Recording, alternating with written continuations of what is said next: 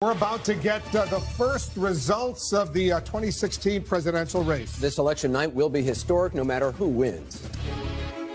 Right now, from coast to coast, across presidential battlegrounds, it's all coming down to this night and this choice in a history-making, rule-breaking, jaw-dropping campaign. Can we trust her with our security? She is disqualified. He just spends all of his time denigrating, criticizing America. Tonight, voters get the last word in the election of a lifetime. Hillary Clinton seeking to break the ultimate glass ceiling. When any barrier falls in America, it clears the way for everyone. Donald Trump hoping to shatter expectations again. They said Trump doesn't have a chance. We love defeating those people, don't we? After months of twists and turns, the first results now just minutes away. And we're going to win because of you. I will totally accept the results if I win. This is CNN's coverage of election night in America. The fight for the presidency, the battle for Congress, and the issues dividing the nation. Either we win this election or we lose the country. Our future is at stake. The people are choosing, the world is watching, and anything is possible until the last vote.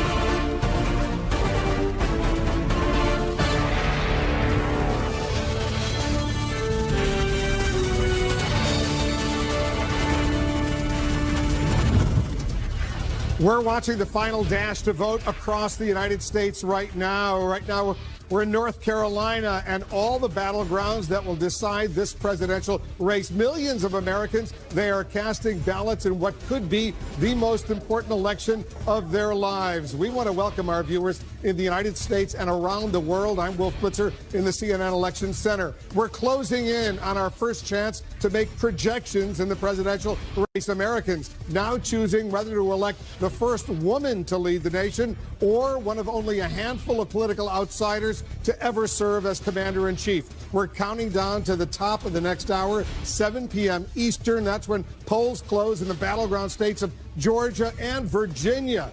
They are two of the key races we'll be watching very closely tonight. Also, at the top of the hour, voting ends in Indiana, Kentucky, South Carolina, and Vermont. Some polling places in the Eastern time zone in Indiana and Kentucky. In fact, they are closing right now. We expect early results from those two states at any moment. A total of 60 electoral votes are on the line in the next hour. And remember, 270 are needed to win the White House. Jake Tapper, we've been building toward this moment now for nearly 2 years. That's right, Wolf. And there's never been a campaign like this. This could be, and there could be, new surprises in these final hours of this very long election. We're monitoring voting in key locations in the battleground states where the race could turn one way or another. We're also inside Clinton and Trump election night headquarters. They are both in New York City tonight, only about a mile and a half apart on the island of Manhattan. Jeff Zeleny is covering the Clinton campaign. Sarah Murray is covering the Trump campaign. First to you, Jeff. Well, Jake, the Clinton campaign is increasingly confident of reaching 270 electoral votes, even at this hour, as they don't know exactly how they will still get there. But I am here in the Javits Center. You can see behind me here, this is the stage where Secretary Clinton will give a speech, she believes, one way or the other tonight. She has just arrived in Manhattan from her house outside of the city here, and she'll be watching those results. At this hour, this is what the Clinton campaign believes the state of play is. They believe there is urgent concern in the state of North Carolina. I just talked to the campaign manager, and he told me that he believes this will be the tightest of all battleground states. It is exactly why Secretary Clinton, as she came here into Manhattan, was on the phone on the radio just a short time ago trying to get out the vote among her supporters in Fayetteville, North Carolina. This is a city-by-city effort here, Jake. So North Carolina, Ohio are their two trouble spots, but they are confident at this hour in Michigan. They believe that the visits there yesterday from the president and Secretary Clinton herself have turned around Michigan, and they are confident in Florida as well, Jake, because of that early vote. So it's at this hour they believe the math reaches 270, even if they're not exactly sure which states will fall. Jake. All right, Jeff Zeleny, the Clinton campaign very concerned about North Carolina. That is a state that President Obama won in 2008 and then lost to Mitt Romney in 2012. Let's go now to Sarah Murray. She's at Trump campaign headquarters, just a few blocks away from the Clinton campaign headquarters. Sarah? Well, Jake, it's a much tougher map for Donald Trump, and sources are telling me that one key internal metric is showing Donald Trump falling short of the 270 electoral votes he's going to need. Now, in spite of this, plenty of people in Trump Tower are still feeling very optimistic going into tonight. They're looking at a number of states, both internally and publicly, where the polls are very close, and they believe those could break late in their favor, and ultimately Donald Trump could come to victory. But this key internal metric at this point does not spell a win. Now, as for Donald Trump himself, he has boldly been predicting victory on the campaign trail, essentially since he got into this race, insisting that they're winning all over the country. But privately, he's a little bit more of a worrier. He has been pressing his aides all day long for updates on what they can point to, what data sets they have to indicate where the race is headed. And a lot of this has been sort of an educational moment for Donald Trump's aides and Donald Trump. This is obviously the first time he's ever run for president. So they're pointing to different states and saying, okay, we need to look at the independent voters in this state. We need to look at the early vote in this state where it's key. So it's an interesting dynamic going on behind the scenes in Trump Tower today, Jake. All right, Sarah Murray with the Trump campaign. Let's go now to David Chalian, our political director. He has new information from the exit polls about what voters who went to the polls, at least according to these early-ish exit polls, think about these two major party candidates. David? Early-ish. Yes, Jake. These numbers are preliminary. They will change throughout the night. But you know, one of the major storylines we've been following throughout this entire election season is just how unpopular both of these candidates are. That bears out with the voters today as well. Take a look at Hillary Clinton's favorability among people voting today across the country. 44% say they have a favorable opinion of her, 54% unfavorable. Donald Trump fares even worse on this score. 37% have a favorable opinion of him. 61% of voters in the country today tell us they have an unfavorable opinion of Donald Trump. And as you know, Jake, their Achilles heels were front and center in this campaign. Take a look about whether or not Hillary Clinton's email problem bothers voters. 62% of voters say yes. The whole email situation with Hillary Clinton does bother them. 37% say no. This has been a hurdle she hasn't really gotten over throughout the entire campaign. Same for Donald Trump about his treatment of women. 71% of voters say it bothers them. 28% say it doesn't. These problems that presented themselves throughout this campaign, their unfavorability, their specific issues on email or women, they never resolved before voters went to the polls today, Jake. Fascinating. David Chalian, thank you so much. And Wolf, I mean, these exit polls also indicate that 54% of the American people approve of the current president. They just don't seem too excited about the one that they're going to have next. This is truly a historic night for the American people. I think it's historic indeed for the world right now, irrespective of whether Hillary Clinton wins or Donald Trump wins. This is history. Well, either we're going to have the first female president in the history of this country, and we should remember that only 100 years ago in this country, women didn't even have the right to vote nationwide, or we will have the first person elected president, Donald Trump, who has never served in government or the military, the first one ever. So, I mean, that is about as much of an outsider as you can get, even if he has been part of the financial world. And also, in terms of his experience, really quite new to the whole scene. Because those of us who love American history, we're really obsessed tonight by what's going on, Dana. That's right. Not only is it the outsider versus first woman, the potential of that, it's also, we were talking before about the fact that President Obama's approval ratings are so high and how Hillary Clinton has embraced him. And this dynamic hasn't happened. Even the possibility of what is effectively a third term, somebody who takes over the same party after a two-term president, since 1988, when George Herbert Walker Bush won after Reagan's 2 terms. And then before that, it was back in 1948. So this is a rarity if Hillary Clinton does see success in her, as I said, embrace of a 2-term president. We have our first key race alert of the night. All right, these are the first results. Actual votes coming in very, very early in the state of Kentucky. You can see 1% of the vote is in. Donald Trump has almost 80% of the vote. Hillary Clinton has 18% of the vote. He's ahead now by more than 2,600 votes. Once again, very, very early in Kentucky right now. Our first key race alert of the night. Let's go over to John King at the Magic Wall. John, a bunch of states are closing at the top of the hour, including some key battlegrounds that we've been paying a lot of attention right now. But let's take a look at Kentucky first. You look at Kentucky, and again, we have 1% of the vote in, so we're going to spend some time counting tonight, and that's good. We have a competitive race. We're going to count the votes. If you're Donald Trump, you love that as you watch the early results. Let's just be clear.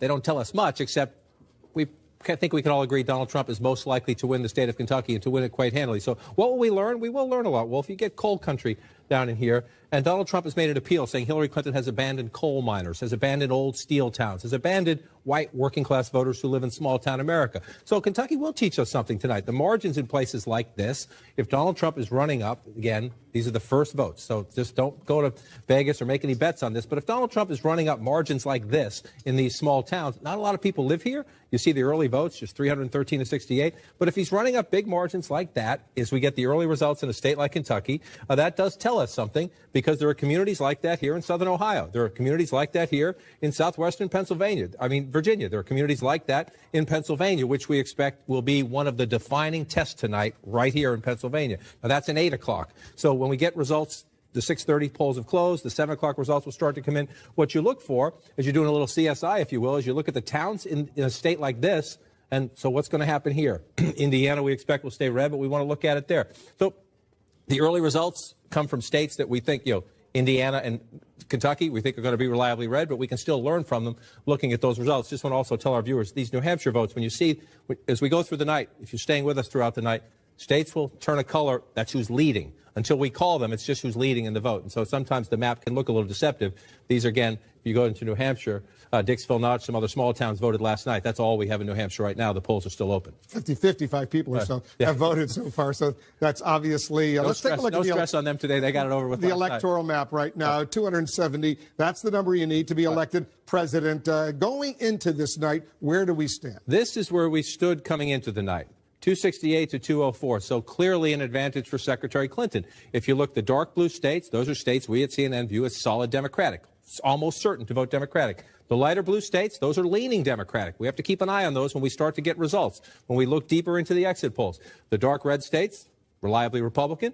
The shaded red states, leaning Republican. Again, in places like especially Ohio and Iowa, we're going to watch them all night long. The Clinton campaign thinks there could be a chance they're in play. But here's where we start the night. So if we're going to have an early night, if you will, meaning Clinton starts with an advantage, what would an early night look like? An early night would look like she starts to run it up, and we call that one. Now, I expect Florida to be competitive. That was the closest state in 2012 between Obama and Romney.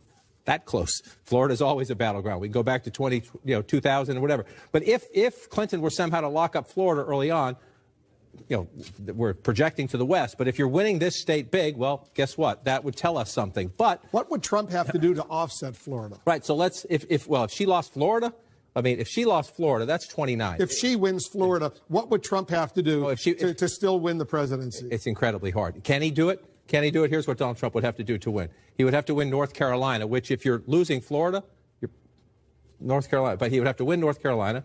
He would have to win Pennsylvania.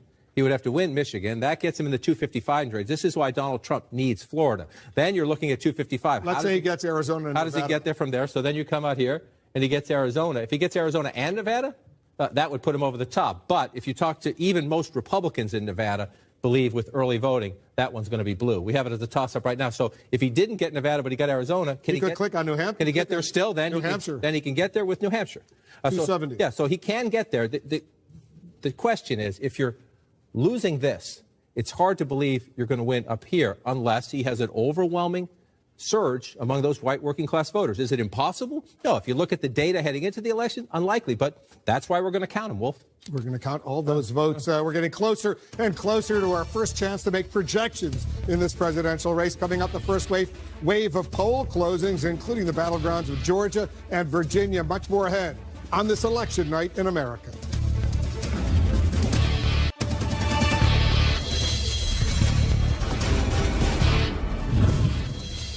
Pennsylvania is one of the battleground states we're watching right now in the final hours and minutes of voting on this historic election night. We're standing by for our first chance to make projections in the presidential race. Right now, let's get a key race alert. More results coming in from Kentucky right now. You see Donald Trump has a significant lead very early, but he has a significant lead of more than 5,000 votes, 73.9% for Trump, 23.5% for Hillary Clinton, once again, early in Kentucky. Let's go over to Jake.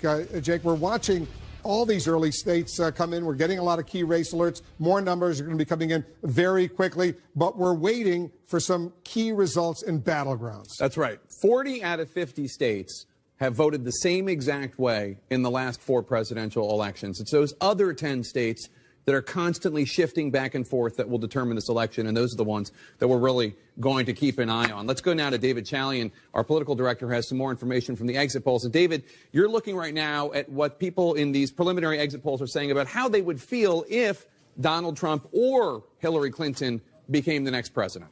That's right, Jake. And we're just going to see yet again, I know we've talked about this a couple times now, the challenge here with these unpopular candidates. For either one of them, whoever wins tonight, they're going to have a challenge bringing the country back together, getting a majority of Americans on their side. Take a look here. If Donald Trump wins tonight, no matter who they voted for, take a look at these numbers here. 21% say they'll be concerned. 37% say they'll be scared. Concerned or scared, 58% of the electorate if Donald Trump wins. Hillary Clinton, about the same, not a ton better.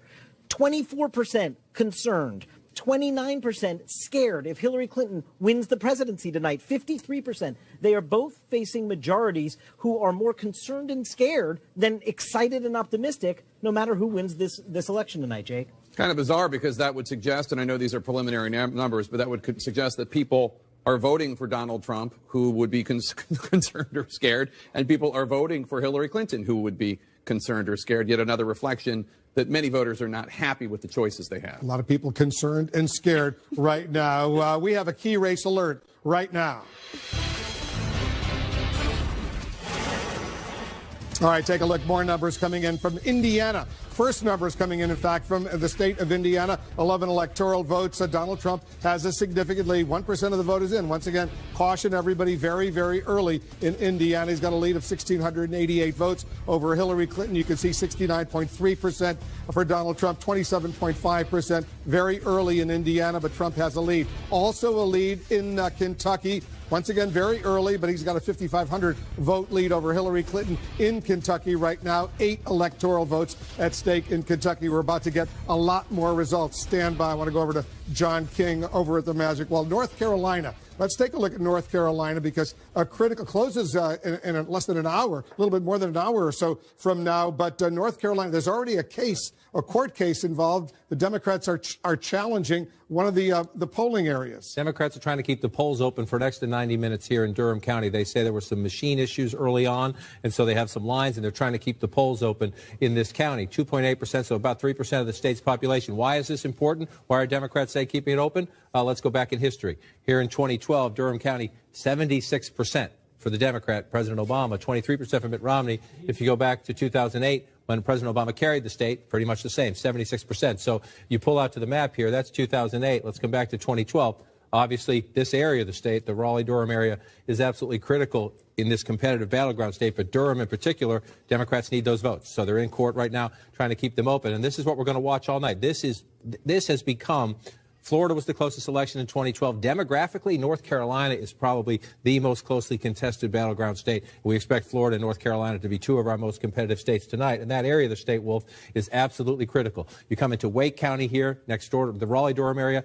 President Obama won by 11 points. Hillary Clinton needs almost 10% of the population of the state. Right. It's a very big chunk of the state population. And here, this is 2 battlegrounds within the battleground, in the sense that you need African-American turnout, and those college-educated white voters, especially suburban women, will be critical here. But Durham is a much more Democratic base area. This is a swing area. Wake County next door is a swing area. It goes Democrat now. The question is the margins for the Democrat to be competitive statewide. Here, the Democrats, this is a basket of Democratic votes, and if those polls close early, just do the math. People don't vote, you don't get those numbers. And so that's why you have the court case going on right now, because this is absolutely pivotal to Hillary Clinton and the overall vote count in North Carolina. The polls close in North Carolina, 7:30 p.m. Eastern. Same in Ohio. which is so important, especially for Donald Trump. If Donald Trump does not win Ohio, he will not win the presidency. You see here 51-47 against, this is the Obama-Romney race.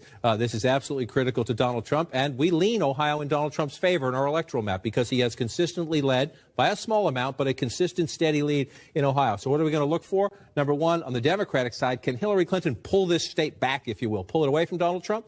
It's all right here. Cuyahoga County, other places as well, but we'll know our first indication is African-American and Democratic-based turnout in Cuyahoga County. Can she do that? And not just with the percentages, but with the math, the numbers, the turnout numbers. The next question we'll have in Ohio, and this will be the same case in North Carolina, in Philadelphia, in Pennsylvania, in every big swing state, who wins the battle for the suburbs? Close presidential elections increasingly decided in the suburbs. Look how close Lake County, Ohio was back in 2012. President Obama close enough to keep winning the state. So we're going to look here as well in Ohio. And then if you look at the middle of the state, going to be a bit of a broken record tonight, but we go through now, we can study this in Kentucky. We're going to get it soon in Virginia, and then we're going to see it in Ohio. How does Donald Trump do in these areas here? Especially here, just over the Pennsylvania border, Youngstown area, that's a Democratic area. What are the margins? What is he getting for those white, blue-collar voters who usually vote Democratic, who might be listening to Donald Trump? Maybe they think he's better able to handle the economy. Maybe they like the trade message. Maybe they like the immigration message. So we're going to look in here. And then in these smaller counties in Ohio and in many of the key battleground states, you're just looking, how does he do compared to Mitt Romney? Is he getting more of these blue-collar white voters? Donald Trump has to run it up in the rural areas, and the big question here will be African-American turnout in Cleveland and the Columbus area. Let's not forget John Casey, the governor, voted this time for John McCain, not for the Republican nominee. We're nearing a pivotal moment in the presidential race. Coming up at the top of the hour, the first results from two of tonight's battlegrounds. We're talking about Georgia and Virginia. We're going to get important clues about how this night may turn out. Stay with us. All right, take a look at this. What a sight. This is Manhattan. You see the Empire State Building right there. This is the CNN helicopter that's flying over Manhattan right now. History is being made in New York City. For the first time in our history, in U.S. history, both candidates are on this election night in the same city. In fact, Hillary Clinton and Donald Trump are only about a mile and a half, their campaign headquarters, they're only about a mile and a half apart in Manhattan right now. You see our CNN helicopter flying over. You see the Empire State Building, red, white, and blue right there. We have a lot more shots of that, but right now let's get a key race alert.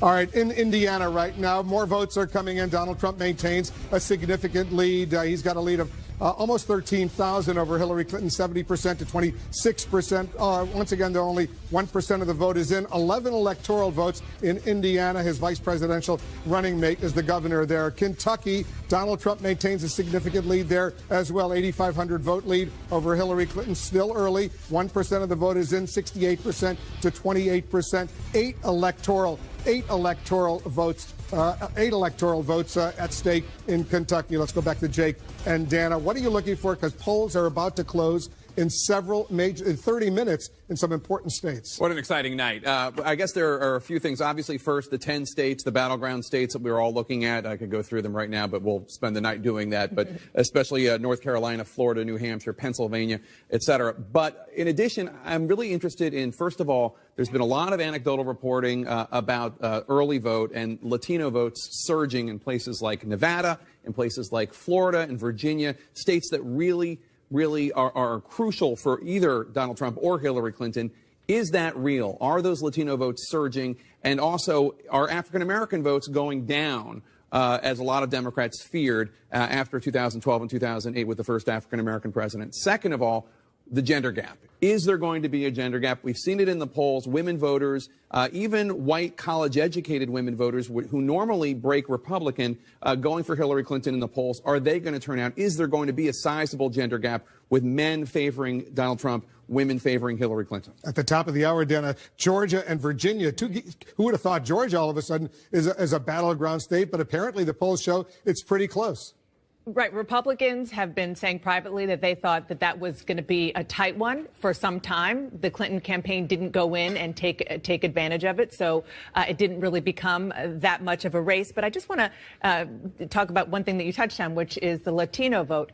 My question is, looking ahead to the end of the night, whether or not this will be kind of a bookend with regard to Latinos, in that ever since Donald Trump came down that escalator and made the remarks that he did about Latinos, that has been an issue for that demographic. And now, like you said, the question is whether or not there is a Latino surge. And if that happens, if it turns out that perhaps Donald Trump sort of awoke a sleeping giant, that would be come full circle tonight. The end of the night, the end of the campaign versus the beginning. Democrats have been trying for years to get Latinos to vote in the high numbers as they can get, and it hasn't worked. One of the reasons why Arizona has been a contentious state is because, in the words of Democrats in Arizona, Donald Trump has been a one-man get-out-the-vote operation to rally Latinos to the polls. I don't know that Arizona, at the end of the day, is going to end up being that competitive, but the Latino vote, as you say, awaking a sleeping giant, if they turn out in numbers in Florida, in Virginia, in Colorado, and Nevada, boy, that could really... And even North Carolina. And North Carolina, that could really be something. We remember, and the panel's been discussing this, in 2012, after Mitt Romney lost, the Republican National Committee doing this autopsy, looking at the fact that they need to win over Latino voters. They didn't take the lesson, and we'll see what happens tonight. Let's get to the panel and Anderson right now. Yeah, well, thanks very much, Bakari. You've been watching North Carolina very closely tonight. Well, I think North Carolina is probably going to be one of the closer races we have, and I'm very interested in this court case. I think you have two dynamics. You have a relatively frivolous lawsuit that was filed in Nevada by the Trump campaign because individuals were staying in line and voting as they should be allowed to in Clark County. But here you have a GOP party in North Carolina. You have a governor in Pat McCrory who the court said they discriminated with such precision in the way that they cut back on the number of early voting locations, especially here in Durham. And what happened today, you have two Republicans and one Democrat on the Durham County Board of Elections who agree that these polls should be open a little bit longer. It's an historically black college and university there in North Carolina Central where the lines are apparently just out of the roof.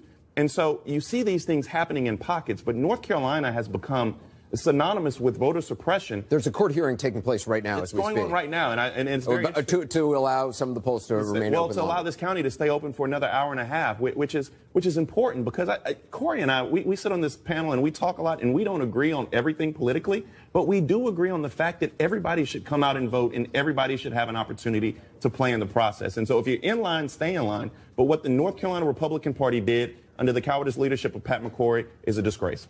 Well, and it's a big, that's the home county to Deborah Ross, who's running for U.S. Senate.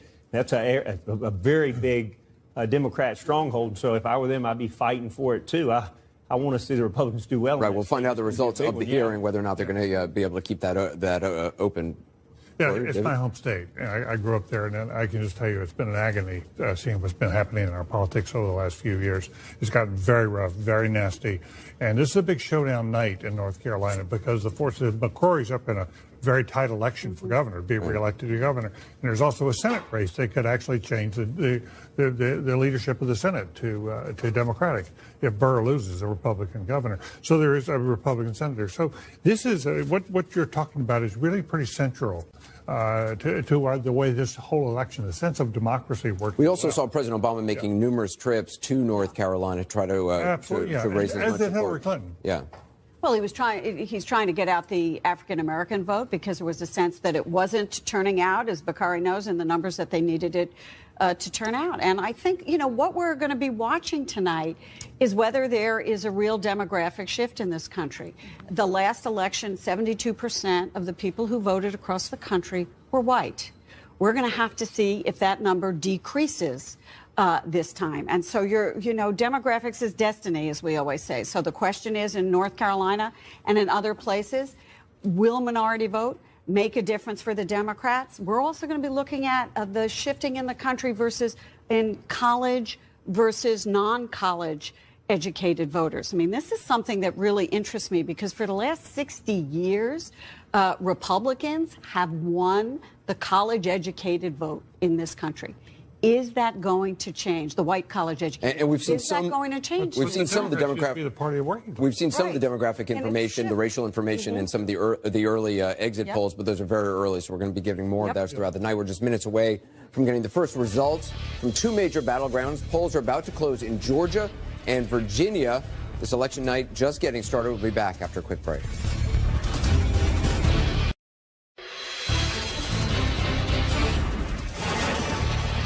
Welcome back. Right now, we have another key race alert. In Indiana right now, 2% of the vote is in. You see Donald Trump still maintains his significant lead, 22,500 plus over Hillary Clinton. 11 electoral votes at stake in Indiana early, but Trump has a significant lead in Indiana. Similarly, in Kentucky, 2% of the vote is in. He's at 68%. She's only at 28%. More than 16,000 vote lead for Donald Trump over Hillary Clinton. We're watching the presidential race very, very closely. We're also watching the balance of power in the U.S. Senate. Dana is taking a closer look at that. That's right. Well, let's take a look at the battle for control of the Senate.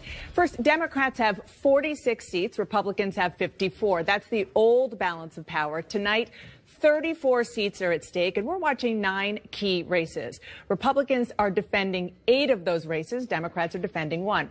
Now, if Democrats can pick up 5 Republican seats and hold the rest, they will have a 51-seat majority. Republicans, they've spent hundreds of millions of dollars, dispatched marquee players to all over these races to deprive Democrats of 5 pickups and that 51-seat majority. Well, here's another scenario. A 50-50 Senate.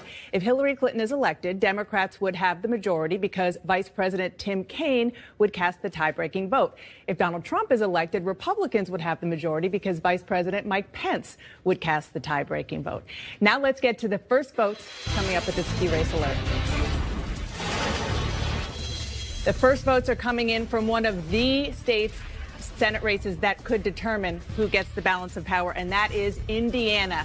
Look at that. Todd Young, the Republican who's hoping to keep this seat in Republican hands, is up with a significant margin there, up a little bit more than 13,000 votes, but only 2% of the vote is in. So we're going to keep watching that very, very closely because it's such a big one. Let's look at some votes coming in from Kentucky. Rand Paul, who started out this campaign running for president, dropped out. Now he's trying to keep his Senate seat. He's in his race for re-election. He's a little more than 10,000 votes ahead of his Democratic challenger, Jim Gray. We're going to keep watching that as well because, again, that's only 2%.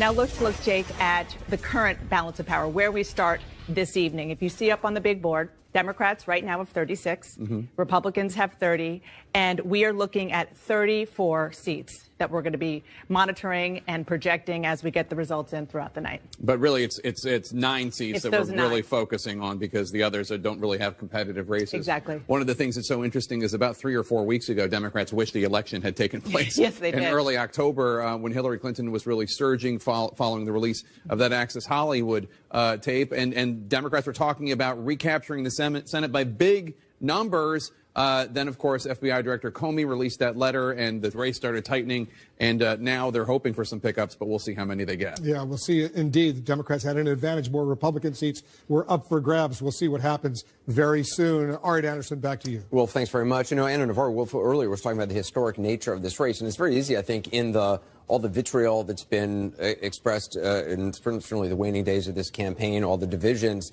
to lose sight of just how historic this is. I mean, no matter who wins for different reasons.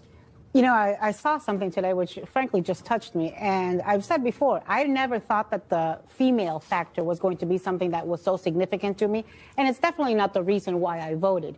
But I saw today the line of people lining up in the cemetery where Susan B. Anthony's tombstone is, and the women putting the I voted sticker on her tombstone. Whether you are Republican or Democrat, if you believe in a woman's right to vote, if you believe that we are all equal in this country, that should be something that touches us all, that makes a significant statement for us all. And obviously, Gloria, I mean, if Donald Trump wins, it is a historic night in a whole other way. It's an historic night because you would have an outsider, new to politics, a celebrity. Someone who hasn't been involved even in government or the military. Not even in government. I mean, Eisenhower was the last one, but he was a general.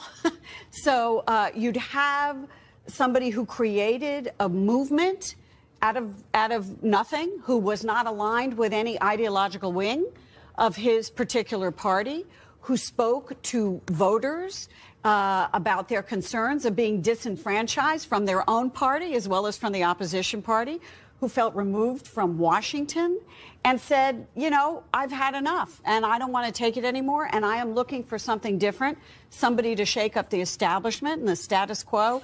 So either of these results would be historic for this country. I mean, I want to add to what Anna was saying. You know, it's the persistence of these women 96 years ago who got the right to vote for women in this country that those women were thanking today, because when you think it hasn't, 96 years. In our generations, we sometimes take it for granted. Of course right? we do. We take for granted that less than 100 years ago, women could not vote. Women were not equals in this country in that aspect.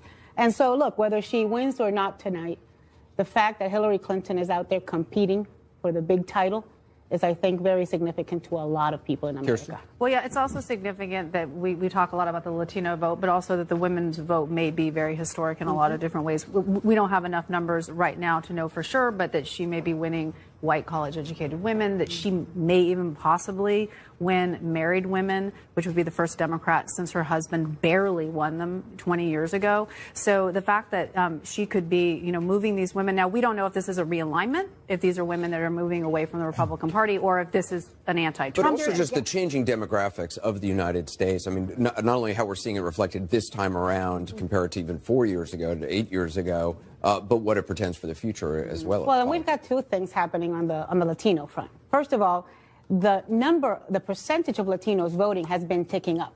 It's gone from 8% to 10%. It's been ticking up. But also, the percentage of Latinos voting for the Republican Party has been ticking down. We went from 44% with George W. Bush to 31% with John McCain, which we thought was tragic, and we had to address, and we had to fix, and we had to deal with immigration. And then we went to 27% with Mitt Romney. At that point, our hair was set on fire on the Republican side. We needed to address this. We had a postmortem. Well, now we're worse than postmortem. We're dead even before the beginning. I can assure you that Donald Trump is going to get historic low numbers amongst Latinos. He's going to be probably in the teens. If he breaks 20, it's a good night for him with Latinos. And it would be sweet, sweet justice if after everything he has said, after every attack he has made against Latinos, after he has thrown out Latino anchors from press events, after he hasn't done any outreach, after he has questioned a judge's citizenship, after he has called Mexicans rapists, it would be sweet, sweet justice if tonight it was the Latino vote that defeated Donald Trump. Así que, mi gente, levántense y voten. Ana Navarro, you're not a Trump supporter. No, I'm not. You know what I am? I'll tell you what I am. I am a college-educated Latina. And sure as hell not a Trump supporter. David Gergen? I'm not sure I can follow that. Yeah, we should go to break. What languages do you speak? College-educated Latina.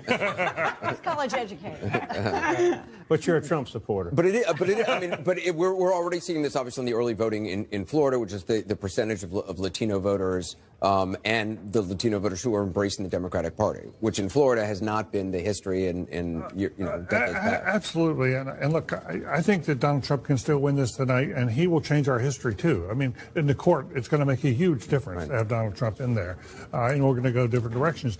But if Hillary wins tonight, what you're going to see is the makings of a coalition, a national coalition that's going to dominate our politics for the foreseeable future. It is as strong a coalition as what Franklin Roosevelt put together back in the 1930s. When you talking about a coalition, what do you mean? I'm talking about a coalition of a party coalition of people, the forces within. If you can get the Latino vote and your Latino vote on your side, if you can get the black vote on your side, if you get the minorities, if you get women, if you get the young, that puts together a coalition of people that has won a majority now. If they win tonight, they will have won a majority of the vote in 6 out of 7 presidential elections. We haven't seen that in our history very often. We saw it in the 30s. We saw it once in the 1930s. We're standing by for the first big wave of results in the presidential race. Let's go back to Wolf. Thanks, Anderson. Now, more early votes already are coming in. We have a key race alert.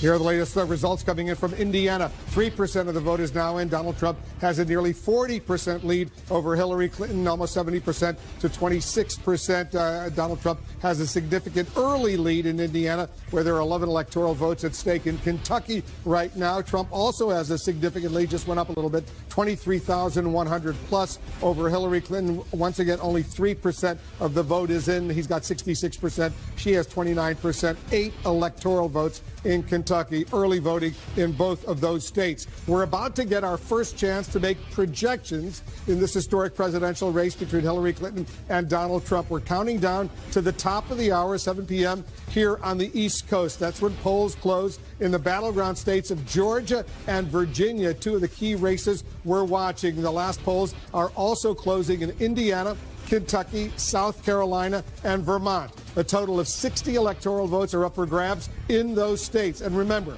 it takes 270 electoral votes to win this presidential election. Jake, Georgia and Virginia, they will be the first tests, the big tests of the night. That's right, Wolf, and we'll see whether Donald Trump can hold on to the traditionally Republican red state of Georgia and if Hillary Clinton can keep her Virginia firewall intact. We're keeping tabs on voting all across the country in these key battleground states. We'll be following throughout the night. Right now, let's check in with our correspondents who are at the presidential candidates' headquarters in New York City.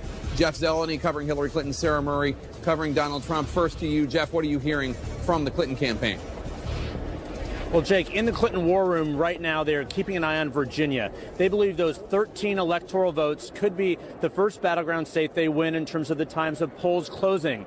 They're looking to the suburbs right outside Washington, D.C. They believe that the turnout there was strong throughout the day, particularly in Fairfax County, in Arlington County, a county where President Obama won by some 20 points in 2012. They believe that turnout was exceedingly good.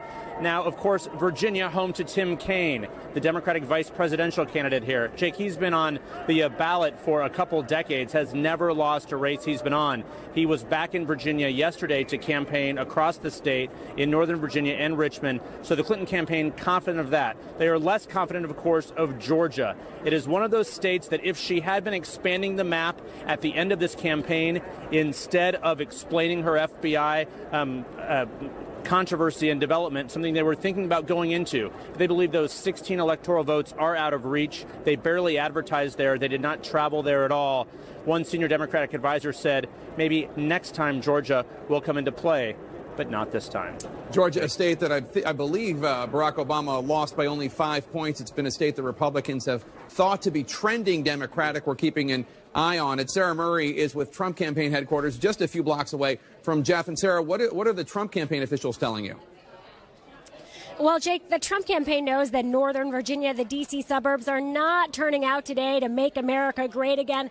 Look, Virginia is not a central part of their electoral college strategy. They've been encouraged to see a tightening in the polls there, and they know that really their only hope is going to be to try to run up the score in areas outside of those D.C. suburbs if they want to have a shot at flipping Virginia to Donald Trump's column. Now, one Trump aide tells me, look, this could turn out to be a Cinderella story for us tonight, but others who are close to the campaign are not so optimistic about a win in Virginia this evening, Jake. All right, Sarah Murray, thanks so much. Let's go now to our political director, David Chalian, who has the latest from the exit polls. And David, with the polls in Georgia and Virginia about to close, you're taking a look in the exit polls as to who exactly showed up to vote in those key states. That's right, Jake. And we're going to be talking about these two demographics all night long. The racial makeup of the electorate, as well as how the electorate is made up in terms of education level. So first to Virginia, looking at race, 68% white. That's a touchdown, a little less white, a little more Latino from 4 years ago. It was a 5% 4 years ago,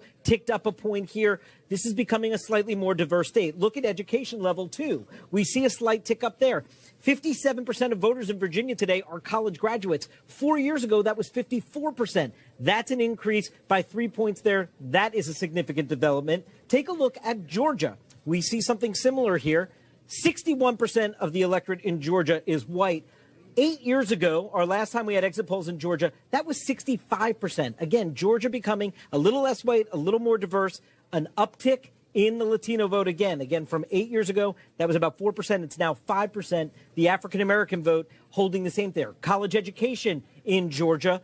This is the big number that we're seeing in Georgia tonight, Jake. 8 years ago, it was only about 43% college graduate. Here, it's 50%. That is an uptick of 7%. That's a huge increase of college graduates in Georgia. These electorates are changing And as they do so, this is probably welcome news to Democrats looking to the future. Jake? All right, David, thank you so much. Voters in Georgia and Virginia a little less white as they went to the polls, at least according to these exit polls, and a little bit more educated. Democrats would be thrilled, Dana, if they won Georgia, although they're not necessarily expecting that. They are expecting Virginia.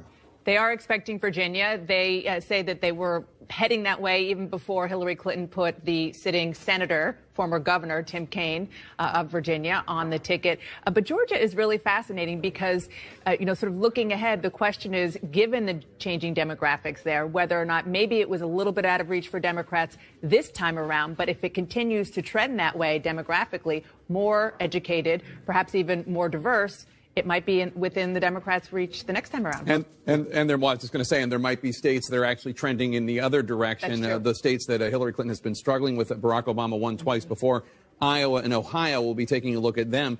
If there is a realignment this evening, we'll see if it's a long-lasting. That's why it's such a fascinating night. Let's go over to John King at the Magic Wall. So Georgia, taking a very, very close look at Georgia right now and Virginia. Georgia and Virginia. Wolf, I want to show you something. You see the darker counties I have filled in here? It's a new trick we're trying tonight in the wall. And it says all election long we've been talking about, will Hillary Clinton win a traditional Republican constituency? White, college-educated voters. These highlighted counties, these are counties that in 2012, the highest percentage demographic group to vote in these counties were college-educated. So this is one of the things we're going to watch when the results come in. Let's go back in time and just look at them. You see, then President Obama won them up here in the D.C. suburbs area. Mitt Romney won them when you got more out into the rural areas. So we're going to look at these counties tonight. This was a key constituency. Nationally, Mitt Romney won this constituency by about 6 points. We know it's going to be a key battleground within the battleground, absolutely critical to Hillary Clinton's chances in places like Virginia, North Carolina, Pennsylvania, out in the Philadelphia suburbs. So it's one of the things we're going to watch. Let's turn this off now and come back and just look at the map as we go. 2016, we'll come up here, turn the key off. Now we're going to wait. In Virginia, what are we going to look for? Let me turn this. It doesn't want to go off. Well, let's go back and look at, 2012 and come back in here and bring it in. These, again, this is the county we look at here. I want to turn this key off. There we go. So what are we going to look for here? Number one, the key for Donald Trump tonight, and this will be a good clue. We expect, if you believe the late polls, the Democrats are favored in Virginia. If it's a very close race, that tells us a lot. Number one, is Trump actually in play to win Virginia? That would be a big deal. Number two, even if he's not, how competitive is it? What we learned from Virginia in the 7 o'clock hour is going to help us really understand the night ahead, especially when it comes to North Carolina and we move down. And again, talked about this a little bit earlier. Out here, Donald Trump needs to run it up. Smaller rural communities, not a lot of population, but he needs to run up the vote count out here in places like this, even if he loses Virginia, to offset close-in suburbs like this. Georgia is one of those states, each party has its state. For Republicans, it's been Pennsylvania. Every cycle they say we're going to finally get Pennsylvania, and they come up short. Georgia is one the Democrats think we're going to get it because their strength has been in the Sun Belt states. We're waiting for this to fill in next hour. Increasingly, in diverse states in the Sun Belt, Democrats are doing better. They keep maybe Arizona. They're going to make a run this time. Most Democrats think they'll come up short. So what are you going to look for in Georgia? Number one, you're going to look here, African-American turnout in the Atlanta area, some other areas. Let's go back in history and look at it. You see, you have the blue areas here. To have any chance, it has to be off-the-charts turnout in the Atlanta metropolitan area, African-Americans, and then in the close-in suburbs. Again, close presidential elections and close swing states are generally won in the suburbs. That is where Secretary Clinton has had an advantage because of suburban women, college-educated women. We'll watch as this one plays out. Again, I think Georgia is something that Democrats, they've seen some polls showing them very close, so they've engaged the operation down there. But it's very hard for them to win that state. We'll watch it. Again, sometimes Virginia and Georgia in the 7 o'clock hour, it's not even so much who's winning. If Georgia's very competitive, Wolf, it tells us something about Secretary Clinton's in play. We're about to get some of our first big clues.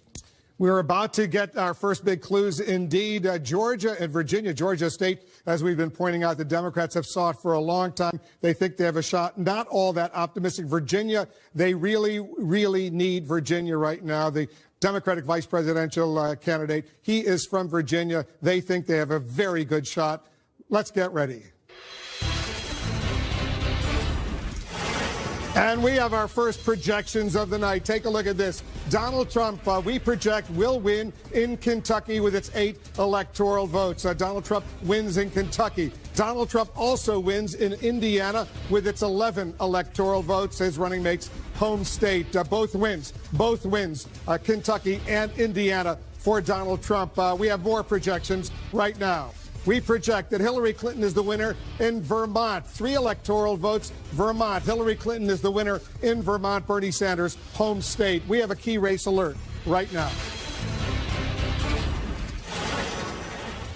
Too early to call. Too early to call in Georgia with its 16 electoral votes. We cannot make a projection yet. Too early to call in Virginia with its 13 electoral votes. We cannot make a projection yet. And too early to call in South Carolina right now. 9 electoral votes at stake. Too early to call in that state as well. Let's take a look at the electoral college count right now. The vote, where it stands right now. You see Donald Trump takes a very early lead with 19 electoral votes. Hillary Clinton has 3. You need 270. You need 270 to win the presidency. You see the colors there on the map. The red states, those are states that go to Donald Trump. That blue state, Vermont, up in the Northeast, that goes to Hillary Clinton. The yellow states, those are states we cannot yet make a projection. Too early to call right there. Let's go over to Jake. Jake, the action in Virginia and Georgia is going to be intense. Although I have to say, Virginia, really, of all the states on the map, Virginia is really the one that we're all keeping an eye on because Hillary Clinton and her team have not really factored Georgia in, and nor have they really gone in and made a play for it. Virginia, if they don't win Virginia, that's going to be a real problem for them. That is one of the states they are absolutely relying upon. So we're going to be watching the results out of Virginia all night very closely. I totally agree. And just to add to that, on the flip side, Republicans have privately thought that Virginia had been gone for some time. They're expecting to lose Virginia going into this, but they also say that in the past couple of election cycles, it has broken late. There's been a late surge for Republicans. Not enough, though. All right, let's go to David Chalian right now, who is our political editor. He's looking at exit polls. David, what are you seeing out of Virginia and Georgia? We're taking a look first in Virginia at the quality in the candidates that voters were looking for. Now that polls have closed, we can look at how they're splitting, Jake. Take a look here.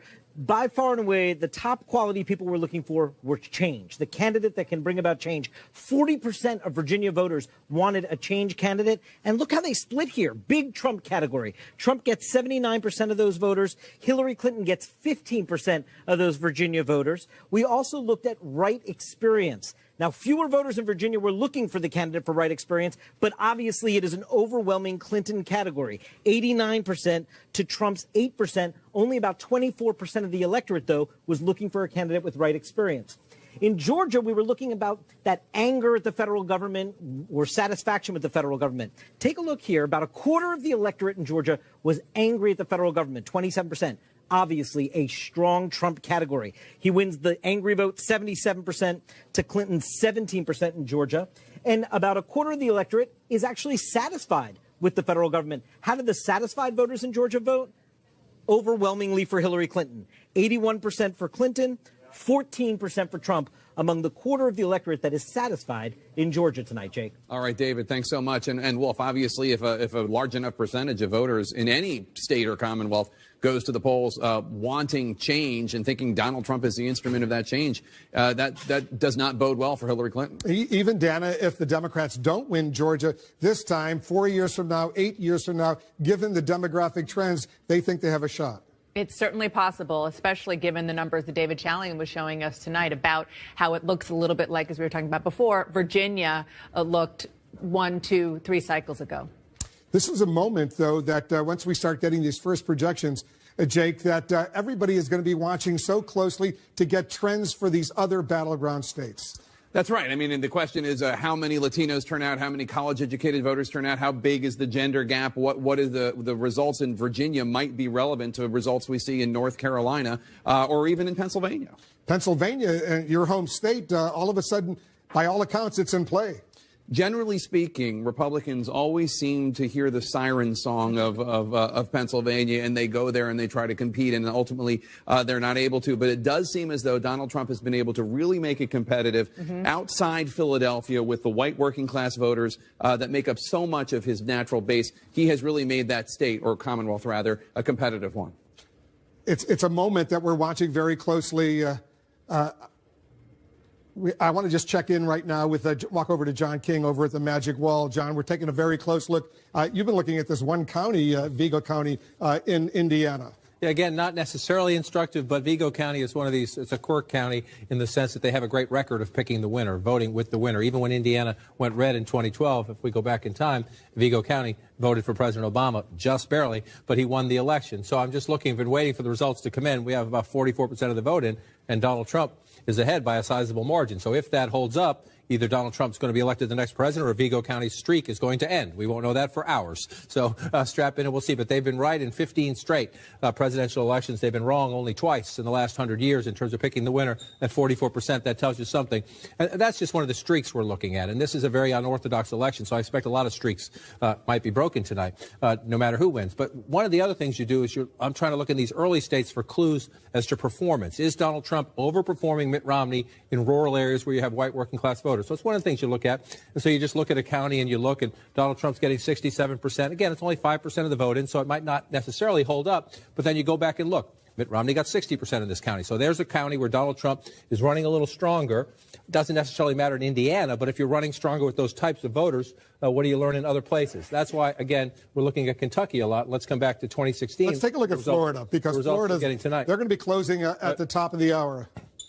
Florida, look at that. We have some votes in Florida. Yeah. Let's see where those are coming from. One, it's always fun when you see the first votes come into the wall and you try to figure out where they're from. Little Citrus County, it's only less than 1% of the population, but there you go, 0% reporting there. But obviously some votes have come in. Some counties, the early votes, they load them up. They've had a lot of early voting, aggressive early voting in Florida. So what are we going to be looking for overall in Florida? That's the early lead right now. And what are you going to look for? Number one, this is your big Democratic strongholds down here. Hillary Clinton, to win Florida, has to run it up. Let's go back in time and look at this state. Florida was the closest state in the 2012 race. President Obama eked out a very narrow victory. The early voting there, when they dumped those numbers in, that is critical. You heard the panel talking earlier about Democrats think they amped up the Latino vote to help them there. We'll see. What happens down here? A little battleground within the battleground. How does Donald Trump do in Palm Beach County? That's his second home. He thinks he's going to do very well in Florida. Is Donald Trump going to win Palm Beach County? I bet not. It is traditionally a big Democratic county, but the margins within these counties matter. In a very close election, if these are friends of Donald Trump and he can make it instead of 60-40, make it a little bit closer, those things matter. That's what we're going to watch as we start to watch the results come in Florida, the key Democratic strongholds across here. I'll tell you, Wolf, this is anecdotal. You call people in these states, you email with people on election days. The Democrats were very happy about their early voting. Hillsborough County, where Tampa is, absolutely critical. Pinellas County, you go to the west out here in St. Petersburg, it's more of a swing county, critical for the Democrats. The Democrats were thrilled with the early voting there. Talking to a friend who knows the organizers down here today, said the Democrats got some jitters today when they saw the long lines of Trump supporters. Right. So we're going to play this out. Stand by. I want to go to Mark Preston right now. Mark, the polls closed in North Carolina at the bottom of the hour, but there are some important developments you're watching. Yeah, Wolf, we actually have breaking news right now out of North Carolina. The North Carolina State Board of Elections has agreed to keep the polls open in 8 precincts, anywhere from about 20 minutes to 60 minutes. Now, this has to do, Wolf, with the fact that there was computer glitches. There were computer glitches, Wolf, in some of the precincts earlier today, and those computer glitches caused long lines, and people were being turned away from the polls. Now, the polls right now are scheduled to close at 7:30, so some of them now will close at 8:30. Some of them will close a little bit sooner than that. The Durham County Board of Election had requested actually the polls to be open for 90 minutes, Wolf, but they did not get the 90 minutes they asked. As I said, it was a computer glitch problem. And as we look into this right now, this is former Governor Jim Hunt. Before we had actually heard the ruling from the State Board of Elections, he said that this is not an appropriate way to treat human beings. It is heartbreaking, and it follows a deeply troubling pattern of disenfranchisement in the state of North Carolina. Now, Wolf, I should note, in the state of North Carolina, very important to Hillary Clinton, Durham is 38% African-American. Barack Obama won Durham by 76%. In 2008 and in 2012. Wolf. Interesting stuff. Very interesting indeed. All right, we're going to get back to you, Mark. You know, John Durham, let's talk a little bit about Durham. They're going to get a little extra. The poll's supposed to close there at the bottom of the hour in a few minutes from now, but they're going to stay open maybe as long as another hour. As Mark just explained, not as long as the Democrats had hoped for, had requested, but they do get the polls open longer. And as Mark noted, we're going to wait to watch this fill in, but let's go back for historical perspective. This is an overwhelmingly Democratic county. The African-American vote, other Democratic constituencies, and you see a state like this, again, North Carolina, like Florida, one of the most tightly contested states in the United States. So each party knows where its voters are, especially in the age of big data politics. The Clinton campaign has a list. They know who they need to vote here in Durham County. And the question is, you check them off as they go and you try to turn people out. So they're desperate to keep these polls open because in a state as close as North Carolina, Mitt Romney took it back from the Democrats. It's been traditionally Republican there. President Obama won it just barely, 50-50, in 2008. So in a state this closely contested, It's pretty obvious. Every vote matters. And so you have these arguments, and it's in a key area of the state, not just Durham, but the Raleigh-Durham area. You have the African-American base out of Durham. You have the research triangle of Raleigh-Durham. This is a key battleground within this battleground state. Absolutely critical to Hillary Clinton to run it up in these areas, and absolutely critical for Donald Trump. His competition in the suburbs is very important here, too. So we'll be a little later counting those votes, obviously, in a state we expect to take us deep into the night. So they'll stay open for as long as an extra hour. Dana, we're getting our first projections in the balance of power in the U.S. Senate. That's right, Wolf. We sure are. And let's start with the state of Vermont. Patrick Leahy, already one of the longest-serving senators in history, CNN can project will go on to win an 8th term, defeating his Republican challenger, Scott Milne. Now let's go to the state of Kentucky. Rand Paul, people remember, he started out this campaign running for president, dropped out, then decided to run for re-election. CNN can project that he has won that seat, defeating his Democratic challenger, Jim Gray. Now let's go to South Carolina. Republican incumbent Tim Scott, CNN can project that he will defeat his Democratic challenger, Thomas Dixon. Tim Scott being the first African-American ever to represent the South. Now let's look at key races where we're watching very, very closely. Indiana, again, this is an open seat, a Republican seat. Todd Young, the Republican, at this hour, just about 10% of the vote in, is pretty far ahead Evan Bayh, who is trying to get his old Senate seat back, turn that blue. We're going to be watching that very, very closely. And now we have some where the polls have not yet closed, but we do see some numbers coming in. Marco Rubio, who is running for re-election, is up pretty significantly, but you see only 2% of the vote there. He's up by more than 60,000 votes. We're going to watch that very, very closely. And then another marquee race. This could determine whether or not Republicans keep the Senate. Incumbent Kelly Ayotte is trying to hold on to that, defeat her Democratic challenger, the Governor Maggie Hassan, only 1% in there. This is the one we're going to be watching incredibly closely all night long. So let's look at the balance of power at this hour. Jake, you see there on the big board, 37 right now for Democrats, 32 for Republicans, and 31 of the races that we're watching still not yet called. So, you know, some of the ones that we just called were not big surprises, but still important for the one Democrat and 2 Republicans to get in their column. Indiana, to me, is absolutely fascinating because the Democrats thought they could make that competitive by running somebody whose name is incredibly popular and well known, Evan Bayh, in the whole Midwest, especially Indiana. But it's unclear if he's going to be able to make it. In a year where outsiders seem to be popular, especially among Republican voters and in Republican-leaning states like Indiana, Evan Bayh, former governor, former senator, and then has stayed in Washington, D.C., done a lot of lobbying. They recruited him to run, promising him that he would be able to win. We'll see what happens. It looks like it's much tougher than he banked on. A lot tougher, and they thought he could win because his name has been sort of the political gold standard there, but maybe not in 2016. Not just his name, of course, his father, Birch Bayh, a popular senator as well. He's very well known in that state. We have a key race alert right now. Here are the results coming in from Florida. 2% of the vote is in so far. 58.5% for Donald Trump, 30.2% for Hillary Clinton. Trump has an early lead of some 63,000 votes over Hillary Clinton. Only 2% of the vote is in Florida. 29 electoral votes are at stake there. And we're getting the first numbers coming in very, very early from the state of Virginia. Hillary Clinton has a very slight lead. Look at how close it is, 49.5%, 45.5%. Hillary Clinton's lead, only 294 votes. Very, very early in Virginia, early in Florida. We're watching both of those key states right now. Let's go over to John King. The early votes in Florida. John, where are they coming in from? Mostly up here in the northern part of the state, a rural part of the state, a Republican part of the state. Remember, let's just do this so you can get a sense. All of our votes are right up around these lines. We'll go back in time and look. 2012 race, this is a largely Republican area. You got one county there in the middle that's Democratic. So it's a very small percentage of the vote. The major population centers are around here. This is where the big fight is if it gets close. If it's close in Florida, especially Orange County, a growing Latino population here in the Orlando area. This is a big area. The Democrats 60-40. Watch, this is a place where Democrats say their early voting was significant among Latinos. But if we come back to look where we are right now, this doesn't tell us much, except these are conservative areas up here. You're up here, so you're looking here to see if Donald Trump can run up the numbers. Now, again, 0%. So these are just the first votes, 692 to 387. It's very early and preliminary. But one of the things you're going to watch in a state like this, again, the closest state in 2012, is how does it shape up when you go back and look. And right now, remember, Romney at 63. Trump at 62.2. He's running about, again, very early returns where Mitt Romney was. Obviously, he'd like to run a little stronger than that because President Obama just carried the state. But we'll watch that as we go through these small, relatively 0.1% of the population. So you're looking for early clues in rural turnout. That is key to Donald Trump, especially in a state like Florida, this northern part of the state, which is the more southern part of the state, if you will, bordering the southern states. This is the much more conservative part of the state.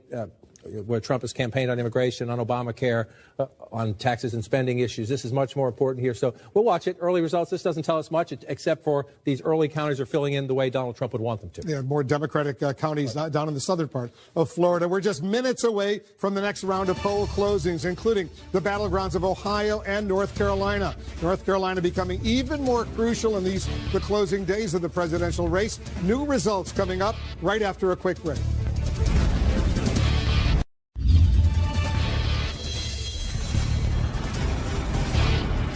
You're looking at live pictures of the White House, a beautiful night here in the nation's capital. This is what both candidates want. They want to be living there starting January 20th of next year. We're back here at the CNN Election Center. Once again, we want to welcome our viewers. We're standing by for the next wave of poll closings. Right now, we have a key race alert. Here are the latest numbers coming in the key battleground state of Florida. More numbers there. 12% of the vote has now been counted. Donald Trump has a lead of 38,726. He's at 50%, 50.4% to Hillary Clinton, 47.1%. This could be at Florida, 29 electoral votes. All of the polls, by the way, to Florida will close at the top of the hour. These are the numbers coming in right now. It's just changed. Trump's lead has gone up to 61,604 over Hillary Clinton. In Virginia, another key battleground state, very early, only 1% of the vote is in. Trump has a 3,500 vote lead over Hillary Clinton. 13 electoral votes at stake in Virginia. In Georgia, also very, very early right now, only 1% of the vote is in. Trump's lead, 1,800 plus over Hillary Clinton, 73% to 25%. Three key battleground states, all of America and indeed the world, now waiting to learn who will be the next president of the United States. We're counting down to 7:30 p.m. Eastern, just minutes from now. That's when the polls close in the key battleground states of Ohio and North Carolina, two of the key races we're watching tonight. Polls are also closing in West Virginia. Together, those states account for 38 of the 270 electoral votes needed to win the White House. Jake, both campaigns have invested a lot of time and money in Ohio and North Carolina. Indeed, although Ohio and North Carolina are generally considered must-wins for Donald Trump. North Carolina is one of the top races to watch. It could be the decider in this election, and from what we're hearing, it could go down to the wire. We're keeping an eye on all the major battlegrounds this evening, including many key races where voters are still casting ballots. Right now, let's check in with our correspondents who are at the major candidates' headquarters in New York City. Jim Acosta is joining us now. He's covering the Trump campaign. And Jim, what are you learning?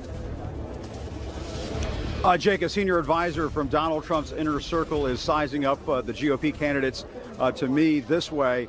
His chances this way, quote, "It will take a miracle for us to win." That is the quote from a senior advisor inside Donald Trump's inner circle. This advisor went on to say that Trump was in such a deep hole after the release of that Access Hollywood tape. It was viewed inside the campaign that he was going to lose this race by a wide margin. But the fact that Donald Trump has been able to close that gap in the final weeks of this campaign, that is seen as a major accomplishment inside the campaign, one that might actually save the Senate for the Republican Party. This advisor went on to say, and we did observe this out on the campaign trail, that top advisors were urging to Donald Trump just about every day, every chance that they could get, that he had to stay disciplined. He had to stay on message. And that is also seen, according to this advisor, as a pretty stunning achievement here at the end of this campaign, given this candidate's volatility at times. Jake. All right, Jim Acosta, who is in Manhattan with the Trump campaign. Let's go a few blocks away to Manhattan and the Clinton campaign, where we find Jeff Zeleny. And Jeff, Clinton campaign feeling confident, but they are not counting their chickens.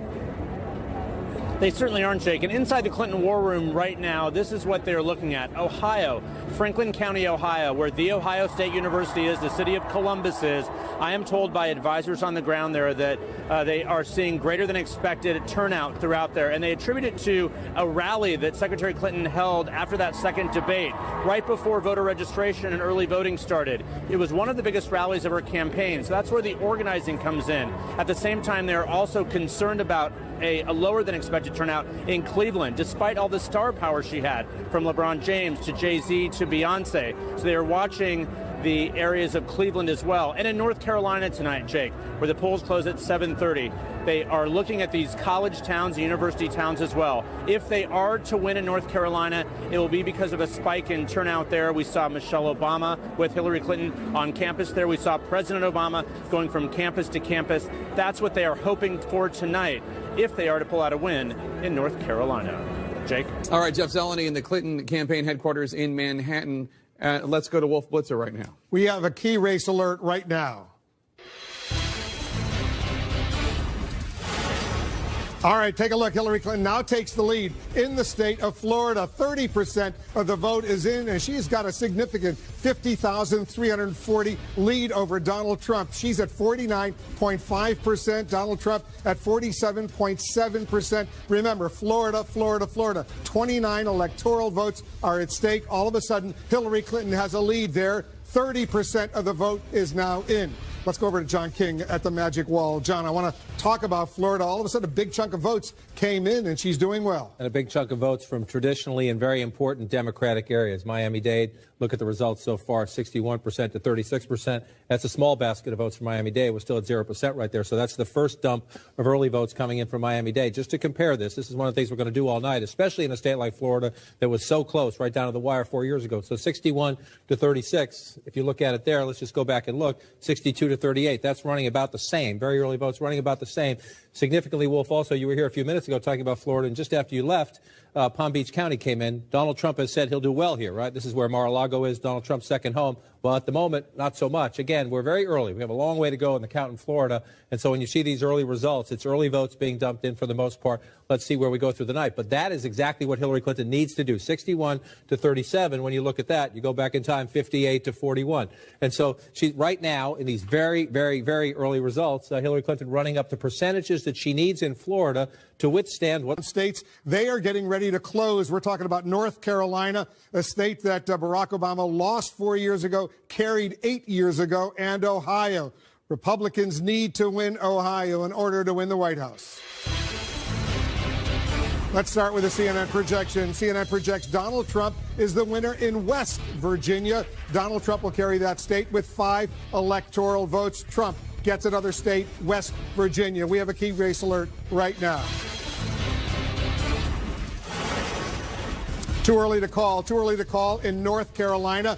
As you can see right there, 15 electoral votes at stake, a critically important battleground state, and Ohio. Too early to call in Ohio right now. 18 electoral votes in Ohio. We are not able to make projections. Polls are closed in both of those states, cannot make projections yet. Let's take a look at the Electoral College map count, where it stands right now. You can see Donald Trump has a lead. He has 24 electoral votes right now compared to 3 for Hillary Clinton. You need 270 in order to win the White House. The blue state, that's Vermont. That's the state that Hillary Clinton, we projected, will carry. The red states, those are states that Donald Trump has carried. Those yellow states, too early to call. No projections in those states, at least not yet. Let's go over to Jake. Jake, West Virginia, not a surprise, but we're waiting for Ohio and North Carolina. And let's take a look at Florida for 1 second. And the only reason I bring this up is because Alex Conan, who is a senior strategist for Marco Rubio, who's running for re-election there, pointed out just a few minutes ago that Marco Rubio was outperforming Donald Trump in absentee ballots in Miami-Dade. The reason I bring it up is because one of the things looking forward for the Republican Party is how do they win Democratic areas? Take a look at this. 43% of the votes in Florida are now in, and all of a sudden Donald Trump takes the lead. Almost 30,000 vote lead over Hillary Clinton. He's at 48.9%. Hillary Clinton is at 48.2%. Donald Trump now takes a slight lead over Hillary Clinton. I suspect this is going to go back and forth all night. If Donald Trump wins, if Hillary Clinton wins, it's going to be by a very small margin. That's how it happened in 2012 and 2008. And Dana, remind us why Florida is so important right now. Where do we start? First of all, just the raw numbers, because of the electoral votes, that it's a very, very big prize electorally tonight, but also because of the demographics and because of the fact that it has gone back and forth, less so in the past couple of cycles. It's gone more Democratic, but historically it has gone back and forth between Republican and Democrat. It is a purple state.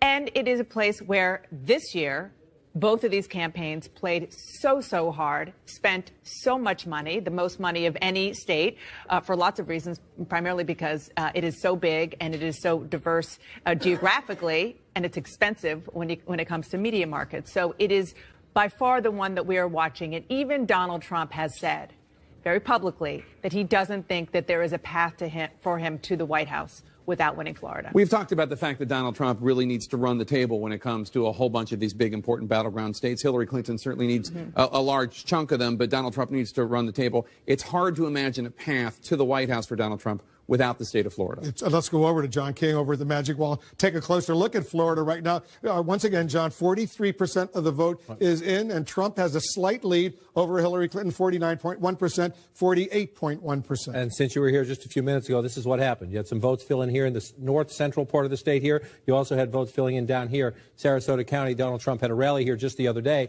in Sarasota County. He's winning 50.5% to 47%. But again, first I want to go back and just look at the presidential history. Mitt Romney won this county a little bit bigger. So we'll see. It's only the early results for Donald Trump. But to the point Jake just made, it's a very important debate because win or lose, the Republican Party is going to have a big debate after this election. And so let's look at what Jake was just talking about. Let's pull up Miami-Dade County, right? You see Donald Trump. Remember the 36.5. So round Donald Trump up to 37% so far in Miami-Dade. Look at the Marco Rubio performance, 47%. So he's running 10 points ahead of Donald Trump in Miami-Dade. Let's come back up here and look at Orange County, where Orlando is. Again, a swing area of the state. This part here is Democratic. You go across the I-4 corridor, it swings back and forth. But there's Rubio just shy of 40%.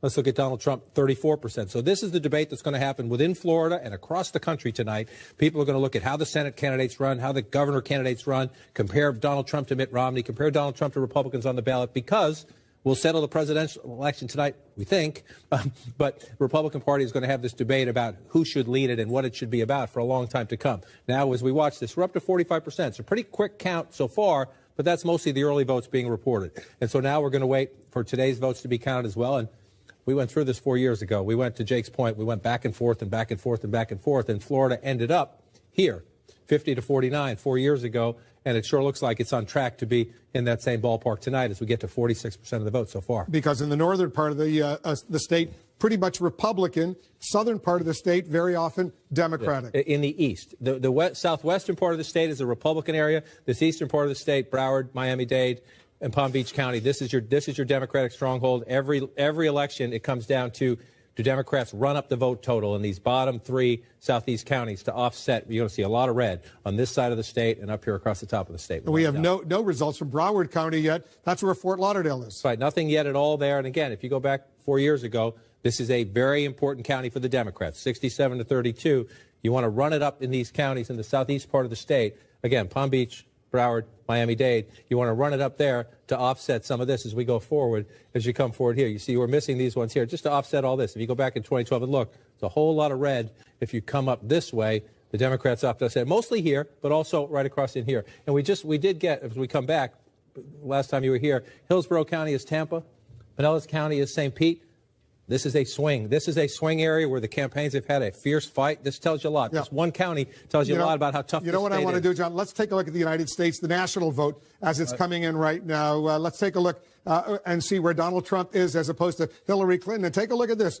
Among the national vote, these are the votes that have already been counted. Trump is winning nationally, 52.7%, 44% for Hillary Clinton. He has 3,100,000. She has 2,600,000. Take a look at that. Well, we're going to go through this as we count. Look, we're only in this part of the country, and we all have very preliminary results. But one of the conversations tonight, and one of the conversations some political strategists have had, will we have something like 2000 again, where one candidate wins the popular vote and somebody else wins the electoral vote? If you're looking at the map now, Donald Trump is not winning all these states. He's just leading in these. We have called some of them. We've called Indiana, I believe, and Kentucky. But if you're looking at the map early in the night, just because it's shaded doesn't tell you who won. It tells you who's leading. These are live results. And as I'm talking, sometimes these results will change as we talk because live results are coming in. Let's look up at this state, another traditional battleground state that has been leaning more and more Democratic. But in Virginia at the moment, Donald Trump is leading, 54% to 41%. Most of the vote is coming in from Republican areas, so no surprise there. But here's one of the things we'll look at. We come out here, Fauquier County. This is a ex-urban area. Now it's a suburb. Used to be the exurbs. But outside of D.C., is Donald Trump running well out here? And then the key issue will be when we get in closer. Loudoun County used to be Republican, has now become a Democratic-leading suburb. 28% of the vote is in there. Is 55% about right for Secretary Clinton? 52% for President Obama when he won the state 4 years ago. One of the things we'll look at as we go through the night. And again, I come back out here. This is one of the counties I always watch. Prince William County, once Republican, now Democratic. In part because of college-educated women and in part because of the growing Latino population. 57% right now. We just got the first votes in Fairfax County. I'll skip over there in a second. 57% there. You go back in time, 57%. So it's running about what it takes for a Democratic victory, even though Donald Trump is ahead at the moment. Fairfax County, 60%. She's running just shy of that at 58%. And the results coming in so far, I suspect when I pull back out, it's a little bit closer now. But Donald Trump's still leading in part because, as we expect, in these more rural areas, Republican anyway, Donald Trump is running up pretty healthy margins when you go into these smaller counties in the southwestern part of the state. You see 71, 73. That's where his early lead is coming from. The challenge for Secretary Clinton, offset it up here when the vote comes in, when more of the vote comes in the D.C. suburbs. Let's take a look at North Carolina right now. The polls closed there just a few moments ago. And we have very little so far, just 2%. And you're going to see this. Some of this is going to sound familiar throughout the night.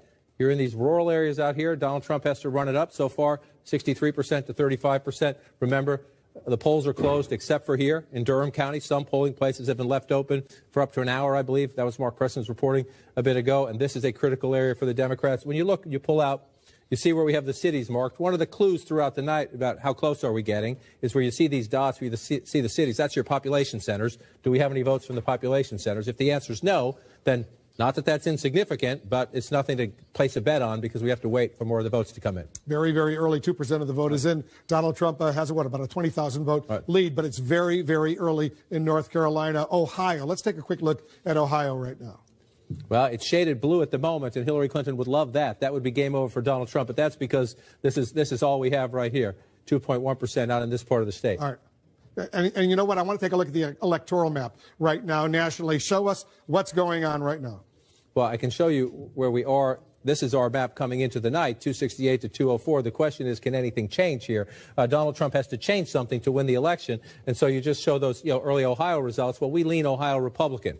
So that one, we just have very early results there. For Donald Trump, the key challenge here, Hillary Clinton is leading at 268 in our projection. And most Republicans even concede she'll win the state of Nevada out there. So the challenge for Donald Trump, number one, is to run the board among the toss-ups, and then to find something up here, blue wolf, to turn. That's the big challenge for Donald Trump. Can it be Pennsylvania? Can it be Michigan? Or he's leading early in Virginia. Can he pull off a huge surprise in the state of Virginia? Let's take a look, John. I want to take a look at the Electoral College map right now. The big picture, 270 needed to win. Trump is ahead.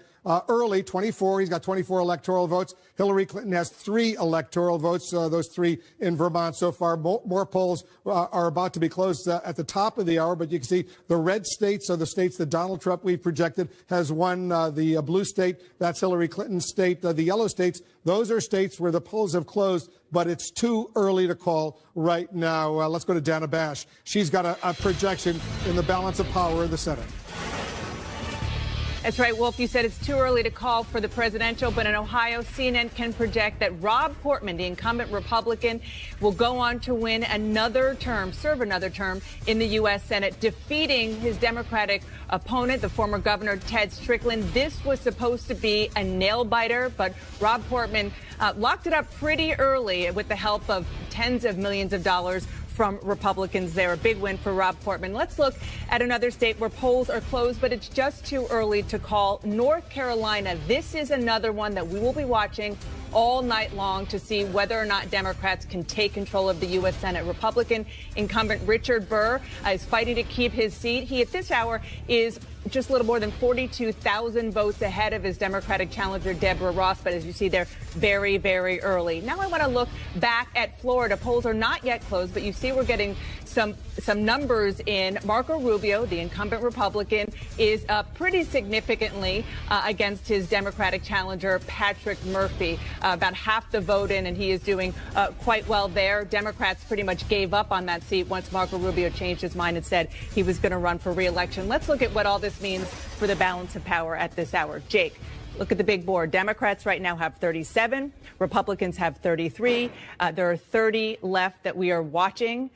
Big picture, Democrats are trying to pick up 5 seats in order to have a clean 51-seat majority, and Republicans are obviously trying very hard to prevent that from happening. Not a strong showing of it, though, I have to say, from Democrats as of now. Rob Portman, as you know, was supposed to be a seat, as you just said, that they were going to be able to pick off. They had the former governor, Ted Strickland, run against, but Democrats weeks ago pulled out there, Rob Portman winning a handily re-election.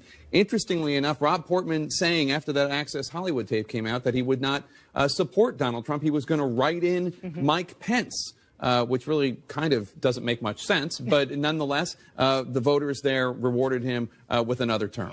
And it is one of the themes that we've heard from Mitch McConnell, the now Senate Majority Leader, as he's trying to keep the seats in Republican hands. Candidates matter. He learned that lesson the hard way when Republicans didn't take control for 2 cycles where they should have because of Republican candidates who made some pretty big mistakes. Rob Portman has been a very, very good candidate and ran as somebody who understands the state, and it served him well. Marco Rubio, also a decent candidate. We'll see what happens with that race. Wolf Blitzer. Yeah, a lot of Republicans who don't like Trump, they're writing in all sorts of names in the course of this day. Let's get a key race alert right now.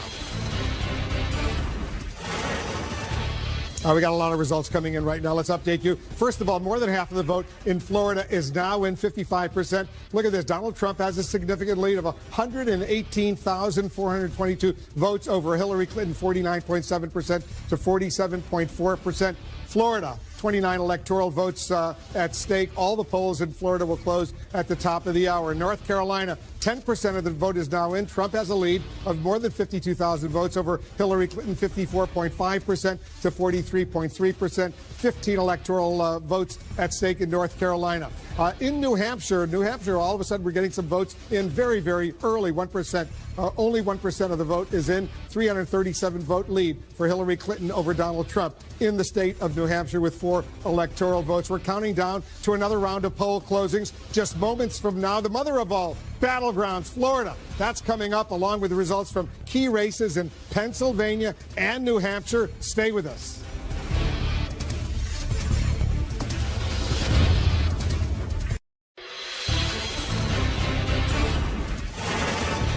All right, look at this. We got a key race alert. Look at Florida right now. 65% of the vote is in. And all of a sudden, Hillary Clinton has taken the lead in the state of Florida. She's got a lead of 76,430 over Donald Trump. She's at 49.2%. Donald Trump is at 47.9%. Hillary Clinton is now ahead of Donald Trump in Florida with its 29 electoral votes. In North Carolina, 13% of the vote is now in. Trump is ahead with 74,969 votes over Hillary Clinton, 15 electoral votes in North Carolina. We're getting 3% of the vote in Ohio right now. Trump has a lead in Ohio, 96,000 plus to Hillary Clinton's 82,000 plus, 18 electoral votes in Ohio. We're getting more results coming in our key race alert. In Virginia now, 14% of the vote is in, and Trump has a 73,000 plus vote lead over Hillary Clinton, 54% to 41.2%. 13 electoral votes at stake in Virginia, and in Georgia, only 2% of the vote is in, but Trump has a lead of 31,977. Georgia, Trump has the lead with its 16 electoral votes at stake. Let's go over to John King. John, Florida been going back and forth. All of a sudden, Hillary Clinton is ahead by, what, a point and a half or so. And we're up to 65% of the vote, so 2/3 of the vote in. The big question is, how quickly does the rest of it come in? We've spent a lot of long nights in the state of Florida as it gets tight like this, and then sometimes the vote count slows down. What are we looking at? Last time we checked, remember you were here, we had nothing from Broward County. That still says 0%, so it's the early votes dumped in. We'll get more later, but 70% to 28%. Again, you go back in time just to compare it up. That's at 67% for President Obama, almost 70% for Secretary Clinton, so she's running a little ahead percentage-wise so far in Broward County. If you pull it out, I hate to say it, but this map is filling in a lot like 2012. Look at the map. Let's show Democratic votes here. Democratic votes in the population centers here. A lot of Republican votes across the top here. That's this year. Let's go back in time. Democratic votes here.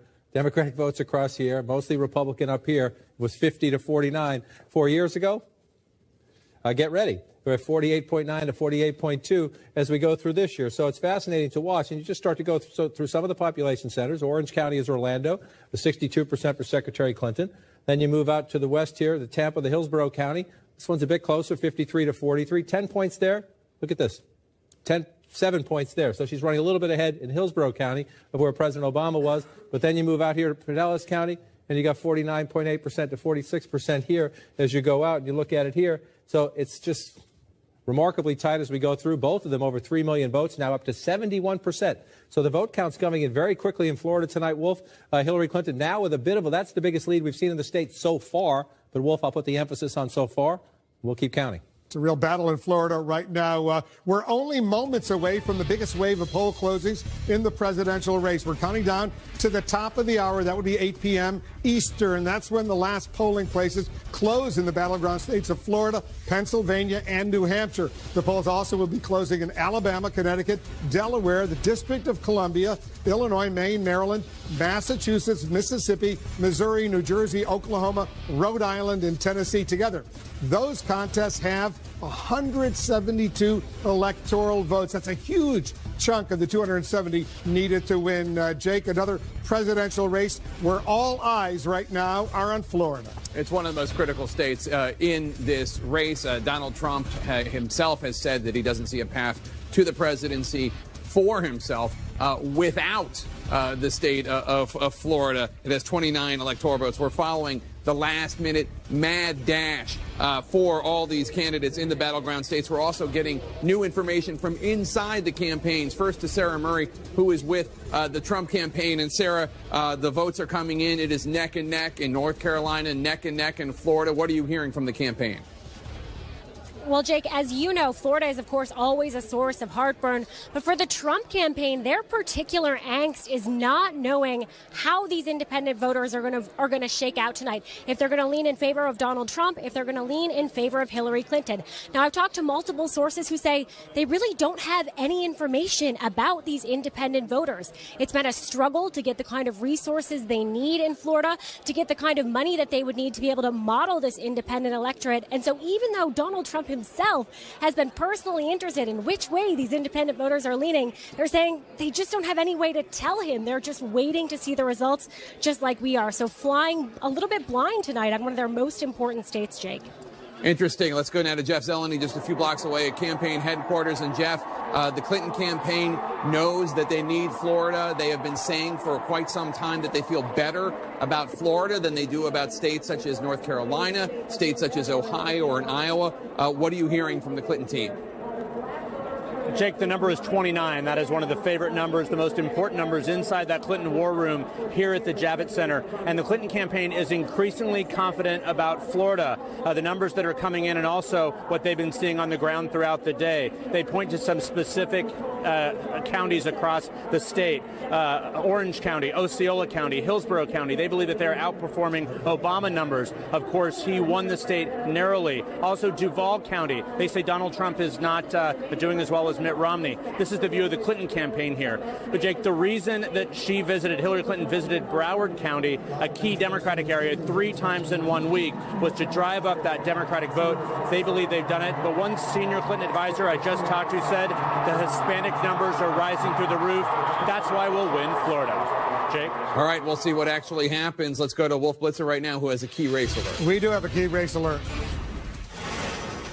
Hillary Clinton has now taken the lead in Florida and North Carolina. Let's take a look at Florida first. 72% of the vote in. That's a big chunk of the vote. Hillary Clinton is now ahead by an impressive almost 172,000 votes over Donald Trump. 49.9%, 47.3%, 29 electoral votes. All the polling in Florida closes at the top of the hour. But 72% is in. She's got 171,000 lead right now over Donald Trump. And look at this. In North Carolina, 28% of the vote is in. She is ahead by 21, almost 22,000 votes over Donald Trump right now, 49.7% to 48%. Donald Trump slightly behind Hillary Clinton in North Carolina. He's also behind in Florida. Let's go over to John King at the Magic Wall. You're looking at North Carolina and Florida right now. I think we're going to spend a lot of time on that tonight. North Carolina, Florida, North Carolina. Other states matter too, but especially when you're looking at, does Donald Trump have a path, a comeback path to 270 electoral votes? Florida and North Carolina factor huge. It's almost impossible to get in there without Florida. You can have a variation without North Carolina, but it's a little bit pie in the sky. So let's look at Florida. 49.8 to 47.4. Significantly, the votes come in pretty quick, 72%. We'll see how quickly it comes in from here. But when you look at this map, Wolf, not to sound like repetitive, but this looks a lot like the 2012 map so far. And Hillary Clinton has to be very happy with the margin she's running up down here in the big Democratic strongholds. Palm Beach County, move down. Broward County, she's at just shy of 70% there. Miami-Dade County, 64% there. She has to be very happy with these. The question is, what are the, as the vote totals come in, do they match up to what she needs to offset? Donald Trump is doing what the Republican needs to do, especially areas like this. You pull up Collier County. This is where Naples is. He's running at 61%. Let's go back in time just for a check. 65%, so a little bit under Romney there. We still don't have a lot of the votes here, though. We'll keep an eye on these things as we go through. If you come up here, Jeff Zeleny was just talking about the Clinton campaign. These are the swing counties across here that they're looking at. What's their margin in the Tampa area? That's Hillsborough County. You see it 10 points right there. You go back in time, 7 points there. So she's overperforming the president there. This one has been closer. Let's see if it stayed that way. This one has been closer, where you have essentially 2 points there. When you look at it through maybe 3. If you look at it in that one a little bit.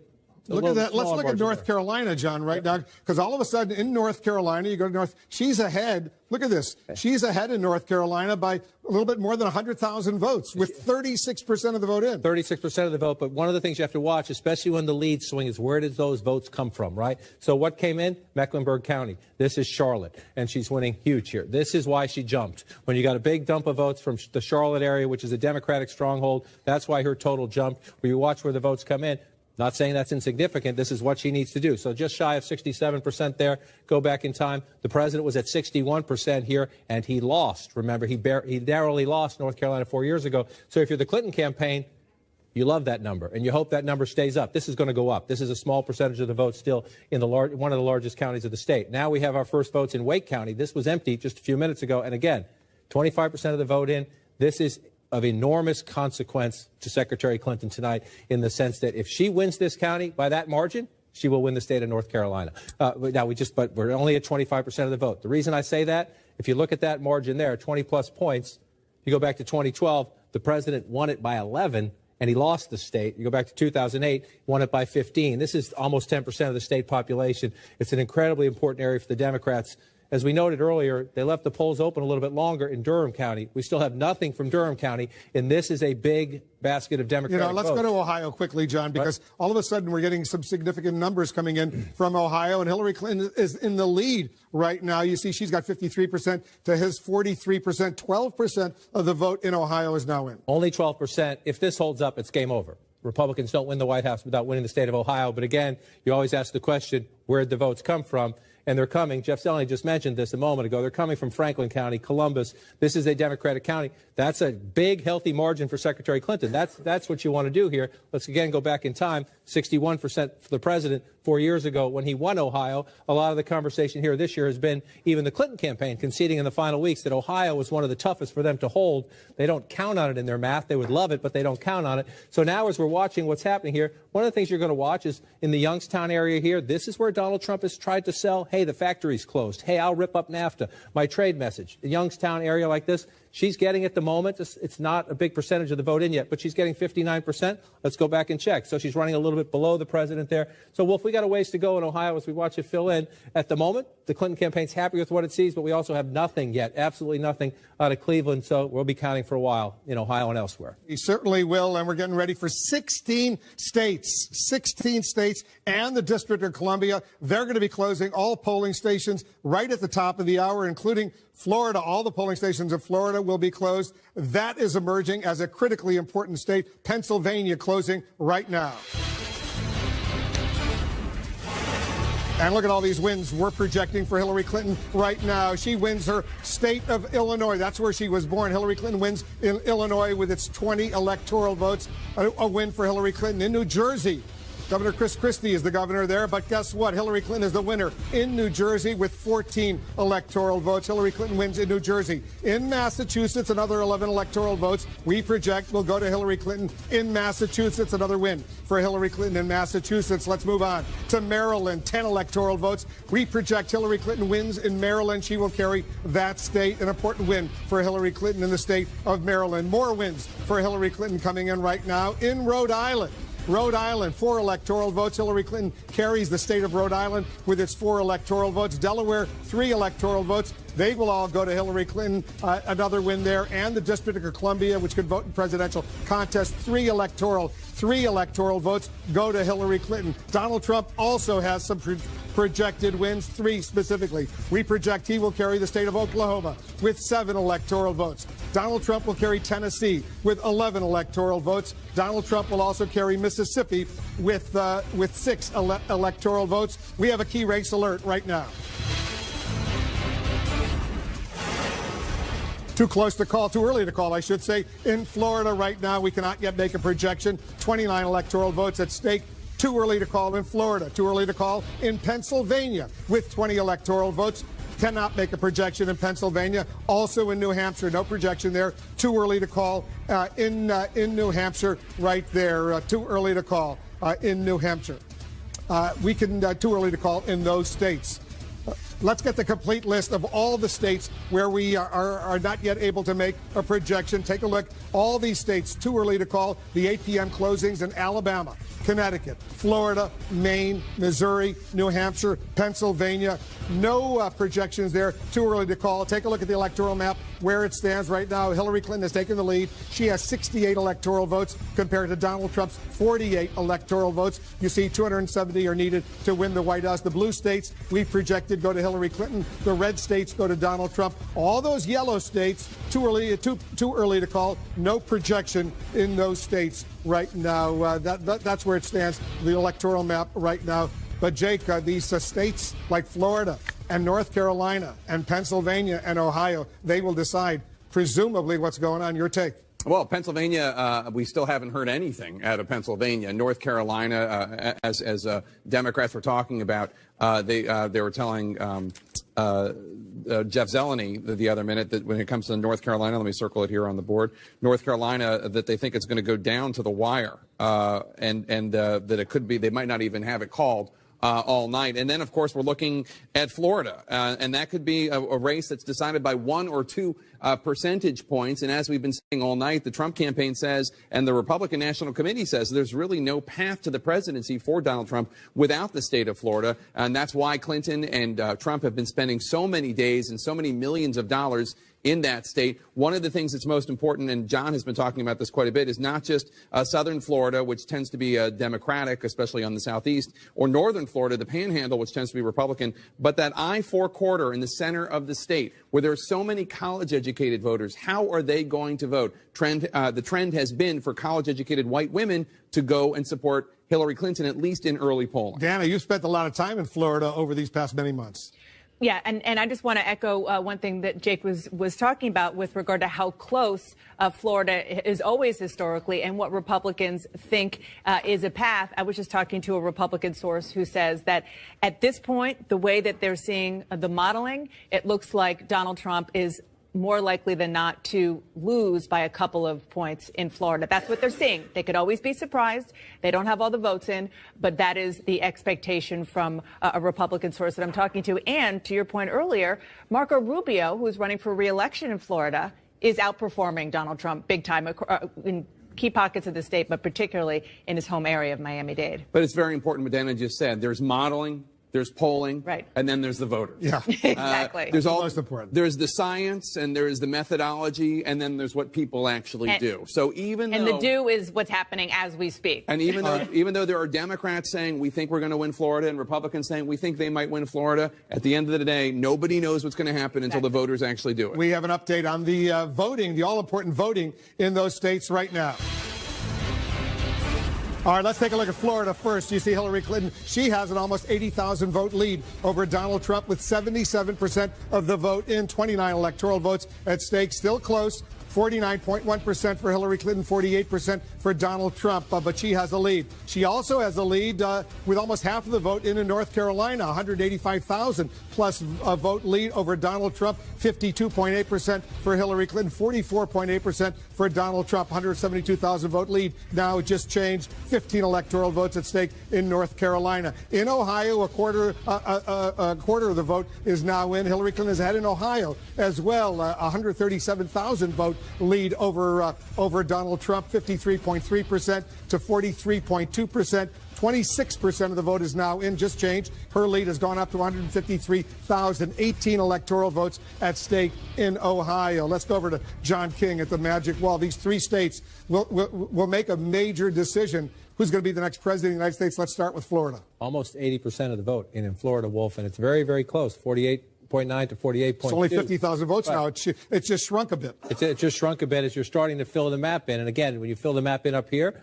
you can expect Donald Trump to make up ground. The challenge for Donald Trump is a lot of these smaller counties, when you look at them, you're not much in that county there. I'm trying to come over and see we have a percentage, 92% of the vote in here, and you see it's not that many votes. So a 6,000 gap there. That's one of the things we're going to watch as we get closer to 100% of the vote in is what's missing. And if it's the smaller counties, there's only so much math you can make up. But let's look at the state as we go through it right now.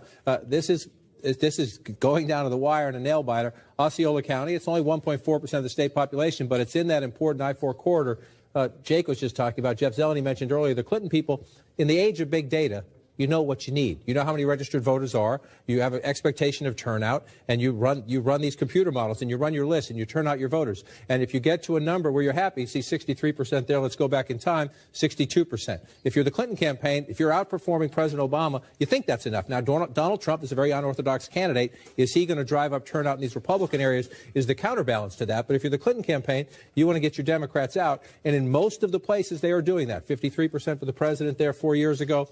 53.3% for Secretary Clinton. Now, this is a bit of a down for Secretary Clinton, and this is a swing area. This is Pinellas County, where St. Pete is, 49.8, so just shy of 50 for Secretary Clinton. The president did a little bit better here. So you find some areas where she's overperforming, some areas where she's underperforming, and then you start to watch. You pull out here right now. Let's come back to this year's race, and you're looking not only for what's missing. We have no votes at all up here. This is very conservative territory. Donald Trump's going to run up some numbers here, but then you want to come down here and say we still don't have percentages here, so this tells us what we have is the early vote.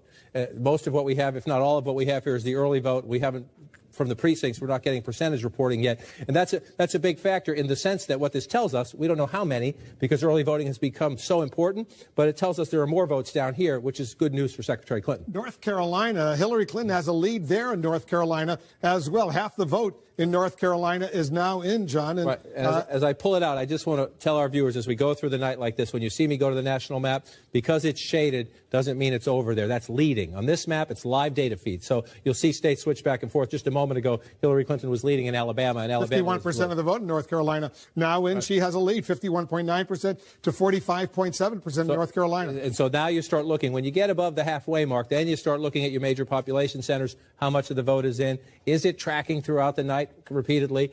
We hadn't had any votes in Durham earlier. Again, now we have some Durham votes, but the percentage, this is an early drop of votes in from Durham County, 85%. Remember, 76% for the president 4 years ago. If that percentage holds up, that's what Secretary Clinton needs in a state that is one of the ultimate tug-of-war states in American politics. I want to come back over to Wake County, 9+% of the state population, 2/3 of the vote in there. She's getting close to 60% of the vote to 37%. Again, you match it up to try to do the math compared to 4 years ago, where this was such a close state, carried by Governor Romney 4 years ago. Secretary Clinton's doing what she needs to do here. So you're looking for Donald Trump, and you're saying, where can he pull up the vote? Let's go back and look at the Romney win, and you see all this red down here, right? So Donald Trump needs to run it up along the coast all the way down.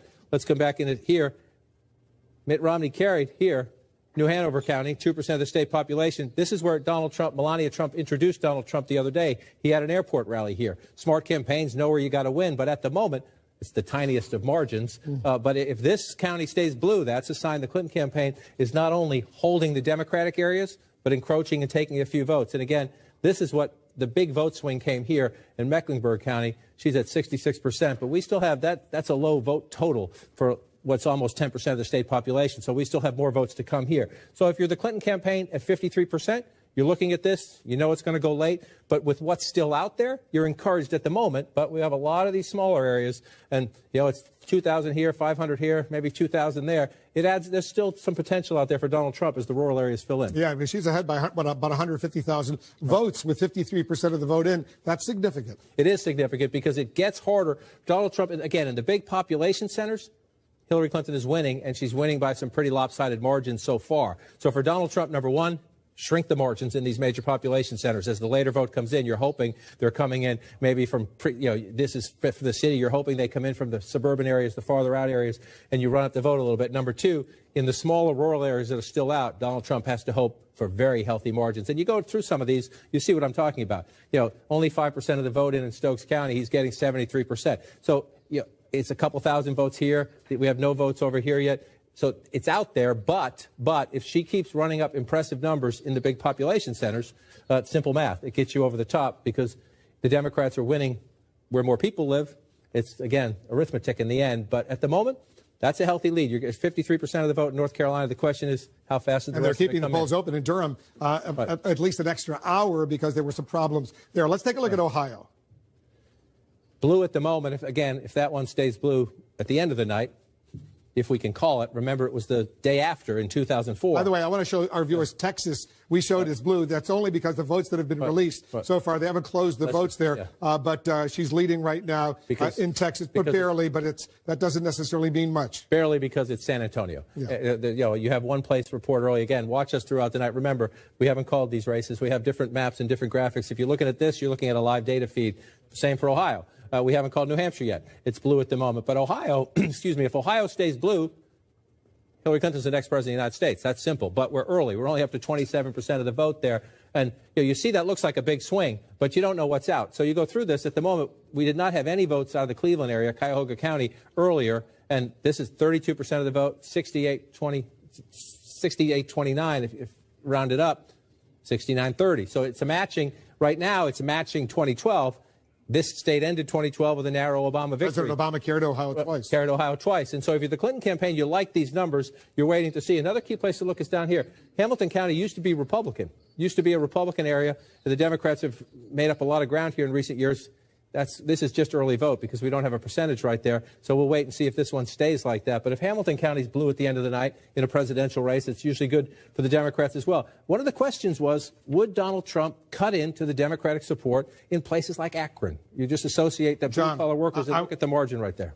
I want to go to Florida right now because 85% of the vote in Florida is in, look at this, 3,876,000, 3,860,000, only about 15 or 16,000 votes separate these two candidates in Florida with 85% of the vote in. Her lead, once again, has shrunk. Has shrunk, and again, what filled in? Some more areas up here filled in. Well, last time we were here, we had a big opening up here. Now we have a smaller opening up here, and you get just changed again. It's only 11,000 vote lead just now. It changed. Math on your feet. I like this. Wolf, we have a living abacus right here as we go through. But as you watch it fill in, it gets important to start going up to these counties and say, we don't have a lot of vote here still. So there's votes to be made up for Donald Trump as you do this.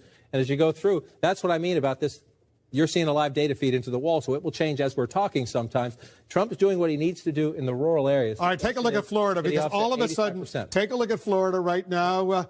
You see with 85% of the vote in, Hillary Clinton is now in second place. Donald Trump has taken the lead in Florida.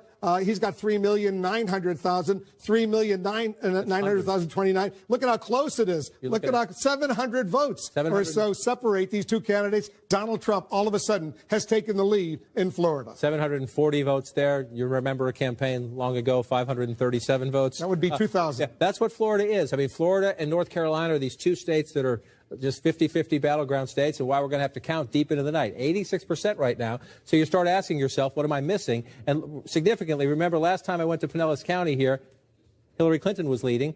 Donald Trump has pulled ahead. Now, you think 48.3, 47.9, does that make a difference? Well, it sure does when the margin in the state is inside of 1,000 votes. Winning a county like this where you have a population center, it sure does. And so you have a tug-of-war here. This is interesting because earlier today, a Democrat who was organizing down here said they got out on their early vote. They felt very encouraged, but then they saw the lines at the polls this morning. Trump right now is 918 votes ahead. 918 votes. Almost 8 million people have already, their ballots have been counted, and he's got a lead of just under 1,000 votes. 86%. So we're going to look here. Let's go down again. I just want to go down and look Collier County, 92%. This is where you start looking when the race is this close. What are we missing? So you're missing 8% here, but they're getting there, right? So you got most of the vote counted there. So then you come over here and you get 80% here. So if this margin take a look at this. We'll just change it. Yeah. She has now taken the lead once again. Hillary Clinton is now in the lead. It's going to update in a second. We're watching this very closely. You can see right there. Hillary Clinton is the lead. She's got 3,972,000. 3,968,000, 4,000 vote lead. And that's, look, we're going to rock and roll with this for a while here. So let's go through. Here's an encouraging sign for Secretary Clinton. You say she just pulled into the lead. We've had a seesaw in the 2 or 3 minutes we've been having this conversation here. We may have another one as we have it. 3,000 votes. But there are votes. There are only 25% of the vote in Palm Beach County. She's winning 60-40, 59-39 there. So if you're the Clinton campaign, you're watching this seesaw, you know there's a lot of votes missing from here. Let's go down to Broward County. We don't have the percentages here yet, so that tells me this is early vote, and we're not getting live votes yet. We'll see. We'll get some more votes, and that percentage will jump up very quickly. Doesn't mean 0%, obviously. It just means when they dump in the early votes, they don't give us a percentage. Miami-Dade up to 80%. So there's more votes here. She's winning big. She's 1,600 votes ahead right now. Reasonable to expect she'll get more votes out of here. The challenge for Donald Trump is in the areas that are red, what's missing. This is an interesting one for me. I've been watching this all night because Duval County, this is where Donald Trump had a rally the other day.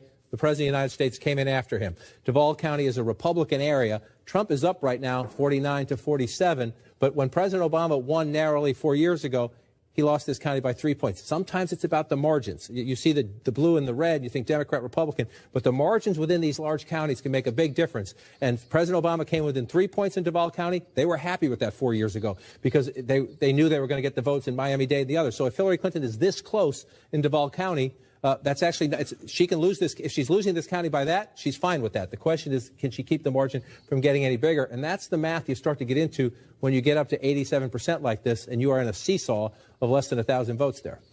Stand by. We're watching Florida, North Carolina, Ohio, other battleground states throughout this election night in America. We're going to show you the results in a very unique way on one of the world's most famous landmarks, the Empire State Building in New York City. Take a look at our running tally of the electoral vote built with CA Technologies. Right now, Hillary Clinton has 68 of the 270 electoral votes needed to win the White House. Donald Trump has 48. This night is all about your vote. You're looking at pictures from many of the millions of Americans who already have made their choice for president. They posted these photos on Instagram with the hashtag #MyVote. Right now, we're counting down to the next round of poll closings, including results from New York, the home base of both Hillary Clinton and Donald Trump. We'll have much more results right after the break.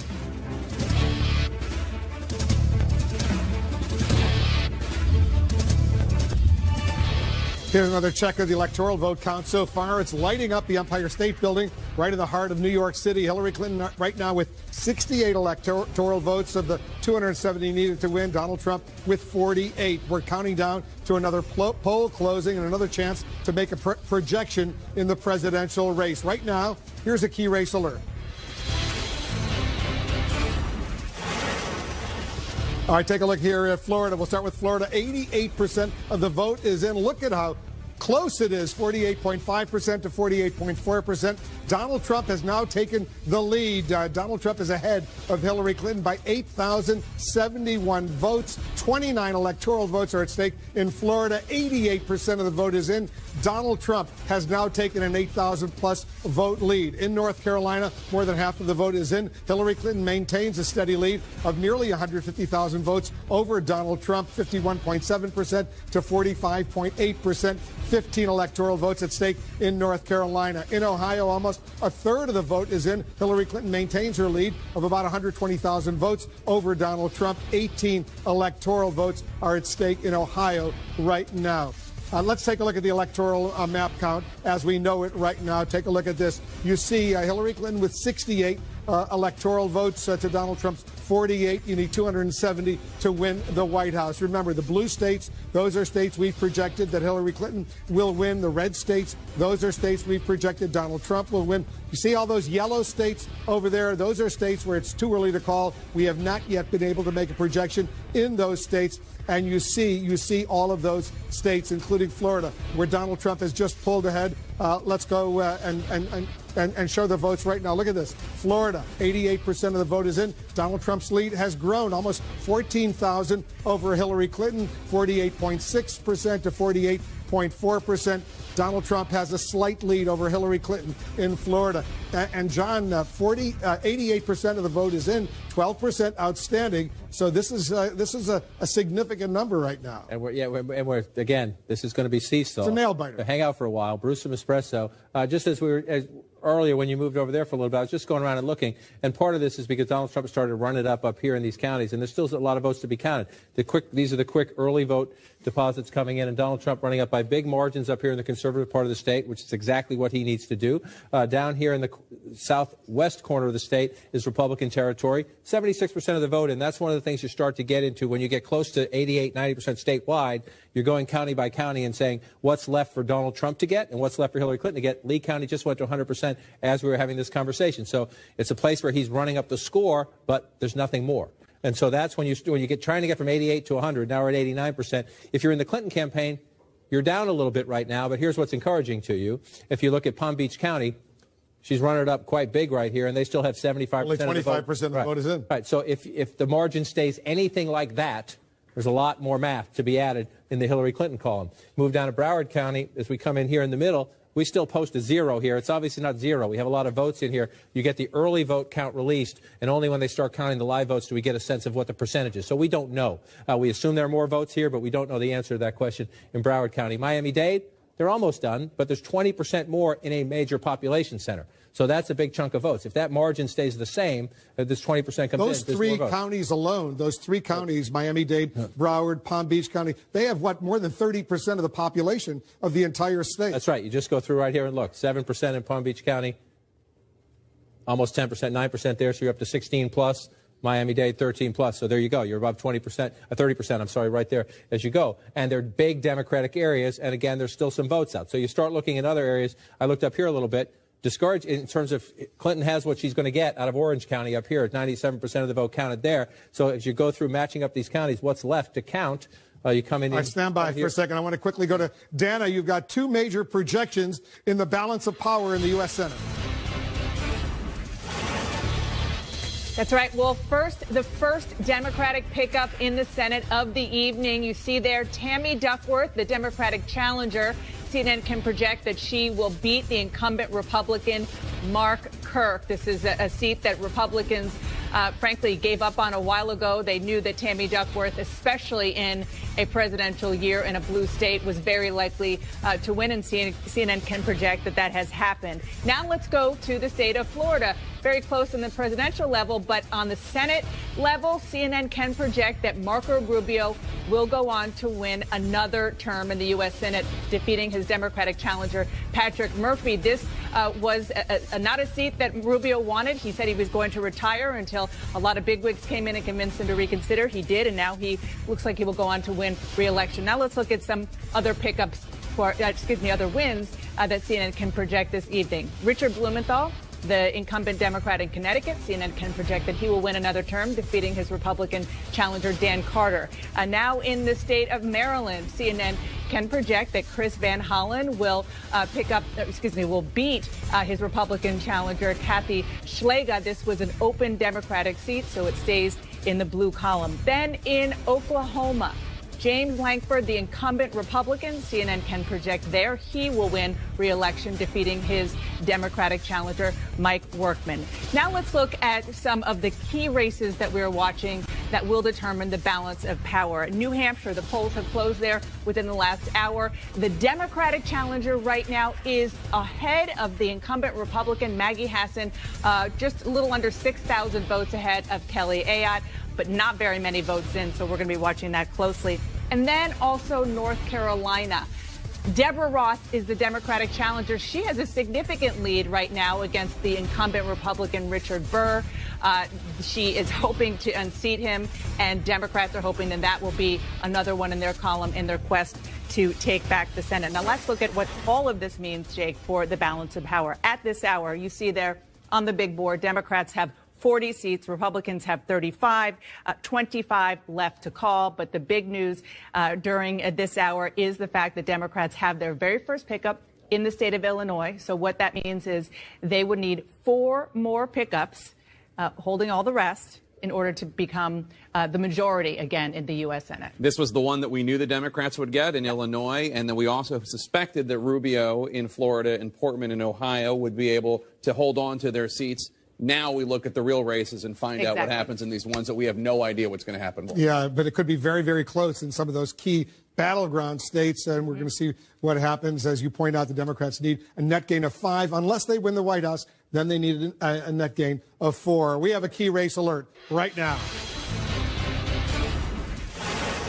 All right, let's show you what's going on in Florida right now. 29 electoral votes are at stake. 91% of the vote is in, and Donald Trump is building up a sort of impressive lead, 63,297 votes. Donald Trump has a lead over Hillary Clinton in Florida with 91% of the vote in, 48.8% to 48.1%. 56% of the vote in North Carolina is in. Hillary Clinton has an impressive lead of 131,000 over Donald Trump. 15 electoral votes at stake in North Carolina. In Ohio, 31% of the vote is in. Hillary Clinton has the lead of almost 100,000 votes over Donald Trump in Ohio. 18 electoral votes at stake in Ohio right now. We've got more. In Virginia, 45%, almost half of the vote is in. Donald Trump has an impressive lead over Hillary Clinton in Virginia, 130,000 vote lead, in fact, over Hillary Clinton. 13 electoral votes are at stake in Virginia. More numbers coming in, more results coming in. 9% of the vote in Georgia is in. Donald Trump has an impressive lead of 169,000 plus over Hillary Clinton. In New Hampshire, only 7% of the vote is in, but Hillary Clinton's lead is 5,700 over Donald Trump, 53% to 41.8%. Michigan, they're going to be closing the polls, but we've got some numbers so far. Hillary Clinton has a 20,000 vote lead over Donald Trump. 6% of the vote is in Michigan. And in Texas, they'll be closing the polls soon, but 46% of the vote has been released. Hillary Clinton, look at this, has a 56,000 vote lead over Donald Trump with almost half of the vote in Texas right now. There you see right now. We have more projections to make right now. 2 more wins for Donald Trump. CNN projects Donald Trump will win the state of South Carolina with its 9 electoral votes. Another win for Donald Trump in South Carolina. Donald Trump will also win Alabama with its 9 electoral votes. Donald Trump the winner in Alabama and South Carolina. 2 important wins for Donald Trump. We have a key race alert right now.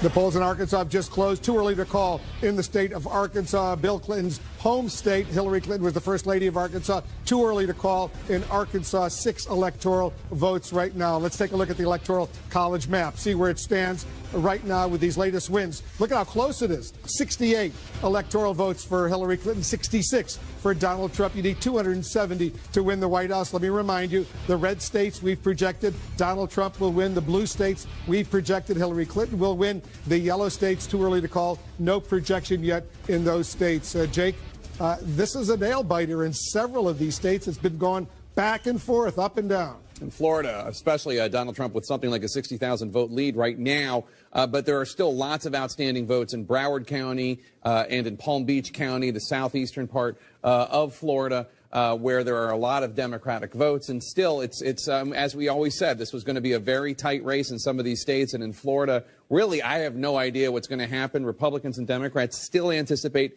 Hillary Clinton could edge it out. But at the end of the day, who knows? And Dana, Donald Trump really needs to win Florida if he's going to have a major shot. He could do it in other ways, but Florida is so important. That's right. Look, it's important for him just emotionally and symbolically because he feels that it is a second home because of Mar-a-Lago and other places that he has there, but also, much more importantly, mathematically, it is very, very hard for him to get the keys to the White House without going through Florida first.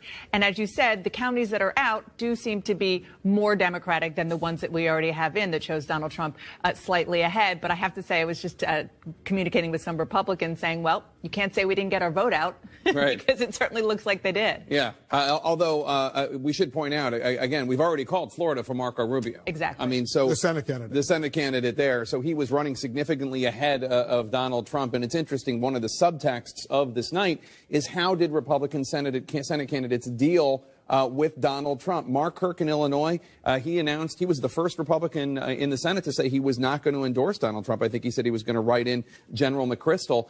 He got decimated in that very blue state. Marco Rubio tried to keep an arm's length, but he did say he was going to vote for Donald Trump, and he tried to challenge his Democratic opponent. Do you think Hillary Clinton is trustworthy? Do you support her? And apparently his argument won the day. And can I just point out one bit of irony? Marco Rubio's presidential race ended because Donald Trump trounced him. Killed him. In Florida during the presidential primary. And now here we have Marco Rubio being convinced to run for re-election. We project that he's winning, and Donald Trump is fighting for the broader electorate. Originally said he wasn't going to run for re-election. He decided to run for re-election. It was only 4 months ago that he changed his mind. Let's take a look at the state of Florida right now, because Hillary Clinton was ahead, Donald Trump was ahead. They're going back and forth. There's still votes outstanding. But take a look at this. 91% of the vote has now been counted. I must say I'm impressed that Florida counts its vote so quickly, almost 10 million, 9 million votes. Look at this. Look at this. 48.9%, 48.1%. Look at a small lead over there for Donald Trump over Hillary Clinton. He's ahead by only what 77,000 votes. That's a significant number. That's a significant number. And then again, as I said earlier, we're going to keep looking. I was just emailing when you were walking over with some Democrats and Republicans in Florida, asking them what they know on the ground, and they're where we are now. They're just counting votes. Except, you start going through this. When you get up this far, you start saying what's missing. And you still have half of the votes in Palm Beach County to come in, and Hillary Clinton has a big, healthy lead there. There's no guarantee, zero guarantee, she keeps that spread. But if she keeps anything like that spread, she's, almost 90,000 votes up there. If the other half comes in, and she'll pick up, if she picks up somewhere, the ballpark of 80,000 votes, when the other half comes in, that's significant given how close this race is. So one of the most significant issues in Florida now, as we get up to 91% statewide, and I'm going to keep checking it because it can change on the fly as we go through this, is what's missing. And there's a lot of votes missing in that Democratic stronghold. A lot of votes missing here. We don't have the exact number yet. Broward County turnout, we were told, expected to be up from 2012. These are the early votes, and there's always one county in any state that's a little slow to count. And we'll wait to see if we get more votes. This bodes well for Hillary Clinton. The expectation is, we don't have the exact percentage, but the expectation is she's winning big, and unless there's a dramatic change in the results, she's going to get more votes there. And we come down to Miami-Dade. They're almost done here, but in a big populous county like this, 9% or 10% of the vote can make a difference. So if you're looking at the map right now, you're trying to think, are there places on this map where Donald Trump can make up what's still to come? And again, he's ahead by a very slight margin at the moment. There's every reason to expect Hillary Clinton will make up that margin and more down here. And so then the question is, where do you look for Donald Trump? So let's just go through. I'm picking these counties randomly. Well, here's one. Only at 32% of the vote. Again, it's not a lot of votes. It's less populated, but that's the key in these states. In just about every state we're going to go through in these battleground states, you see a lot of red. Those are smaller rural counties. So the question is, how many can you get? They're at 100% here, Citrus County. That's bad for Donald Trump. You come over here, they're only at 32% in Marion County, so there are more votes to get. Are there enough? Are there enough of these rural counties? This one's at 100%. You come through here, they're at 96%. You move up here at 97%. So after a while, you start to think if most of these counties, let's just keep picking them randomly to see, 100% and 45%. So in some of these counties, very small, the question is, when you're getting 100 votes here, 500 votes here, 700 votes there, can you make up for this? And that's always the challenge for Republicans in a state like Florida, because when you get down here, I just want to come back to Miami-Dade and check it, this is where you're talking about tens of thousands of votes. When the percentage number moves up, you're talking about tens of thousands of votes, not hundreds of votes. And so if you're looking at this map right now at 91%, you're crossing them a little bit in the Clinton campaign, but you think you get enough down here still in the bank to get you over the finish line. But that's by no means guaranteed, because we're going to have to go through all these smaller rural counties. He's 84,000 votes ahead right now. Right. But as you point out, ahead those right Democratic counties in the South, there's still a lot of votes outstanding. You could get those right here. You could get those right here in Palm Beach County. The combination of Palm Beach, Broward, and what's left in Miami-Dade to be counted is more than enough. The question is what else is still out there. And again, when you start to pick, this is a large Republican. It's only 2% of the state population, but it's all Republican. Donald Trump's winning it big, but it's 95% in. You come over here, Lee County, here's a place where Donald Trump could do some business. Take a look. Let's go to North Carolina and Virginia. Donald Trump, by the way, in Virginia, Donald Trump is ahead. Let's go to Virginia first. All right, you look at Virginia. I've been watching this one repeatedly because Donald Trump is ahead. And just a cautionary note. Again, this is more competitive than we thought Virginia was going to be, at least that a lot of people thought Virginia was going to be. So here's the big issue. Donald Trump is doing exactly what he needs to do out here. These are your smaller rural areas. You pick out these counties, 68%, 69%. 79%. Donald Trump's doing exactly what he needs to do out in rural, but the problem for the issue is what's here. Only 50% in Loudoun County. Secretary Clinton running it up. This is where your population center is, coming closer to Washington, D.C.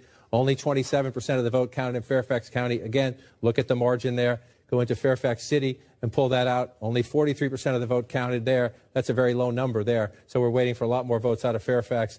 Want to move over here. You come down here to some of these swing counties that you look at. Hillary Clinton, this is a comeback for Donald Trump. When we looked earlier tonight, and we're only at 16% in Prince William County, he was way down in Prince William County when we were in the single digits. This is a comeback of sorts there to show this will be the challenge. If Donald Trump can stay that competitive in these outer suburbs, then he has a chance. If you get into places just across the bridge in Arlington, Virginia, where you find the Pentagon, this is what you expect, 2/3 of the vote. So there's more votes for Hillary Clinton to come out of here. The question is, can Donald Trump stay more competitive in the outer suburbs and then run it up in these rural areas? But again, let's just check down here in the Norfolk area to see what we have here. Chesapeake County, 61% there. Portsmouth here, 41%. In these Democratic areas down here, still some votes to be counted. So Donald Trump is ahead. That's encouraging, but we still got some business to do in Virginia. North Carolina, Hillary Clinton is ahead in North Carolina right now. She's ahead, by about 80,000 votes, more than 80,000 votes. 85,000 votes. 85,000 votes, and they are coming out of the big areas where she needed to get them. Mecklenburg County, just shy of 10% of the state population. That's a big margin, and we still have more votes to get here. Again, when you go into these states now, statewide, where are we? 59%. And so we still know, because we have a 0 there, that means this is an early vote dump, and we're waiting for more votes to come in. We still have more to get out of Mecklenburg County. Then you move over here. Wake County, again, used to be the back and forth swing county in the state. It's a Democratic county now, but the Democrats need to win it big. She's winning it big. That's about 100,000 votes. That's what she needs to do. And here, again, and this is where we're waiting, because the polls were kept open. They should be closing now in that area, Durham County, right in this ballpark. So again, you look at this, and the question is, where does Donald Trump where can he get his votes in these places where he's winning? Let's just look. Brunswick County, again, it's a small area, but you want to compare it. He's running even with where Governor Romney ran. Romney was at 60% here. Donald Trump's just shy of that. So as you watch this pull out, it tells you the performance-wise, and we're seeing this in a lot of states, performance-wise in this race, it looks a lot like 2012. Now, obviously, President Obama won in 2012. In this state, Mitt Romney won. And so we're going to watch this. We still have, you see the light, the gray, those are mostly Trump votes. You can be pretty sure that in these rural areas, this one, between two Democratic counties here, Democrat might win this one. But if you come through and you look back in time, most of these rural areas, up here, they're Democratic. Down here and out to the west, they tend to be Republican. So if you're looking at the map right now, a little bit more probably to be gained for Secretary Clinton up here. Trump has to run it up here. And then the population centers, we haven't looked at Winston-Salem all night. Again, we have a 0. This means this is early votes to come in. So if you're the Clinton campaign, you're looking at the map, you still have some, in these population centers. You know that 59% of the vote is in, so there's still lots of votes out there. Let's go to Ohio right now. Hillary Clinton is ahead in Ohio. No Republican has ever won the White House without Ohio. Right, and a quick footnote again as we go through this, if you're just joining us. These are states we're still counting the votes in. This one here, I just want to show you. We don't think Hillary Clinton's going to win Mississippi tonight. If she does, that would be a stunner. But these are live data feeds, so it's 1 or 2 precincts, 1 or 2 counties coming in. So bear with us as we go through the night. You wanted to go to Ohio right there, 49 to 46. Again, if you're the Clinton campaign, you're encouraged. The map is filling in. I just want to show you. This is third of the vote is in. Right. So look at the map. Remember, it's mostly red. Remember where the blues are? It's pretty typical. A little more red up here for Donald Trump so far up here. If you look up along the northern part of the state. She's ahead now by 50,000. But she's ahead by 50,000 votes. And so the question is, this is your biggest vote center, Cuyahoga County, where Cleveland is. 32% of the vote. She's running it up pretty big. It's a reasonable expectation. There's more in the bank here for Secretary Clinton. So then you want to pull out and you say, here's the issue. There's a lot of red, right? They're smaller. But this is only 24% of the vote. Only 17% of the vote. Only 18% of the vote. 60% of the vote here, but still some more votes to come in and Trump. So Trump is winning all this red, and if you're Donald Trump, be patient. Republicans should not give up on Ohio. There's a lot of places here that have not counted the votes. And again, you're talking, it's not as big a margin, but if it's 2,000 here, 2,000 here, 1,000 or so here, over time you can make it up. So there's still a lot to be counted in Ohio. We're up to a third of the vote. But if you look what you're looking for in the Republican areas, are you getting to 100%? Then if you're the Trump campaign, you'd start to get worried. We have a lot of counting to do still in Ohio. She's ahead at the moment, but there's a lot of business to be done. As you see, most of these counties are still in the 20s or the 30% wise. Let's go back to North Carolina, because Hillary Clinton's lead in North Carolina, critically important state, has just narrowed to about 66,000 votes, with 61% of the vote in. 66,000 votes, and so you're seeing what's happening. I just want to go out here to the Democratic area, where she's getting 57%. You start to watch and see where Donald Trump is starting to pull in. He's got votes to be counted out here, too. 33% of the vote here. He's pulling pretty healthy margins in the smaller rural areas, and there's still votes to be counted. So as these counties come in, he's coming back. I just want to keep checking here, because it's the big population centers, to see if it's getting any closer. We're still waiting for more votes out of Mecklenburg County. And the question is, you have the early vote that comes in. The Democrats, in a lot of places, the Democrats feel very happy with their early vote turnout. Sometimes when you get the day of voting, the Republicans will stage it. Even in a Democratic area, the Republicans will get closer because of the traditionalists who turn out on Election Day. So we need to be careful when we look at these big places where we still have votes to be counted. But here in Wake County, we're now up to 88%. And so this is to the same point. In a very competitive state, the Clinton campaign can count on some more out of Wake County, but they're starting to, this is where you run your models. You got 12% left. Is it enough to offset elsewhere? Durham County is now up to 12%. This is an area where she needs that. They see the 85%, not only the 85%, but the gap, 22,000 votes right there. In your computer models of this race, you need 85% and big turnout in Durham. All right. Let's just pull out and look one more second. Very close. We're going to be here a while. All right, we got another check of the electoral vote count of the Empire State Building right now. Hillary Clinton now with 68 electoral votes of the 270 needed to win. Donald Trump not far behind with 66 electoral votes. We're just minutes away from another big round of poll closings in 14 states, including delegate-rich New York State. That's the home to both of the presidential nominees. New Yorkers, by the way, they're watching the results on CNN. They're at a rooftop watch party down the street from the Empire State Building. Our election coverage continues right after this.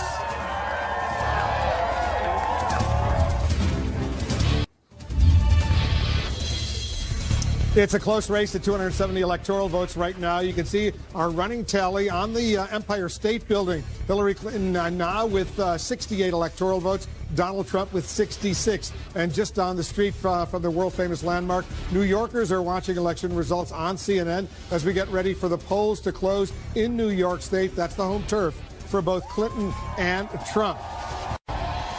We're getting new numbers coming in right now. Here's a key race alert.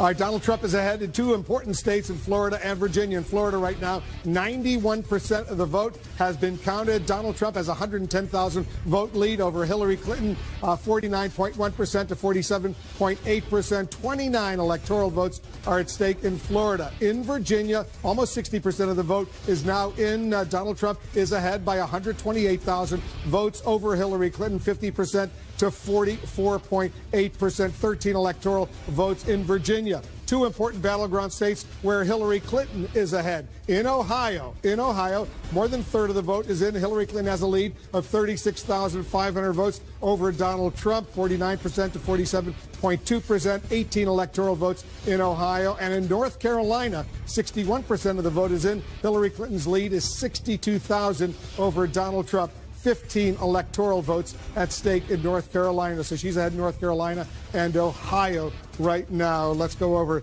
to Jake and Dana. We're watching Florida. Right now, let's say Florida. More than 90%, Jake, of the vote is now in. And it's surprising how close it is, given the fact that both Democrats and Republicans in the state had thought that Hillary Clinton had a slight edge. We're still waiting for a lot of outstanding vote in southeastern Florida, which is a Democratic stronghold, but he's up more than 100,000 votes as of right now, with 91% of the vote in. Yeah, that's an impressive lead, but it could certainly come back depending on what happens in those heavily Democratic counties in the southeast. That's right. And look, they not only spent money, but they also sent their most prized resources, the candidates themselves, over and over again. Just really quickly, our embeds with either candidate, Ashley Killow and Dan Merica, says both of them, since the conventions, both of them have been there to Florida 25 times, holding 45 events in one state. I mean, that tells you everything you need to know about why this is so close. Yeah, Anderson, this night is turning out to be a real nail-biter. It is fascinating. It's going to be a long night indeed. Let's talk with the Gloria Borger, David Axelrod. I mean, as you look at Florida, Donald Trump has a lead of some 100,000 votes. But again, we're talking about Miami-Dade County votes still to come in, Broward and Palm Beach. There are about 800,000. I was just speaking with a Republican in the state, 800,000 to a million votes still out. They believe, this Republican says, that her Democratic buddies are very worried about this state right now. And I think that you see the Latino turnout in the state was 18%.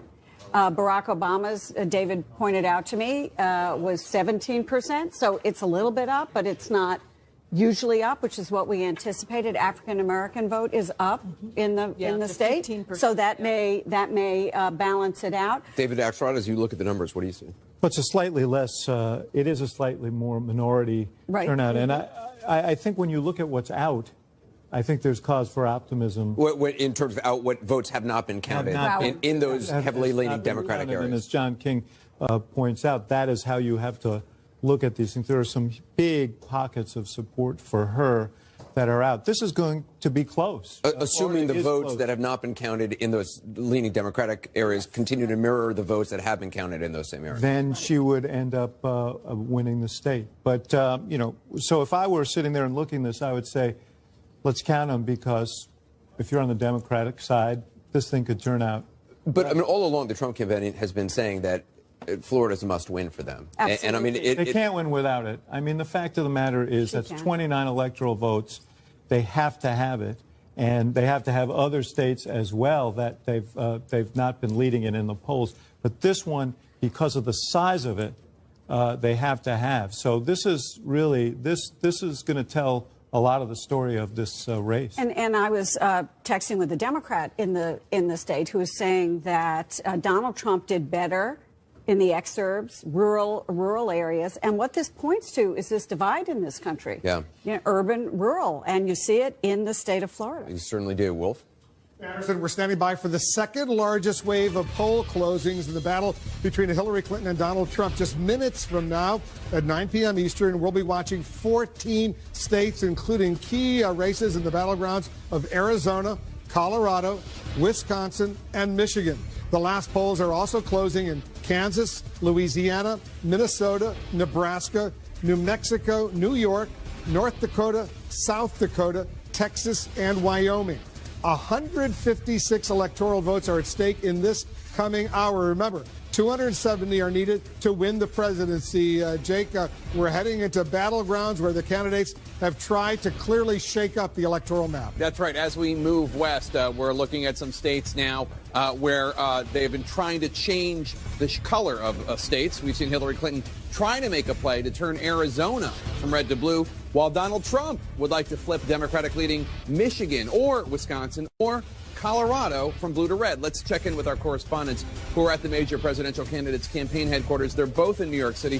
First, let's go to Jeff Zeleny at Clinton campaign headquarters. And Jeff, these numbers out of North Carolina and Florida have got to be nerve-wracking for the Clinton team, especially Florida, which they felt pretty confident about. They did indeed, Jake. Really, for the last couple of days, the Clinton campaign's confidence has been rising about Florida. What we're seeing here is seeing campaign strategy play out in real life. Keep an eye on Broward County, as John and you and everyone has been saying. Secretary Clinton visited there 3 times in the last week alone. They were literally dragging people to early vote. So that is something that is still out.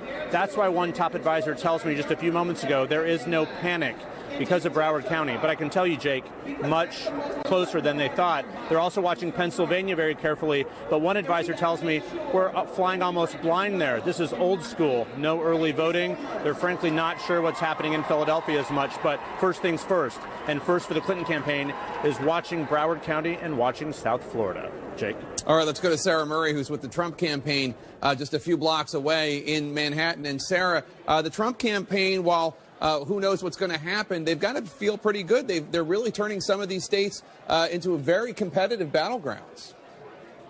They do feel very good about that, Jake, and particularly when you look at Florida and how tight the race is there, they're pleased to see that. But this is not a campaign that's out there popping champagne or rejoicing about the numbers they're seeing.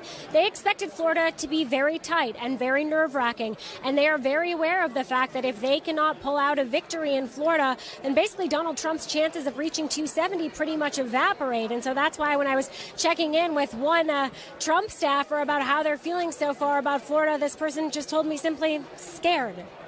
All right, Sarah Murray at Trump campaign headquarters. Let's go to Wolf Blitzer right now. It's a lot closer, Dana, than so many people thought in these key battleground states. This is going to take a while. It is going to be a long night. Look, I mean, it is a divided country, and at least as far as the votes are showing us as they're coming in now, that is playing out. I mean, there's no question about it, and especially and incredibly so in the purple state of Florida. Well, let's walk over to John King and take a closer look at Florida right now. John, some of those Democratic leading counties in the southeastern part of Florida, there's still a lot of votes outstanding. Still a lot of votes outstanding. The question is, are there enough votes outstanding? So you go through them as you look. And you look at Palm Beach County, we've been stuck at 53% of the vote counted for quite some time, 57 to 40. So reasonable to assume there are a lot more votes here for Secretary Clinton if the margin holds up. It doesn't always. Could be some more Republican-leaning precincts out there. We don't know exactly what's out there, but if you watch as it's built, it's been pretty consistent. The question is, what's left? Jeff Zeleny was just talking about this. We're only up to 13% in Broward County. Secretary Clinton has targeted this quite a bit. She's at 70-30 almost right there. Let's just go back and look at it comparative in time, 67-32. So at the moment, she's running a little stronger than President Obama was 4 years ago when he eked out the narrowest of victories in this one county in Florida. The president won statewide narrowly. We come down to Miami-Dade, which is the biggest place for Democratic votes, and this one's almost counted, 91%. But again, that 9%, when you're talking about, look at the numbers of votes here, that 9%, a decent amount of votes. So we've got some more counting to do here. And the other thing you start looking for, Wolf, is where are the Republican votes still out? So you're looking DeSoto County, 100%. A lot of these smaller counties, the rural counties where Donald Trump runs it up, still Polk County, we have nothing. So there's some potential gain for Donald Trump here. But you're starting to go through these. If you come out to the coast, here's a place, Volusia County. This is Daytona area. This is a place where Donald Trump outperformed Mitt Romney. You look 54, 55 there to 50. So there are some places where Trump is outperforming Romney, and this is a decent vote total, just shy of 40,000 votes there. He's running up the votes here. He's done very well along the northeastern coast of Florida, Donald Trump has. But, again, you find a county, you see a big gap, but it's at 100% when you're trying to make up votes. You move up here, a big gap, but it's at 100%. So you pull back out where the Democratic votes are, counted here in Orange County, mostly counted here. One of the interesting areas, this is very, very close, and it's going to be very close to the end. If Donald Trump ekes out a victory, he may have his performance right here in the Tampa-St. Pete area. Why do I say that? Let me pull it out and look at it. Just take the lines away so it's not confusing. Hillsborough County, 51-45. If you go back in time, President Obama won it a little bit bigger. You move over here to Pinellas County, you see that's the president's margin 4 years ago, 5 points. Donald Trump is leading here right now. It's a vote-rich area on the western part of the state, a swing area that goes back and forth in close races. Trump is outperforming Romney in that particular part of the state. So that's what's keeping him more competitive, keeping him in the lead right now. If he ekes out a narrow victory, he'll have his performance up here to think about it. And again, we're going to just come back down here and keep checking. Still at 53%. A lot of votes here still to come in. And so far, they've been going Clinton's way. This is the one now up to 16%. We'll check her lead in just a second as this vote comes in. But you want to watch as we start going from 13 to 16 to 20 to 30. Does it stay 69-30? Does it stay in that margin? If it stays in that margin, she's going to make up a lot of votes. That Broward County, where Fort Lauderdale is, 9.3% of the whole population of the state. And so as you move up, if you're looking at that big of a population center, as you move up through the count, Miami-Dade's still stuck at 93. But this is the big one we're waiting on. I mean, there'll be some adjustments in the margins, but when we get more of this, when we get from 16 to 30 to 40, we'll see if this holds up, and we'll see that we'll get to a better sense of the turnout. We'll see how much of the math. But if you look at just imagine at 16%, you're talking about 260, 280,000 votes right there. If that continues, there are still votes to be had, but we've got some counting to do. I'm just looking at other places as we go through this. 76% here, Clinton with a big lead, so maybe some more votes for her there. Most of these other places. Let's do Virginia for a moment. Quickly with Virginia. Let's pull back out to the map. Again, these are states where the early votes are being counted. These are not states that have been tossed. But Virginia has stayed Donald Trump lead for quite some time, and we're up to 65%. This is a state, remember, Hillary Clinton's running mate, Senator Tim Kaine, former Governor Tim Kaine, is from here. You see the lead right here, 50% to 45%. That's a pretty healthy lead for Donald Trump. So let's take a look. Number one, he's doing what he needs to do, running it up out in the small rural counties. And this is incredibly important in these states, 74 to 21. You see how this goes here. The big issue, Wolf, we're still waiting for some votes out of the Washington, D.C. suburbs. See, only half of the votes here counted, in less than half in Fairfax County, 50% in Loudoun County. So Donald Trump leads in Virginia, Wolf, but still a lot of math to be done in the more populated areas just outside of Washington, D.C. 14 states are about to close the polling in 14 states, including two huge ones, Texas and New York. We're watching several other states right now. We're getting ready to make some projections.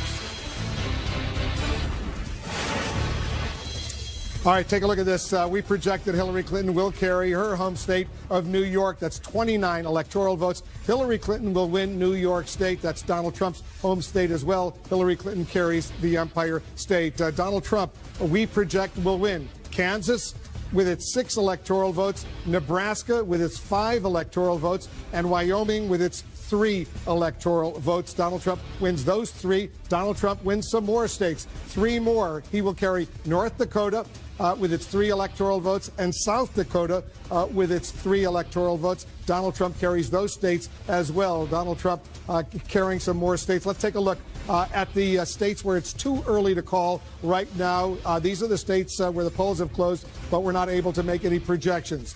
Arizona, Colorado, Louisiana, Michigan, Minnesota, New Mexico, Texas, and Wisconsin. No projections yet. Here's the electoral map as it stands right now. Hillary Clinton has 97 electoral votes. Donald Trump has 84 electoral votes. Remember, 270. That's the magic number you need to be elected president of the United States. You see the map over there. The blue states are the states that Hillary Clinton has won.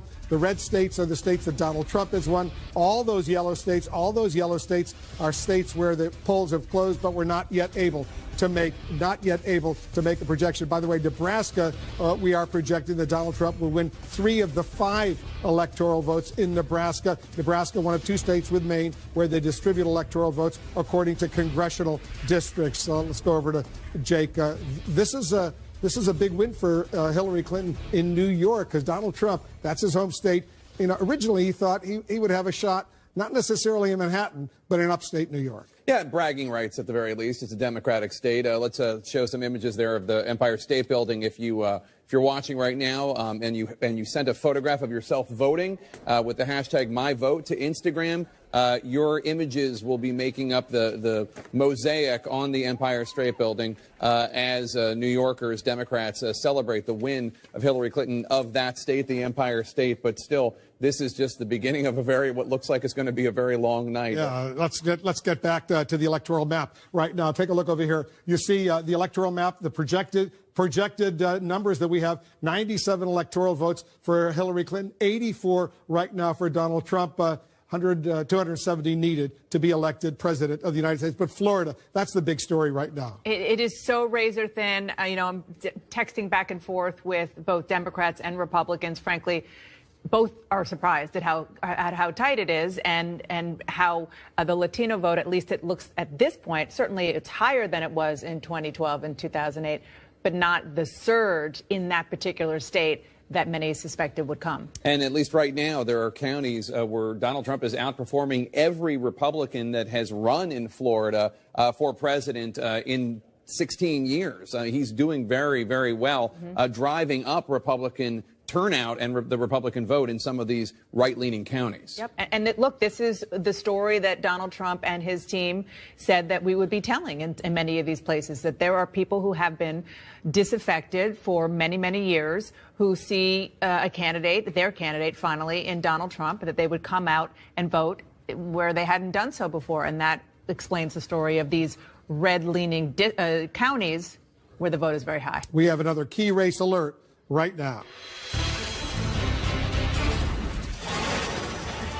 All right, let's take a look. Let's start in Florida right now. Donald Trump is ahead impressively with 91% of the vote now in. Look at this. He has a lead of 143,361. That's an impressive lead right now with so many of the votes already counted. In Ohio, Donald Trump also has a lead of more than 52,000 with 39% of the vote in 18 electoral votes in Ohio. Donald Trump ahead there. In Virginia right now, Donald Trump still has an impressive lead in Virginia. 66% of the vote is in. Donald Trump is ahead by more than 108,000 votes in Virginia. 13 electoral votes at stake. In Georgia, 29% of the vote is in. Donald Trump has a very impressive lead of more than 340,000 over Hillary Clinton, 62.5% to 35%. There are 16 electoral votes in Georgia, an impressive lead for Donald Trump in Georgia right now. Let's go on to North Carolina right now. 69% of the vote is in. Look at how close it is. Donald Trump has a lead, but of only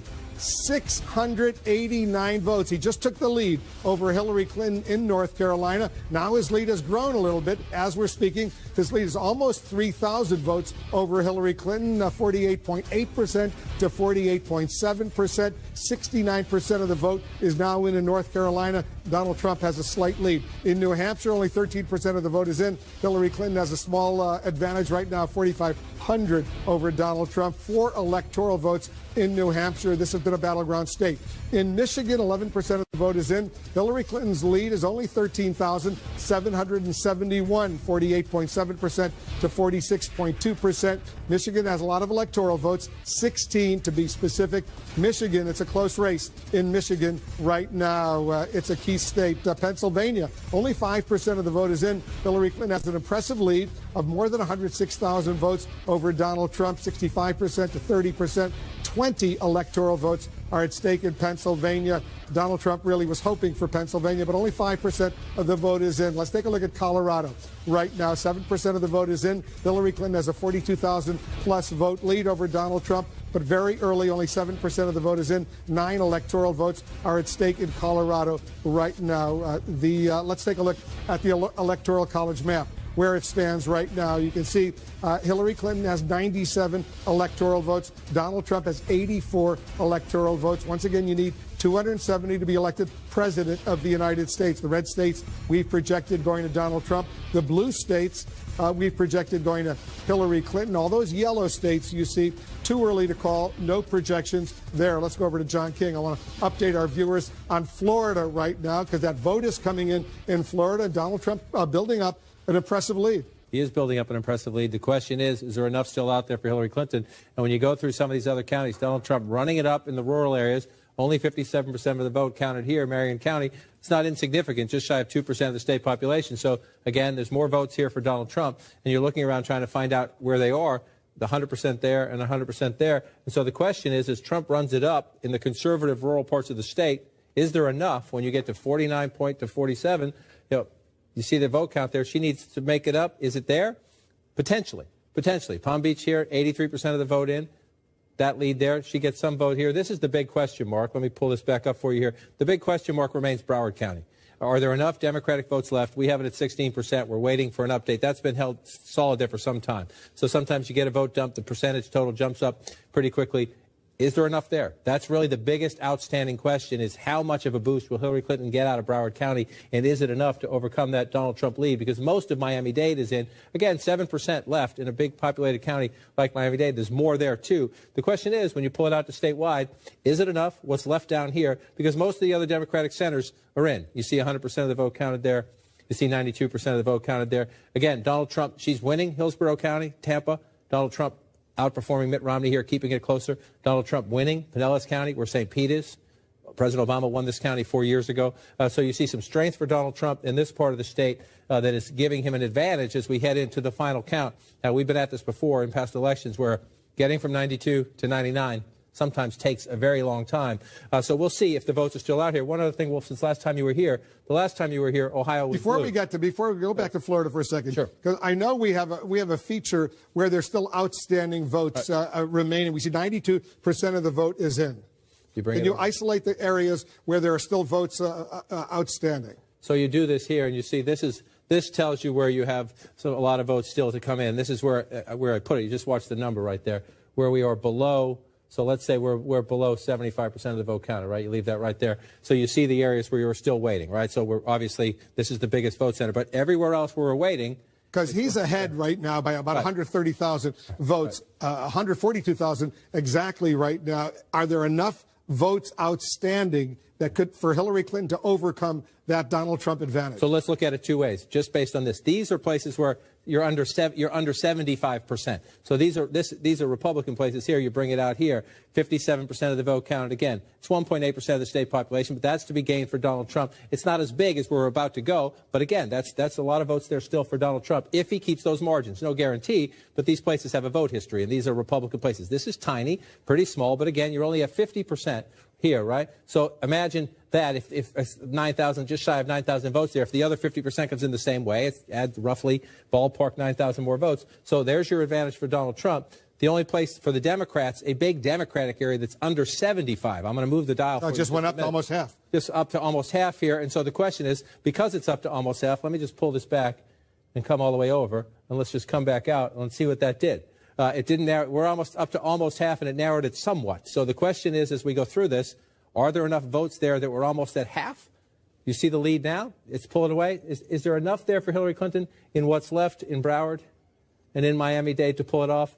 If you start to look at it right now, you get more and more skeptical as you move from 93. The question is, as we move that up to 95 and beyond. If you're in the Trump campaign, you're very happy with this right now. And again, you're looking at your performance in some of these, in the rock rural places, the rock conservative places, Donald Trump has performed well. And in some of these swing areas here, he's overperformed. Even where he's losing, he's overperformed Mitt Romney, again, particularly in the Tampa area, which matters because it's a population center. Look at the vote count there. If Hillary Clinton has a bigger lead here, she's got, that's another 8, 10, 20,000 votes, depending on what the size of that lead is. That's a significant in keeping the margins down there. Florida, we're going to try to get from 93 to 98 to 99. But if you're in the Trump campaign, it's 29 electoral votes you have to have. At the moment, if you're in the Trump war room, you're reasonably optimistic, but you're waiting to see, again, up to 48% here. No. We're up to 83% here. So this is where the clock starts to tick against Hillary Clinton. Now that you're up to 83%. Palm Beach County. 83% in Palm Beach County. So there's not that many more votes to come in. What comes in is coming in her favor by a lopsided margin. But then you say, okay, we're up to 83%. Boom. She's getting closer. The question is, do you get close enough with what's still left? So we'll count to the last vote in Florida. The point I was trying to make before is that earlier on, remember, as you look at this map, live results feeding in, Hillary Clinton is unlikely to win Nebraska. It's just the votes coming in early on. The same with these other, some of the Illinois perhaps, but Missouri, we don't think so. But Ohio was Democratic last time Wolf was here. It has moved to Republican now, 51 to 44. And the reason, last time I talked to Wolf, I said there's a lot of votes to be counted in all of these rural areas here. They are now filling in for Donald Trump. So Ohio is shifting Republican as well at the moment, Wolf. All right, John, we have some projections right now. All right, we projected it. Donald Trump will carry a huge prize. Texas, with all of its 38 electoral votes, a big win for Donald Trump in the state of Texas. Democrats had hope, but it's not going to happen for them this time around. Donald Trump also carries Bill Clinton's home state of Arkansas with 6 electoral votes. Donald Trump gets 2 more states in his column. Let's take a look at the Electoral College map right now, where it stands with those 2 states that Donald Trump has just won. He has now taken the lead. Donald Trump has 128 electoral votes. Hillary Clinton has 97 electoral votes. Remember, 270 are needed to win the White House. So let's go back over to John King.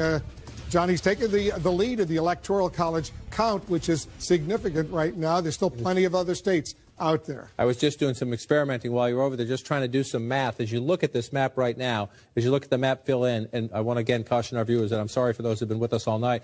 I'm being repetitive, but these are live results feeding in. These are not states that we have called in many cases. You see Nebraska, you see New Mexico, you see Missouri, for example. We haven't called those states, so they're blue at the moment. It's very early results. But as you look at the map right now, if you're Donald Trump, you're leading in Florida, you're leading in Virginia. We've got some votes to be counted there in the D.C. suburbs. But you just pulled ahead in Ohio, Michigan, and Wisconsin. Again, very, very early. But if you're in the Trump war room, you're looking at this, and you're saying, we told you so. We have a path. Now, does that path hold up as we go into the next hour, and the next hour, and I sort of suspect the next hour and the next hour? We'll see. We'll see. But the early results in these places, especially when you're looking, a few moments ago I was looking at Virginia. We're up to 71% now. Yeah. Now, we've seen this before. I have been through many elections where the Republican is leading in Virginia very late. They start to get happy in the Republican war room. Well, zoom into those counties where there's still a lot of votes outstanding. Show them to us. Right. Then these votes come in. So you got Loudoun County, only 85% of the vote in right there. If you pull that out. Where's the outstanding vote? Yeah, it's all over the place is what I'm saying. Prince William County, we're only up to 16%. Fairfax City, 57%. So in the Washington, D.C. suburbs, which as you can see are filling in predominantly blue, I just want to check Arlington. It's the votes out. They're up to 94% in Arlington, so fewer votes there. Can you do for Virginia what you did in Florida? Sure. Show us where those votes, the outstanding vote, really remains. We're going to slide this back a little bit, pick a number. Let's just go back to 75% again. So here's where you're looking at the places where you have 75% of the vote or less, and you see some small pockets of red. The problem, if you're the Trump campaign, number one, you're leading right now. I'm not saying it's a huge problem, but these are smaller areas. You see down here, Norfolk area down here, I want to pull it out. It's 3% of the state population. Hillary Clinton is winning the 62% of the vote, and she's winning 68 to 26. So there's a potentially, again, it's not guaranteed that the margin stays the same when the rest come in, but potentially a lot of votes for the Democrat there. Potentially a fair chunk of votes for the Democrat here in Portsmouth. And then again, the biggest issue always in a close race in Virginia is what happens up here. And I just want to stretch it out a little bit. Let me turn this off and just stretch it out a little bit and look. So here's Washington, D.C., and you're across the river. And so most of the votes are counted in these counties, which are lopsidedly Democratic. No votes in Arlington County? No, they're counted. That means they're already counted. They're past the 70%. So here's where you're still waiting. You're only at 57%. Fairfax County, that's 13% of the state population. Well, if that's a lot of votes to come in, and again, they're coming in at the moment, lopsidedly Democratic. They're coming in here closer. Prince William County, Donald Trump has made a run at this. And again, if Donald Trump ekes out a victory in Virginia, you're going to look at this county, compare it to 4 years ago, and say it's one of the places where in the further out suburbs beginning to get into the exurbs, Donald Trump performed very well. Now, I want to pull this back over just so we get the whole statewide perspective. And you look, the map is filling in as you would expect it to, except for the fact that Donald Trump is running more competitive in some areas, but we're still waiting. I just want to check down here. We're only at 53% Richmond City. This is a Democratic area. She's going to run up some more votes here. You see 75 to 18. So there's more votes for here. But you're up to 72%. Again, we've been through many elections where the Republican is ahead early on, and then this vote comes in, and it changes everything. But if you're the Trump campaign, did you think, flip it, if you're the Democrats, did you think 2 weeks ago on election night we would be looking at Virginia as the count got up above 70%? And we were counting the votes. The state that President Obama carried twice. Carried twice. Now, it used to be a red state, but it has been moving, especially because of the growth in these suburbs and the fast-growing Latino population. So the fact that Trump is so competitive, even if he narrowly loses this state, right now he's winning, and he's in position to potentially win it. Even if he narrowly loses this state, it tells you he is performing in a way that is going to surprise some Democrats. And that's why when Let's go to North Carolina right now. North Carolina, you're just moving just to the south. Do the same thing for us in North Carolina, because 71% of the vote is now in, and Donald Trump still has a lead. You see a lead of about 20,000 votes. So we move it back again to around 75%. And what are you missing? We got a long way to go here. We got a long way to go here because you've got a lot of places where, and these are largely Democratic areas. So this is, but I'll show you the Republican. The population centers here are Democratic. You see Durham County here, where the Democrats are looking for some votes. You come down here, Cumberland County, Fayetteville, only. This is the absentee vote. This means we don't have a big dump of real, to date, election day votes as yet. This is a smaller county, Robeson County, but still, that's more competitive, a 5-point race there in that county. So you're looking at what's left out there. There are some Republican areas. Let's go through them and look. They tend to be a little bit smaller, but this one's not bad. There are some votes for Trump potentially here. We don't know what's coming over here. I want to move over to Wilmington. I showed you this before. Clinton was narrowly ahead. Now, Trump is very narrowly ahead, very competitive. So North Carolina, again, there's enough out here that you can't make any leaps. We have a very close race, and we're going to have a very close race as we count through. What about Charlotte? That's a heavily populated area, almost 10% of the population. Mecklenburg County, and we only have 14%. So if you're the Clinton campaign, in both campaigns, there's a little nail-biting, a little running to the math, scribbling, trying to figure things out, frantic phone calls to county chairmen in all these places to find out where, which precincts are still out, where they're coming from. But if you're the Clinton campaign, you are assured that you've got a lot more votes to come out of Mecklenburg County and Charlotte when you pull out to the whole state. Let's go to Ohio. Again, we're going to keep at this. You can leave that up if you want if we go to Ohio and see what's still out. Again, a lot of the map filling in here. So just to remind our viewers, almost half of the vote is now in Ohio, and Donald Trump has a significant lead, almost 200,000 votes over Hillary Clinton. Almost 200,000 votes, and yet, a lot of votes still to be counted because the votes coming in. Do the same thing for Ohio. It's still up. It's still up. That's what I'm saying here. We moved this back about 75%. So you see how many counties have yet to get there. It's a lot of them. See, you go to these rural counties, 40% of the vote is counted, just shy of 75% there, 64% here. So you're going through this. What does that tell you?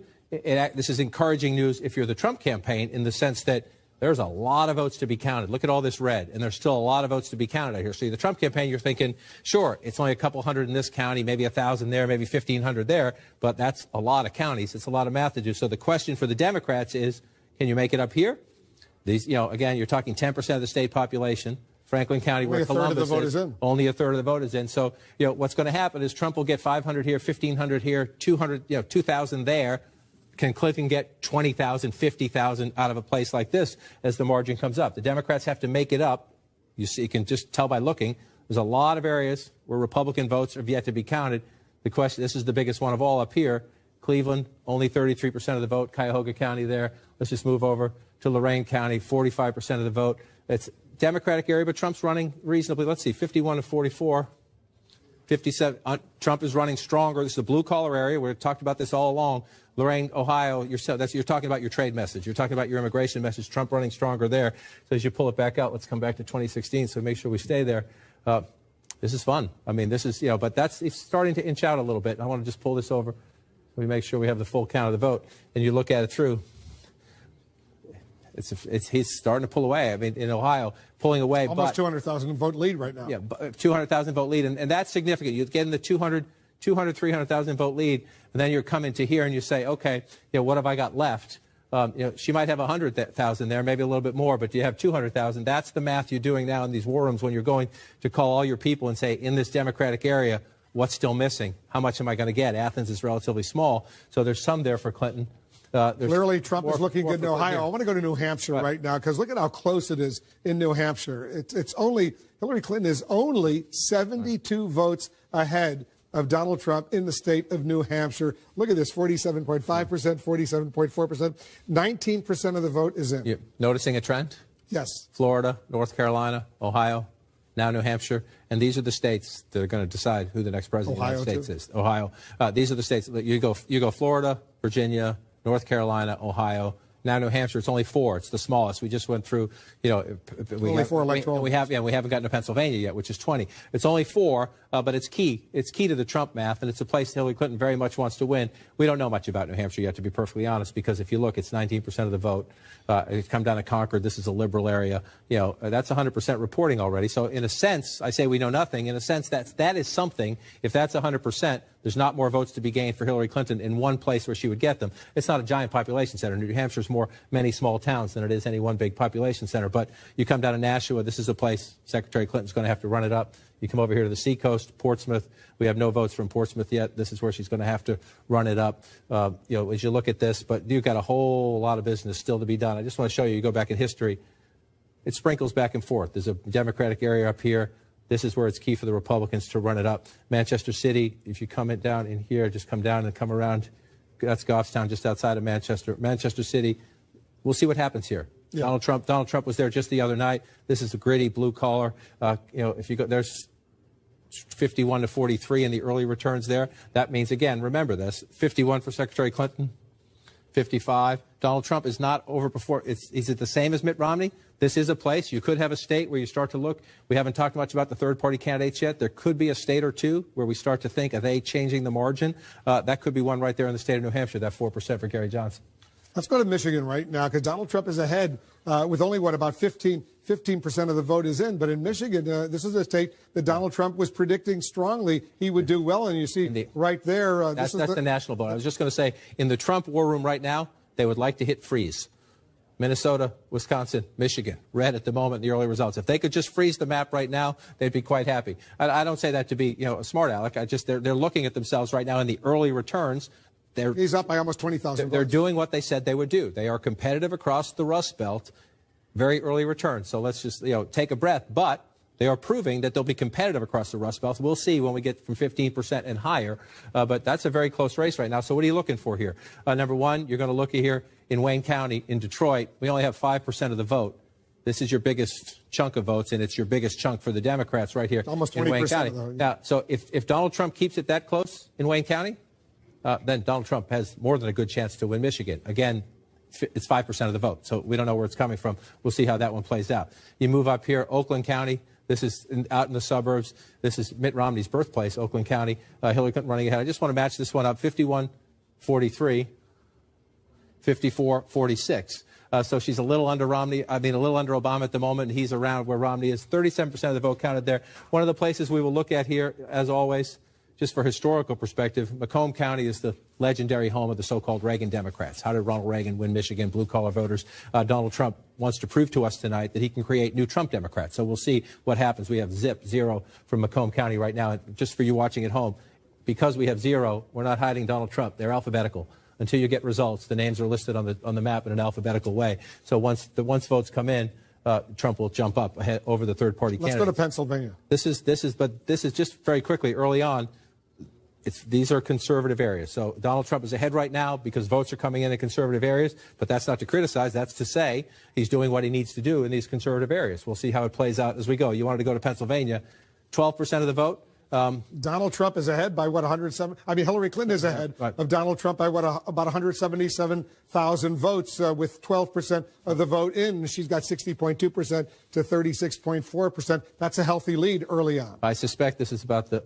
This won't last very long, but Gary Johnson is ahead in one county in Pennsylvania at the moment right now. I just wanted to point out to viewers at home what this color is. You'll see different colors in the map. If there's a tie, you'll see a different color as well. So we'll see if that holds up and pop it. So what are we going to look for here? A couple things. Number one, and I know Jeffrey Lord is in the room tonight, this, what in Pennsylvania they call the T, up from the center and across the top, is very conservative territory with the exception of Erie up here. One of the questions will be, as we were talking about Macomb County in Michigan, how does Donald Trump do in a place like Erie? Well, let's see, a 5-point lead right there. I suspect that's better than it was 4 years ago. And there you go, 57-41, 16 points in Erie.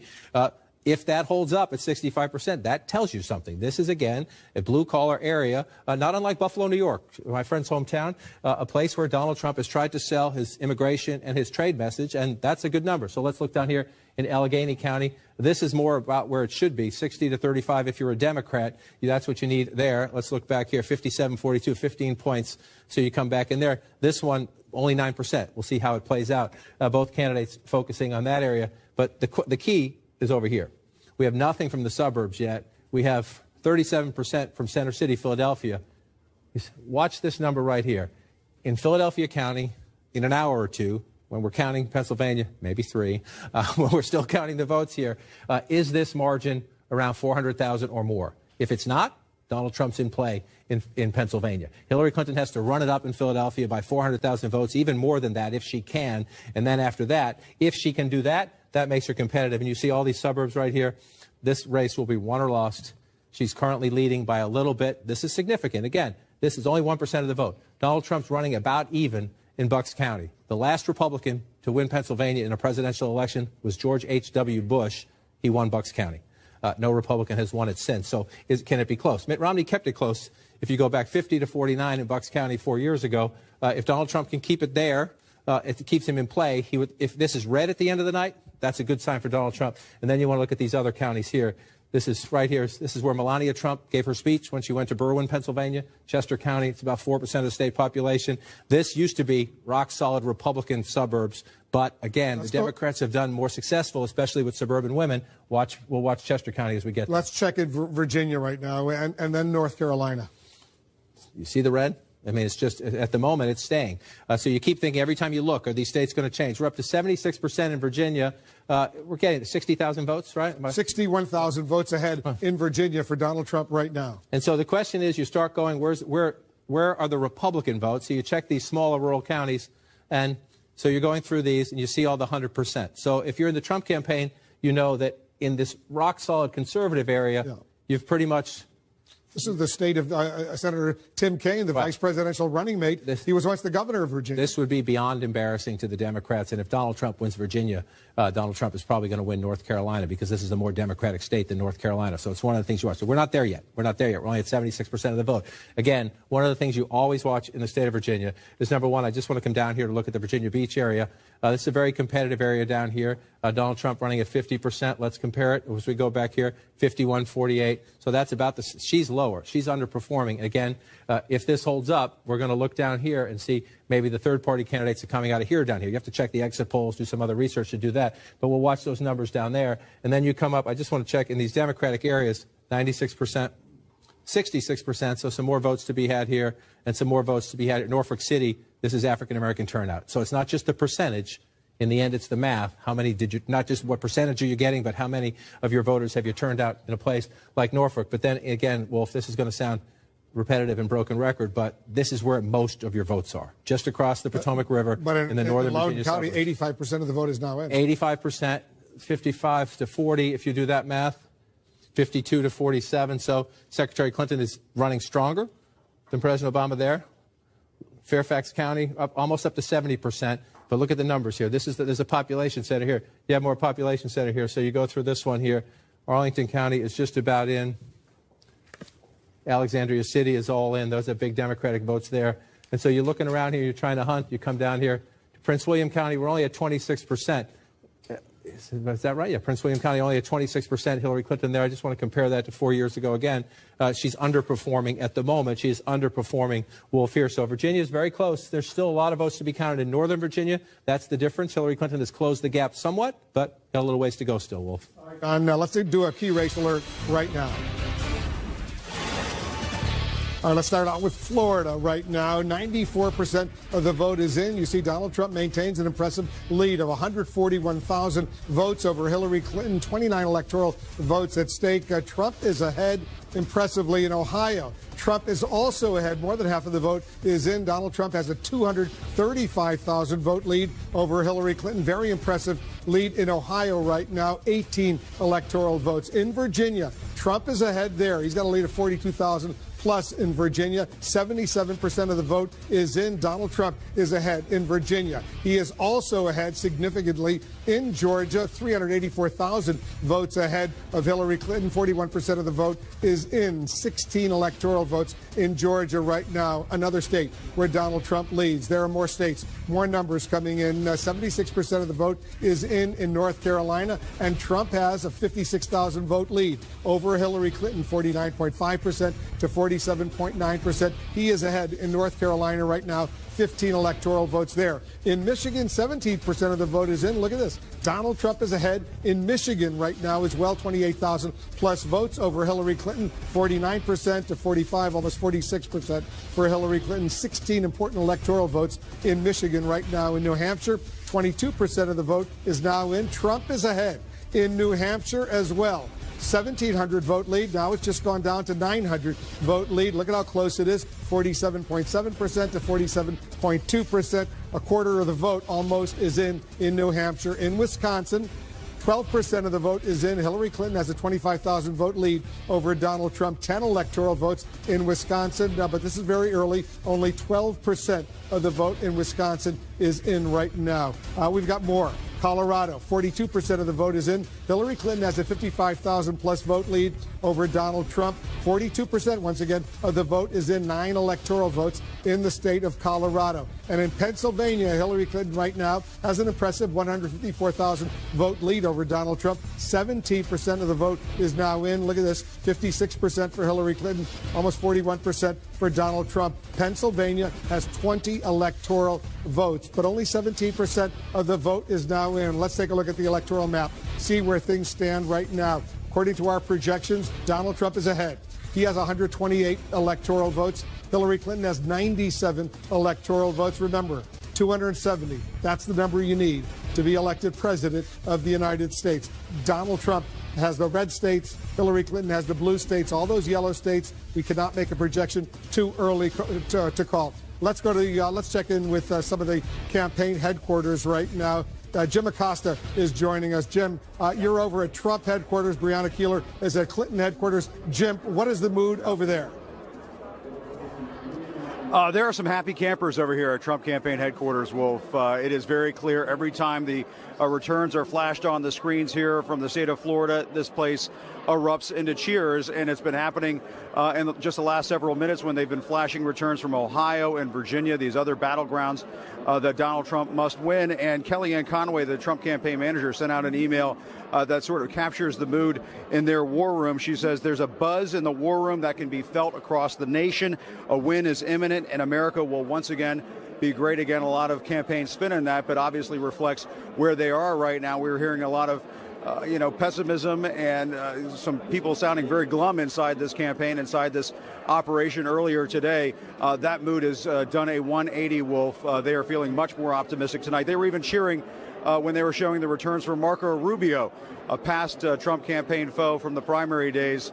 And so I would say, Wolf, that this place does not sound like a losing campaign at this point. They are, I won't say jubilant, but every time they flash Florida on this screen, it goes wild here. Yeah, Wolf. New York City over the New York Hilton.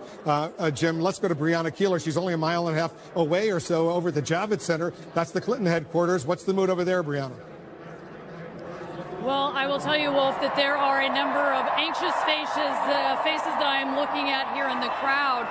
When we were listening to some of the projections come in at 9 p.m., Hillary Clinton winning some of the states that she was expected to, a lot of cheering. But as we're watching now, some of these very close states, there are a lot of people who are glued to the projections. They've been switching in and out of the big screen between an outside program going on where we just saw Senator Chuck Schumer speaking. He could be the Senate Majority Leader if Democrats are to take over the Senate.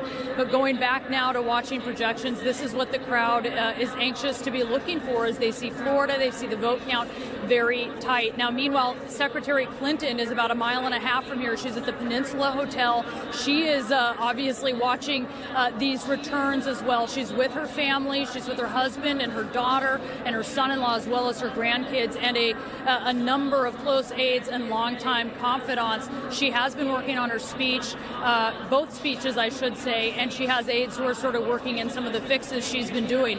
But again, a lot of curiosity here about how the night is going to unfold and which of those speeches she's going to be giving, Wolf. A lot of uncertainty right now. All right, guys, we'll get back to you soon. Let's go over to Jake and Dana. Look at the map right now. Take a look over here. You see Clinton with 97 electoral votes, Trump with 128. You need 270 to win the White House.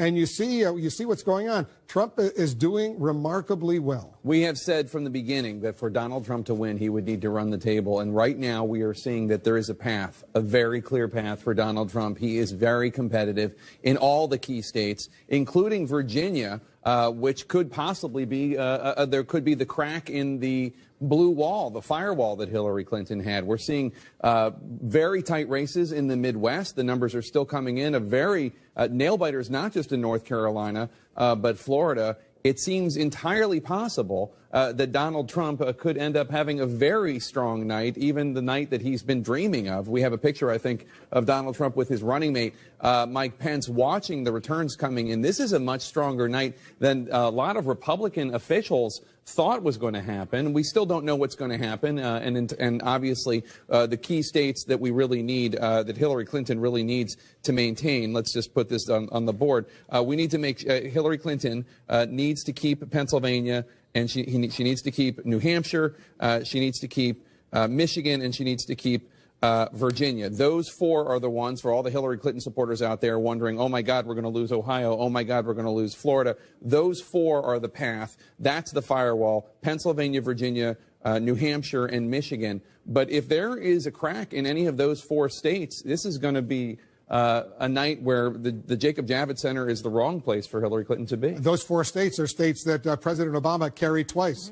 That's right. And look, of all those four states, Virginia is the biggest surprise for, really mostly for Democrats. I will say that Republicans outside of the Trump campaign told the Trump campaign long ago, forget it, Virginia's gone, even before Tim Kaine became. Take a look at this. Take a look at this, Dana. You see these four states right there, and you see the states that Jake just circled: Virginia, Pennsylvania, New Hampshire. We'll start with Virginia. Donald Trump is ahead there by 20,000 plus votes in Virginia. In Pennsylvania, Hillary Clinton is ahead, 221,506 votes. In Pennsylvania, Hillary Clinton just changed to 227,000 votes. Look at how close it is in New Hampshire. Only 404 vote. That's a Donald Trump lead over Hillary Clinton with a quarter of the vote in New Hampshire. And take a look at Michigan right now. You see Donald Trump has a lead of 44,000 plus votes in Michigan right now. 19% of the vote is in. You heard, all of us heard from Donald Trump's advisors over these past several weeks. They had a path, and at least right now, it looks like they do have a credible path. They do absolutely have a credible path. And look, if this night ends up being the way that Donald Trump and his advisors think and hope that it will be, boy, I mean, it's going to put the polling industry out of business. It's going to be the voter projection industry out of business, because I don't know of one poll that suggested that Donald Trump was going to have this kind of night that he seems to be on track to having. And in fact, we all look at these websites. I don't need to name them, but that prognosticate the odds. Hillary Clinton has this percentage odds that she's going to win. And most of them had Hillary Clinton, the odds of her becoming the president, at over 65%. Well, I just logged on to one of them, and it has Donald Trump at 54%. Now, this is not science. This is prognostication based on data coming in and polls and the like. But really, we're seeing, first of all, this is not the repudiation of Donald Trump and Trumpism that I think a lot of Republicans in Washington, D.C. and Democrats hoped. But beyond that, we're seeing, as you say, Wolf, a credible path for Donald Trump to the White House. I'm not saying it's going to happen, but it certainly could. And Jim was talking about the feeling inside the Trump victory party, which, of course, they always call it before we get the results. It's not just there. It's the photo of Donald Trump and Mike Pence watching the returns with the people who have been working on their campaign in the war room is one thing.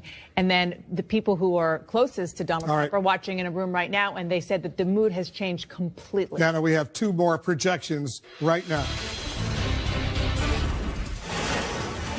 All right, CNN now projects that Hillary Clinton will carry the state of Connecticut with its 7 electoral votes. Hillary Clinton wins in Connecticut. CNN also projects Donald Trump will win Louisiana with its 8 electoral votes. Another win for Donald Trump in Louisiana. Let's take a look at the Electoral College map, see where it stands with these latest 2 projections. You can see right now Donald Trump still ahead. He has 136 electoral votes to Hillary Clinton's 104 electoral votes. Remember, 270, that's what's needed to be elected president of the United States. The red states we projected going to Donald Trump. The blue states we projected going to Hillary Clinton. Let's go over to John King to watch what's going on. John, you're studying this at the Magic Wall so closely right now. Just going through, and you're trying to look. Let's just start down here in Florida. I was just emailing back and forth with a key Democrat and Republicans who know this state very well. The Republican is not a fan of Donald Trump, trust me, who thinks that Donald Trump has enough to hold on here. That doesn't mean he will, but we're up to 95% here now. And so every time we do this, we go back to the bank of what's left out there. And there's still some votes left in these Democratic areas, but 94%. First, let's just go back and do the statewide math. You see right there, 49. Go ahead. I was going to say, I want to get back to Florida in a moment, but let me take a quick break. We're counting down to another round of poll closings right now at the top of the hour. We're going to get results from 3 more battleground states that will help decide this presidential election. We're talking about Nevada, Utah, and Iowa. In Miami Beach, people are watching CNN. They're following the close race unfolding in Florida, very close. That crucial battleground state still too early to call. More votes coming in right after this quick break.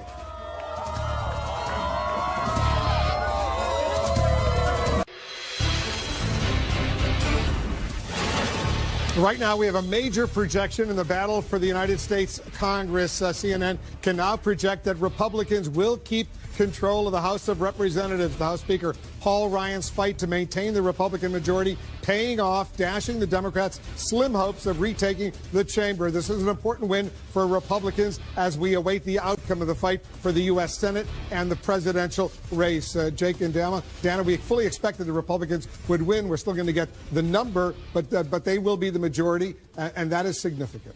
Yeah, it was not a surprise at all. We knew that the Republicans were going to likely keep control of the House. Even when Democrats were having a great period at the beginning of October, it seemed unlikely that the House was going to be able to go from Republican to Democratic. Dana, you've been watching this so closely. That's right. And we should tell our viewers that what this means for us is not that we've called every House race. Obviously, that would be impossible at this time of the night. It means that we, looking at the numbers, see that there's no path for the Democrats to get the 30 seats needed to retake control of the House. Let's get back to the race for the White House right now. We have another key race alert.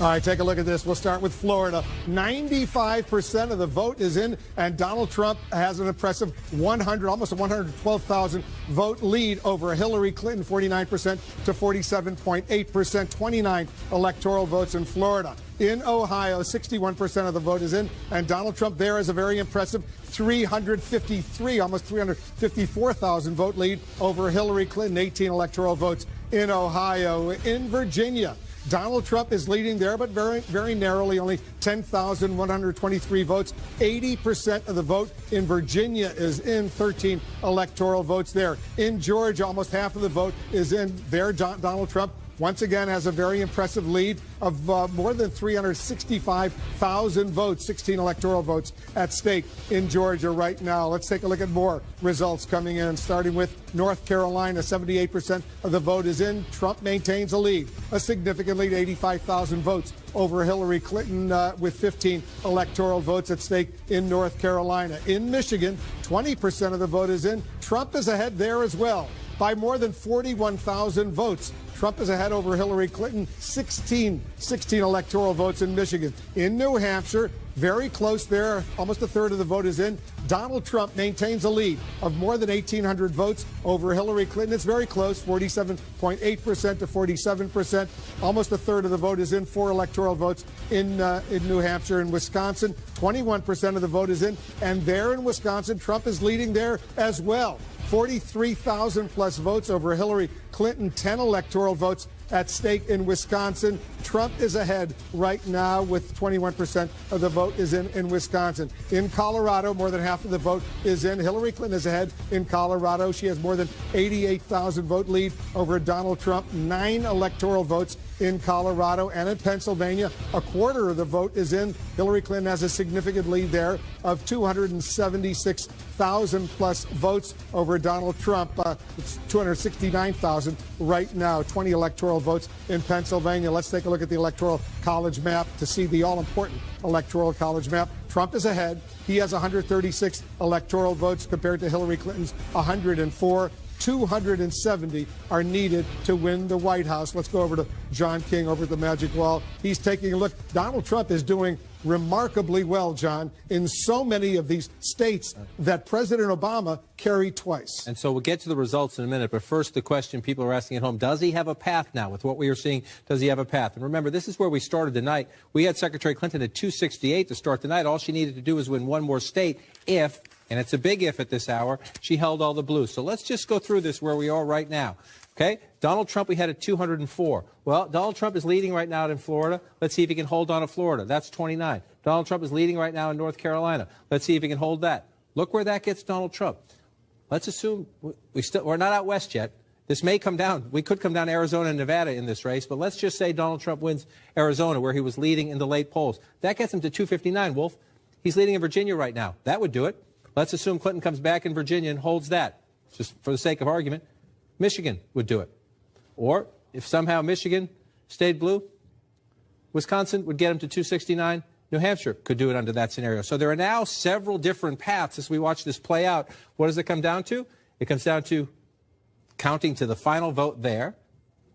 We got a ways to go here still. And it could come down, let's switch maps and see, it could come down to a state that most Democrats and even many Republicans thought months ago was a sure bet. And if you look at this right now, we're up to 80% of the vote. She has closed the gap. In just the last few minutes, she has closed the gap to about 10,000 votes, if you see it right there. So you're looking, number one, if you think about it, what did I say? Michigan, Virginia, and then we'll look at Minnesota, Wisconsin, which are less likely, but they're still in play. So the question is, can Hillary Clinton come back? The answer is yes, but the clock is ticking. 95% in Loudoun County.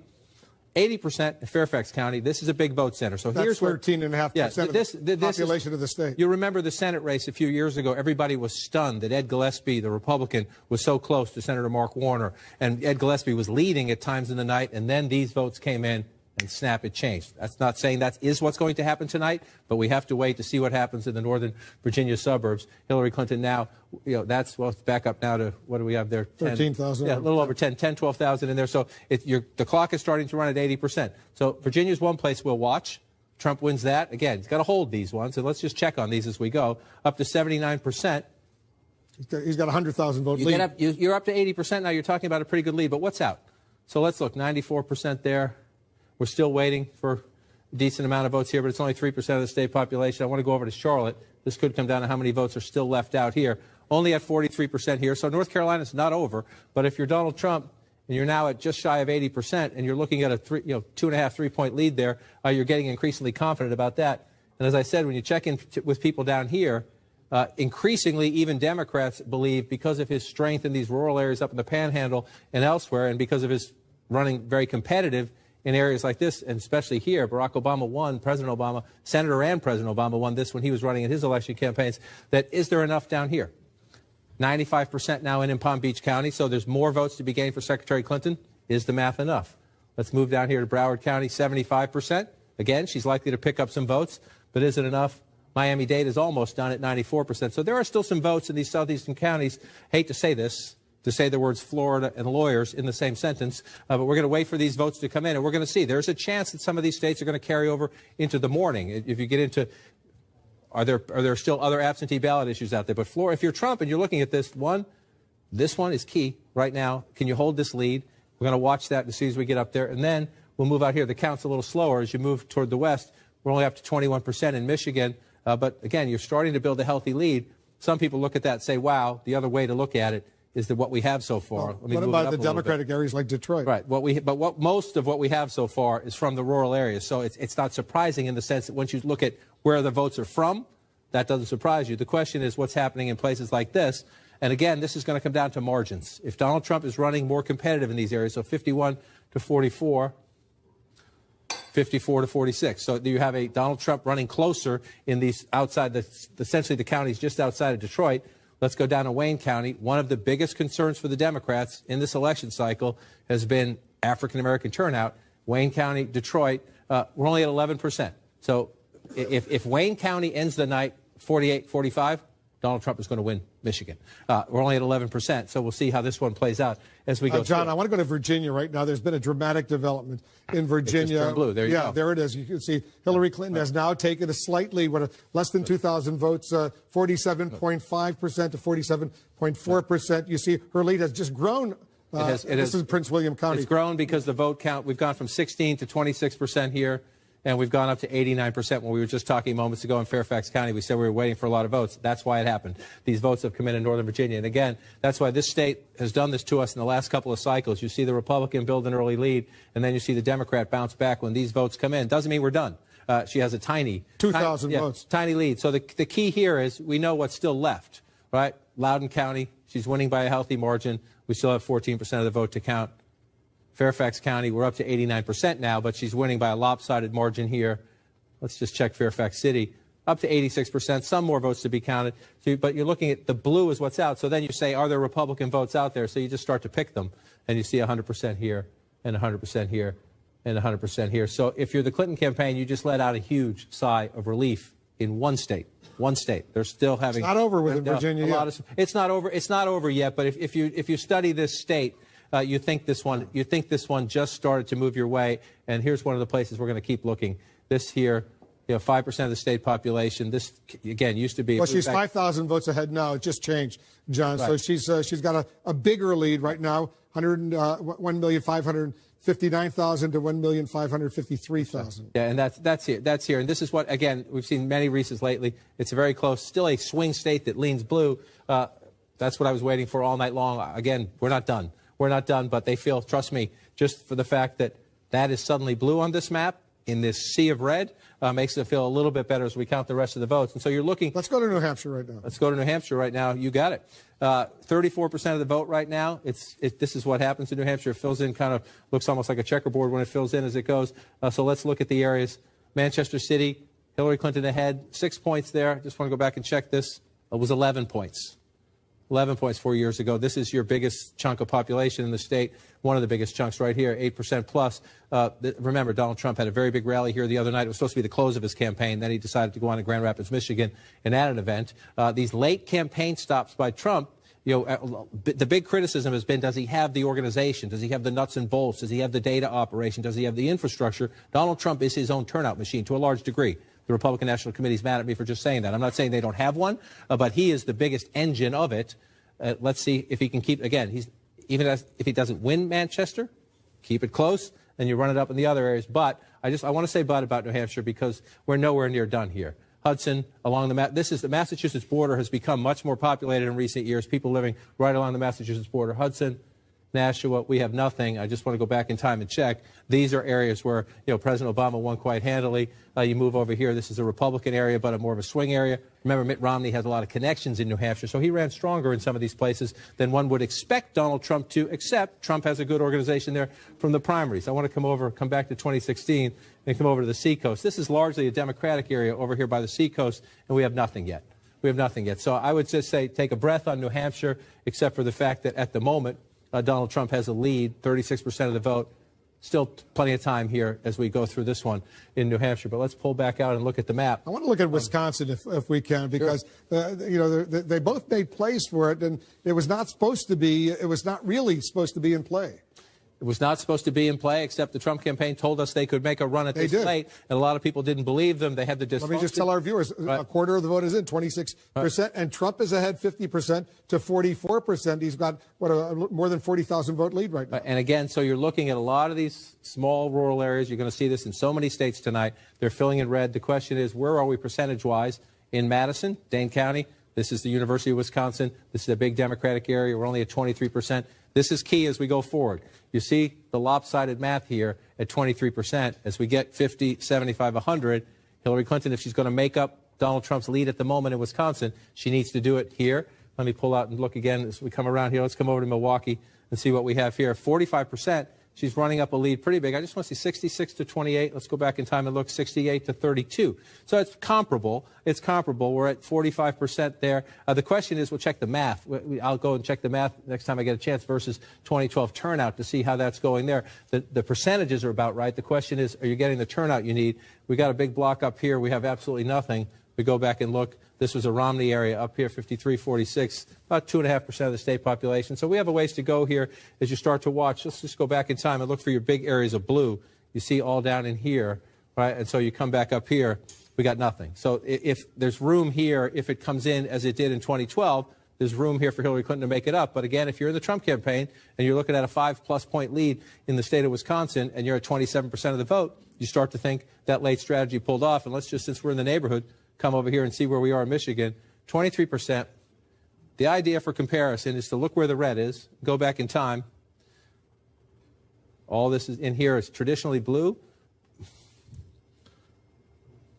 So you've got some red down here that's traditionally blue, and we're at 47%. In places like that. Not huge population centers, but it matters if you're in a very close race. If you turn some of these small areas, that's how you make the difference. I just want to come back over here again and look. Oakland County. By the way, we're getting close to the top of the hour. We might be able to make some more projections, but go ahead. Great. Macomb County, again, this is one of my bellwether counties to look at. It's part of the auto industry. It's General Dynamics. This is where Michael Dukakis took the ride in the tank. It's where Ronald Reagan created the so-called legendary Reagan Democrats. If Donald Trump wins Macomb County, that puts him in good standing to be competitive throughout the state of Virginia. And I'm told to go out and check in on Colorado. 53% of the vote. Colorado vote by mail. They count the vote. And it's competitive out here as well. Again, she's ahead, a little short of 5 points there, or just above 5 points there, excuse me.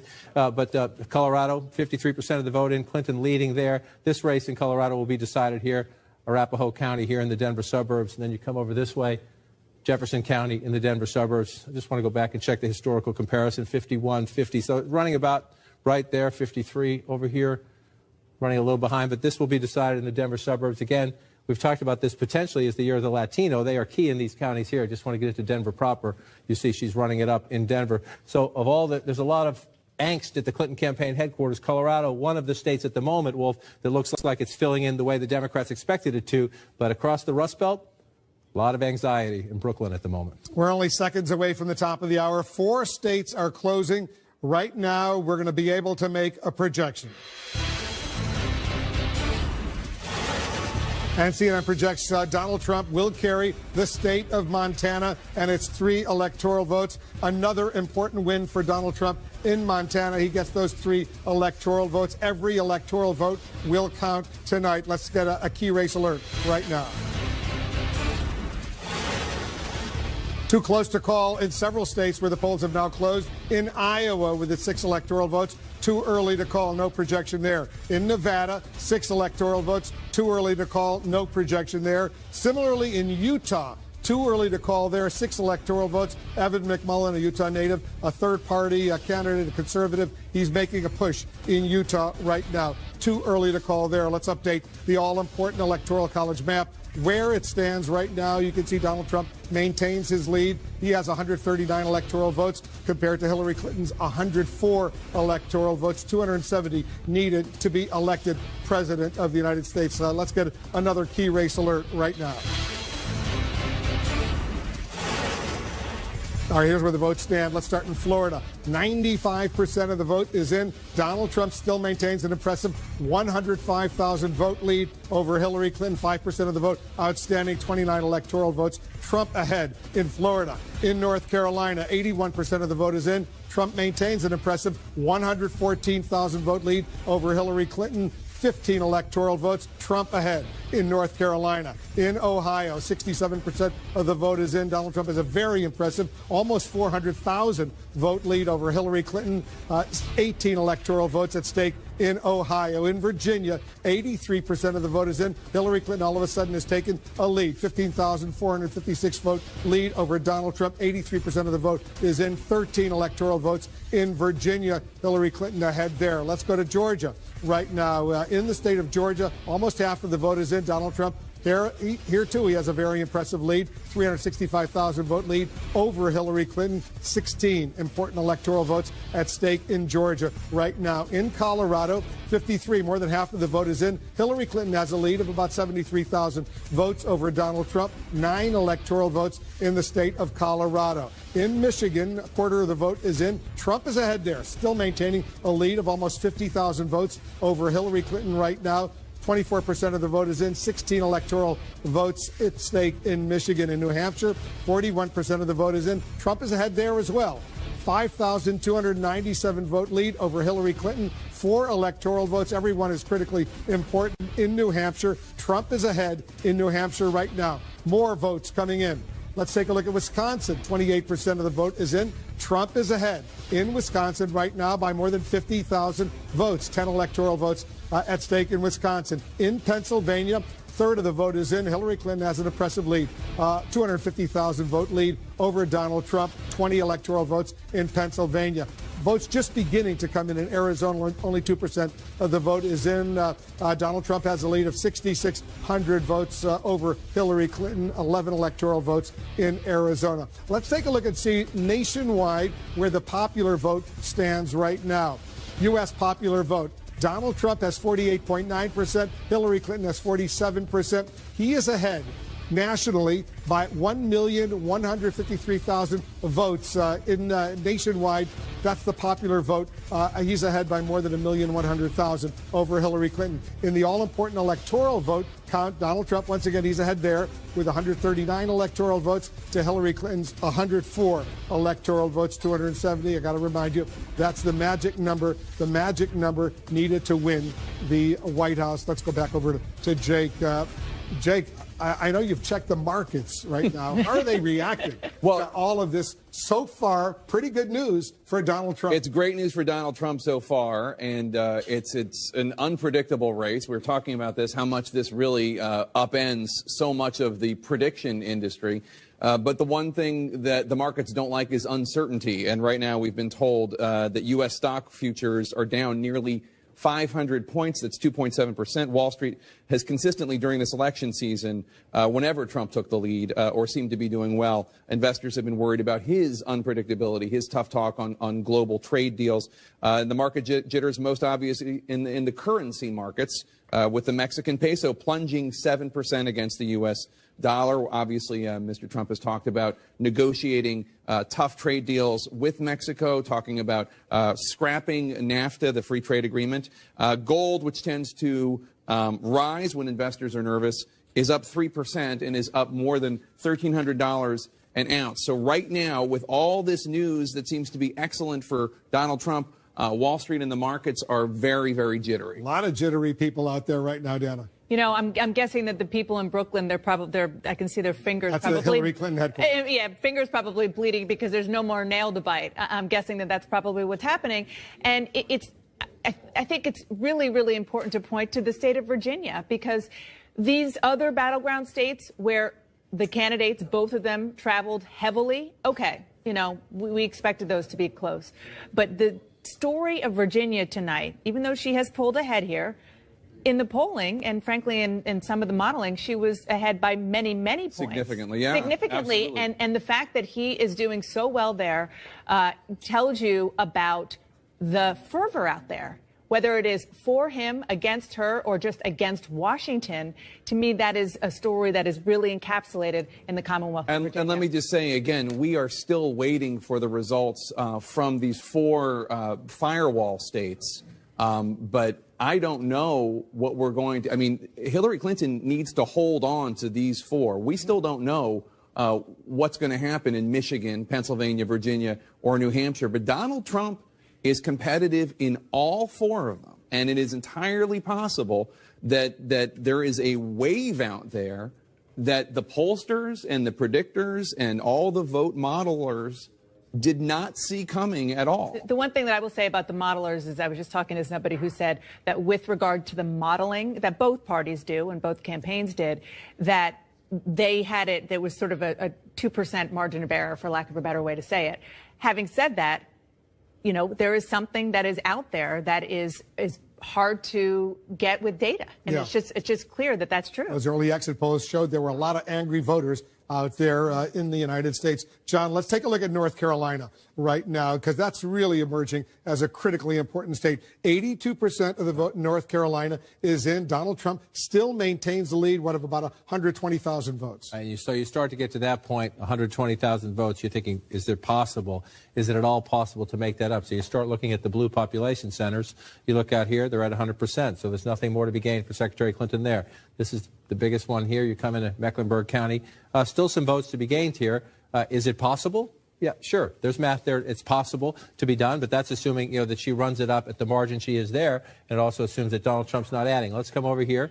We're up to 99% in Wake County. Hillary Clinton's winning this county by just what they targeted. We wanted to win this big, 15 points or more. Very successful here. And yet they're getting swamped with turnout elsewhere is what's making this so race. They did exactly what they wanted to do here at 77%. The question is the numbers. We're going to match the numbers up to past campaigns and see if they're getting the percentages right. The question is, did they gin up the turnout? Can she come back here at 17%? You look around.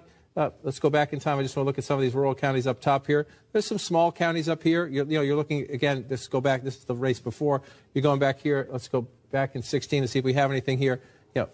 80%. So even if you keep going there, you're talking about a couple hundred votes at best when you look up here. So you look at this big population center. Again, this is where the votes are in these areas around here, or in the Raleigh-Durham Research Triangle and the areas around it, 80%. So there are some votes to be counted here, but if you look, come back, pull out to that statewide lead at 83%, that's a tough margin to make up. Doesn't make it impossible. If she's going to make it up, a lot of it's going to have to come from right here in Charlotte and in the suburbs. Again, if you do that math, you're at 43%. If she doubles that, there's 100,000 votes there. If you double it, so it's there. The question is, you start checking these Republican counties. There's a couple hundred votes here for Donald Trump to make up, maybe 1,000. There's still some votes here for Donald Trump to make up here. And so we got a ways to go before you can get into the exact nature of it. But if you're in Trump campaign headquarters right now, you think it might get closer because your votes are in here and your votes are in here. And that's what happens in the war room. They start calling around to all these counties, who's left out, what's left out. And here, they're looking, they're asking here, how are they close to Charlotte, or are they more up here where the Republicans run a little better? That's what they do in the war rooms right now. And this is. Let's take a look at 2 states, Michigan and Wisconsin. These are states that Hillary Clinton obviously has to win. Michigan first. Donald Trump is ahead right now in both of those states. And as you look at the map, before I go into the numbers, these are the 2 states, if the map stays like we see it right now, if Donald Trump holds on to Florida, if Donald Trump holds on to North Carolina, then these are the states that will decide the next president of the United States. That's a big if. That's a big if. But let's just go through. 26% of the vote right now, and you're just looking here again. You're up here, Upper Peninsula. You're down through here. Donald Trump is winning. He's got a lead of about 60,000 votes. He's winning areas where the Republican, the conservative needs to win, and he's winning them. Just want to go back again. These are tiny places, so you think that's not a big deal. That does matter in a close race. 59%, 70%. So in these small rural counties, Donald Trump is running up numbers, and you think, oh, it's 200 votes. Oh, it's 300 votes. Well, guess what? If it's 200, 300, 1,000, 800, you start racking that up. That's what you need to offset the Democratic leads down in these places. 63% of the vote in Oakland County, so more votes for Democrat and much more population, as you see. But let's go back in time and take a look. 51, 54. So she's underperforming President Obama a little bit here in the Detroit suburbs. just want to come back to Wayne County. She's stretched out a little bit. The last time that was 2 or 4 points. She's now in a 10-point lead range there. Only 50% This is the of the key. vote. This is the key. This is the key, and this is why, again, at Trump headquarters, they're looking at Michigan. They're thinking 16. That's a magical number to add to Trump's math if they can get those 16 electoral votes. But let's take some time. Let's wait. Wayne County is notoriously slow in reporting its votes. We've been up. We'll be here for a while. Let's just put it that way. We're 27% statewide, but she needs a big number out of Wayne County to make that up. Mathematically possible? Absolutely. But again, in the Clinton war room, trust me, they are frantically calling not only into Wayne County, but they're calling in down here too, as you get at 66, only at 5%. Again, smaller county, less population, but if the margin stays like that, and it's early, so you're not sure the margin's going to hold like that, but if it stays like that, the math is still possible.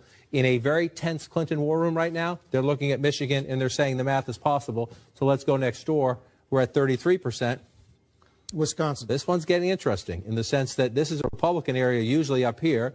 Let's come over to Eau Claire. He's 51,000 votes ahead in Wisconsin right now, a state that usually goes Democratic. And so here's a big area where President Obama ran it up 56-43, and we have absolutely nothing. So you start to look again are there votes out here for Hillary Clinton to make this up?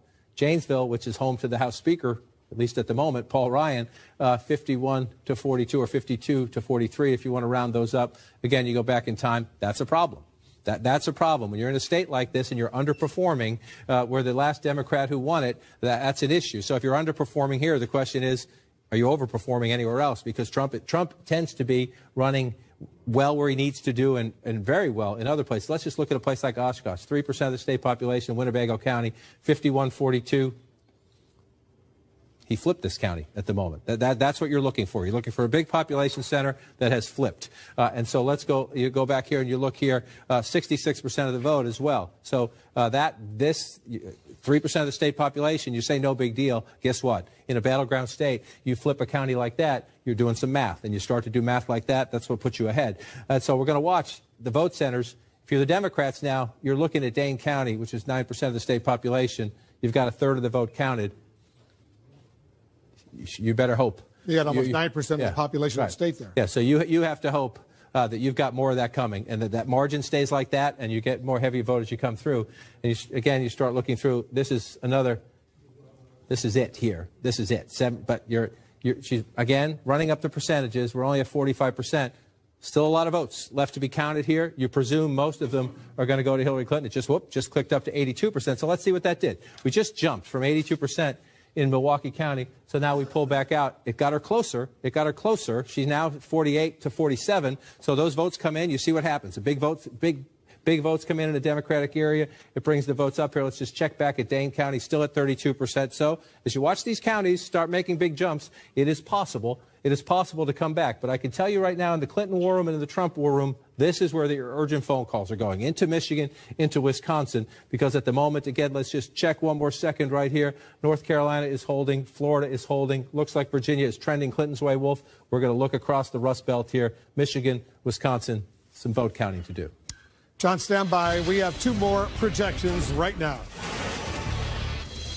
CNN now projects that Hillary Clinton will win the state of New Mexico with its 5 electoral votes. Hillary Clinton wins New Mexico. CNN also now projects that Donald Trump will win Missouri with its 10 electoral votes. Another important win for Donald Trump in Missouri. Let's take a look at the Electoral College map right now, where it stands, the all-important map, I should say. Donald Trump is still ahead. He has 149 electoral votes to Hillary Clinton's 109 electoral votes, 270 needed to win the White House. You see the blue states, Hillary Clinton states, the red states, Donald Trump states, all those yellow states. Too early to call. We have not been able to make a projection in those yellow states. Let's go back to John over at the Magic Wall. John, you're looking at the national vote right now, and Donald Trump is ahead, by 2 points? Looking at the national vote, we still got some ways to go, and we're still early in the count in a lot of these states out here. So I just want to go back to this again for people at home who are thinking, is this possible? Is this possible? This is where we have it right now. Actually, we've moved a couple of other states since you did that.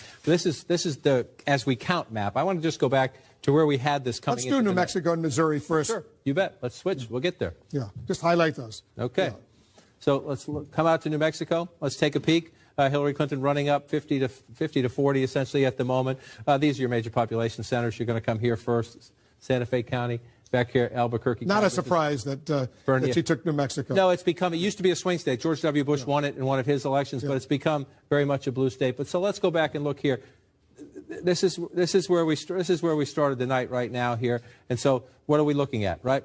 Clinton was at 268. We thought she just wins one state like Nevada. We'll get there, but Democrats think they're going to win Nevada. Most Republicans think they'll win Nevada. We'll see what happens. But the early prognosis on the night was she wins that, holds everything out here, then she could afford to lose Florida. She could afford to lose North Carolina. But we're in a very different conversation right now. Even if we give her Nevada, Trump is favored here.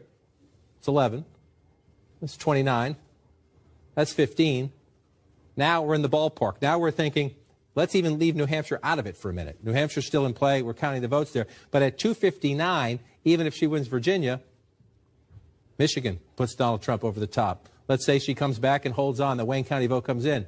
Wisconsin would put him at 269. Then you've got a congressional district in Maine, or state of New Hampshire can put Donald Trump over the top. So we are having a conversation now that it was impossible to have 2 weeks ago. That was just improbable. You were not having a reality-based conversation trying to do this map a couple of weeks ago. The polling told you that was a fool's errand. It is not a fool's errand tonight as we watch these results. Does that mean this is going to happen? No, we don't know that. We're going to be counting votes for a long time. But it is now conceivable. And one other thing to watch, Democrats think that one's gone. We haven't counted many votes out here yet. There was a late push by Democrats. Is there anything we can do to turn that one around? Let's take a look at Iowa. We're beginning to get some votes in from Iowa right now. Some Democrats were thinking at the end, do we need to suddenly go back and try to turn something around? Are we going to be in a problem? And it's blue at the moment, but we're only at 13% of the vote. And the votes that are in Iowa City and Des Moines, those are big Democratic areas. So she's up 59, 60 to 35, up to 13% right now. But when I was showing you Michigan, I was saying take a deep breath because all the votes were coming in from conservative areas.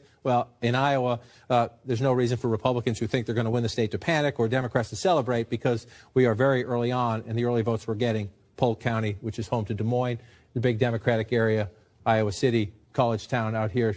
She's running it up in the College Town, but only at 2%. So this, again, in electoral college chess, you focus on the big ones. Florida's 29, North Carolina's 15, Michigan's 16, Pennsylvania's 20. Every now and then, the little guys come into play. And we may be counting the votes in Iowa, and we may be watching the votes in New Hampshire deep into the night because we have a different race tonight than we thought we had even just days ago. All right, let's go to the big key battleground states. Let's start in Florida right now.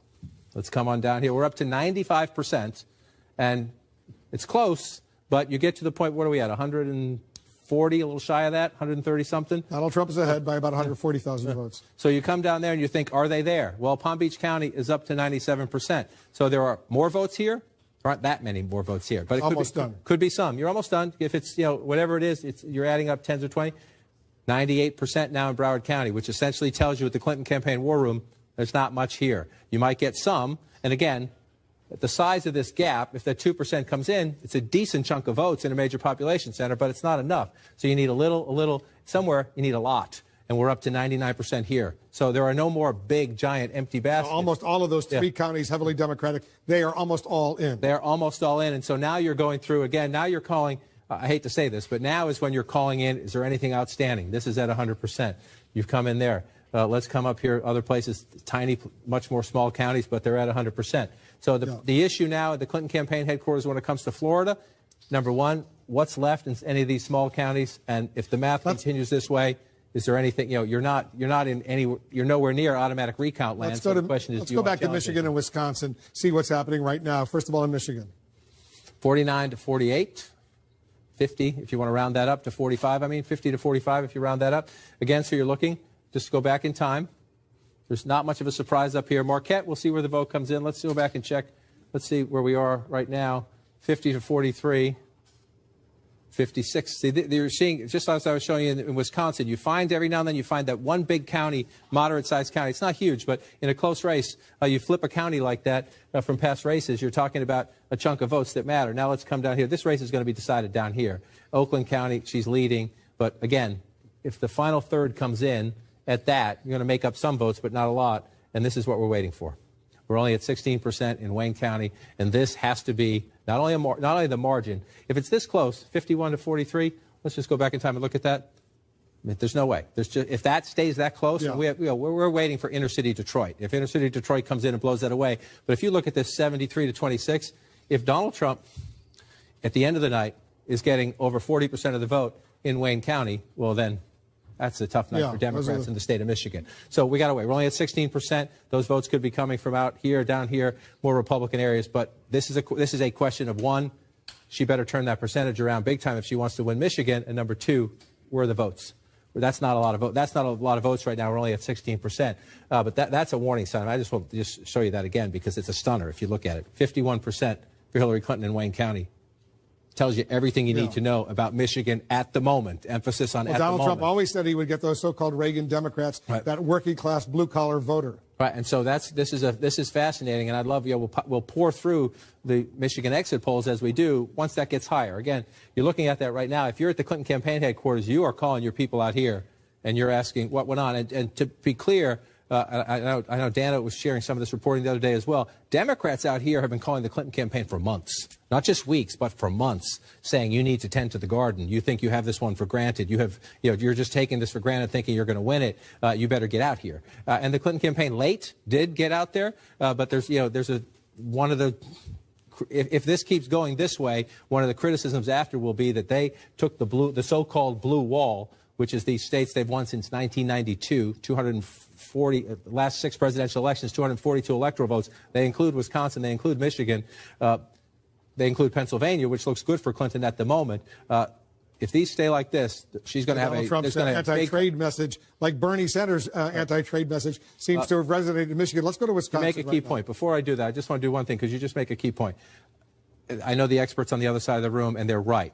Primary wounds very rarely carry over to the general election. So you can lose a state in the primary, or, Hillary Clinton won a lot of southern states in the primaries that she's not winning tonight. But Democratic primary, these are Bernie Sanders states, both of them. And so as we go through this tonight, to your point, I did that because of your point about the trade message. Yeah, all right. You want to go Wisconsin?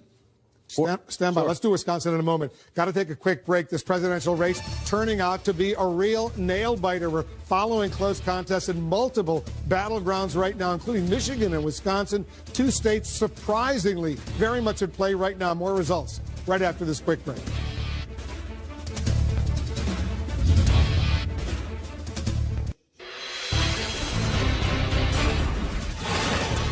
We have a major projection right now. Donald Trump will take Ohio. CNN projects Donald Trump will win Ohio with its 18 electoral votes. A relief for Donald Trump. No Republican has ever won the White House without Ohio. He has won Ohio with its 18 electoral votes. Let's take a look at the Electoral College map to see where it stands now. Big win for Donald Trump in the state of Ohio. Right now, he is ahead of Hillary Clinton. He has 167 electoral votes compared to Hillary Clinton's 109 electoral votes. You need 270 to win the White House. Donald Trump is ahead of Hillary Clinton right now. Jake and Dana. Jake, this is a big win. He needed Ohio. He got Ohio. Iowa and Ohio always looked like the first states of the Obama states that Donald Trump would be able to pick off. But I didn't know, based on polling and based on how Democrats talked about Ohio and how Hillary Clinton campaigned there. Remember, it was just a few nights ago she was there with Beyonce and Jay-Z campaigning. I didn't know it was going to be so early that we're going to be able to call Ohio for Donald Trump. I always thought it was going to fall into his side of the aisle. It is remarkable what we're seeing here, not just Ohio, but all over the country. In Philadelphia, I was just looking, the returns coming in. Hillary Clinton with 81% of the vote in Philadelphia as of right now.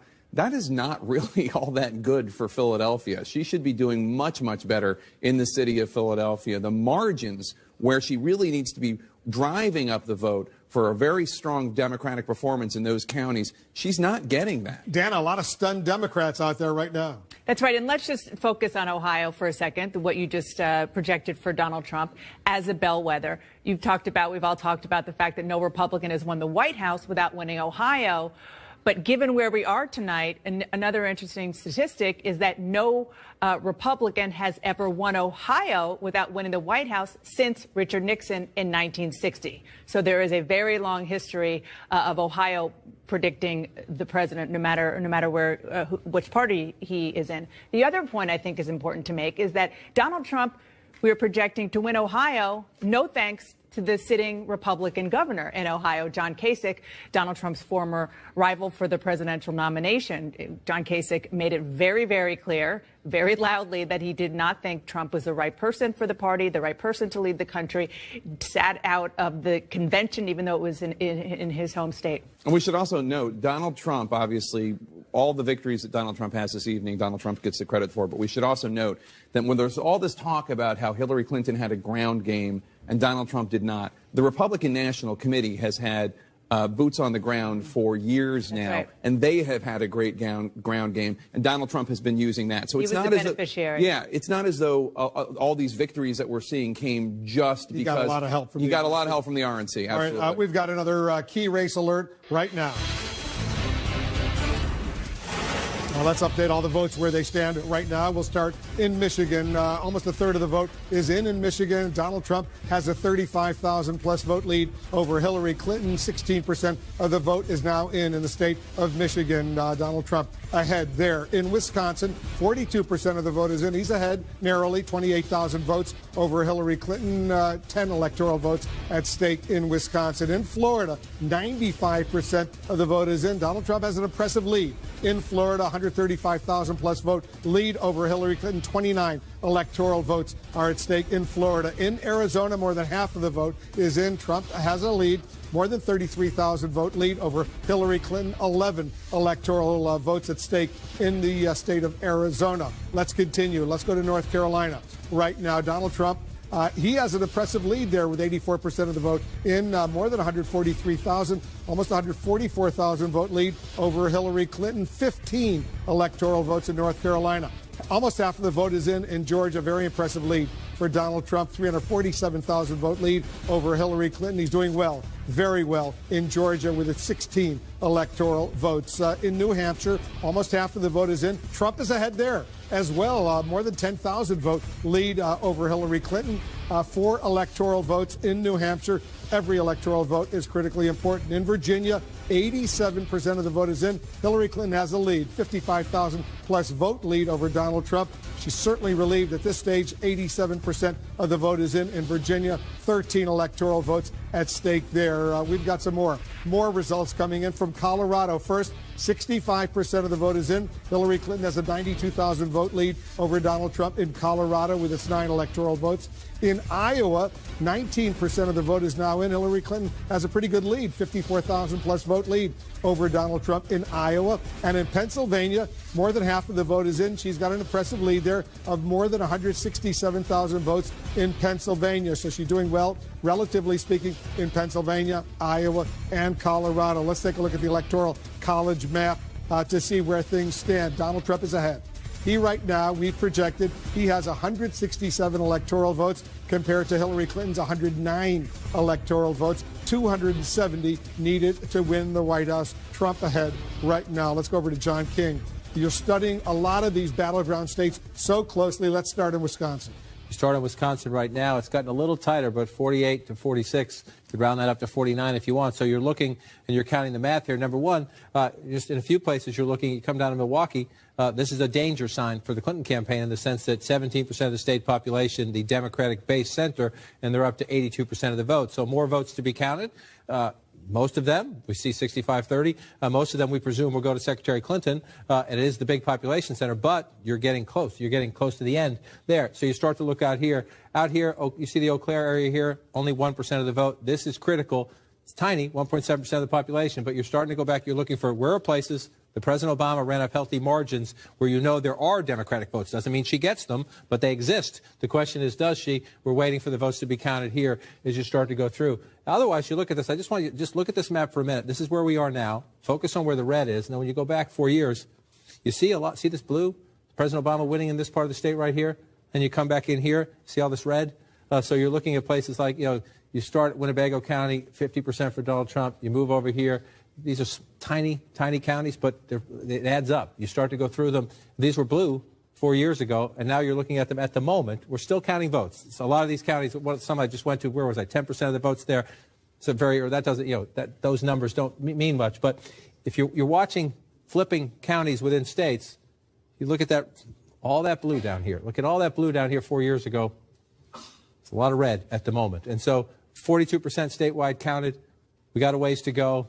It's more than competitive, especially at only 42% of the vote. But this is a he's got a 30,000 vote lead right now. But this is a tough battle again. And this is.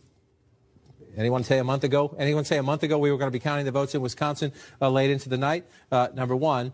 And again, the criticism is going to be here that even if she pulls some of these states out, the criticism is going to be that you ignored your friends. These are friendly Democratic states that have been Democratic for quite a long time, and look how close they are tonight. That's not to take anything away from Donald Trump. Donald Trump went into these states. He campaigned in these states. He's selling his economic message in these states. He's selling change in these states. But these are not states where the Clinton campaign was repeatedly visiting in the parts of the campaign when they could have and should have. So you're looking at 51-43 right now in Oakland County. Just trying to see what's left out there, Wolf, as I go through some of these states, just trying to do the math of is it possible. We were down here earlier, and it was much closer. A bunch of votes came in Wayne County. That's what made Michigan. Third of the vote in Wayne County now in. And Michigan's a little tighter because of that, because this went back to a more traditional Wayne County. But still, when you go back in time, Donald Trump at just shy of 34% there. Mitt Romney got 26%. So, again, we'll see where we get. We're only at 34%, and it has changed. Let's see how we get as it comes in. Wayne County, again, notoriously late for coming in. Later. I'm not criticizing Wayne County. It's just later as they come into the state. But you're looking at this. Donald Trump is doing what he has to do. Again, compared to 4 years ago. See all that red up here in the Upper Peninsula, up here in the northern part of what they call the mitten, if you will. See, put the map, the hand up there. See, running it up. Still some places up here where President Obama did well that at the moment Donald Trump is leading, and that can make the difference. Again, it's a tiny little county, but that 1,000 votes can make the difference in a close state when you get down to a battleground like this. Goes to show you every vote counts. Let's go to Colorado right now. Colorado is close. 65% of the vote is in. Hillary Clinton is ahead by, about 89,000 votes. About 89,000 votes, and so you're looking at what are we missing. And so, again, most of this state is won here, unless this is very close. Then the smaller counties fill it in. So let's just check around here. Adams County, 9% of the state population. These Denver suburbs are critically important to how this state has shifted from reliably Republican to swing state to what many Democrats had hoped would be leaning blue. 50% of the vote there. Just want to go back and check. 57% for President Obama. This is a pattern we're seeing now in a lot of places where Donald Trump is running more competitive. You move down here to Arapahoe County. Vibrant Tea Party here. It's a Democratic county, but there is a vibrant Tea Party as well. It's a tug-of-war county, a swing county. Hillary Clinton at 53%. That's more in line with the Obama performance. I just want to, Wolf, come over here. She's doing fine in Denver City. Check the math, the numbers of the turnout. Jefferson County, this is one of your classic swing counties in the United States. She's winning at 50% there. 51%. So this one, Colorado is filling in a way that I'm not saying we haven't called this state yet. We've got a lot of votes to count, but this one is filling in a way. Colorado, you look at the 5-point margin there, right? She's built up her lead to about 91,000 votes right now. Let's go to Iowa. I just wanted to check. That's a 5-point state, and that one's filling in. Is got a ways to go, but it looks like it's filling in the way the Democrats expected it to. Iowa, we have Clinton ahead early, but I just want to be very cautious here. Number one, I don't know a lot of Democrats in Iowa who are confident they're going to pull Iowa out. Doesn't mean they won't. She has this lead here now. We're up at 21%. But remember, a lot of what you see empty here, especially out in the western part of the state, is going to fill in red. The question is, as we just went through to the east in Wisconsin and Michigan, these are blue for President Obama. When we get there later tonight, let's see what they are, because that could be the difference if this stays close. But right now, the votes that we do have are in Democratic population centers. So she's running it up big in the Iowa City area. She's running it up big in Cedar Rapids, but it's only 1% of the vote. And we have Polk County as your biggest center here, where Des Moines is. She's running it up big. So if you're the Democrats and you're looking at the map, you like what you see right now, but we're at 21%. We'll see. She's up by more than 50,000 votes right now. This could be when you pull out and look at this. If you're looking at this, number one, if Donald Trump holds this and this, she can't afford to lose both of those. If she gets one of those back, then we could be in a game of chess. To 270. What's her path to 270? Well, her path to 270 was this. Let me switch maps here for you. This is where we started the night, but these were all lean. These were all lean Democratic. At the moment, Pennsylvania looks solid. We're still counting the votes. Change the states to reflect where the vote is now. But right now, Donald Trump leads here. Donald Trump leads here. We're not ready to. This one's still early, but Donald Trump leads. So let's just put it in the current state of play. Okay? Donald Trump leads here. Oops, sorry. And Donald Trump leads here. So we were talking all in the last couple of weeks that Donald Trump had such a narrow path, like drawing to an inside straight flush. Take away Iowa. Tables have flipped. Take away Iowa right now. Hillary Clinton slightly ahead.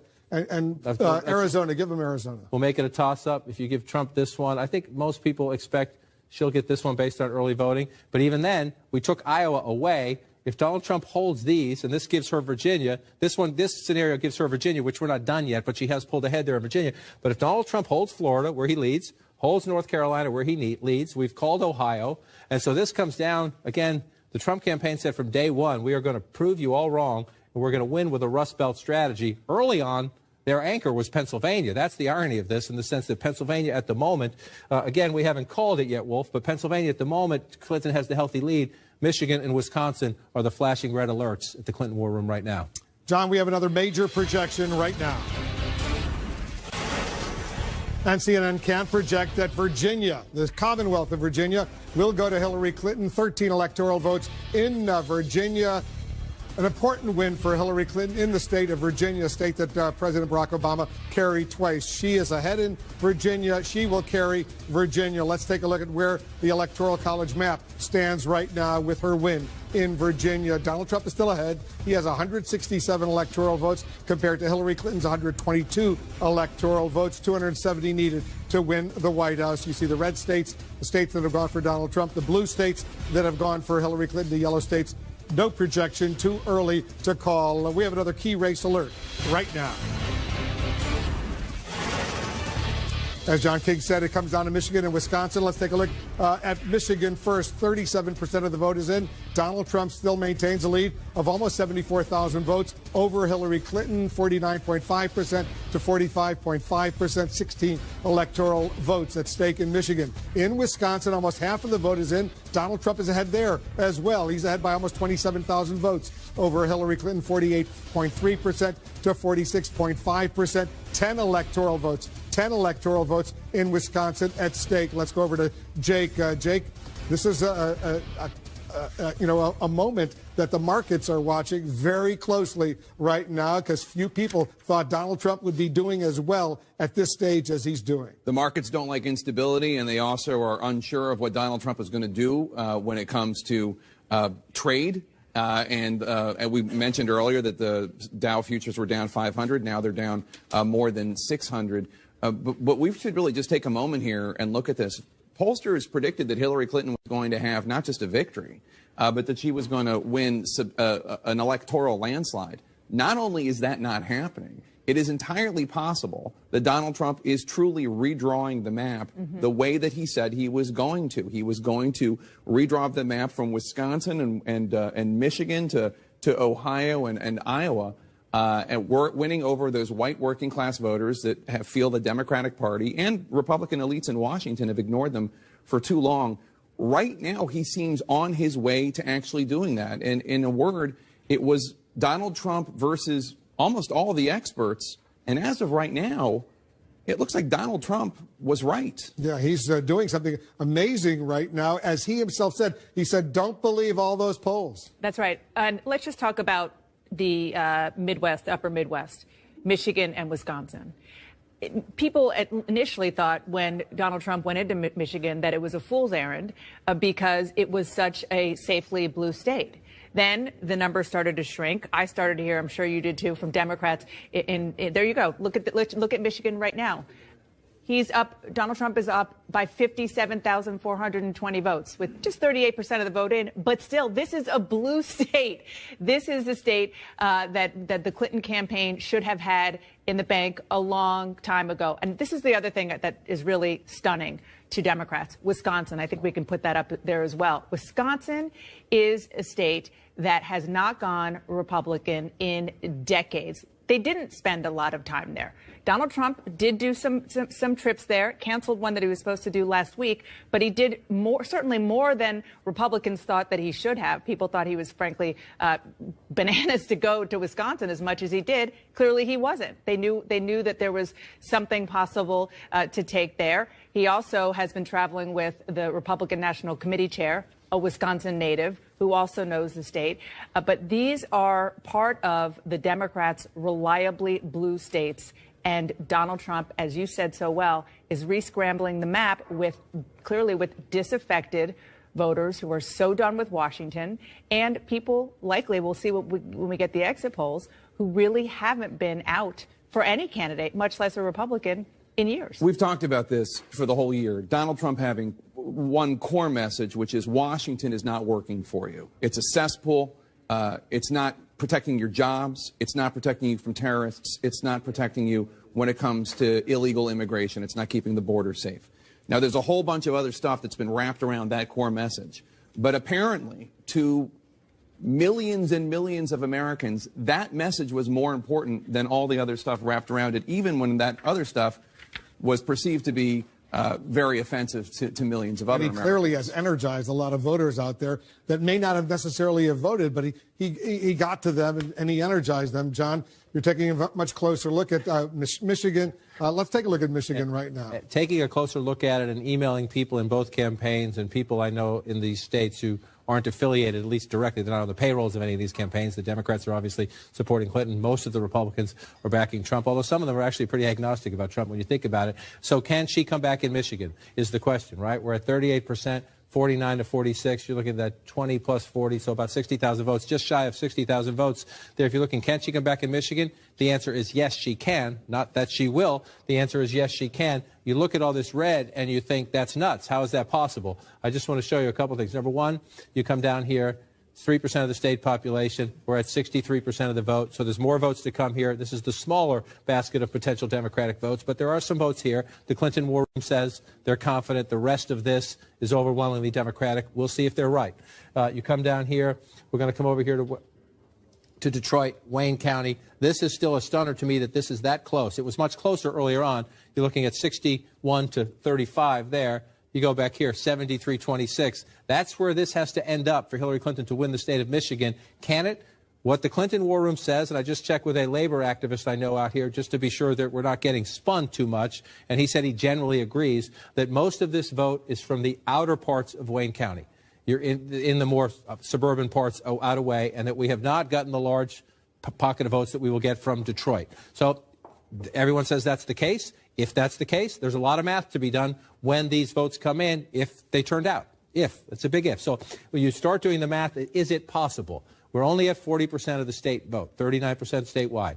And she is down, you know, she just pulled a little bit closer there. Is that what? About 60,000 votes. 60,000 votes. So are there 60,000 votes in Detroit alone?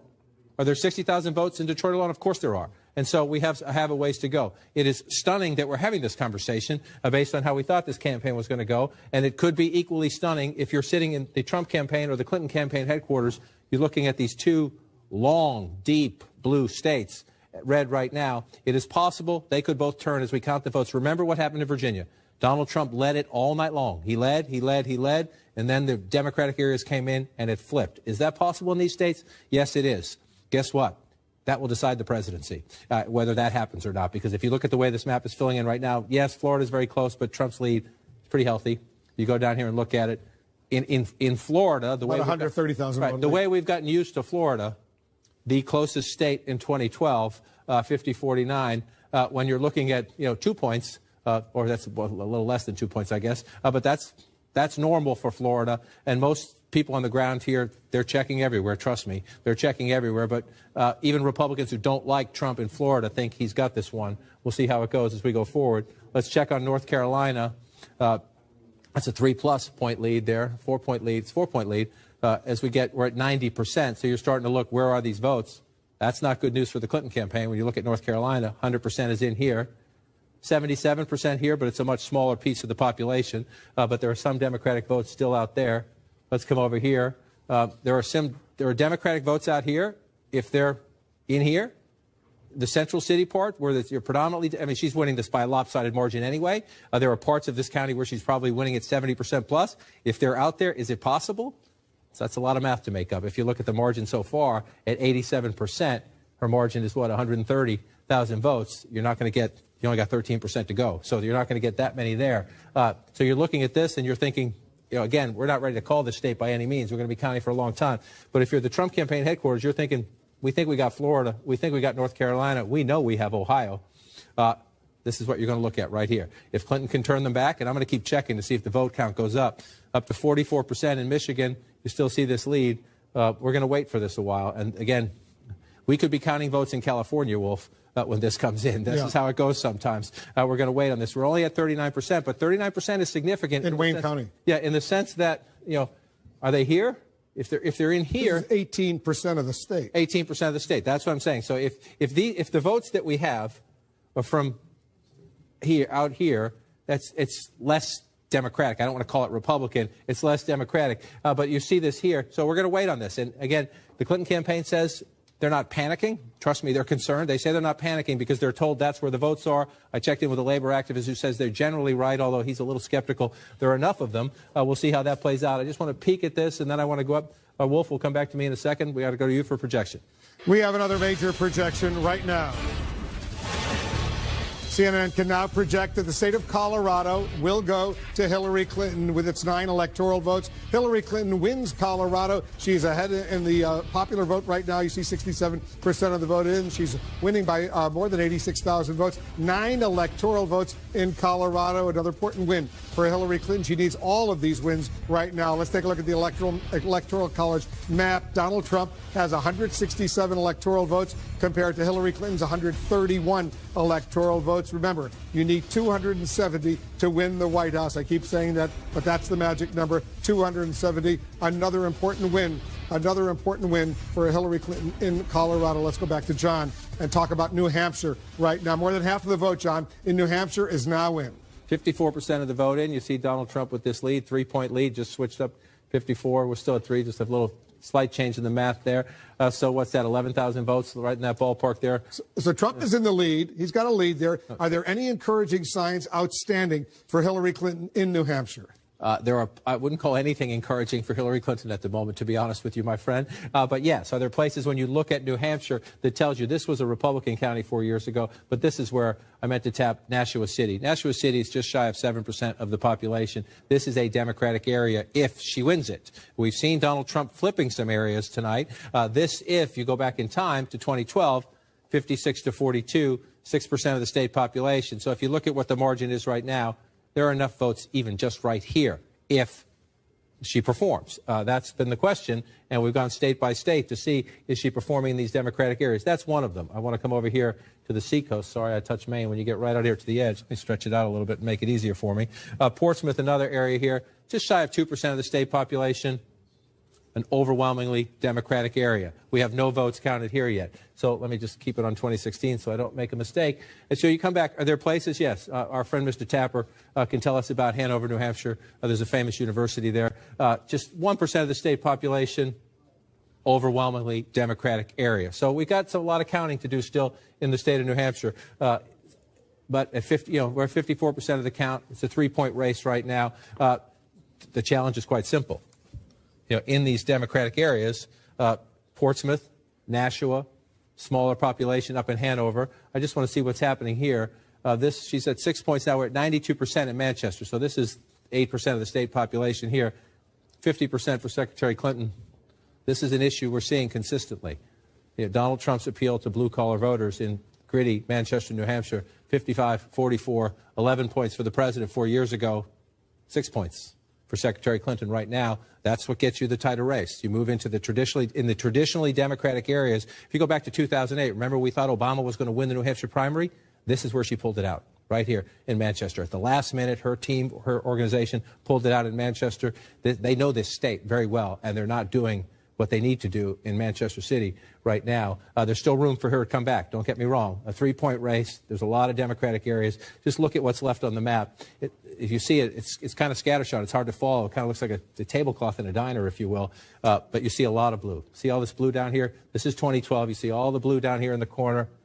We don't have those votes yet. So she might still be able to overcome that 12,000 vote or so disadvantage she has. Yes, she can, and we'll know. We will know when we see results come in from Nashua and Portsmouth. These are smaller communities. You're going to get 50 votes in this town, 100 or 200 in the next town. And Donald Trump's, there's a lot of Donald Trump territory still here to fill in on the map. Don't get me wrong. Well, there's a lot. If you want to go back, there's a lot of red still to be filled in. From 4 years ago. So there's more votes for Trump. But the big population centers that we don't have yet are Nashua and Portsmouth. big relative in the context of New Hampshire. But there's room. No question there's room. Oops, sorry, I hit the wrong button there. There's room for her to come back without a doubt. Let's go to Pennsylvania right now. She's ahead in Pennsylvania. Take a look. She's ahead by only, less than 100,000 votes in Pennsylvania, with 66% of the vote counted. The way the rest of this night is going, she's happy, Wolf, in the sense that, no, it's odd in the sense that we thought, if we were talking about this, and our good friend Jeffrey Lord is from Pennsylvania, consistently we have thought that this would be the test. This is where the Trump campaign told us would be the big test. We're not done. We're not done here, but this one has been blue. She has led consistently throughout the night. So you look at where we're talking about here, and this is, so she has to come out of Philadelphia County with about 400,000. She'd prefer 400. She's got 400,000. Yeah, she'd prefer 440,000, 450,000. She's ahead by 418,000 votes right now. So you can win Pennsylvania with that in a presidential election. That's almost the minimum. I hate, it looks so lopsided, but that's almost the minimum. She's at 82%. You come back here again. You go back 4 years ago, 85%, and so I just want to see it's at below 1%. So so there's not much of a drain from the third-party candidates there at all. That's okay. She would like that to be stronger. The question is, how's she doing out here in the suburbs? And when you match this up right now, this one looks, if you're a Democrat, this one looks right. Pennsylvania. Yeah, it looks right, if you will. If you look, 57% in Montgomery County, 57% in Montgomery County. The president was 50-49 in Bucks County. Hillary Clinton, the third-party candidate's drawn a little bit there. It's a one-point race. That's consistent. It's a one-point race there. Just want to move over here and look. Chester County, she's winning this. Actually, this is significant. If she holds this, it's only 32% of the vote. This is where Melania Trump went to give her speech. Berwyn, Pennsylvania is here. It used to be Republican. It's trending Democratic. Mitt Romney won it just barely 4 years ago. So when you look at Pennsylvania, if there's a place they are reasonably optimistic about in the Clinton campaign headquarters, it's Pennsylvania. But we're only up to 67% of the vote. So you start looking out here, again, in the central part of the state is going to be for Trump. But that's 50-44. She's holding her own in a place like that. But we're at 100% here. We're at 94% here. I'm trying to see if there are places out here where we know there, even if it's hundreds at a time, if there are a lot more votes for Trump to make up. And you see, well, there are some small ones, but it's tiny here. You're looking at the votes. You can screen it to show us the outstanding vote that's still out there. We have this new feature. You come, oops, bring it back. I just touched. She gets a little touch happy at this time of night. Let's see if we can get the percentage. Here we go. So we just come over to, let's just use 75 ballpark. So you're looking at the places where we're still under 75% of the vote counted. So you come in here, you're at 59%. So, again, it's a relatively small population center, but there are some more votes for Donald Trump as well. You're looking, Allegheny County, I just wanted to check this one. As you can see, it's over that. They're at 91%, Clinton winning. So more votes for her, but not a lot because that one is counted. So you're looking at what your calculation at home or in the war room is, okay, what's left? And you see a lot of blue areas here that are left, and these are more populated. These areas are more populated than these areas. So if you're looking at this, you would think your hunch off the top is there are more Democratic votes out there than Republican votes because these are bigger population centers than the Republican areas. So if you're in the Clinton campaign headquarters, you're reasonably happy with the Pennsylvania map, although at this point of the night, given what's happening in Michigan and Wisconsin, you're nervous about everything. But that one makes you feel a little bit better when you look at that. And I just want to check back out here. 46% moved a little closer, I think, from the last time we looked at this. I'm just going to keep looking down here. We're up to 50% in Wayne County. This is going to decide the state. Let's screen Michigan right now and see where the outstanding vote is. Let's bring it up. Where there's less than 75% so far reported. 75%. And so there's a Trump lot. is up by 53,000 in the state. Up by 53,000 votes. And so you see a lot of red, right? That means we have a lot of votes still to be counted in these places. Now, again, it's not a huge vote count, but this matters. This matters. A couple thousand votes matter. So as we go through, they're up to 67%. So he's not going to get a couple thousand more to cushion, but he gets a few more hundred. So that's the calculation you're making. Are the hundreds you're going to get in these conservative, smaller counties? Can the Democrats make up for that? That's a lot of votes with what's left to come out of Detroit. And this has to be, when we get more from Wayne County, it has to be overwhelming, or else she's in trouble. I mean, she's in trouble at the moment in Michigan. The only way to solve her trouble is to have an overwhelming surge when we get more votes out of Wayne County. You look at other places, we looked at this a little bit earlier. Ingham County, it's Lansing, 63%. So there are more votes. It's, again, that's good math for Clinton, but you're almost two-thirds of the way there. So there's more, and there's a lot more for Donald Trump to come in these smaller counties, without a doubt. And so we're going to be counting in Michigan for a while. Let's do the same test as we go over to Wisconsin. Again, most of the areas we're waiting for a Republican, which bodes well for Donald Trump. At least they're Republican so far. There's by no means guaranteed that some of these won't flip if more votes come in. But if you're looking at them at the moment, they're Republican. I want to remind our viewers that we're getting ready for the top of the hour. Polls are closing in 5 more states, including California, Oregon, Washington State, Hawaii, and Idaho. We'll see if we can make some projections. Let's quickly look at western Wisconsin here. I just want you to look here. This is what we're waiting for. These are counties in Wisconsin where less than 75% of the vote has been counted, right? So we're waiting out there. This is now. That's 4 years ago. That's blue. That's all blue 4 years ago. That's red right now. And so if that stays that way, that is the redefining, at least for one election cycle, of the American electoral map as we know it. That is a crack in the blue wall. If that stays, I want to keep emphasizing if, because if you talk to the Clinton campaign headquarters, they tell you, and let's see, Milwaukee's over 75% now. So I just want to come back to the full count and see, because they have been telling us that they can get votes out of here. It's at 84%. Again, if it's Center City, Milwaukee, it could be overwhelming. Is it enough to make it up? You see what she's doing in Milwaukee County. That is overwhelming. So it's almost so we'll see what happens here. The Clinton campaign says they can make it up here. When you're at 84%, that's when you start to get a little bit skeptical that the math is there. The other place the Clinton campaign tells us they can make this up is the all-important Dane County. 9% of the state population, Madison, University of Wisconsin. This is a liberal Democratic base area of the state. As you can see, she's winning 68, rounding up, not down, 68 to 27. So half of the vote left. Is it possible? You see the gap. If she can double that, there are a lot of votes to be made up, enough to counter that. But she's running out of options. It has to come from here, it has to come from there, and then a small smattering, because there are still some votes, Wolf, for Donald Trump to make up in these rural areas. Tug-of-war, Wisconsin, tug-of-war, Michigan. We knew Florida and North Carolina would be tug-of-wars. This is most unexpected.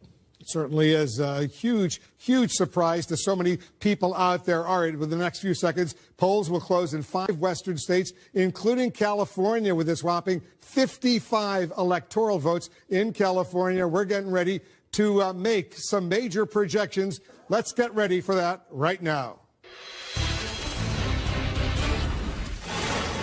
And CNN projects Hillary Clinton will carry the state of California with its 55 electoral votes. A huge win in California for Hillary Clinton. She will also carry Hawaii with its 4 electoral votes. Hillary Clinton wins in Hawaii. Donald Trump, he also has a win. Donald Trump will win in Idaho with its 4 electoral votes. Another win for Donald Trump in Idaho. All right, let's take a look at the Electoral College map now. With these, Oregon and Washington State, by the way, too early to call in those states. Oregon and Washington State, you see it right now. Now let's take a look at the Electoral College map. Hillary Clinton has now gone ahead. She has now gone ahead with the huge win in California. She has 190 electoral votes to Donald Trump's 171 electoral votes, 270 needed to win the White House. Hillary Clinton is now ahead in the all-important Electoral College map count. Are they breathing a little bit easier over there at Clinton headquarters? I don't think so, to be completely honest, because at some point in this night, as we watch the returns come in from states such as Wisconsin and Michigan, the Clinton headquarters was very confident that they had. That was their firewall. Remember, Wisconsin wasn't even part of the conversation. It was Michigan, it was Pennsylvania and Virginia and New Hampshire. When these returns come in, you see, okay, they have Virginia, but Pennsylvania's still up in the air. New Hampshire seems to be leaning towards Trump, and Michigan seems to be leaning towards Trump. No, I don't think so at all. You know, we've been talking now for 6 months about what is Donald Trump's path to the presidency. At some point, we're going to approach the period where it's a question of, does she have a path to the presidency? If she can't win Pennsylvania, New Hampshire, and Michigan, much less Wisconsin, Brooklyn, we have a problem. Yeah, she's got to win those states, Dana. Well, on that note, I'm just looking at a note from a Clinton aide saying that they are breathing a slight sigh of relief because of Colorado and Virginia. They do have to hold the upper Midwest, Wisconsin and Michigan, which, as you said, who knew, particularly Wisconsin, it was going to be this tight. The Republicans didn't even think they were going to win Wisconsin a few days ago. As I said, Donald Trump had been going there, much to the chagrin of others. And one more thing I just want to say, that as far as the Clinton path, win Pennsylvania and either New Hampshire or Nevada. One other thing, look at this picture. This is something that I think is quite poignant at this hour. 2 hours ago at 8:55 p.m. Eastern, the Clinton team tweeted this out. It says, "This team has so much to be proud of. Whatever happens tonight, thank you for everything." And this picture of Hillary Clinton embracing this young girl, you know, if she pulls this out, this is a picture that says, "I did it for you." If she doesn't, it's a picture that says, "I'm so sorry I tried." And it's so poignant that they sent this out 2 hours ago, and it can be read two very different ways. One of the things we saw in the exit polls was that women were not voting for Hillary Clinton in the numbers that polls suggested they would. She was not getting the gender gap that so many anticipated. But let's talk about the response of world markets, because those are some other individuals who are having trouble breathing right now. You see the world markets in Tokyo, Shanghai, Hong Kong are down. And the last I saw, it was more than 600 points that Dow futures were down. Again, because of the instability of the American election. Everyone thought, based on pollsters and prognosticators, that they knew how this was going to end up. And B, because of Donald Trump himself, who is a wild card and has been talking tough on trade. There's a reason why Wall Street supported Hillary Clinton much more strongly than they supported Donald Trump. And we're going to see he's talking about renegotiating trade deals with China, with Mexico, and others. There's a lot more uncertainty in the world right now. Lots of uncertainty in the world. The world was watching. I think most of the world thought that Hillary Clinton had it locked up. Not so fast right now. Let's get another key race alert right now. All right now it's all about Michigan and Wisconsin. Right now, let's update you in Michigan first. Almost half of the vote is now in. Donald Trump still has a lead, 30,451. Donald Trump's lead in Michigan right now, 30,400 plus, 48.1% to 46.8% for Hillary Clinton. 16 electoral votes, very important electoral states votes at stake in Michigan. In Wisconsin, 58% of the vote is in. Trump has a lead there, almost 60,000 vote lead over Hillary Clinton, 49.1% to 45.7%. 10 electoral votes at stake in Wisconsin. Both of these campaigns desperately anxious to win both of these states. So, John, who would have thought that at this late hour we'd be talking about Wisconsin and Michigan? And I'm looking at Wayne County again. This is where Detroit is. And you see Secretary Clinton's lead here. That's what, 136 plus 3, so 139. I'm going to look at the numbers to make sure I get them exactly right. Mitt Romney, Barack Obama race 4 years ago, Wolf. Just want to make sure I get these numbers right, because Democrats are saying, can we pull this one out tonight? It was 381,000. So we got 40% still to count. 667. That was the margin. We're going to talk about this in Philadelphia when we go back to Pennsylvania. Democrats need to run it up. 381,000. Now, we've got 40% of the precincts still to count. So we've got a lot of votes to still come in, and they could come in from inner city Detroit, and maybe we'll get there. But 381,000 plus, she's way short where we are right now. So the question is, can she get here? Can she get here as we get there, as we pull this back out? We're up to 49% of the vote now, and 48, 46. Is it doable? Is the math doable? Yes. Other Democratic areas, we're still looking for votes here. We'll see, a long way to go.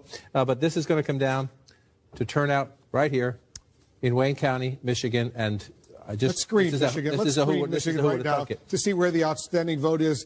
And we can do this. This is 75% or less of the vote has already been counted. All right, so you pull back to the state now. So you're looking at places. And again, so if you're a Republican, you're looking and you're saying there are a lot of Republican votes to come in here. And that's what they're thinking in the Trump campaign, that even if they come in with the last 40% and it's overwhelming, in the Trump campaign, they're saying, look, we got a lot of votes to get here. Now, these are small counties, but, again, you're at 63%, and that's 4,000 plus 43. So he's going to get some more here. He's going to get at least hundreds more, maybe 1,000 more. You look at here, Donald Trump's going to get more here. Again, if the margin holds up. There's no guarantee the margins stay the same. We don't know the precincts that are out. But if you notice a pattern through these counties, Donald Trump's getting 50 plus. In some of them, he's getting 55, 38% of the vote in, 61% of the vote in. So you pull this back out. There are a lot of Republican votes still to come in if the counties keep trending the way they are right now. Again, no guarantee of that. But when you start to get this far up in the state, and so this really comes down. This state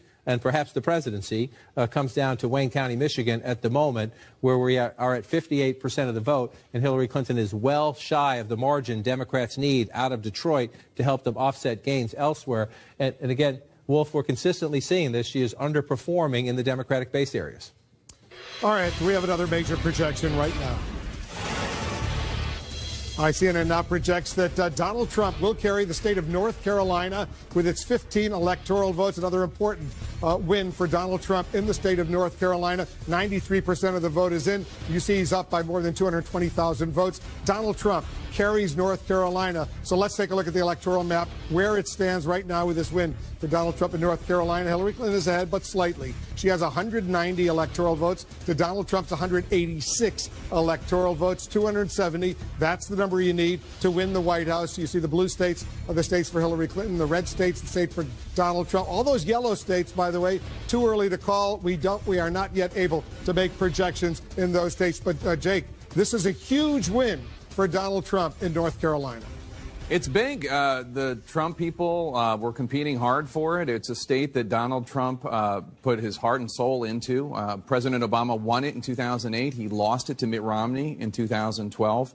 And I think, you know, just to give you an idea of how this night is going compared to how the Clinton campaign thought it was going to go, we were reporting, Jeff Zeleny, one of our Clinton campaign reporters, said that Robbie Mook, the Clinton campaign manager, was saying that North Carolina was so tight it was going to be down to the wire. It might not even be called tonight.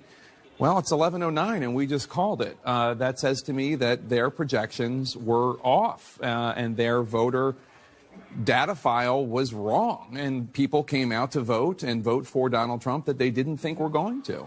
That's right. And look, when we began to see the exit polls about the demographics and how these votes turned out the way they did, we'll see what really made this happen. But just in my experience being in North Carolina, Hillary Clinton had trouble with millennials. We saw the voting that showed that she was having trouble with the African-American vote. And clearly, as we are seeing in other states, even those that are traditionally blue, never mind the purple North Carolina, he has really boosted the white vote, particularly among white working class voters. North Carolina, as you said, went for it's really a swing state. Went for President Obama in 2008, for Mitt Romney in 2012.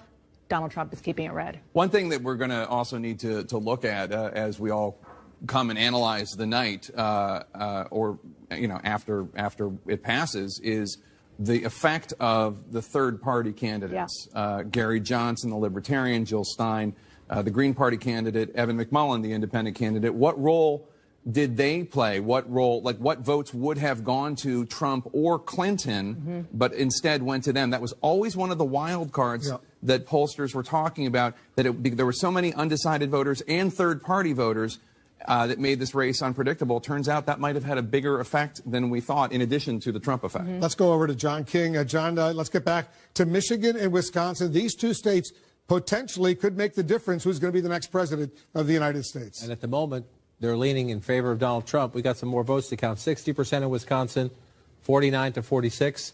You start to look at that lead. That's a 3-point lead. That's a healthy lead in a battleground state. The question is what's left. And it's get a little bit redundant this time of the night because we're waiting for this to come in. And so we're waiting. And so here's, you know, this is what the Clinton War Room tells you. You know, they say they're concerned, not panicked, because they think there are a lot more votes here. But we're up to 60% of the vote here. Yes, she's winning Dane County, overwhelmingly so. The question is, can you keep that margin when the other 40% comes in? And actually, they probably need to lift it up a little bit to pull that math off. Where else are you looking for Democratic votes? You want to come down here to Rock County, 3% of the state population, but you're up to 94. Again, a place that she's winning not by as much as she is Dane County, but you're looking in the Democratic areas. And so just as we talked about Wayne County, Michigan, we're going to talk about Milwaukee County, Wisconsin, but it's at 87%, Wolf. And so, you know, we don't know what's out. We'll have our people call and see which precincts are out, what could possibly be left. But even if you get a big boost in the final votes here, you're starting to look at a situation where there are still, as we go through some of these rural areas, where Donald Trump is winning and winning healthy. I know they're small, but again, if you're winning by that margin and you only got 61% of the vote, well, then you're guaranteed you're going to add a couple hundred or 1,000 to your count. You move over here, you're going to add a couple hundred or 1,000 to your count.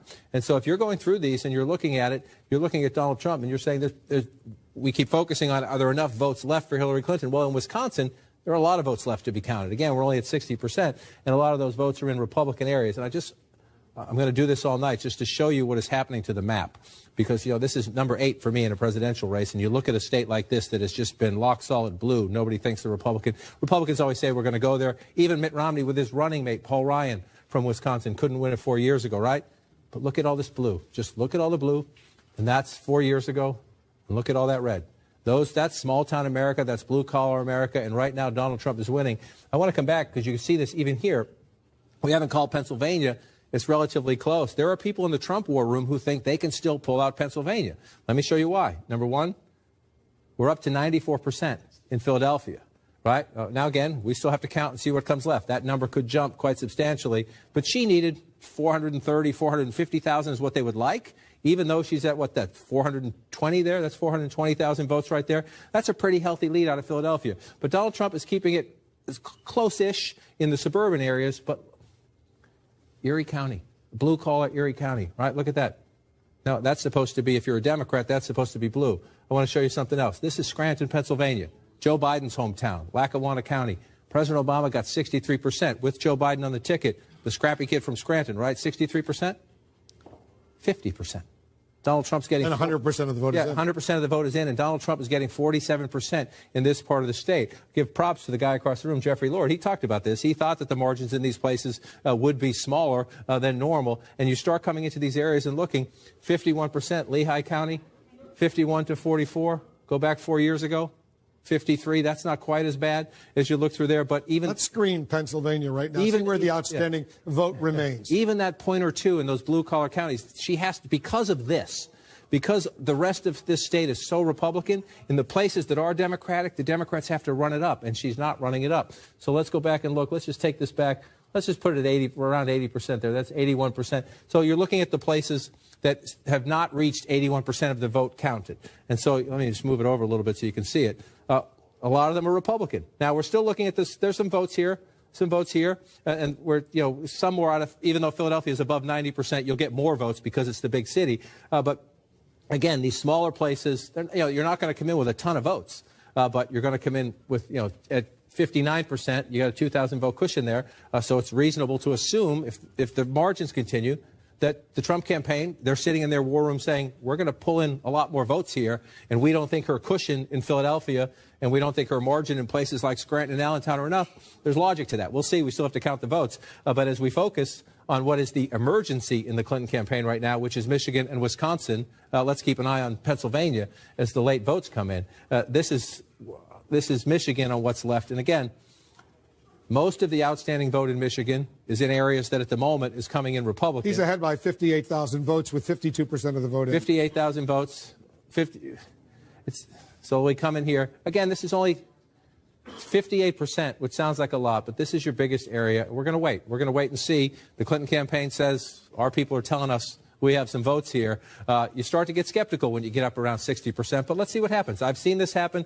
You've seen states. We just went through it in Virginia. You can see a state that looks like it's going one way, and then all of a sudden a big basket of votes comes in and it goes. But the Clinton campaign, I think David Axelrod said it earlier, we've been saying for weeks that it's Donald Trump that has to draw to an inside straight. As we get into the 11 o'clock hour and later, it is now Hillary Clinton who has to draw perhaps to an inside straight flush because she has to turn around Michigan and she has to turn around Wisconsin and she has to hold on to Pennsylvania as the vote count goes there. And as we look, I just want to come back out so we can see the entire state in the state of Wisconsin. As you look at the vote here, again, 62%.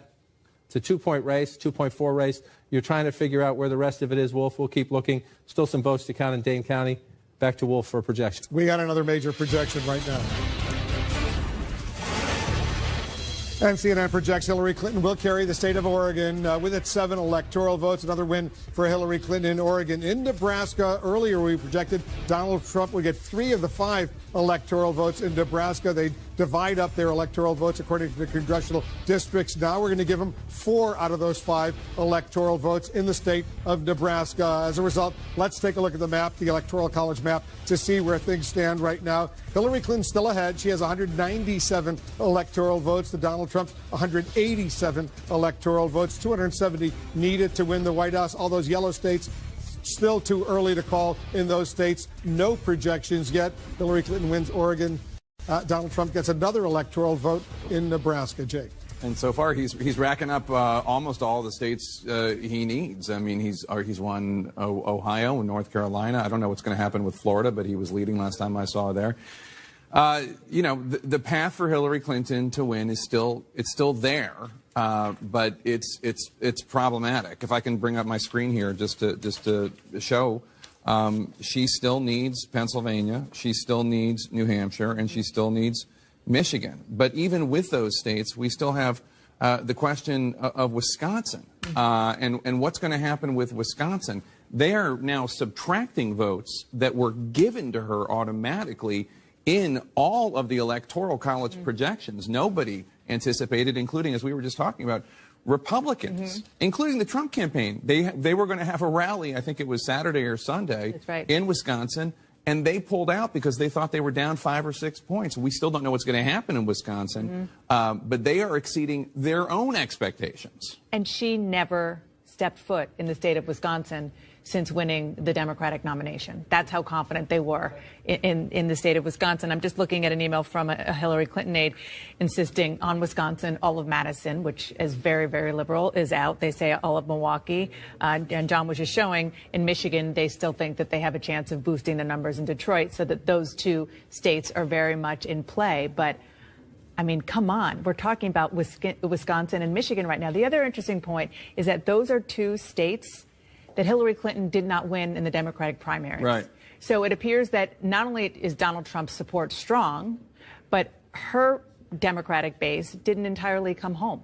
And in fact, in exit polls I saw earlier, I don't know if they've been updated, the Democrats were losing half of union households. You know, we've been talking, because we've all been trusting the polls, that we've all been talking about what's going to happen to the Republican Party and the bloodletting and the infighting and who's going to lead the Republican Party and all that.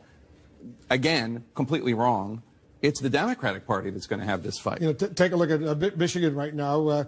Donald Trump's lead has just dropped right now. What is it, about 25,000 votes that he's ahead of Hillary Clinton right now. So it's narrowing a bit. Right. She could still absolutely, she could still absolutely pull out a victory and still end up being the next president of the United States.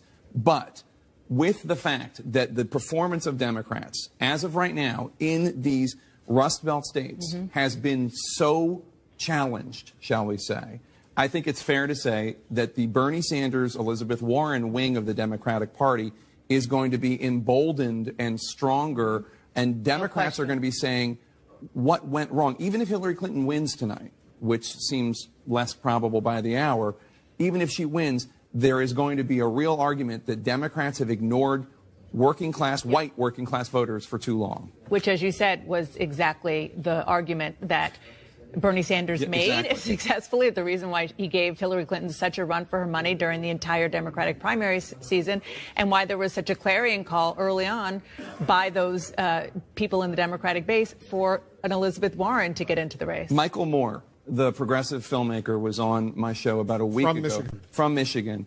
And he was terrified. And I said, well, what about the polls that show her up in Michigan and Wisconsin? He said, I don't believe any of these Rust Belt polls. I don't think they know how to poll the Rust Belt. Remember what happened in the primaries. And what happened in the primaries is that Hillary Clinton was projected to win the Michigan primary, and Bernie Sanders won. And can I just add one other element in here? And you've touched on it earlier about the RNC, the Republican National Committee, working during the non-election years after the big loss in 2012 to build up their operations in a lot of these states. Michigan and Wisconsin were two of those states. Wisconsin, probably not surprisingly, because it's the home. His lead has just been cut down to 14,000. It's getting closer and closer. Oh, wow. Take a look at that. So it's still a race. It's still very much of a race. Yeah, she needs to win Michigan, Wisconsin, Pennsylvania, and New Hampshire. Yep. It's still possible. It's just much closer than anyone thought it was going to be. Yeah, but what I was, and my point there was that there's a ground game that Republicans have built even before there was any nominee, and it seems to be coming. Cliffhangers in Michigan and Wisconsin. These two states could decide who's going to be the next president of the United States. We'll be right back.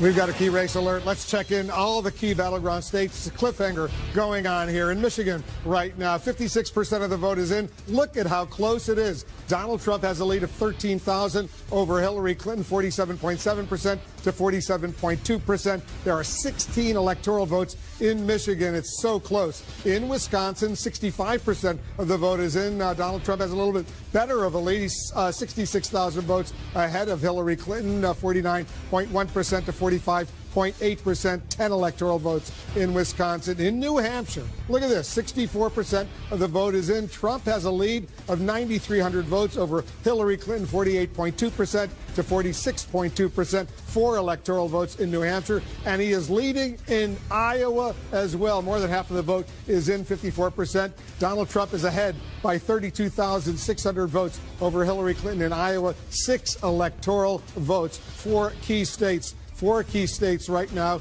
John, and those states are going to be decisive.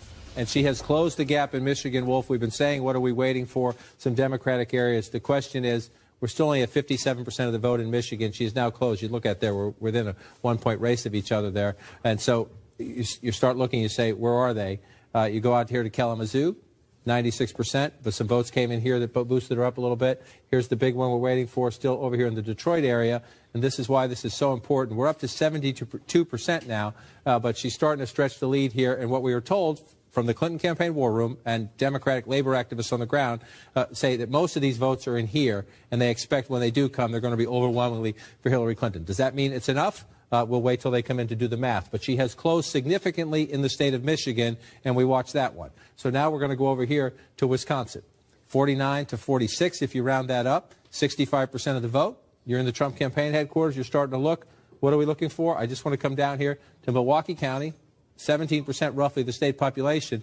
We're at 87% county-wide. Again, what we're being told from the Clinton war room, and so that's, consider the source, but what they're telling us is there are only 15, 18 precincts from Milwaukee proper have reported there are 300 plus in the city of Milwaukee. And so they're saying that their core-based Democratic vote has not been reported yet. If it comes in and the turnout is good in big numbers, it's enough to make up some of this gap. That's Milwaukee County. We'll come back to statewide now. So they are saying that they believe it is still mathematically possible. We'll believe it when we see it, but that is what they say, and we still have votes to count. I don't know that I trust their numbers. I'll let them spin their own numbers. But if you look at it, yes, that's conceivable. But they need to perform at near perfect levels with the remaining votes to make that up. Let's go to Nevada. I want to just check in on Nevada right now. Nevada is shaded blue at the moment. We're at 51% of the vote, 50% of the vote, excuse me. We're at 52 if you round that up to 43. This is where this is going to matter the most down here. This is where the Democrats believe they had a very successful early voting operation, 53 to 41. I just want to go back in time for comparison to look, 56 to 42. So that we'll wait and see when the rest of it comes in. This is very, very early. Early voting. Very early in Clark County. So you're just getting the early voting in, and so we'll see how the count goes up in here. It's pretty simple what has to happen here. Democrats have to run it up huge here. Donald Trump has to run it up huge out here to see what happens. So we got to wait to go in Nevada. And again, right now, the country and the world are focused on Michigan and Wisconsin. We'll see what happens as we get closer to these. You know, if she can come back in Michigan where she is right now, then these smaller states, Iowa was blue earlier. Donald Trump's now leading in Iowa. That had been blue in the early count. Donald Trump has pulled ahead in Iowa. I was just in touch with a Democrat and a Republican in the state of Iowa. They're pretty confident, both of them. The Democrats discouraged by this, don't get me wrong, but that Donald Trump, they believe Donald Trump is going to win Iowa as he won Ohio. Those were the 2 states. These are 2 Obama states that Donald Trump looks like he's poised to flip. So we could come down to out here in Nevada, and we're still counting the votes in New Hampshire. It's 64%, 48 to 46. This is going to be key. We still have absolutely nothing from Nashua. Just shy of 7% of the state population. This is a big Democratic area. If Secretary Clinton performs at or near where President Obama did, because we've seen so many examples tonight of places where she has not, in places where there are considerable Democrats. Let's go to Pennsylvania right now. I just want to check one more quickly over here. Out along the coast here, we have nothing. This is the Democratic area of New Hampshire, and we still have nothing. Closer to Boston. Right, and yes, closer to Boston, a liberal tradition out there. And so as you watch this right now in Trump War Room, you're happy with what you see, but we're not done in New Hampshire yet. Where to? Pennsylvania. Pennsylvania. It's a road trip with Wolf Blitzer. I like this on election nights. 80% of the vote is in. Hillary Clinton has a lead, 48.9% to Donald Trump's 47.6%. 73,000 vote lead for Hillary Clinton in Pennsylvania with 81% of the vote counted. It has closed of late. It has closed of late. There was a little time earlier tonight. I go back and forth in the map, pulled out national. There was a time where it flipped red and then went back blue within a matter of seconds as some votes get adjusted through the system. So what are you looking at here in Pennsylvania? Number one, again, here, we're up to 96% now. And she's up in that area. I told you you want to get 430, 440, 450. Right. That's critical. That's the figure that they needed. You got to be over 400,000 for the Democrat. You'd prefer to be closer to 450,000. So that's quote unquote the right number if you're a Democrat. So you get that out of Philadelphia. Then the question is, how do you perform in the populous suburbs in the collar counties? 59% there to 57%. So she's doing it percentage-wise. The question is, you look at the turnout, 90% of the vote is in there. Let's move over to Bucks County. This is always the close one. This was 49-48 is my memory, 50 to 49, I'm sorry, a one-point race 4 years ago. This is the closer, the more blue-collar of the suburbs, and so that is getting tough. The question then is, do Democrats make it up? This used to be the more Republican, more affluent county, and you go out there and Hillary Clinton's doing well with 70% of the vote in here. So we have a ways to go here. The reason this is so close, in what has been a rock-solid Democratic state for so long, number one, Erie County. That should be a Democratic county, Donald Trump winning there. Allegheny County, let's see, this one is about where it's supposed to be if you're a Democrat, 56, 57, 42. So Hillary Clinton did well there. She was there just the other day. She was there twice, I think, in the last week of the campaign. This one's going to be embarrassing personally to the Vice President of the United States. He was there many times, and you see 50 to 46. That's actually pretty stunning. It's not a huge vote center, the Scranton area, but this is a traditional, big Democratic area, Wolf. And again, in a close state like this, if you underperform in the places where you know you have your votes, that's what happens. And so we're going to pull this out right now. We're at 81%. This is a squeaker. We're still going to have to go here and count. And I just want to check. She's winning by about 75,000 votes. About 75,000 votes. I just want to check. So you look at these smaller counties as you go through the state. Most of them are in. So most of the Republican vote is counted, but not all. And we have a ways to go yet here as well. And so if you're the Clinton campaign, this was supposed to be locked up like that. You're thinking, this is supposed to be a big 5-point lead. This is supposed to be locked up, and they are not. I just want to check back to see.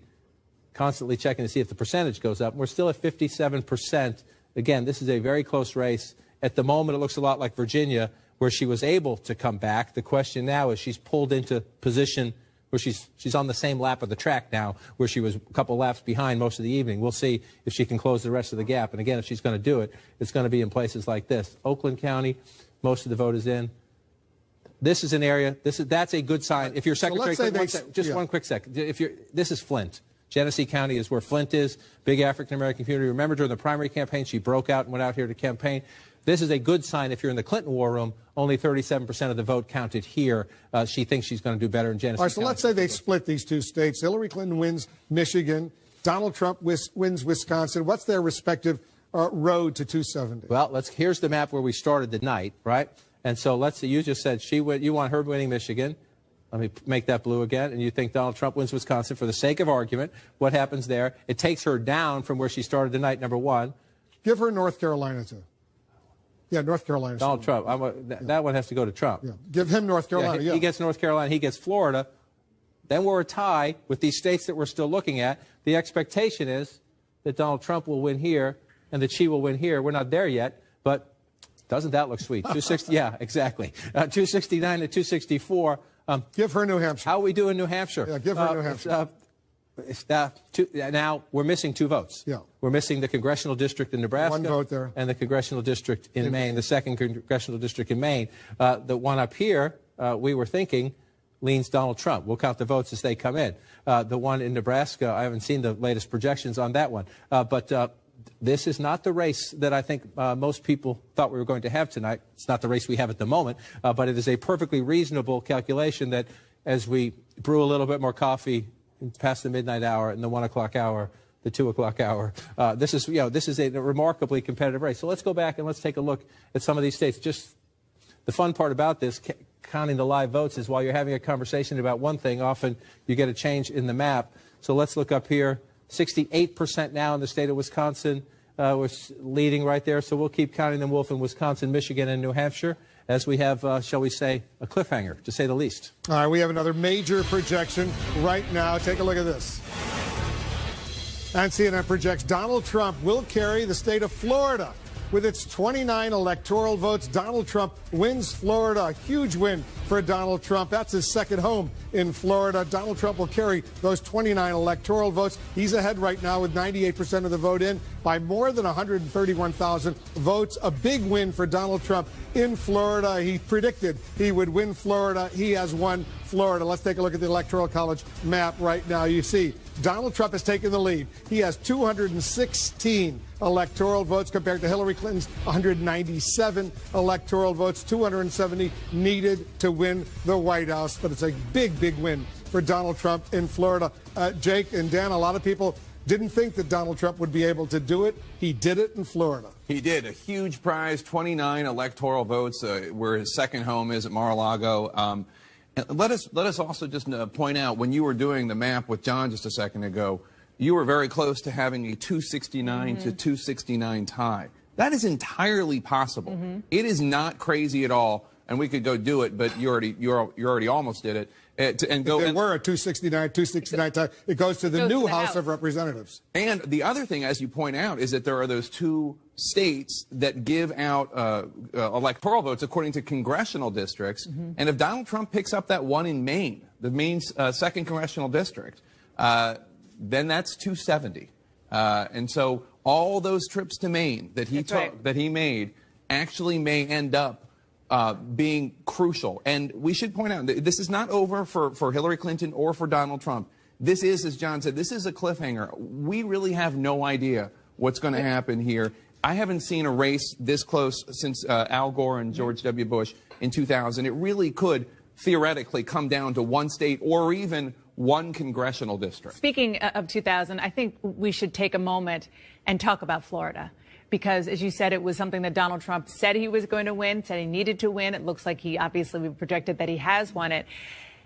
And it just shows that there are big questions as to who this electorate is. Because looking at the early vote, part of the reason why Democrats were so bullish about Florida and part of the reason why Republicans were so pessimistic was because of what they saw was a big surge in the Latino vote.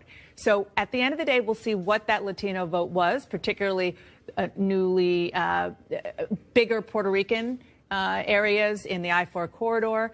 And if that surge really happened, and if it did, which way did they vote? Yeah. And I mean, I think it's fair to say that all these states are much closer than anybody anticipated. Let's take a look at the vote in Michigan right now, because Michigan and Wisconsin, these two states are shaping up as critical. Right now, 59% of the vote is in Michigan, and Donald Trump still maintains a lead of almost 30,000 votes over Hillary Clinton. He's got 48%.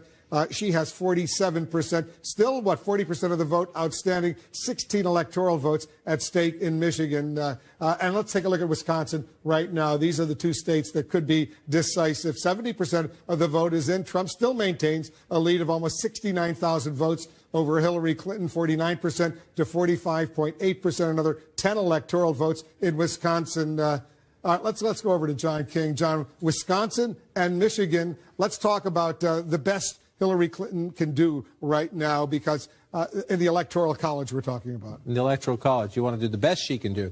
Let's just check the results real quick. 59%, 1-point race right there. And again, we're waiting. This is all going to come down to what's left here in Wayne County. There are some other votes to come in, but this is the biggest outstanding vote total right there. We're going to watch that. Let's just check over here real quick. Up to 70% right now. This is state. You know, the Clinton campaign keeps telling us, and they tell us they're all, most of them, not all of them, they tell us most of them are here. We're up to 87%. They're telling us in essentially the center city, Milwaukee, there are a lot of precincts yet to come. We'll see that math when it comes in, but we're at 87% in the county. So when that math comes in, it has to be overwhelming to make up that. That's a big lead. So you want to do this from an Electoral College perspective. Let's come up here. And again, this is, let me refresh this map just so we get it right. This is where we started the night, with projected Hillary Clinton at 268, but Donald Trump has won Florida. Donald Trump has won North Carolina. Donald Trump keeps Ohio. And so where does that get Donald Trump right now? Virginia, we're leaning. Right now, we're not done in Virginia. We leaned it Democratic coming into the night, so just leave it there for now as we go through this. Let's assume. Virginia, we called for her earlier. Virginia, we called, so she keeps that. So let's assume for the sake of argument, when we get there, we'll see if these two stay where we think they're going to end up, and we're having a night where sometimes what we expected hasn't happened. So that's true. But let's be candid. But the early returns suggest to us that that's going to happen. Let's see what happens. That has Clinton at 274 and a 259. This has always been the challenge for Donald Trump. Can you flip a big blue? Well, at the moment, he's leading. Flip Wisconsin red. Let's see what happens. You want to flip Wisconsin red? I was going to go with Michigan, but there you go. If you do that, 269, Trump, 264, with the state of New Hampshire still out there, where he leads right now. It's a lot of Democratic votes out, so let's just play it out both ways. If she wins it, 268, 268, with 2 congressional districts we have to bring into play. That's exactly how we thought the night was going to go. If he wins it, 273, assuming he wins the state of Wisconsin, that gives him Wisconsin. Michigan, 16, that one's 10. So if they split these, how they split them is hugely significant to the Electoral College count, because the 6 will make a big difference, especially now that we expect, and these 4. I said, if you get 10 here, 4 there, we're into interesting math. So let's go back as we play out all these scenarios. Let's just go back and take a look. And so what are we curious about? Number one, we're curious about this. We're up to 70%, and we're still waiting on the same. We're waiting on Center City, Milwaukee. Let's move next door. Michigan, we're up to 60%. And this one is in a closer state here. And so, Wolf, we have Michigan, Wisconsin, New Hampshire still counting, and some others. We got a ways to go. All right, we have another projection right now. And CNN projects that Hillary Clinton will carry the state of Washington. Washington State and its 12 electoral votes will go to Hillary Clinton. She's ahead, you see, in the poll and the actual vote count in Washington State. We project all 12 electoral votes will go to Hillary Clinton in Washington State. Let's take a look at the Electoral College map, where it stands with her win in Washington State. Donald Trump still is ahead. He has 216 electoral votes. Hillary Clinton has 209 electorals. Very close, 216, 209. You need 270 to be elected president of the United States. You see all those yellow states there. Those are still the states where we have not made projections. Too early to call in those states. We're counting the numbers, watching the numbers very, very closely in those states. This is a real nail biter that's going on right now in this race for the White House. Let's go over to John King. Take a close, we have about 12 states to go, John, where we have not yet been able to make projections. And so what I do sometimes when you walk away is to try to have a little just looking ahead. This is Maine's 2nd congressional district. It's the largest portion of the state, north of my little squiggly line. That's not exact, but I looked at the House district. If you look, see, this is the House district here. It's a Republican House district. Maine splits its electoral votes by congressional district. It's a Republican district. That doesn't mean it goes Republican for president, but that's the way we thought it was going to go. And so we're looking right now as the votes. We don't know yet. We still got a lot of votes to count up here. 58% of the vote is in, and she is ahead, 48.9% to 44%. Statewide, but it's heavily Democratic in the smaller southern portion of the state. It's more conservative up here. That doesn't mean it'll go that way. But as we watch this one play out, that's one electoral vote that's at stake in Maine, where they divide up their electoral votes according to congressional districts. Nebraska, there's one a congressional district that's still up in the air in Omaha, Nebraska right now. Correct. And so this is where these are usually the quirks of the night, where you're saying somebody gets one. You're having a debate about if somebody get one more or somebody can get one less. They may not be quirks tonight. They may be absolutely essential. This is the Nebraska congressional district. It's essentially these 2 counties, Omaha, which is Democratic, which she's leading right now, and then just to the south, in Sarpy County, where he's leading right now. And this is, so we'll have to do the math, and we have people out on our decision desk who are drawing. I drew a general line around the congressional district. We have people on our decision desk who are honing in on this very closely. If you just do the rough math of her leading here by, that's 9, a little shy of 9,000 votes there. He's leading here by more than that. So if you're looking at it right now, ballpark, it looks like he's a little ahead in this district, but we're not there yet. So that's our decision desk people will be going deep into that. But this is where we are in this race. This race is now surprisingly tight, incredibly tight, where we could be looking at these congressional districts in the states that divvy up their electoral votes that way. We'll get to that. We're doing a little advanced work on that now. We'll get to that depending on what happens here. To clear this so the squiggly lines don't distract people, I'm going to start with the smaller one first. We're up to 66% now in New Hampshire. Donald Trump's lead has been holding steady, but that's not a huge lead. What do we got, 12,000 votes there? A little shy of 12,000 votes there. And again, if you've been with us all night, Rye, right along the ocean, it's beautiful if you've never been to that part of New Hampshire. Portsmouth, this is a bigger area here. It's a big Democratic area. Just to remind you, President Obama ran it up really big here. And so there are, if she gets them, and that's become a recurring theme, that's a Democratic area. I want to come over here. We also have nothing out of Nashua City, which is 6.6, close to 7% of the state population. What did President This Obama is a big carry turnout. by? This is another big area for President Obama, 56% of the vote. So when you look at the statewide vote total in New Hampshire, let's come back to 2016, there are places where there is more than enough room. We did get some Hanover. Hanover came in 100% of the vote. You see a place like that where she's getting 85% of the vote.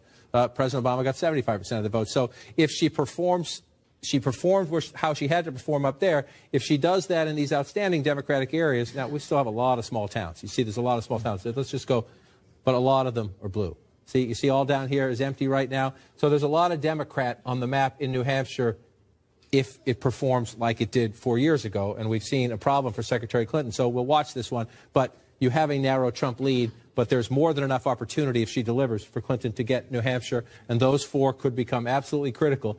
Every time I pull back to the national map, I'm looking to see if one of these flips, because that is the story of the night. This tug-of-war we are in, this cliffhanger we are in, will be decided by whether or not one or both of these flips back to blue as we get closer in the count. So let's again go back to Michigan. And this is an inchworm here. We've gone from 57 to 60 in 35, 45 minutes. So we're inching up very slowly.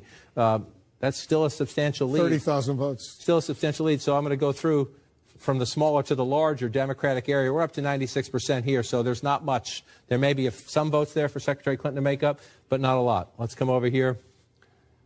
We still have some votes here. Again, not the most populous area, but there are some Democratic votes there. And then the biggest deciding factor will be here in Wayne County, where, again, we're up to 77% precincts reporting. What we are told by the Clinton campaign is that they believe what's yet to report is the heart of the Democratic base, the African-American base, the inner city, center city of Detroit. That's what they're telling us. We'll see when the votes come in. And we've been waiting a long time, and this is not atypical. Wayne County, we've been through this many nights, you and I, Wolf, and the rest of us. Wayne County is always, in Michigan, it's always late, if not last. And so you look up here again, the rest of the suburbs are starting to come in, 87%. In the Trump campaign, they're going to be very happy with this if it sticks, but we're up to nearly 40% of the vote in Macomb County. This is an area, 54-41. Again, when you go back in time, President Obama carried this. I mean, and this is in the history books. This is where the birthplace of the Reagan Democrat. This has been studied back in the 80s. This is where all the political scientists, all the pollsters deeply studied this area for the union voters who became Democrats. Who became Republicans, who defied their own union and party leadership, who told them to vote a Democrat and supported Ronald Reagan. Will there be Trump Democrats after this election? That'll be one of the conversations that we have. We're going to have that conversation anyway, because the map is changing. Even if these states flip back, they are remarkably competitive, and we're learning an important lesson tonight as we continue to watch this. So 60% in Michigan, still a narrow Trump lead. 72% now in Wisconsin, and a narrow Trump lead. 2 Rust Belt states, Wolf. They're going to keep us up late. Very competitive. We have another projection to make right now, an important projection.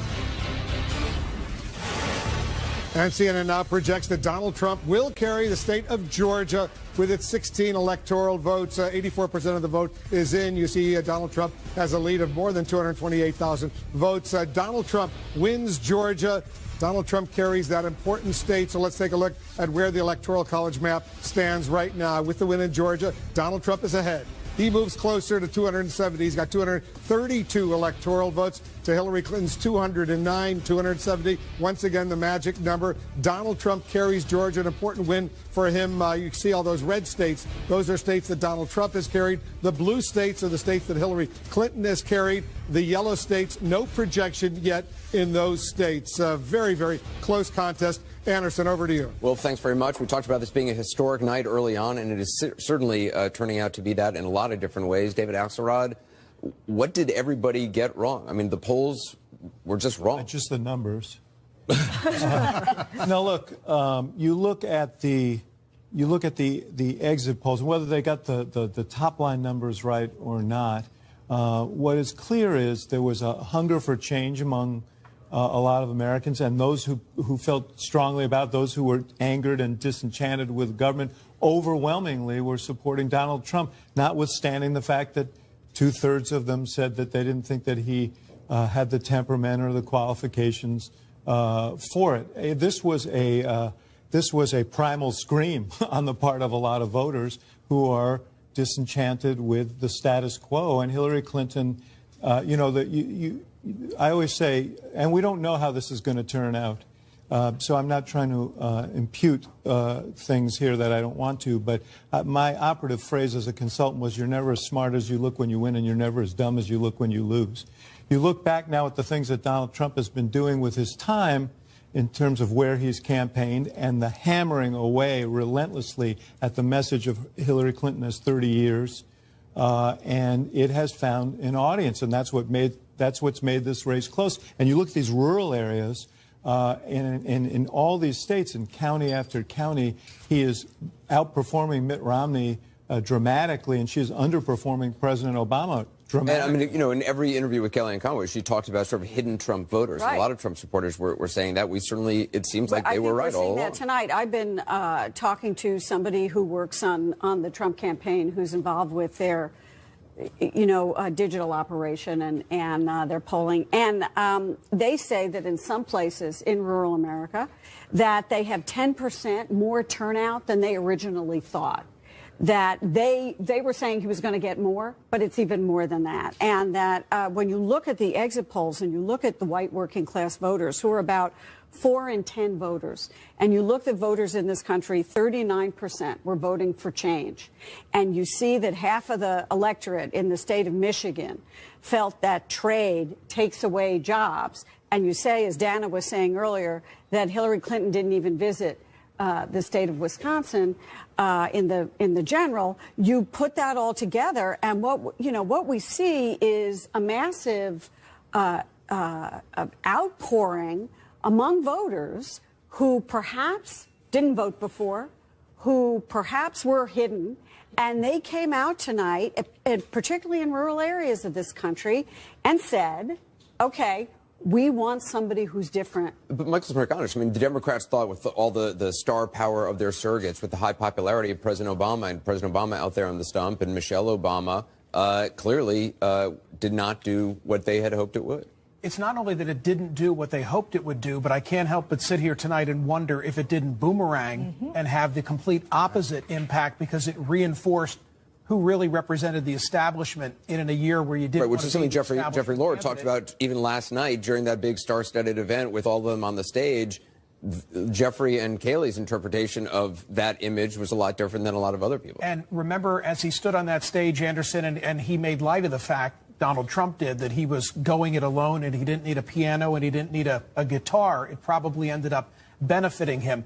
My one observation, having watched the night unfold thus far, with a big chapter still to go, is that it's very little about party tonight. It's much more about class. It's much more about income. It's much more about what separates us beyond our party affiliation. I think David's onto something when he talks about the rural versus urban and suburban divide. Well, it also seemed like the Democrats were counting on, they had the unions, but it seems like maybe they had a lot of union leaders, but a lot of rank and file were going for Donald Trump. And those, union folks, even, in states like Michigan, and we don't know what's going to happen there, a lot of those folks, those were Bernie Sanders supporters. And it looks like maybe those supporters went with Trump, and that the Clinton folks were maybe over-relying on getting the band back together again, the Obama coalition. And even though they did see some surges in states like Florida, I mean, Florida was up in terms of the Latino vote. It was up in terms of the black vote, too, but it just wasn't enough for her to win that state. And here's something interesting to me in these exit polls, and we'll be looking at them for a long time, I believe. But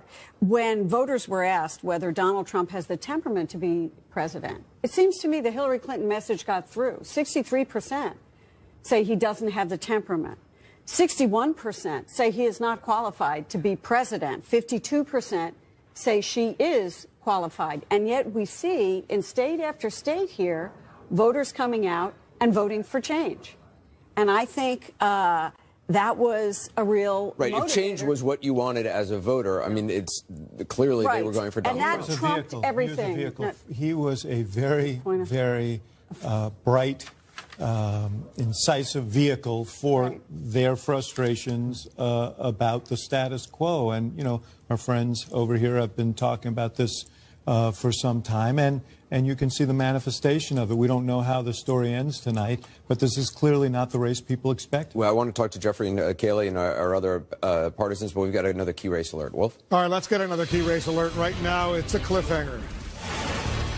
All right, let's take a look at Michigan right now. Michigan is so critically important. 62% of the vote is in, and Donald Trump still maintains a lead of nearly 32,000 votes over Hillary Clinton. 16 electoral votes in Michigan. We're watching that so closely. Wisconsin, 73% of the vote is now in. Donald Trump has a bigger lead there. He's up almost 90,000 votes over Hillary Clinton in Wisconsin. 10 electoral votes in Wisconsin right now. In Arizona, 61% of the vote is in. Donald Trump there, too. He has a lead of some 57,000 over Hillary Clinton. 11 electoral votes at stake in Arizona. In New Hampshire, 69% of the vote is in. Donald Trump has a lead of almost 11,000 votes over Hillary Clinton. He is ahead in New Hampshire as well with his 4 electoral votes. There are more states we're looking at, including Iowa right now. 78% of the vote is in, and Donald Trump has a healthy lead. 106,000 vote lead over Hillary Clinton in Iowa with its 6 electoral votes. An impressive lead there. In Pennsylvania, 85% of the vote is in. Hillary Clinton is ahead by 40,000 votes, 48.6% to 47.8%. 20 electoral votes at stake in Pennsylvania. Hillary Clinton ahead. In Nevada, 66% of the vote is in, and Hillary Clinton has a lead there, almost 40,000 votes ahead of Donald Trump. With its 6 electoral votes at stake in Nevada, Hillary Clinton is ahead. And in Utah, 31% of the vote is in. A third almost of the vote is in. Donald Trump has a lead of almost 100,000 votes over Hillary Clinton and Evan McMullin, the independent third-party candidate. So those are the latest information we're getting. Let's check in with Brianna Keilar. She's over at Clinton headquarters right now for us. So, Brianna, update us on what's going on over there. Wolf, the scene here is so different than it was a few hours ago when people were happy and relaxed. I have been looking around the room at people who are stone-faced. Some of them have been crying. We have seen people leaving the venue, including some who have been sitting on the risers behind the podium where Hillary Clinton is supposed to speak. There are people who are just in shock. I've seen mouths open as folks here in the audience are watching the results come in, many of them with their arms crossed and a hand to their mouth. They are just stunned as they watch what is going on here. It's just been a complete reversal from what we saw a few hours ago. And what they are watching is various networks, as we're seeing these calls being made for different states. They've been monitoring, a lot of them, their iPhones, seeing certainly the projections for what is going to happen. And they are just stunned at the idea that they were completely sure they were coming to this event for what they thought would be even an early night to celebrate Hillary Clinton becoming the first female president, and now they are confronting the reality that they could be walking out of here either not knowing but perhaps expecting that Donald Trump is going to become president. I mean, you're seeing it here on these faces. They are just stunned. People who were talking and laughing before are standing there not talking to the folks that they came with. It's not over with yet. Let's see what happens in the votes, but I clearly understand the sadness that's going on over there. Jim Acosta, you're only about a mile and a half away from the Javits Center. You're at the New York Hilton Hotel. There's the ballroom behind you. That's where Donald Trump will be appearing at some point, we assume. What's the mood over there? Yeah. Well, the mood is the exact opposite of what Brianna Keilar just passed on a few moments ago. It is not over yet, you're right, Wolf, but it is starting to feel like a victory party here at Trump campaign headquarters. I can tell you that behind me, we're seeing a sea of red. Those are those red Make America Great Again hats. They're being passed out to all the supporters in the room here.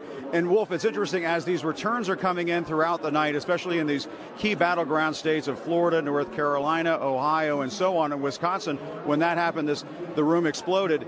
Wolf, I will tell you that they started all sorts of chants. USA, USA, President Trump, drain the swamp.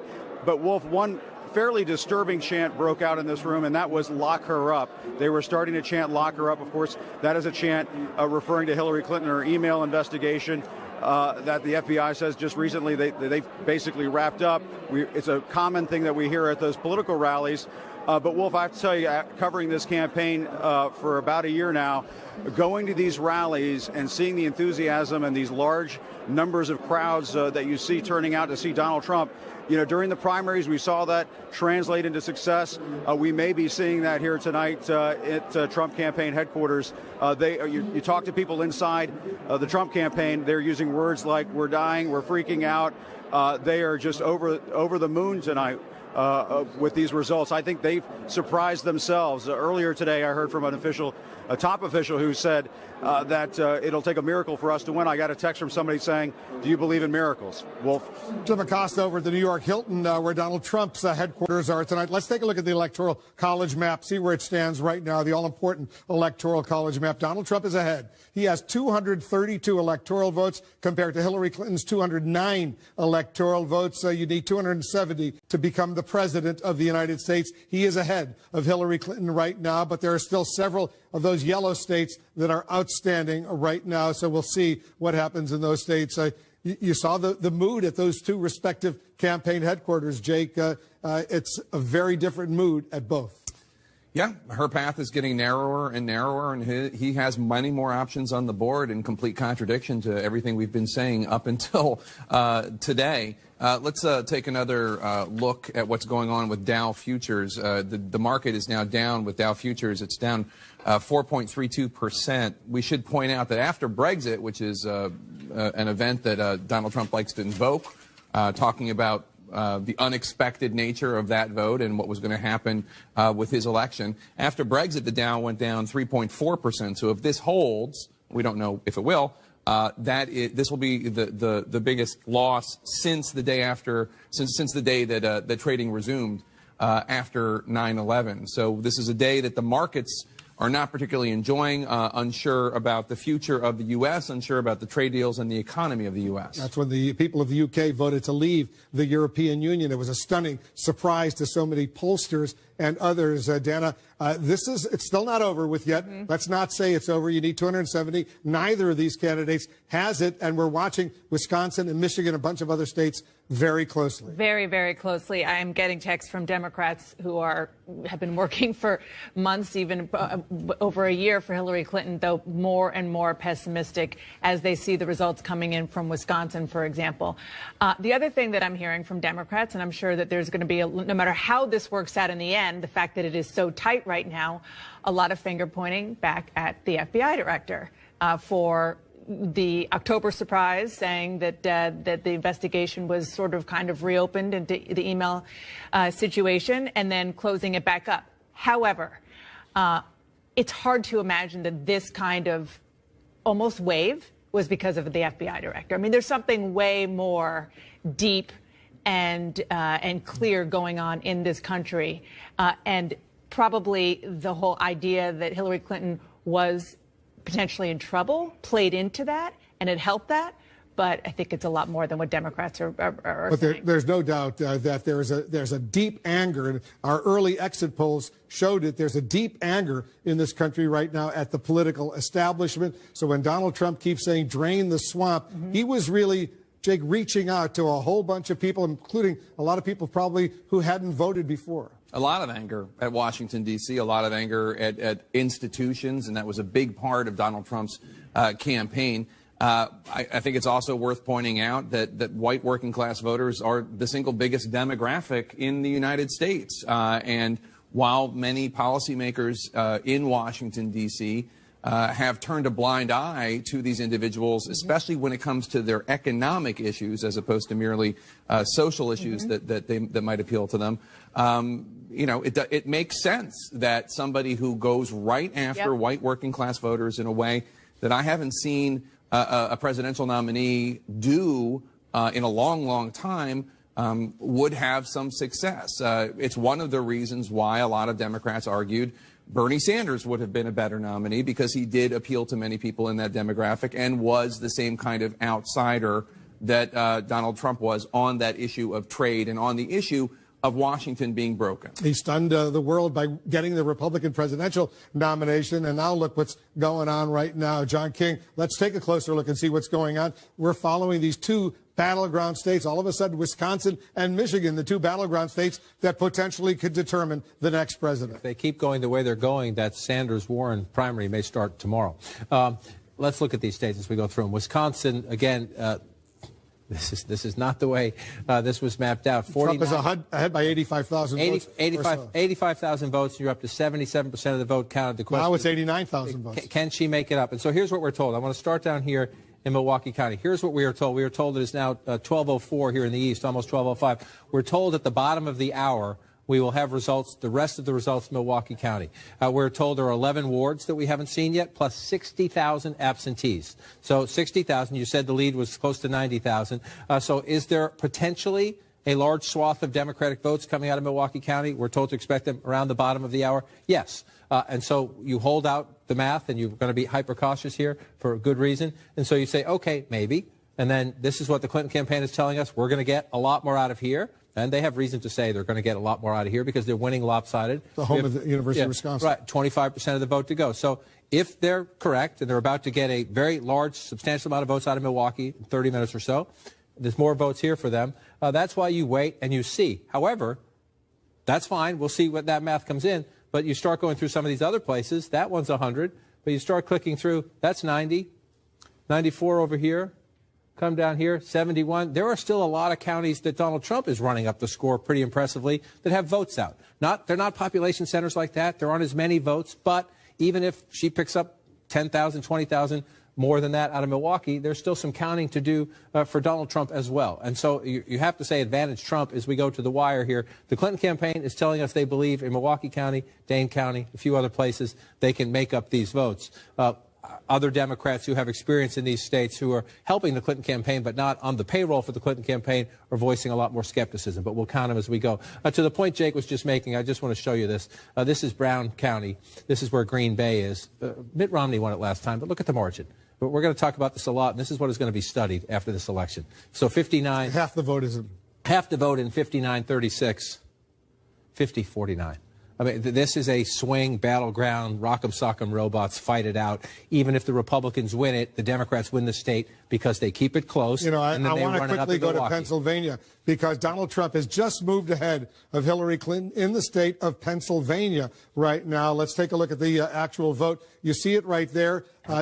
Donald Trump has 2,582,000 to 2,574,000. It's about, 7,000 votes. All of a sudden, Trump is ahead of Hillary Clinton in Pennsylvania with 90% of the vote in. And we talked about that earlier, that in all this great swath of red, it comes in late sometimes, and these are smaller, more rural communities. Now, we're at 100 here now. We're at 100 here now. Let's go around. And so this may be that most of the Trump vote is in, per se, as you go through, and that certainly looks to be the case. But as these smaller counties report, the Trump number has gone up. And so yet again, we're asking the same question in another state that has been blue for most of our adult lifetimes. Can she get it back? Well, this is a plus sign for Hillary Clinton, if you will. If you're in the Democratic war room, you only have 25% of the vote counted in Allegheny County, and you're winning by a pretty sizable margin. And that one, I think, is roughly consistent, 57 for President Obama, 56.5. So if you're the Clinton campaign, you're alarmed. Donald Trump is leading you in Michigan and Wisconsin. He just passed you in Pennsylvania. That is a recipe for a wipeout, and a surprising wipeout. But there are still some Democratic votes out here, Wolf, and we'll watch if Pennsylvania, like Florida, starts to seesaw a bit. We have another major projection coming in right now. CNN projects Donald Trump will win the state of Iowa with its 6 electoral votes. Donald Trump will carry Iowa. He's ahead right now with 84% of the vote in by 136,000 votes right now. Iowa, 6 electoral votes goes to Donald Trump. Let's take a look at the Electoral College map. With this win in Iowa, Donald Trump expands his lead over Hillary Clinton. He has now 238 electoral votes to her 209 electoral votes. You need 270 to win the White House. Donald Trump inching closer and closer. Let's go back to John King as we watch that. Iowa all of a sudden is going to Donald Trump. But remember, that was not all that unexpected. It's Wisconsin and Michigan that are very unexpected. Not all that unexpected, but to the point we've been having all night. Are we rewriting America's electoral college map tonight? Is this a one-race rewriting of the map? We won't know the answer for some time, but significant that as President Obama prepares to move out of the White House, the state that launched his political career just voted for Donald Trump. Once a cheerleader for the birther movement, now the Republican nominee for president, and on the verge of being the president-elect of the United States if trendline continues. So you see that as we write the history books about this campaign, the fact that Iowa switched, there will be criticism of Hillary Clinton. It's a very competitive state. Why couldn't you have kept it in your camp there? This is one of the things we will go through. But let's go back to where we were just a minute ago, because Pennsylvania now has joined Wisconsin and Michigan on the watch list for Democrats, on the emergency room list for Democrats. You see that lead right there. 11,000 votes. And again, as you go through all this, it is stunning when you see what is happening, and largely, as Jake was just talking about, in these white working-class areas. So you start right here, and you're in the vice president's hometown here. It's 50% for Hillary Clinton. This was blowout territory, right? Now you could say that's because Joe Biden was on the ballot, right? So then you go next door here, Luzerne County. It's a small county. It's not, it's not a huge population center. 58, 59% there for Donald Trump. The president won this with 52%. You're finding these counties all across the country, even in states Clinton is winning. We find them in Virginia, a state that she narrowly won. You're finding this more and more. And so you're looking at the map right now. And so this is 4 years ago. It's a lot more red, right? I'm going to move it over a little bit so you can see it. Especially, look in here. Look right in here. You've got some blue here. You've got red tonight. And it's not just the red. When you look at this here, just come into Reading, 53-42, 50-49. And so you have Trump is overperforming Romney, Clinton underperforming President Obama in a lot of these places that you would associate with blue-collar, white, working-class voters. We're not done here. When you come back to 2016, we're not done. And so there's still a chance for Clinton to come back here. But the fact, again, Pennsylvania, one of the solid states in that blue wall, the states Democrats have won in every presidential election since 1992, 242 electoral votes. This is one of them. Donald Trump leads at the moment. This is one of them. Donald Trump leads at the moment. This is one of them. Donald Trump leads at the moment. And so the Democrats are having a conversation. The Democrats have been celebrating for years, since all during the Obama presidency, their ability to win in these Sun Belt states, to change states like Nevada, to change states like Colorado, to change states like Virginia. They've been celebrating that for 8 years. Well, they're having headaches tonight. And take a look at this, John. The national vote, right. Donald Trump is ahead nationally by more than 1 million votes. He's got 48.3% to Hillary Clinton's 47.2%. So he's getting more votes nationally right now than Hillary Clinton is. And I just want to check to see what the count is out here, because this is the key for Clinton in trying to come back in the popular vote now, the big California, we're at 27% of the vote there. We'll have to watch as that plays out. But Donald Trump is running it up. You can look at the national vote. You can look at these key Democratic states. I'm going to go back to tiny New Hampshire just to see where we are. 77%. Again, Hillary Clinton has narrowed the gap here. The question is, can she get it back? Last time we were here, Wolf, Nashua had not come in. Nashua is now in at 100%. Yes, she won it, 53-41. But again, you go to a Democratic area where this is, by New Hampshire standards, a major population center. She needs to run it up. Let's take a look at New Hampshire. Let's screen it right now, see where the outstanding vote remains, because right now Trump is ahead, by about 5,000 votes. He's ahead by about 5,000 votes. So let's go back. Let's just stop at 75. Stopped at 76%. So you're looking at what's left. Not much. Not much. You have some of these counties up here. We don't have any votes at all in some of these counties. So that potentially, there are a lot of smaller towns. You don't call them counties in New Hampshire by mistake. We're going through the counties. I should know that. I'm a neighbor from Boston. But you call all these towns as you go through. And so this one out here is Republican at 33%. So it's a slower count. If we come back to the full map, you can see it. So we have a ways to go. But again, remarkably competitive. You see a lot of the gray. We're still waiting for a lot of votes up in these places. We have nothing at all in some of these places here as we come through. Bring it back out. String it. And so I just want to go back and take a look again. We are waiting for a lot of votes down here. And so if you're in the Clinton campaign war room, you think there are a lot of Democratic areas yet to come in, and yet every one we go to, it seems that she's underperforming the president. That is going to be the story of the night. You could say she's underperforming for president, or you could say Donald Trump is overperforming Governor Romney or Republicans in these states. And as we count, just keep waiting to see if we get any updates here. Still 70%. We've been stuck at 70% in Michigan for quite some time, and this is a very close race.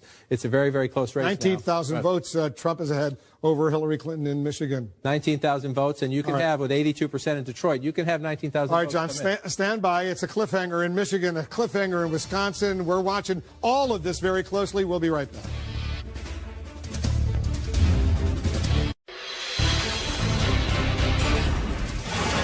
Well, let's update you with a key race alert right now. Let's start off in Michigan. Michigan, 70% of the vote is in. Donald Trump maintains his lead. He's got a lead of 23,000 plus votes over Hillary Clinton. 16 electoral votes at stake in Michigan. In Wisconsin, 78% of the vote is in. He's got a better lead there. 92,000 vote lead over Hillary Clinton. 10 electoral votes in the state of Wisconsin. In Arizona, Trump has a lead. 63% of the vote is in. He's up by 50, almost 59,000. There he's gone over 59,000 vote lead over Hillary Clinton. In the state of Arizona, there are 11 electoral votes in Arizona. In New Hampshire, 77% of the vote is now in, and Donald Trump maintains his lead of more than 5,000 votes over Hillary Clinton. It's close, but he's still got the lead. You see it to 47.9% to 47%. 4 electoral votes in New Hampshire. They could be critically important. Let's take a look at some of the other states right now. In Utah, Trump is ahead. A third of the vote is now in. He's ahead by more than 100,000 votes over Hillary Clinton and the third-party conservative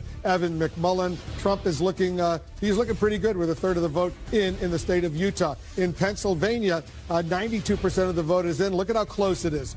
48.2% to 48.2%. Hillary Clinton is down, though. Donald Trump is ahead by 2,800 votes. More than 5 million votes have been cast. He is ahead by 2,857 votes. In Nevada right now, Hillary Clinton is ahead with 71% of the vote. Hillary Clinton has 36,000 plus votes over Donald Trump. 6 electoral votes at stake in Nevada. In Minnesota right now, Hillary Clinton has a pretty impressive lead of more than 116,000 votes over Donald Trump. 72% of the vote is in. She is ahead, looking comfortably in Minnesota. 10 electoral votes there. In Maine right now, 71% of the vote is in, and Hillary Clinton has a 15,000 vote lead over Donald Trump. Remember, Maine is one of 2 states where they divide their electoral votes according to congressional districts. Let's take a look at the electoral count where it stands right now. Donald Trump is ahead. He has 238 electoral votes to Hillary Clinton's 209 electoral votes. You need 270 to win the White House. All those yellow states out there, too early to call those states. Those are the states we are not yet able to make projections. We're watching all of those states very, very closely. So he's got a lead in the popular vote, and he's got a lead in the much more important electoral college vote right now. And he did it exactly, he's doing it exactly the way that Donald Trump and his team said they were going to, which is by, well, actually, I should add a caveat to that. He is winning all these states that traditionally Republicans would go for, Mitt Romney, John McCain, such as Florida and North Carolina, and Iowa and Ohio. Even though John McCain and Mitt Romney were not able to win all of those states. But he is also seemingly at least giving a run for her money in the Rust Belt states that originally was what Donald Trump said he was going to do in order to win the presidency. So he's actually doing both. He's redrawing the map. He's taking the states that the Republicans traditionally pursue, North Carolina, Florida, Ohio, and giving her a run for her money in Pennsylvania. And also, on top of that, going after the Rust Belt states where there are all these voters who are convinced that trade has been horrible for their communities. And whether they liked the offensive things Donald Trump said or they didn't care about the things that Donald Trump said, they are with him when it comes to draining the swamp and getting Washington, D.C. to focus more on these communities and their jobs. He's clearly doing now, Dana, what he did during the Republican primary, surprising a lot of folks. That's absolutely right. And look, we started out this evening, so many hours ago, talking about what to expect. And I talked about whether or not the Trump candidacy would awake a sleeping giant in the Latino community.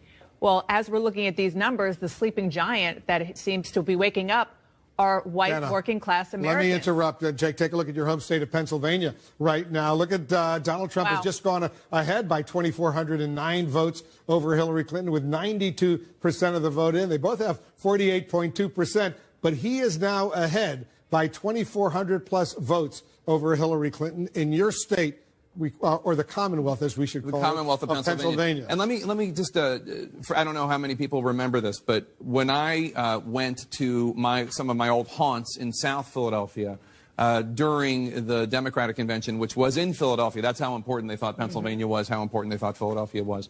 I asked the guy that owns Termini Brothers, which is a great Italian pastry shop, who are people voting for here? Are they voting for Trump? Are they voting for Hillary? He said, we have a lot of leaners. I said, leaners? And he said, yeah, they lean into you. And they say, yeah, I think I might vote for Trump. Yeah. And enough of those people, if the margins in Philly end up being that Hillary Clinton only wins 80%, that sounds like a lot, but that's not how you need to win Philadelphia if you're going to win Pennsylvania. You need to have margins way higher than that.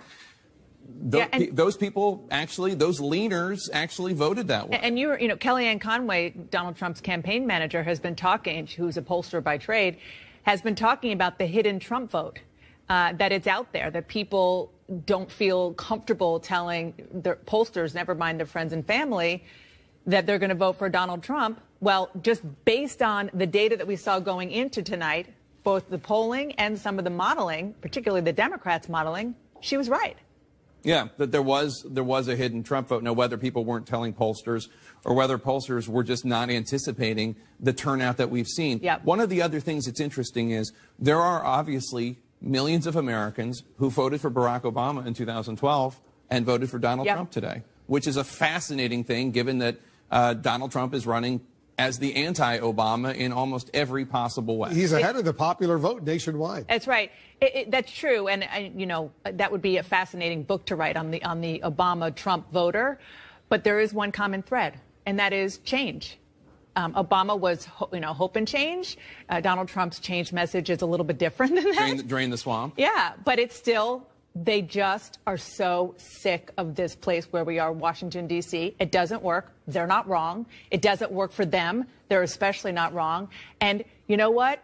Donald Trump, with all of his, flaws, every candidate has flaws, he's not one of them, and he can do things differently. Now, as we talk about this, we're talking about just the states where he's won and has surprised people, never mind the states where he is giving Hillary Clinton a run for her money that she didn't expect, especially a place like Wisconsin, which has seen job loss, and a place that has not come back as rapidly as other states. It's really Michigan too. And Michigan too. It's just remarkable because, I don't think we can overstate this.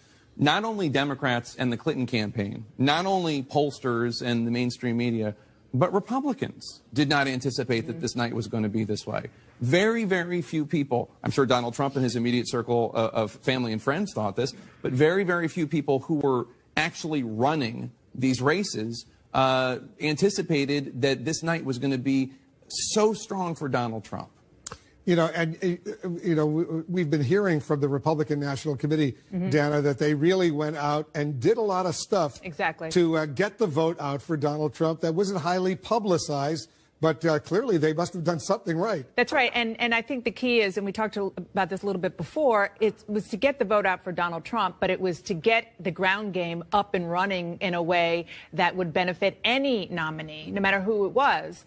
And going into tonight, we thought maybe it wouldn't potentially be enough, but it was, and then some. So if you combine, frankly, the Trump, the RNC ground game with the Trump energy, which we know is huge, and, that made for the difference, clearly, in a lot of these states. What also made the difference, at least in making it so close, and it is a real cliffhanger right now, in the last few weeks, Donald Trump was disciplined. Yes. He read his speeches from a teleprompter. He was barely tweeting except, go visit my rally or wherever it's going to be. He did what his advisors want him to do, and clearly, Jake, that paid off. What's remarkable is that I think his fundamental core message, enough people just agreed with it, which is change is needed, Washington's broken, things are not working the way they need to be. And while a lot of people in the media and a lot of Democrats and a lot of voters didn't like a lot of other things he said, clearly many millions of voters did, and they agreed with the fundamental message. They want their borders protected. They want to be protected from terrorists. They want their trade deals to help them and not help Wall Street and corporate America. And they want Washington fixed. It's an amazing story right now. Whatever happens, it is, Dana, a truly amazing story. I mean, just when we think we've covered the latest unbelievable thing that happens in the 2016 Hold on one moment. race. Take a look at this. This is the latest. In New Hampshire right now, look at this. Hillary Clinton has taken the lead in New Hampshire with 79% of the vote in by 18 votes in New Hampshire. 18 votes. Let's go over to John King and talk a little bit about this. John, still 21% of the votes. The precinct's outstanding right now, but she is ahead by 18 votes. Another seesaw state, and again, this is going to depend mostly on Pennsylvania, Michigan, and Wisconsin. But if those states change some, then these four could come into play in the whole 265, 268, 269. Who can get to 270? At the moment, Donald Trump doesn't have that worry because of what's happening in the Midwest. But as we watch this play out, because we're not done yet, we're all dancing on this cliff together.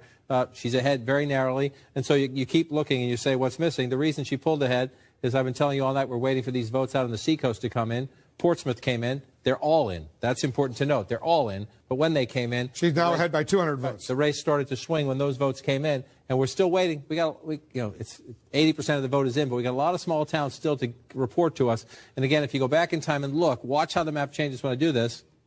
What's missing is a lot of blue. If the state performs as it did in 2012.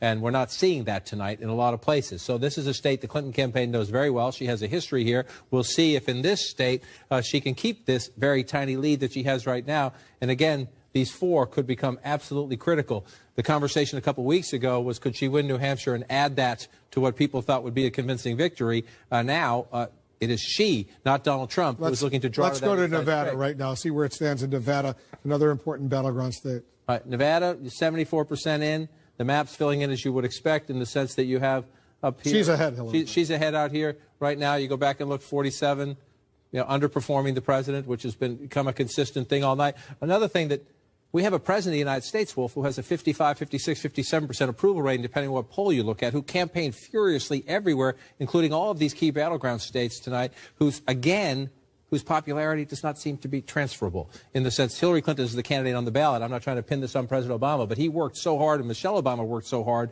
in North Carolina, in Florida, in these other swing states, and at the moment, it doesn't look like that was effective either, and that will be part of the Obama legacy.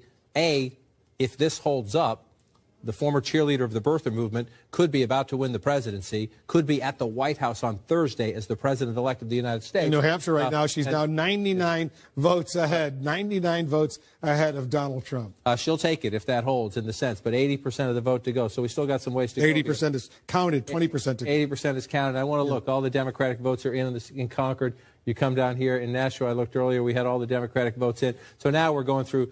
These are small towns throughout New Hampshire. We'll see how this vote comes in. And again, most of this bottom left quarter is traditionally Democratic, but Donald Trump is more than holding his own across the state of New Hampshire. This one's going to be a seesaw. Could take us a long time to count them. I want to come back out. He spent a lot of time in New Hampshire. He sure did. And remember, that was his first big primary win. Yeah. He lost in Iowa, had the big in New Hampshire. Corey Lewandowski, his first campaign manager, is from New Hampshire.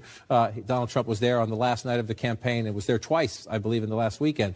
So Donald Trump has a history in New Hampshire. And that will be one of the stories of this campaign. In the states where he campaigned hard and had a personal relationship, he's doing well. This one, very, very close. It was closer a few minutes ago. Trump has stretched that lead a little bit, but we're within a percentage point. He just did it again. So it's a full 1-point lead now at 74%.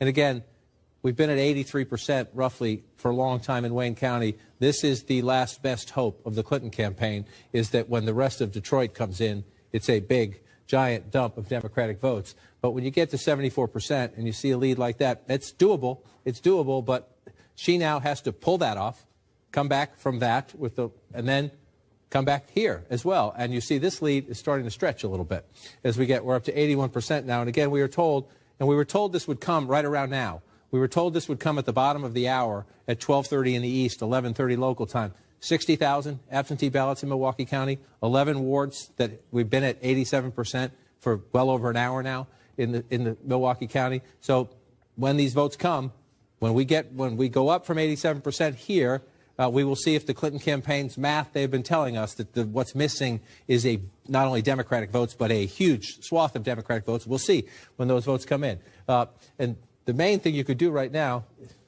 is just sit back and watch those three.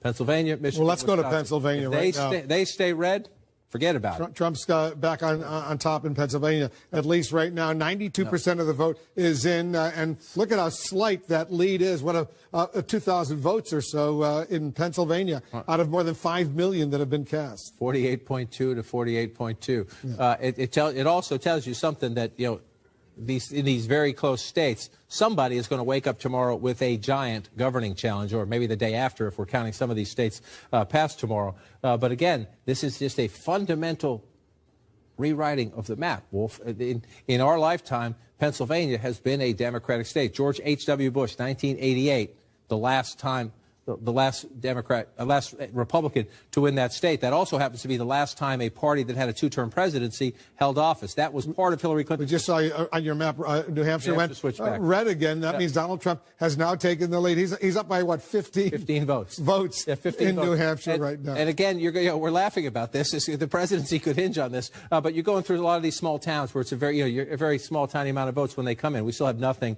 in Sandwich, New Hampshire, for example. But you just pop up to the next one. You have these small towns. It's 150 to 99. So you'll see these swings when a town reports of 20, 30, 40, 50 votes. As we come up, we're at 81%, and we're going to count the rest of this one. And this is just stunning. It is stunning, and this is the most stunning. Again, a lot of people laughed at the Trump campaign when they said our path to the presidency was the Rust Belt, thinking that 1988, even longer than that. They made a run in Minnesota. Minnesota's going to hold for the Democrats, but a lot of people laughed at them. A lot of people even think, with the dysfunction, as Dana noted earlier, the governor of Ohio not on your side. 52% of the vote. He needed to win Ohio. He won Ohio. 52% of the vote. He won Ohio. Now we're gonna wait on these ones. We're gonna wait on this one, and we are in exactly the opposite position that we thought a couple of weeks ago we were going to be in. We thought at Trump campaign headquarters they would be sitting there trying to draw to an inside straight, trying to literally lightning strike it. We're talking about Powerball odds. Donald Trump, Pennsylvania, Michigan, Wisconsin. Well, look at that. Pennsylvania, Michigan, Wisconsin. We're not done yet, but the fact that, let's just check it, 92%, 48.2 to 48.2. We're talking about a tiny amount of votes. Let's just look around a little bit here and see what we're missing. 62% of the vote here, so Hillary Clinton with a big lead, so potentially some Democratic votes here. Let's come back in. Center City, Philadelphia is mostly in, and so 98% of the vote is in here, so there's not much to get there. This is the biggest area. And mathematically, that's about the number they said they thought they needed. 450,000 plus. But what they're seeing is, and she's actually, the story of Pennsylvania is almost always turnout in Philadelphia and then the collar counties. Hillary Clinton's not, percentage-wise, not doing that horribly. She's actually performing about right, if you will, for a Democratic model. But she is getting swamped out here in these rural counties where you have not only Donald Trump winning these counties, but winning them.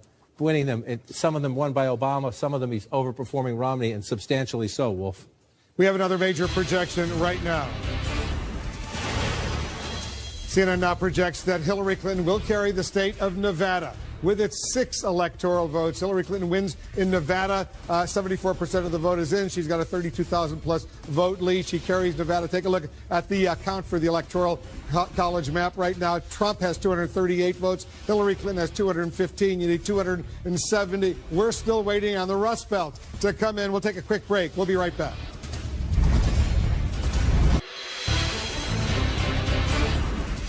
Still waiting to make projections in 9 states, but let's take a look at this key race alert right now, where it stands. Michigan with its 16 electoral votes. Donald Trump continuing to maintain his lead of almost 34,000 votes over Hillary Clinton with 75% of the vote in. Trump still ahead in Michigan. In Wisconsin, 83% of the vote is in. He's got a better lead there, 86,000 votes over Hillary Clinton, 10 electoral votes at stake in Wisconsin. In Arizona, Trump is ahead by nearly 60,000 votes with 64% of the vote in, 11 electoral votes at stake in Arizona. Trump doing well in that state. In New Hampshire right now, it's a cliffhanger. Look at this. Trump is ahead by 864 votes. Let me repeat that. 864 votes. He's got 47.5%. She has 47.4%. 81% of the vote is in. Those 4 electoral votes could be critical in New Hampshire. Let's take a look at some more states right now. In Utah, 29% of the vote is in. Trump maintains a pretty healthy lead of 81,000 votes over both Hillary Clinton and Evan McMullin, the third-party conservative. In Pennsylvania, 93% of the vote is in, and Trump has a lead of more than 25,000 votes over Hillary Clinton. 20 electoral votes at stake in Pennsylvania. In Minnesota, 77% of the vote is in. Hillary Clinton has an impressive lead of almost 90,000 votes over Donald Trump, 48.1% to 44%. 10 electoral votes in Minnesota right now. In Maine, 75% of the vote is in. Hillary Clinton has a lead of more than 17,000 votes over Donald Trump. Let's take a look at the all-important Electoral College map, where it stands right now. Donald Trump is ahead. He has 238 electoral votes to 215 for Hillary Clinton. You need 270 to win the White House. Those yellow states are states that we have not yet made projections. Still too early to call. Anderson, over to you. Well, thanks very much. Let's go to Jeffrey Lord, Kayleigh McEnany, both Trump supporters. I mean, all along, Jeffrey, from the beginning, we have talked about how Donald Trump, from the beginning, has rewritten the rules of politics. And there was a lot of question about whether Hillary Clinton, with all her big data, with all of her alleged ground game, would simply just swamp Donald Trump with his huge rallies, but apparently a lack of a ground game. She was the Jeb Bush of the Democratic Party, and she was the face of the establishment. As I said last night, when we saw those folks on that stage in front of Independence Hall in Philadelphia, and everybody's remarking about, you know, his history and her history and all this sort of thing. And I said, look, if you're sitting there in Cumberland County, Pennsylvania, which is where I live, you're looking at these people and seeing there's a bunch of insiders there. And they're all scratching one another's backs, and they're making millions of dollars in the case of the Clintons, so alleged. And they're just sick of the whole, thing. One other thing, I have in front of me here a New York Times article from December 16th of 1976, in which Ronald Reagan... I knew you were going to go back in history tonight. Exactly. I wanted you to. Mean, because I keep trying to say that it's important that Ronald Reagan said after the defeat of Gerald Ford that he was going to rebuild the Republican Party by courting conservatives who now call themselves Democrats and independents. That is exactly what Donald Trump was about in this. And that's why that Rust Belt strategy, which is exactly what worked for Ronald Reagan. And Kayleigh, I mean, all along, in the face of all these polls, which the pollsters seemed to be just wrong, certainly in the Electoral College path, you were saying that there were hidden Trump voters out there, that there was sort of this hidden enthusiasm for Trump beyond what we were seeing, the visible enthusiasm we were seeing. Democrats were saying there's going to be this huge outpouring of Latino vote. It's going to make up all the difference. But a lot of people voted for Donald Trump. Yes, it's looking increasingly like we have a Brexit on our hands. And there were these voters out there that were afraid to talk to pollsters. And Anderson, I think the American people right now are sending a loud, clear, unmistakable message. They want their government back. This is supposed to be a government of, by, and for the people. It's increasingly become one of, by, and for the elite. This is the people rising up saying it's time to listen to us. It's time to listen to us in Michigan and Wisconsin and work for the people. It's not about personal enrichment. It's about public service. And that is what we were seeing. Donald Trump ran against Republicans. He ran against Democrats. He ran against the elite. He ran against the government. He ran against the media. But he was an unmistakable voice for the people. Also, they put a lot of signs in their yards. Right. You should start a sign company, because that was your poll, which you know, in Pennsylvania, certainly your state. There's been so much focus on, probably among a lot of Democrats, about what went wrong on the Democratic side. But you shouldn't take away from what Donald Trump has accomplished from the moment he entered this race. I mean, again, just redefining the way somebody runs. I mean, one of the things that I thought was the sort of overweening arrogance of a lot of elites were the terribly off-base descriptions of Donald Trump, that he's a racist and a xenophobe and he's this and he's that. Here is a guy that I felt right from the get-go was a highly successful, highly accomplished businessman who knew how to relate to average people, to working-class Americans. And the problem is they believed their own message, and they were totally wrong. Well, there's still a lot of people out there in the country tonight who still have that belief about Donald Trump, man. Well, look, first of all, you know, congratulations. Both of you guys were... We're not there yet. Well, you're further than anybody said you would be. And I have enough class, and I was raised well enough to say when you outdo... Yes, sir. Thank you. When you outdo expectations, you know, good for you. But there's another side to this. People have talked about a miracle. I'm hearing about a nightmare. It's hard to be a parent tonight for a lot of us. You tell your kids, don't be a bully. You tell your kids, don't be a bigot. You tell your kids, do your homework and be prepared. And then you have this outcome, and you have people putting children to bed tonight, and they're afraid of breakfast. They're afraid of, how do I explain this to my children? I have Muslim friends who are texting me tonight saying, should I leave the country? I have families of immigrants that are terrified tonight. This was many things. This was a rebellion against the elites. True, it was a complete reinvention of politics and polls, it's true. But it was also something else. We've talked about race. I mean, we've talked about everything but race tonight. We've talked about income. We've talked about class. We've talked about region. We haven't talked about race. This was a white lash. This was a white lash against a changing country. It was a white lash against a black president in part. And that's the part where the pain comes. And Donald Trump has a responsibility tonight to come out and reassure people that he is going to be the president of all the people who he insulted and offended and brushed aside. Yeah, when you say, you want to take your country back, you got a lot of people who feel that we're not represented well either. But we don't want to feel that someone has been elected by throwing away some of us to appeal more deeply to others. So this is a deeply painful moment tonight. I know it's not just about race. There's more going on than that. But race is here, too. We got to talk about it. Well, and whoever wins tonight, I mean, there is such polarization in this country. Whoever wins is going to have a very hard time in convincing the other half of the country that they can be their president as well. That's what I thought I knew yesterday, that I had no idea how deep the divisions are, how real the pain is. And let me say, echoing Van, Kayleigh and Jeffrey were right about that. You saw it in a way that I didn't see it in the data, and you deserve to have credit for that. And maybe Hillary hangs on and wins, maybe Mr. Trump wins. We still don't know. It's really in the balance. Right. But irrespective, the pain, and Van just gave beautiful poetic voice to the pain on our side. But Donald Trump was giving voice to some really spectacular pain on his side. And that's, I think, what's causing this. When Jeb Bush, who you mentioned, got trounced by Trump, he said, I don't do anger very well. Well, this is a time of anger. Of course, that anger comes from pain. And Trump saw that, and he gave voice to it. He also reached across lines, though, that Republican candidates haven't reached across before. He made a direct appeal to the African-American community. He made a direct appeal to a whole group of voters, those in the inner cities who have been left behind, who haven't heard from candidates in decades on either sides of the aisle. And he took his message to them and said, I feel your pain, and I'm going to be there. Listen, we're gonna have to hold hands now. This is gonna be tough. But we'll have to look and see if those people heard it the way you heard it, and if they voted for him. The problem that we have is that there is real pain in the country. Look, Hillary Clinton had to put down a rebellion in her own party. There was a rebellion in her own party along these lines, the Bernie Sanders rebellion.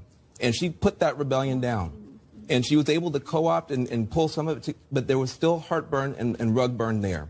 There's healing that has to happen in the Democratic Party. And there has to be a real conversation about what happened in that primary. And there's pain, economic pain in your party. But you do yourself a disservice, and I don't want either of you to be naive. There are people in your party for whom this was also a vote against political correctness, which for some of them means a vote against these others.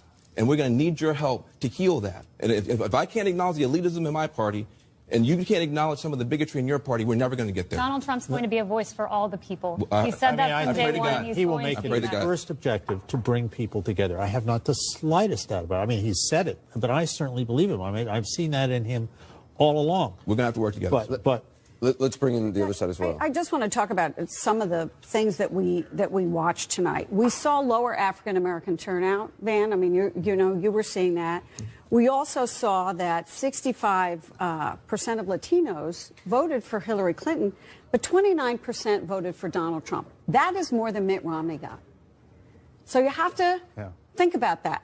You have to think about that. And more than many Democratic Latinos certainly Exactly. thought that Donald Trump Young could get. voters, also, we've known Hillary Clinton has had a problem with young voters. She got a majority of young voters, but 37% of them, according to the exit polls we're looking at now, voted for Donald Trump.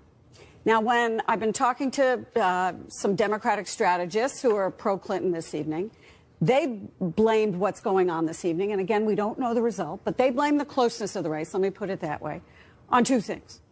On the Comey interference a couple weeks ago, and on the third-party candidates.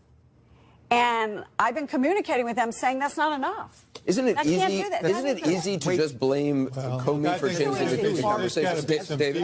As a Clinton person, let me say that's far too tactical. Exactly. There's something That's what I said. really big going on. Right. And there is you- an earthquake going on, and they're saying, well, it's a washing machine. Right. No, So you no, it's combine play tectonic. So you combine it with the race issues. You combine it with rural Americans who came out and voted, the sort of Brexit, hidden voters.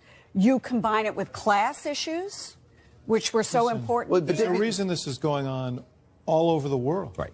All over the fact West. is that there are convulsive, sort of revolutionary changes going on in our economy that are driven largely by technology and globalization that have benefited, that have grown economies and have benefited some people and have displaced others. And for not just a few years, but for several decades, politicians have been acknowledging this and saying, we're going to do something about it.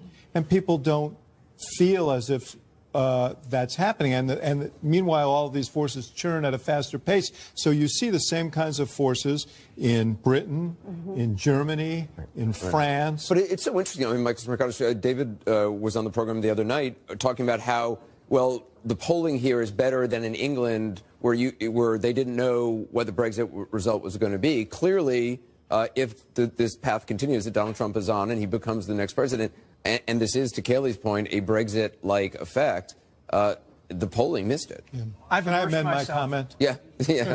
I've immersed myself in all of that data and have talked extensively about it here and on radio for weeks. The only poll that I'm aware of that nailed it, perhaps, I want to stay in my lane because it's not over yet, is that USC LA Times Dornsife survey, which, different than all the others, had the same sample group. They had 3,000 people, and instead of going to a new sample group each and every week, they went back to the same 3,000. Let me say one other point, if I might, to what Van has said.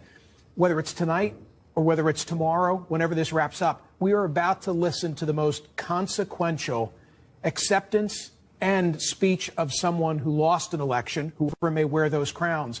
And wow, is there a real need for leadership from those folks now to extend olive branches, whomever wins, and try and put this Donald together. Trump early on during the primaries would say a lot in interviews that he can be presidential, he can change his tone. He, in Palm Beach, is a different person than he was elsewhere. And I think we're going to see as a country what, if in fact he takes the Oval Office, what that actually what that means. looks like. And we've seen some of that, right? In these last couple of weeks or so, he was teleprompter Trump. He was different. I mean, he was able to stay on schedule and stay on message, sometimes coaxing himself out loud to do that. The question is Obamacare, the Supreme Court. Listen, I think this is a very consequential event. Yeah. All of those things now, I think, are in question. I mean, I believe on Obama, I don't want to start a debate on this now. 20 million people have health care, and there are guarantees in our health law, such as prohibition against banning people with pre-existing conditions, that are important to Americans. It's going to be more complicated to unwind that than some believe. But there's no doubt the Supreme Court, this is a very consequential election. But I just want to say one thing about this, just having served in the White House, and I know, Paul, you've done that as well, Van, you've spent some time there. The things that get you elected are not the things. There's a different requirement now. There's a huge responsibility. Every single day, every single hour, you're dealing with consequential questions that impact on people's lives, and you have to make those decisions in the best interest of the entire country. It's not about reading from a teleprompter. It's not about, handling this question or that question in a way that gets you the best political advantage. These are life and death, grave questions for people in this country and around the world. This is a big responsibility. And if there is a Republican Senate, and a Republican House and a Republican president. The question is, how will they work together? Because some of these senators will have ridden in on Donald Trump's coattails, which they never expected to do. We've got a quick update on Wisconsin. I want to go to Wolf and John for that. All right. Thanks very much, John. We're taking a very close look at Wisconsin right now. 85% of the vote is in, and Donald Trump continues to maintain his lead of about 90,000 votes over Hillary Clinton, 15% of the vote outstanding. 90,000 votes, and we've been saying, and the Clinton campaign is telling us they expect a big basket of those votes to come from here in Milwaukee. Now, this is what we have right now, 87%. We've been stuck there for some time. We're waiting for the feed to come in here, but on the Secretary of State's website, they have updated the numbers in Wisconsin. Forgive me for coming across. I'm left-handed. One of the perils of being left-handed on a night like this, but here are the latest numbers. You see Clinton at 214 right there. The new numbers are 235. 247, and Donald Trump is at 117,450, and this is 99.58% of the vote. She made up a very tiny. This is what, if you look at the map here, this is now 117,000 vote difference in Milwaukee. If you look at it there, she didn't make up that many votes. We were looking for a huge basket of votes out of here for her to make it up. When you come back out and add that into the state total, it is nowhere near what she needed. Nowhere, and that's at 99.5% now. It's not even close. It'll make up some of that gap, but nowhere near. So the question then is, are there other Democratic votes out there somewhere? Got to turn the telestrator off to bring this out. The last place we're looking is Dane County is the last big one. We're at 82%, but it's not. It doesn't strike me as a big enough population center. We're still going to wait to count these as you look, but we'll wait till we get the official update to feed into the wall. We're still at 87%, but this is 99.58% in Milwaukee. And you simply do not, the question was, could she have this giant leap in the math out of Milwaukee County, in the spread out of Milwaukee County, to make a big difference? And these numbers simply aren't enough to do that. Basically the same ratio as before. Right. Not much difference. Not much difference at all. Her ratio actually goes down a little bit to 62.5%. The main point is the math here, and it's just not enough. She makes up, in the vote count, she gains a little bit, but when you bring it out and you try to add it into that, We'll see what happens in Madison. That's a liberal Democratic stronghold in Wisconsin. Let's take a look at Michigan. Move over to Michigan. Still at 77% here, and it's a close race. And we're in the same calculation we've been in before. Again, when you talk to the Clinton War Room, they tell us, just relax. We're going to see some votes come out of here. We're still at 85%, so there's still more votes to come out of Detroit, Wayne County and Detroit, and she does have a huge lead there, obviously. So if it's a big chunk of votes, it'll affect the math. We've been waiting a long time. Not unusual that it comes in late. And this is close. This one is closer than the race in Wisconsin. 57,000 votes. Right, closer than. So you look over here. Is it doable? Okay, but let's see them. And you start to see Ingham County now is up to 94%. Again, she'll get some more votes out of that. But you're looking at these leads for Donald Trump. They're relatively small, but they have been persistent and they have held. And the Wisconsin news, that Milwaukee news, to me, is, and we will watch and see if the rest of this comes in. I'm just going to look, 84%, but it's nowhere near the population center of Milwaukee. So you see these Democratic areas where you still have some votes, but can they swing it enough to change that? That's almost a 4-point race or a 3-point race. I don't see it at the moment. We'll see when the rest of these votes come in, but you don't see the math there in the state of Wisconsin as you go through. So we've done Michigan, we've done Wisconsin. What about Pennsylvania? Sorry, I was just going to touch New Hampshire, which has been rocketing back and forth, 47.5 to 47.4. One thing, I was just in touch with some Republicans up here. I just want to show you. Derry, New Hampshire, it's out. We have no votes there. This was a very big area for Mitt Romney 4 years ago. The Trump people are telling me they expect to get a big run-up of the vote here. You move down here to Salem, New Hampshire. These are the two big population centers left. Again, relatively small towns in New Hampshire, but 2.5% of the state population there was a big Romney area. 2% of the state population here, also a big Romney area. The Trump people are very confident they're going to do very well in those two counties in New Hampshire. And so their expectation is that they can hold on. She's in the slight lead now. The Trump expectation is they can come back. We'll see if that turns out to be true. But again, another seesaw. Got to lead about 25 votes. It's not very much. 25. This is what we're going through in New Hampshire right now. And here we are again back here. And you start looking at this right now. And another incredibly close state. The challenge becomes... She's losing by about 50,000 votes. 50,000 votes. With 96% of the vote. 96%. You look at a giant state like Pennsylvania, you think, that's a pretty small lead. But you start looking, what's left? And we're at 100% here in a place she's winning. We're at 100% here in a place she's winning, but by nowhere near the margin she needed to win, which has been a consistent story throughout the night. Let's come out here. We're at 100% here in a place she's winning, but again, by a very narrow margin. And so you keep asking, are there Democratic votes out there?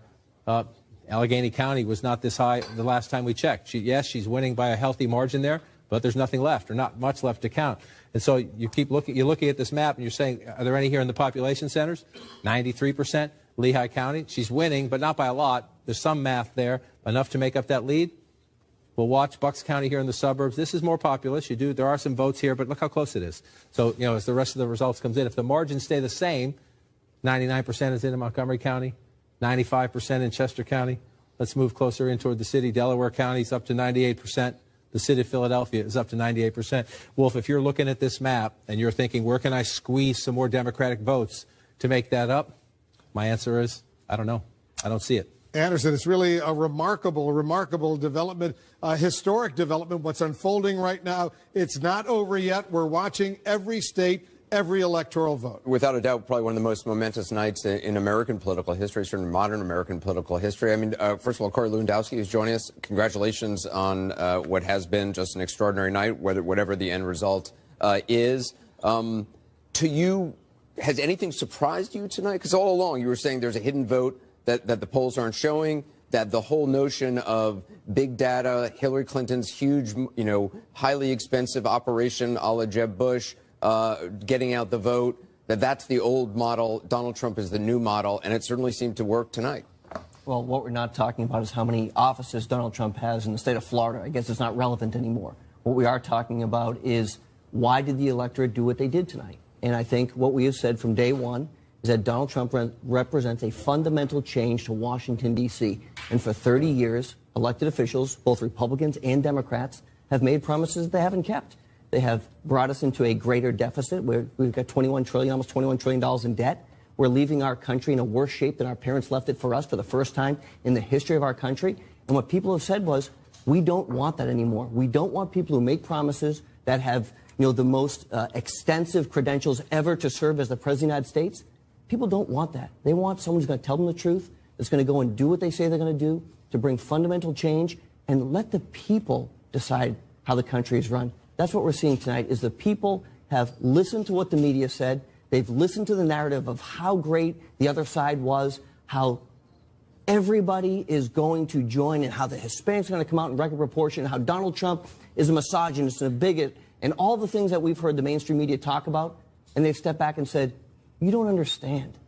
We are tired of Washington, D.C. We're tired of broken promises. We're tired of people going there and forgetting about us. And we want wholesale and fundamental change.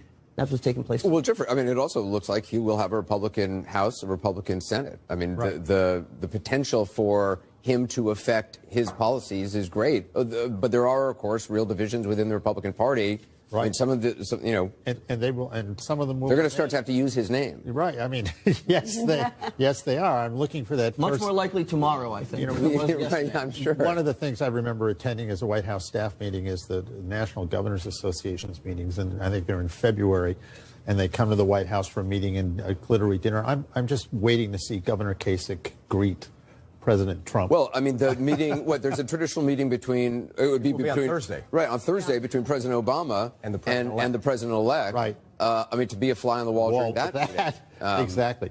Well, I mean, change is at hand here. And I keep going back to Reagan for a purpose, because he was the last president, certainly on the Republican side, to bring that kind of change and face that kind of resistance, not only as he sought the nomination and ran for election, but once he got there. I guess one of the questions, obviously, is how capable, I mean, a lot of promises are made during an election. Donald Trump has talked about things as a negotiation, and that, some of the conservative criticism of him early on was that, that too much is up for negotiation with him. Negotiation or compromise can be a dirty word in Washington. The wall, reversing Obamacare, the Supreme Court, how much can he actually do, and as quickly as he said? Well, remember at one point, Paul Ryan met with Donald Trump and came out basically saying, or his aides basically said, what Donald Trump said, just help me get elected. and then we'll use your agenda. Okay, we will use your agenda. I think Paul Ryan is going to hold him to that.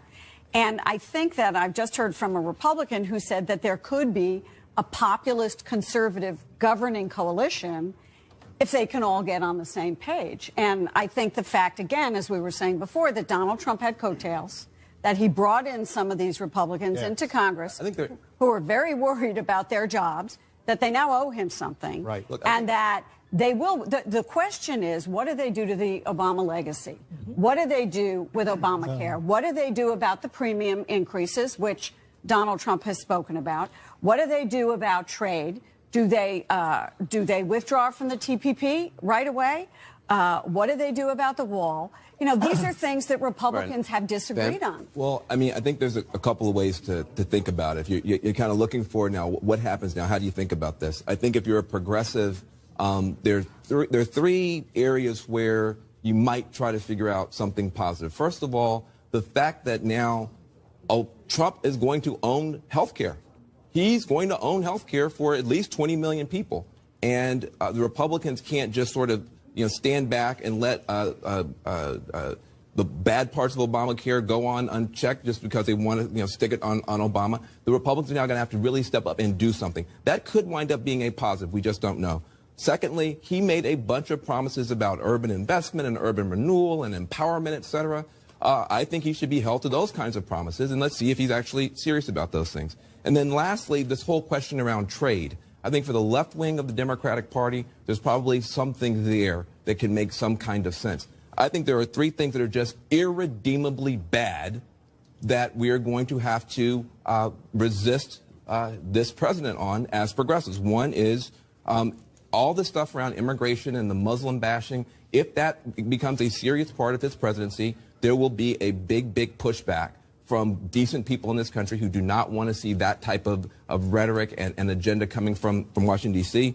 Secondly, the Supreme Court is going to be a massive fight. And lastly, which we haven't talked about, is this whole question of climate and whether or not we're going to be able to make real progress on climate and climate change. The last thing I want to say, because I don't know if I get a chance to talk again, there are people around the world who are watching this. They are appalled, they are shocked, they are surprised. The markets are showing it, and there's some people who are laughing, and some of them are in the Kremlin. This is not just the first election in which you had a woman running and a business person running. This is the first election in which an enemy power deliberately and explicitly interfered in our election and got away with it. And they interfered in our election in a one-sided way. They didn't hack Democrats. They didn't hack Republicans. They hacked Democrats. And we're going to have to figure out now, what is our relationship to Russia going forward? And if Russia got away with it this time, what if the Chinese do it to the Republicans next time? We are now living in a completely different context from a national security point of view. That needs to be talked about. Jeffrey, assuming Donald Trump becomes the president, do you think, and I mean, he's already talked about, and there's been some talk about who would be his attorney general, who would be his secretary of state. Do you see him reaching out to kind of a diverse group of Republicans or whomever to kind of form a cabinet? Where do you see? Yes. I mean, again, the model for me, which was instantly clear to me as I got to know him, is his own company. I mean, he has a lot of people there, a lot of very different people who are very talented in A, B, or C areas that he brings in to accomplish tasks. That's what he will do. I mean, he's an executive. He has an executive's mind. I have no doubt whatsoever. Now, will he, as any president should, having won an election, want to steer the country in the direction that he promised he would steer it? Sure. Will he try to find people who will do that in these individual cabinet departments? And, the age-old problem in Washington is presidents appoint people to run departments, and then they wind up doing it the reverse. They wind up representing the department to the president instead of representing the president and the people to the department. But yes, I'm sure he will do this. Paul? Yeah, that may well be, but I would point out, first off, the election's not over. Right. Well, right. We're in play. Exactly. And it seems to me, just back of the envelope math, highly likely that Hillary Clinton wins the popular vote, irrespective of even if Mr. Trump can pull off this Rust Belt states. Only 24% of the vote in California is in. She's likely to win that overwhelmingly. Washington, Oregon, So you could very well be in a situation, we know, no matter who wins, that this country is deeply, deeply divided. And that has been the case for many years. We had, when Bill Clinton was sworn in, it was on the book of the prophet Isaiah, and thou shalt be called healer of the breach. Then the next president had 2 terms. He said, I want to be a uniter, not a divider. Then the next president had 2 terms, and he said, there are no red states, no blue states, there are only the United States. And yet still, despite 24 years of 3 very different presidents, all talking about that divide and trying to address it, it is deeper and more painful than ever. And yes, we'll have this on trade, we'll have this about Russia, but more fundamentally, the pain here is so spectacular that it's going to take a real miracle. We've got another projection from Wolf. All right, we do have another major projection right now. All right, Donald Trump, we project, will be the winner in the state of Utah. With its 6 electoral votes, Donald Trump carries another state. You see the popular vote there. Donald Trump ahead. He's got a 113,000 vote lead over both Evan McMullin, who looks like he's second place right now with 41% of the vote, in Hillary Clinton right now, 82,000 votes in third place. Let's take a look at the Electoral College count where it stands right now with this Donald Trump win in Utah. Right now, Donald Trump is ahead, inching closer and closer to 270 electoral votes. He now has 244 electoral votes compared to Hillary Clinton's 215 electoral votes. Donald Trump doing very, very well tonight. It's 270, though. That's the magic number. Let's take a look in a key race alert at the numbers coming in right now. Remaining states. We'll start with Michigan right now. 80% of the vote is now in. Trump has an impressive lead of 77,000 plus votes over Hillary Clinton. There are 16 electoral votes in Michigan. Trump ahead. In Wisconsin, 87% of the vote is in. Similarly, he has an impressive 84,000 vote lead over Hillary Clinton. 10 electoral votes at stake in Wisconsin. In Arizona, Trump again leading. 60,000 vote lead over Hillary Clinton with 65% of the vote in. Arizona has 11 electoral votes. In Pennsylvania, look at this, 97% of the vote is in. Trump is ahead by almost 51,000 votes over Hillary Clinton. There are 20 electoral votes at stake in Pennsylvania. Trump doing very well in Pennsylvania right now. Let's take a look at some more states where we have not made projections. In New Hampshire, Hillary Clinton is ahead, but by only 700 votes over Donald Trump, with 85% of the vote in. 4 electoral votes in New Hampshire. In Maine, 81% of the vote is in. Hillary Clinton has a lead of almost 17,000 votes over Donald Trump in the state of Maine. Finally, take a look at this in Minnesota. 84% of the vote is in. Hillary Clinton has a pretty good 71,000 vote lead over Donald Trump. 84% of the vote in Minnesota has 10 electoral votes. Let's go over to Jake and Dana. The numbers clearly right now, Jake, are in Donald Trump's favor. Absolutely. Hillary Clinton needs to win Michigan. She needs to win New Hampshire. She needs to win Pennsylvania. Right now, she's only ahead in one of those states with almost all of the vote in. It's really stunning. And Van has been talking about some of the dimensions of this race, some of the social dimensions that have people who supported Hillary Clinton very upset this evening. But let's take a moment and talk about the outsider nature of the campaign that Donald Trump waged and looks like he might win, having to do with how dissatisfied the American people are with Washington, D.C., with institutions that they think are failing them. Institutions, whether it is the Justice Department and the government of Washington, D.C., whether they're political or career individuals, and how they are not serving the purposes of the American people. That's one. And then a second one I think is very significant, and we haven't really talked about it at all, and that is the role of the United States in the world. You could make the argument that Donald Trump is somebody who has talked about how he thinks that we have been involved in too many entanglements in other countries, and Hillary Clinton has been defending that sort of thing. It's one of the reasons why a lot of veterans anecdotally supported Donald Trump, in addition to the fact that many of them are just conservative Republicans, and that is they agree with the idea that we shouldn't be involved in too many countries overseas. We should be focused more on the United States. There are a lot of policy dimensions to this. Van's touching on some of the social dimensions to this, but there are a lot of policy dimensions to this. And then, of course, there's trade and the idea that the trade deals that might be very, very lucrative to corporations and to Wall Street have not been as lucrative and successful for people in Ohio, for people in Michigan, for people in Pennsylvania, the states that today are really rising up and saying, not so fast, Washington, D.C. And Dan, I know you're in touch with the folks in the Trump campaign. What are you hearing? Well, a little bit of news that I'm told that Donald Trump and his campaign did prepare 2 speeches, as we were told earlier by our Clinton team, that Hillary Clinton did, a victory speech and a concession speech, and he is preparing and hoping to give that victory speech. So what will be in it? I'm told that he will be gracious, that he will, to speak to what Van was talking about before, and also Michael and others about the tone of these speeches being so important. We'll talk about coming together, will reach out to those who didn't vote for him.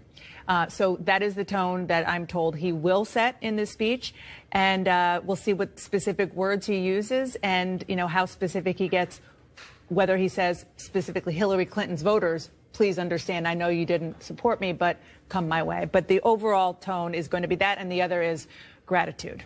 That's what the victor... Victory speech. Yes. But that's what the victors usually say. They reach out. They try to be gracious. They encourage the losing presidential candidate to be gracious as well. It's true. This is anything but a usual campaign and campaign season, right down to the speeches. So it is, I think, noteworthy to hear, particularly given how incredibly divisive this has been, that if he does get that magic 270 tonight, if those Rust Belt states go his way, not to mention Pennsylvania, that is the theme and the tone and the tenor I'm told he will set. And what's impressive, very impressive, not only is ahead in the Electoral College map, but popular vote. He is ahead in the popular vote. I think about 54 million Americans have voted for him, maybe 1 million more than voted for Hillary Clinton nationwide. That is so impressive right now. It's big, but as you note, it's right now. We still have yet to see what happens in California and some of the western states. But just to touch on what Dan has said in terms of the speech, whoever wins this evening, there is a huge responsibility for that man or that woman to reach out not only to the people who voted for his or her opponent, but to the people who don't like him or her. If Donald Trump wins, I think there is going to be, in addition to his celebration and the victory lap that he has every right to take, there are people who were really bothered by things like when he made fun of that disabled reporter. And he really has an obligation, especially if he wants to be a successful president. And I know he wants to be a successful anything that he tries to do. He wants to succeed at. There is an opportunity now for the country to heal, for the country to come together, whether Hillary Clinton wins or Donald Trump wins. And I really hope that the victor does actually take that opportunity to try to unite the country after this extremely brutal election. The onus is also on the person who doesn't win. Absolutely. To do that. Absolutely. And you know, we remember in 2008, John McCain's concession speech was probably one of the best speeches he ever gave in his life, because it was so gracious in telling the people who supported him to please support the next president. And because, again, this has been so divisive, so tough, so intense, it is maybe even more important for the person giving the concession speech to give that message to their supporters. We'll see what time the victory speech happens and the concession speech happens. We're going to be watching all of that so closely. It's still not over yet. They're still counting votes. Anderson, back to you. Yeah, well, thanks very much. In terms of what happens in the coming weeks for whoever the president-elect is, in terms of a transition team, I mean, some of them have, I assume both sides, and certainly the Clinton side, has already, they have people in place. I know Donald Trump has named as well. What is the process for that? Well, Chris Christie is running the transition for Donald Trump, and that's a problem. And he also hasn't been particularly visible of late with Donald Trump because of the whole Bridgegate trial, et cetera. But they have been running a full-bore transition. I think in terms of Hillary Clinton, when you were dealing with an Obama administration who had been here, Democrats, the transition might have been a little smoother and a lot easier than if it is President Trump, then the Obama team would have dealing with the President Trump's team, who wants to actually undo everything that President Obama has done in office. It is interesting also when you have President Obama with the highest approval ratings, I guess, of his presidency. Well, probably not of his presidency, but it's certainly for a president at this stage. Yes. Up there with Reagan. And certainly was out there on the campaign trail an awful lot. I mean, to not be able to, I mean, he was able to get himself elected, but he didn't have great coattails, certainly for Hillary Clinton. Well, obviously, I'm sure he's deeply disappointed tonight. I haven't spoken to him, but he campaigned very, very vigorously. He felt very strongly about it. But you know, my guess is that they will meet on Thursday because that is the obligation of the outgoing president to try and affect a transition to the next administration. We've done it for a couple of centuries, and I'm sure he'll feel a responsibility to do it. Let me just make a couple of points, though. One of the things that I'm going to be watching, you know, you talk about people were swept in on his coattails and so on. Some of them were incumbents who were reelected. There are many members, or there are more than a few members of Congress who didn't endorse him of his own party. Paul Ryan separated himself from Donald Trump and excoriated him in very, very sharp terms several times. They don't have the same agendas in many ways. The notion of I mean, I'll be interested to see. I can't think of a time when you had a president who was so at odds with so much of his own base, because ultimately he ran against the Washington establishment, and Mitch McConnell and Paul Ryan and some of those guys, they're part of the Washington establishment. But now they're going to have to deal with them, and they're going to have to figure out what part of the Trump agenda works with what they want to do. I mean, as Donald Trump always says, he's a negotiator, even if he has to negotiate. I just add to the list of, you know, we're in uncharted territory. Yeah. We seem to be assuming we're going to hear an acceptance speech from Donald Trump, perhaps, if this goes the way it's. You know what all the caveats are. Here's what I'm trying to say. You can put on that list trying to calm down the market because the Dow futures are down 800. I don't know what it is he says tonight or tomorrow, but he needs to the point of who will he surround himself with, make sure that he can instill some confidence in Wall Street sooner than later. Yeah, and it'd also be interesting to see what Obama says, right? I mean, they have this meeting on Thursday or so. Obama has been very vocal that he didn't think that Donald Trump was qualified to be president. He didn't have the temperament. Donald Trump, if he becomes president, is a complete and utter repudiation of Obama. I mean, he ran as the anti-Obama. And if you look at all the things that the transition team has been saying, their goal is to undo Obama's legacy. It is paradoxical because, as Anderson pointed out, the president's approval rating is quite high. But let me just say this. Part of what the president and others criticized Donald Trump for was suggesting that he might not accept the result of the election. I don't think you can do that and then not accept the result of the election. And I think there'll be people, and Van can speak to it, who are going to be in a resistant mood about this because they'll say Donald Trump didn't give Barack Obama a chance, so why should we give Donald Trump a chance? And the answer to that is we only have one president at a time, and you have to try and make it work. We're going to have more with our panel, a lot more. Still looking, counting the votes, looking at the numbers state by state. We'll be right back.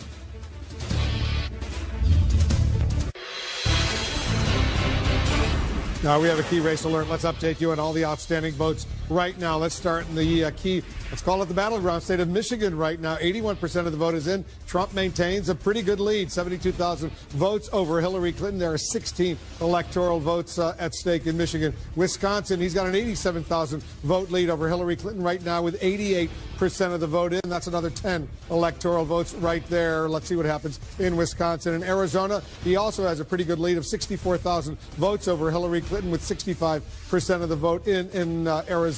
11 electoral votes at stake there. In Pennsylvania, Donald Trump maintains his lead. Almost 59,000 vote lead over Hillary Clinton with 97% of the vote in. Trump still ahead in Pennsylvania. 20 electoral votes right there. Impressive leads in all of those states. Let's move on to New Hampshire right now. 87% of the vote in. Hillary Clinton has expanded her lead. She is now up by 3,500 votes over Donald Trump. Once again, 4 electoral votes in the state of New Hampshire. Hillary Clinton does have a lead also in the state of Maine. She's up by 17,000 votes over Donald Trump. 84% of the vote is in. 4 electoral votes in Maine. In Minnesota, Hillary Clinton has a lead there, 66,000 vote lead over Donald Trump. 85% of the vote is in the state of Minnesota, where there's 10 electoral votes. And in Alaska, the Donald Trump is building up a lead with 28% of the vote in 13,500 vote lead over Hillary Clinton. There are 3 electoral votes at stake in Alaska. Let's take a look at the Electoral College map right now, where it stands. Donald Trump is ahead. He has 244 electoral votes to Hillary Clinton's 215 electoral votes. You need 270 to be elected president of the United States. Trump is getting closer and closer and closer in this improbable run. Very impressive run for Donald Trump. John, so let's take a look and see where we stand in these remaining states. And we're not done yet in these remaining states up here, but at the moment, 6 states that President Obama carried 4 years ago have flipped. We're not done completely, but including Florida, and at the moment we're looking at Pennsylvania, Ohio, which is done, Michigan, Wisconsin, Iowa. Stunning as you look at it. So let's go back and look and see the ones we're still waiting on. 88% now of the vote, 49 to 46 here. This has been steady, and we did this by hand a short time ago. Now it has fed in. 99% in the vote now in Milwaukee. This is where the Democrats were telling us earlier, just wait, we're going to get a lot of votes out of Milwaukee. They did get more votes, but nowhere near enough to close the statewide gap. You pull out of the thing, you're still at 49 to 46, and you see the margin there. So let's look around. The blue areas, are there places where we can get more Democratic votes? Well, we're 100% here. See, 100% is in. We're 100% here. You come up here, Dane County. It's a big county. It's almost 9% of the state population. This is the University of Wisconsin-Madison. We can expect that the votes still out here are going to go lopsided for Secretary Clinton. The question is, are there that many out there? Because it's the only place left where you have a large population center, relatively, Democratic area with the votes still out. And I'm very skeptical that there are anywhere near enough votes there to make that up. So you look at some other blue areas. We're at 91% here again. We're not talking about a lot of votes here. It's a smaller area of the state. You pull out. Let's come over here to Eau Claire. We're at 87% here, but again, it's 1.7% of the state population. So this is what's happening in the Clinton War Room. They are desperately going county by county and calling their people and saying, is there anything missing? What's missing? So every now and then, a number comes in, and then you see it drop. They realize they've missed something. But if you look at this right now, we're going to count them to the end. But this has been, it's a relatively small lead, but it has been a steady, we call it a stubborn lead, in the sense that as more of the votes come in, it's holding up in the state of Wisconsin. It's 10. And a very important 10. Then you move over to Michigan, which is 16. And again, we've been stuck here for a while. 81%. You see the lead right here, 48 to 47 if you about round that up. 70,000 votes. Right, about 70,000 votes if you round that up. It just moved a little bit on you again there. And so what are we waiting for? Number one, we're still waiting, and this will be the bulk of what we're missing, is right here in Wayne County. Again, it's a place where Hillary Clinton is winning quite big, but the Milwaukee example told us, the Clinton campaign tells us, just wait, they're going to come. Maybe it will be different here, but it was not in Wisconsin. We waited, Milwaukee came in, it gave them a boost, but nowhere near what they needed. They need a miracle here out of Wayne County to make up some big numbers, translate when you get back out here. And you look through the state. Earlier in the night, this was red. Marquette was red most of the night. Hillary Clinton came back, but we're at 100% now, and so there's no votes to be made up there. And so you're looking in the middle part of the state. Well, if you're trying to find areas, Genesee County, this is Flint.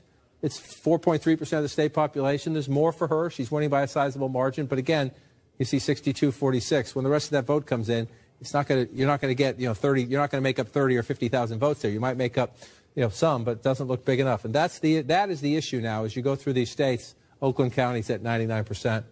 You pop down. We're still waiting most of all on this Wayne County vote. Again, mathematically impossible? No. You're starting to look here and here, and the word improbable, unlikely, comes into your head. But we'll count them. We'll keep counting them. We've seen strange shifts before. This one switched late. Pennsylvania was coming in blue most of the night. It switched late. It is still a one-point race. It's very close. Inside the Trump campaign, they think they have this. They've been checking around with their people. They think it's done. And you ask the Democrats where the vote's going to come from. There's a little bit left here. There's a little bit left here. Not much. Yeah, you're mostly in. This is the biggest, basket of Democratic votes of all. There's a little bit left there. But you look at this again, we'll wait, we'll keep counting. We want to be cautious about this, but again, it's a small lead. 60,000 vote lead. 60,000 in a giant state like Pennsylvania. That's normally, not a huge lead, but again, it has been steady and stubborn and persistent. Pittsburgh's still open. Allegheny, last time I checked, it was mostly in at 98%. So again, this is an area where it's 10% of the state population.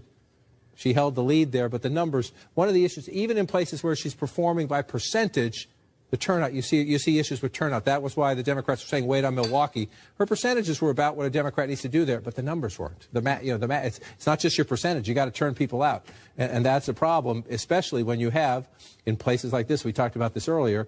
50% for Hillary Clinton to 47% for Donald Trump. Well, you're not going to win. You're not going to win in a state that has, so much conservative territory.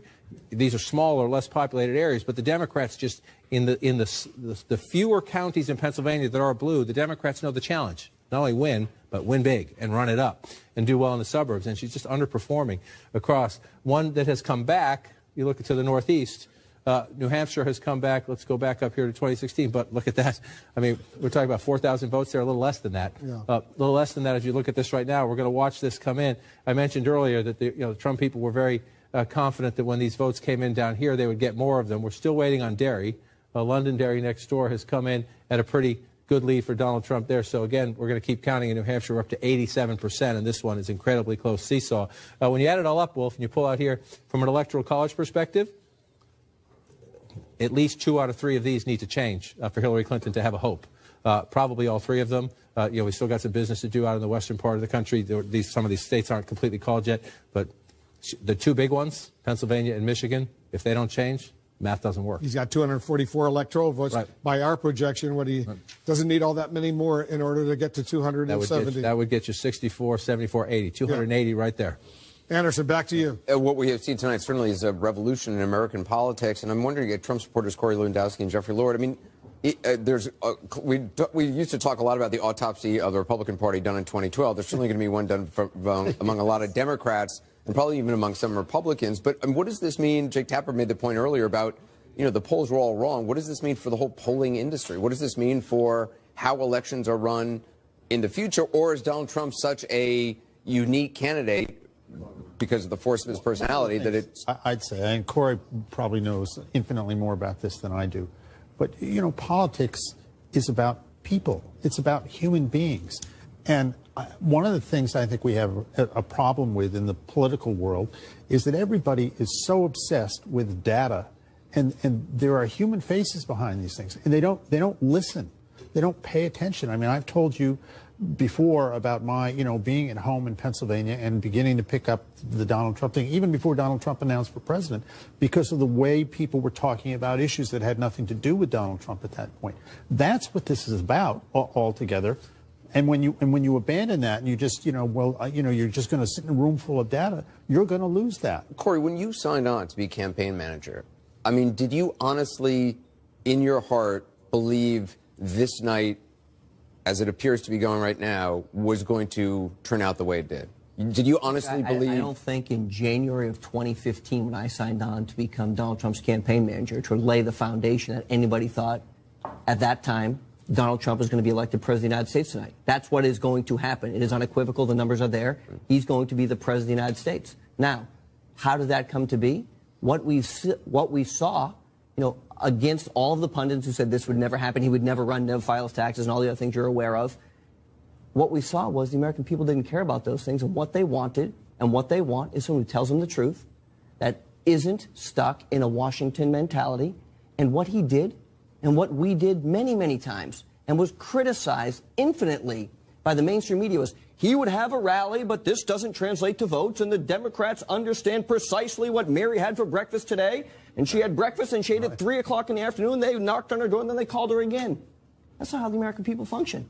That's not what the American people wanted. So what we do know is that connecting with people directly and having them buy into what you're doing, I think that's the big difference. How much people bought into Donald Trump? How much did Donald, in your opinion, did Donald Trump? I mean, I've always thought Donald Trump has an extraordinary antenna, whether it's a political antenna or whatever it is, for sensing things in other people, whether it's in this company or in the crowds that he's talking to. He feeds off it. How much did Donald Trump, when he came down that escalator, do you think had in his mind what the mood of the electorate was? Or how much do you think was that he sensed once he started going out, meeting crowds of people, talking to people, that he learned from them? Look, I think, and the Washington Post has reported this, Bob Costa has said it, he is the greatest raw political talent of a lifetime. The greatest, because he understands people fundamentally.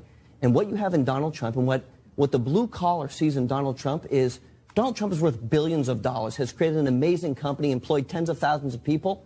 But you know what he does? He stops at McDonald's and eats there. And you know what he does? He walks a construction site and he talks to everybody with respect and dignity and doesn't think anybody is better than anybody else. And I've seen it firsthand on so many occasions. And when you go with him to a construction site, and I witnessed it here in Washington when he was building the old post office, he would stop and talk to every person there working and ask them, oh, is this the right way? And he would notice small things, taking pride in everything that he does at his properties, giving pride back to the people who are doing the work, making sure that they understand that he appreciates it. The American people see that, and it was real, and it is real, and that's what the American people respect. I know Van and Paul.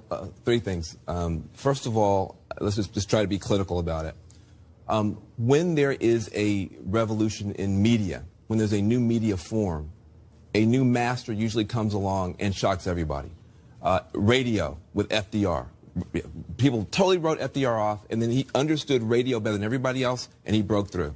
JFK, totally written off, but he understood television better than everybody else, and he broke through. Obama, totally written off, but he understood the internet, that you could raise money, small donation dollars, viral videos, and he was able to break through. Donald Trump understands social media and reality television better than anybody else. And that's the era that we're in. And so things that you do in social media, like being outrageous, insulting people, doesn't get you fewer followers on social media. It gets you more. The idea of being the villain actually is the star in a reality TV show. And he kind of understood that. He kind of played up the villain kind of thing. I was saying all along, as you guys will remember, that this guy was a major threat. I used to call him Trumpzilla. And every Democrat told me I was wrong. When Brexit came out, I did a Facebook video, and it was called Freak the F Out, because I said this could happen here. Every Democrat told me that I was wrong. Part of it is understanding the media environment. The other part is understanding, I said over and over again, quoting Lord of the Rings, where will the hammer fall? And I said the hammer will fall on the Rust Belt. And people said, no way, it's going to be blue forever. There is a problem with the Democratic establishment not understanding the media environment that we're in, not understanding where the pain is in the country, and taking a lot of stuff for granted. So you guys were able to take advantage of that. That said, it's not as rosy as you say. Paul, just want to get you in, and then we got to go to break. Well, we have to understand the political environment as well, right? Donald Trump he gave voice to this spectacular anger. But at the same time, 69 out of 99 state legislative chambers are controlled by the Republicans, the highest since 1920. 34 of 51 governors, the third highest since the Second World War. 54 senators, the highest since 1928. 274 House members, the highest since 1928. In other words, there's a huge constituency for Republicans out there. This is a Republican country. Okay, President Obama, he cut through that. Right. But to try to win a third term has never been done by the Democratic Party. We got to take a quick break. We'll have more. We'll continue to count the votes, continue to look at the states. We'll be right back.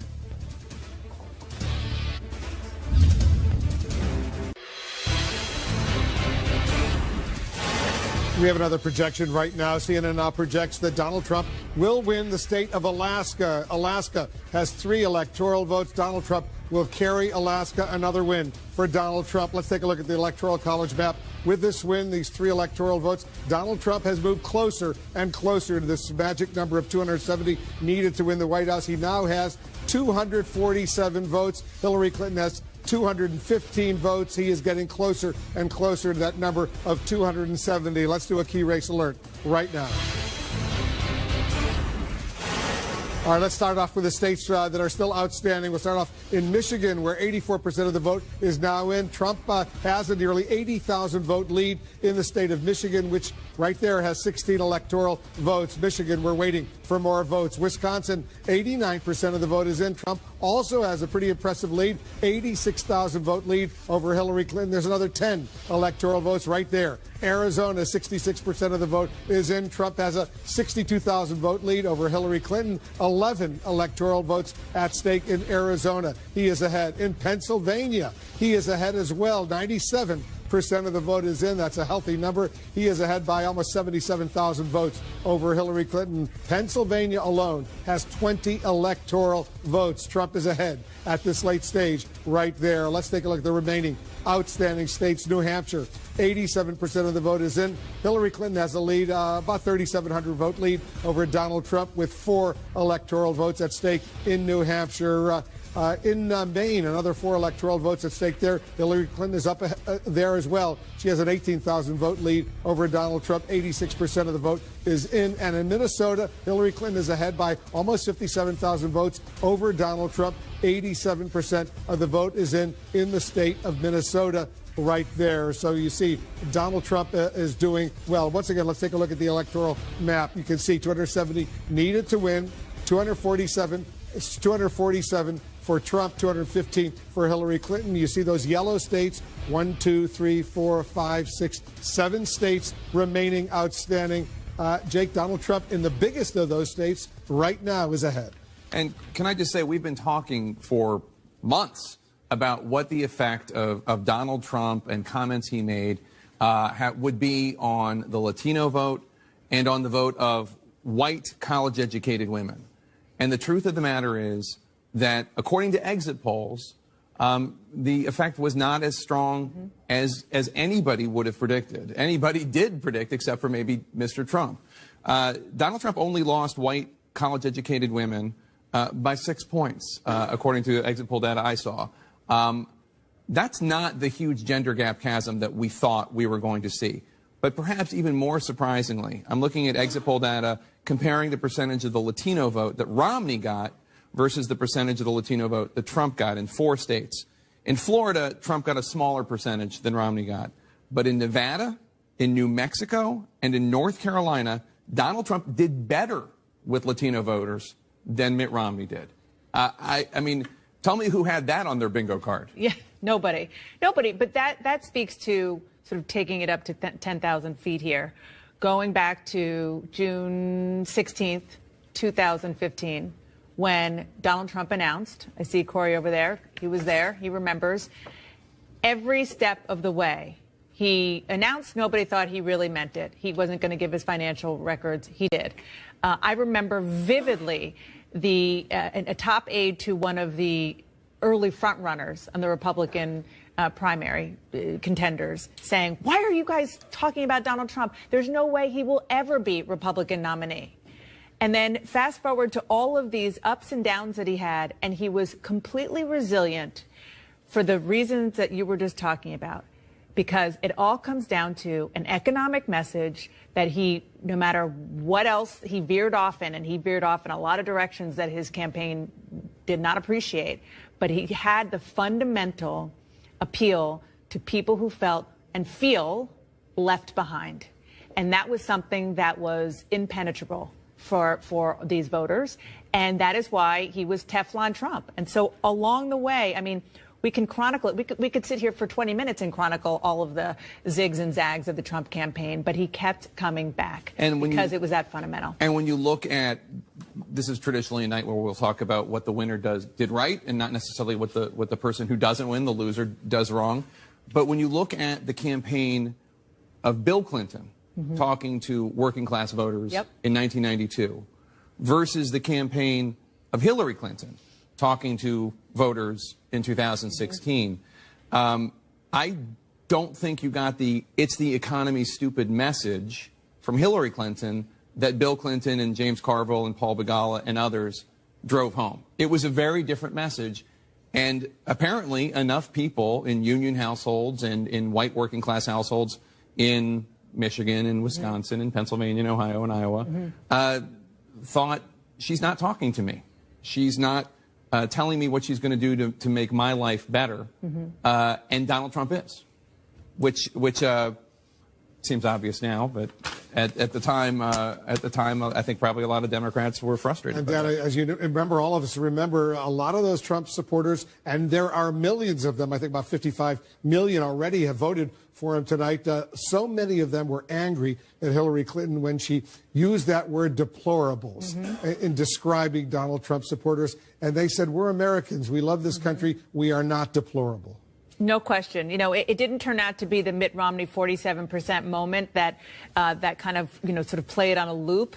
But there's no question that the deplorable concept was something that the Trump supporters embraced. I mean, how many times did we go to a Trump rally and people were wearing T-shirts saying, "I'm a proud deplorable, adorable deplorable"? I mean, they embraced it because they thought it was so ridiculous, because they thought that their voices, and they think that their voices, should be heard too, and that Trump supporters were misunderstood. And some of them were, and some of them weren't. But that's a story for down the road. But the bottom line, at the end of the day, is that he surprised constantly throughout the entire Republican primary season, and then he clearly seems to have continued to do that through the general election. And you know what else, Jake? He did. He showed during the Republican primary contest when he beat 16 or 17 Republican senators and governors. So many of them had a lot more money in paid commercial advertising than he did. He had relatively little during the primaries, but he was on television clearly all of the time. And in the general election, Hillary Clinton, her campaign spent so much more money on negative ads against him, yet look at how well he has done today.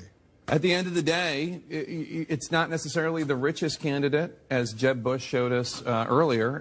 It's not necessarily the candidate that is flashier necessarily. It's the candidate that has a message that appeals to the plurality or majority of voters. And he apparently, we haven't called this race yet, but he apparently had that. That message of jobs, border, terrorism, Washington's broken, saying it over and over and over again, that was appealing. People think Washington is broken. They think they have lost their faith in American institutions, including Republican leaders and Democratic leaders in Congress, including law enforcement, including counterterrorism officials, including the mainstream media. They have lost their faith. And he was giving voice to them. And Dana, he stuck by his basic message from day one. He said, we're going to build a wall. Mexico's going to pay for it. He still says that. In the past few days, he continues to say that. He's going to repeal and replace Obamacare, the Affordable Care Act. He still says that. He's been saying that since day one. He stuck to those messages, and it seems to have worked. It's true. And as you're saying that, I'm thinking of Kellyanne Conway, his campaign manager's kind of her mantra. She said it to me, and she said it to both of you as well in interviews, which is her sort of diplomatic way of saying that she didn't think that Donald Trump did well when he hurt himself by getting distracted by other issues, but he did the best when he was talking about the issues. On that note, let me just tell you what she said in the "Told You So" tweet, kind of very well constructed from Kellyanne Conway. Things that were true: undercover Trump vote, at Mike Pence for VP, Hillary's floor and ceiling are the same. Rally crowds matter. We expanded the map. All right, everybody stand by. It's a cliffhanger race right now. We're watching the final electoral votes come in. Let's take a quick break. We'll be right back.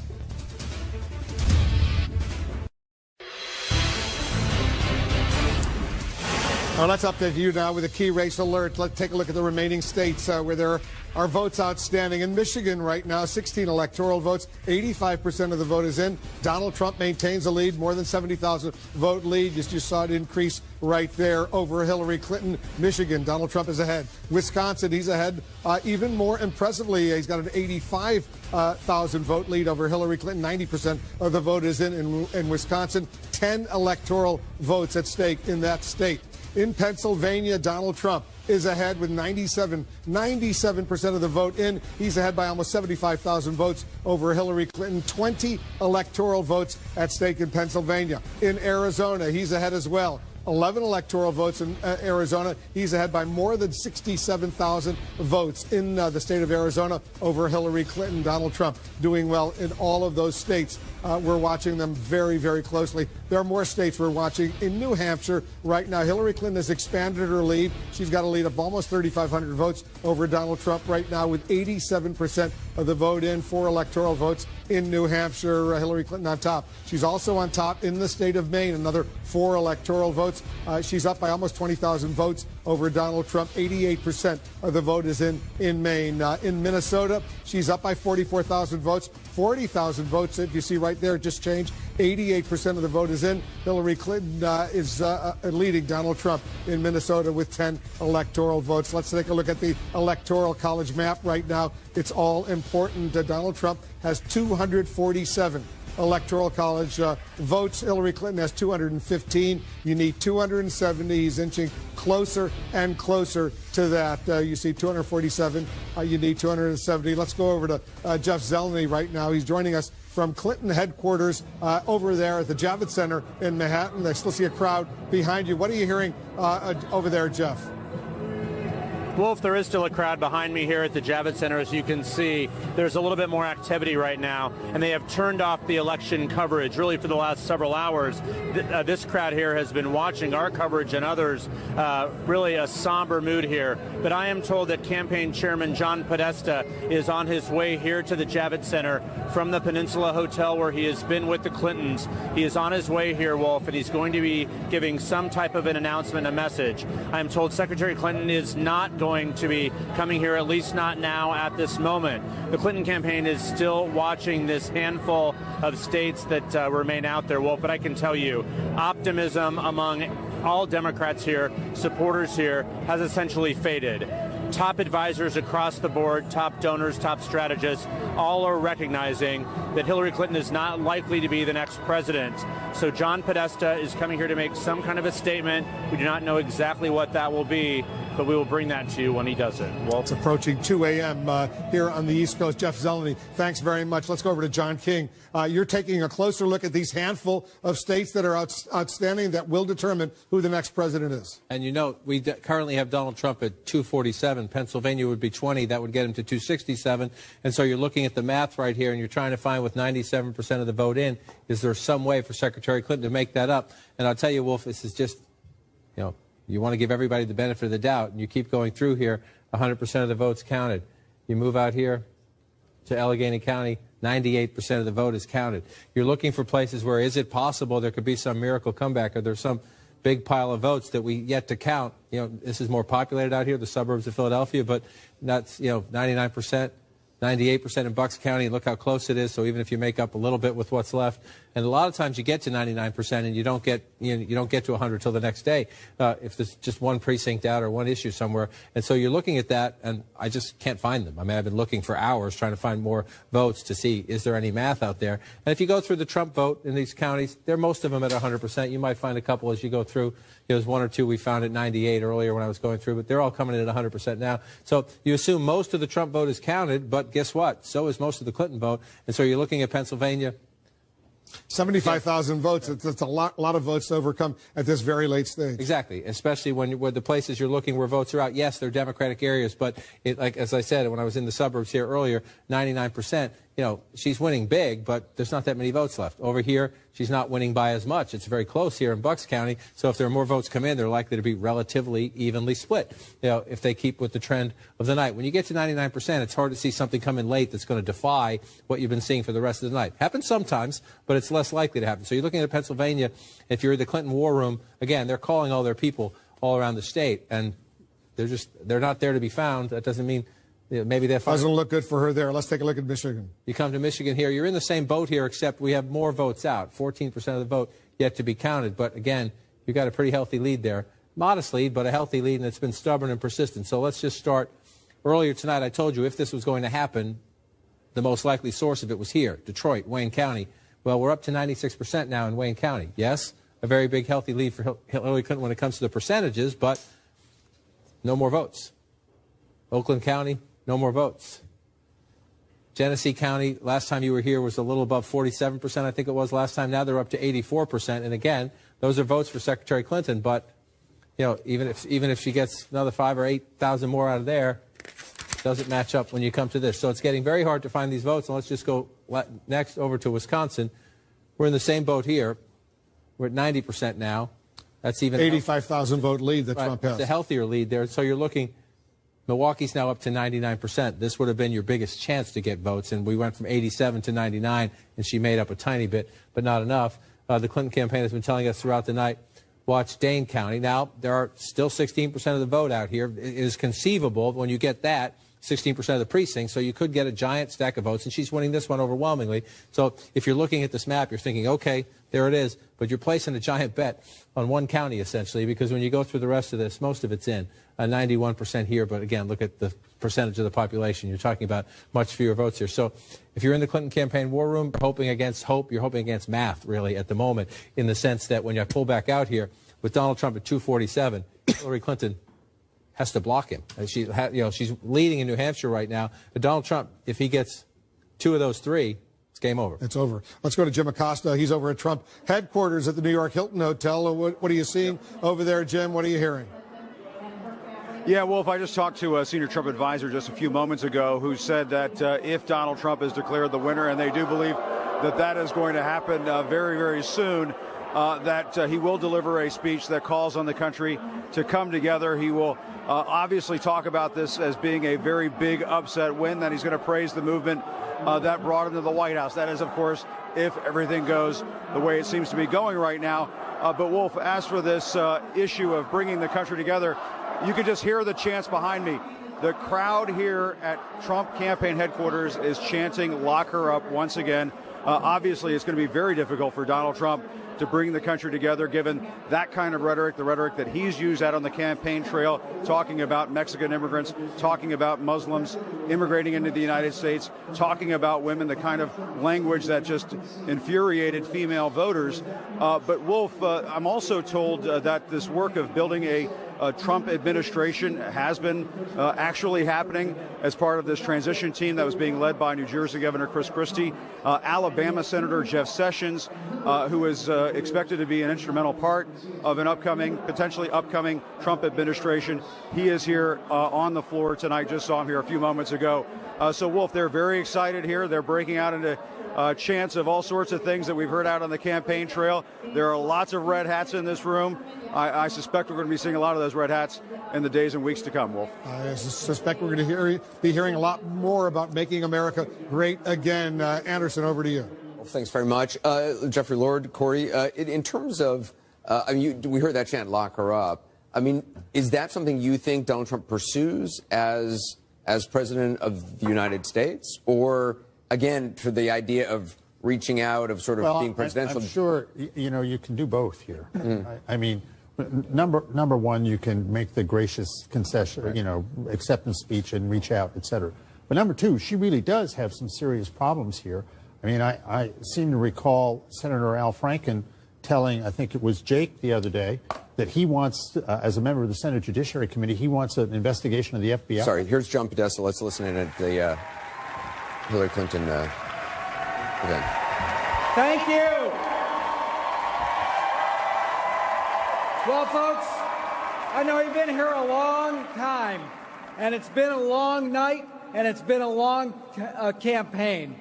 But I could say we can wait a little longer, can't we? They're still counting votes, and every vote should count.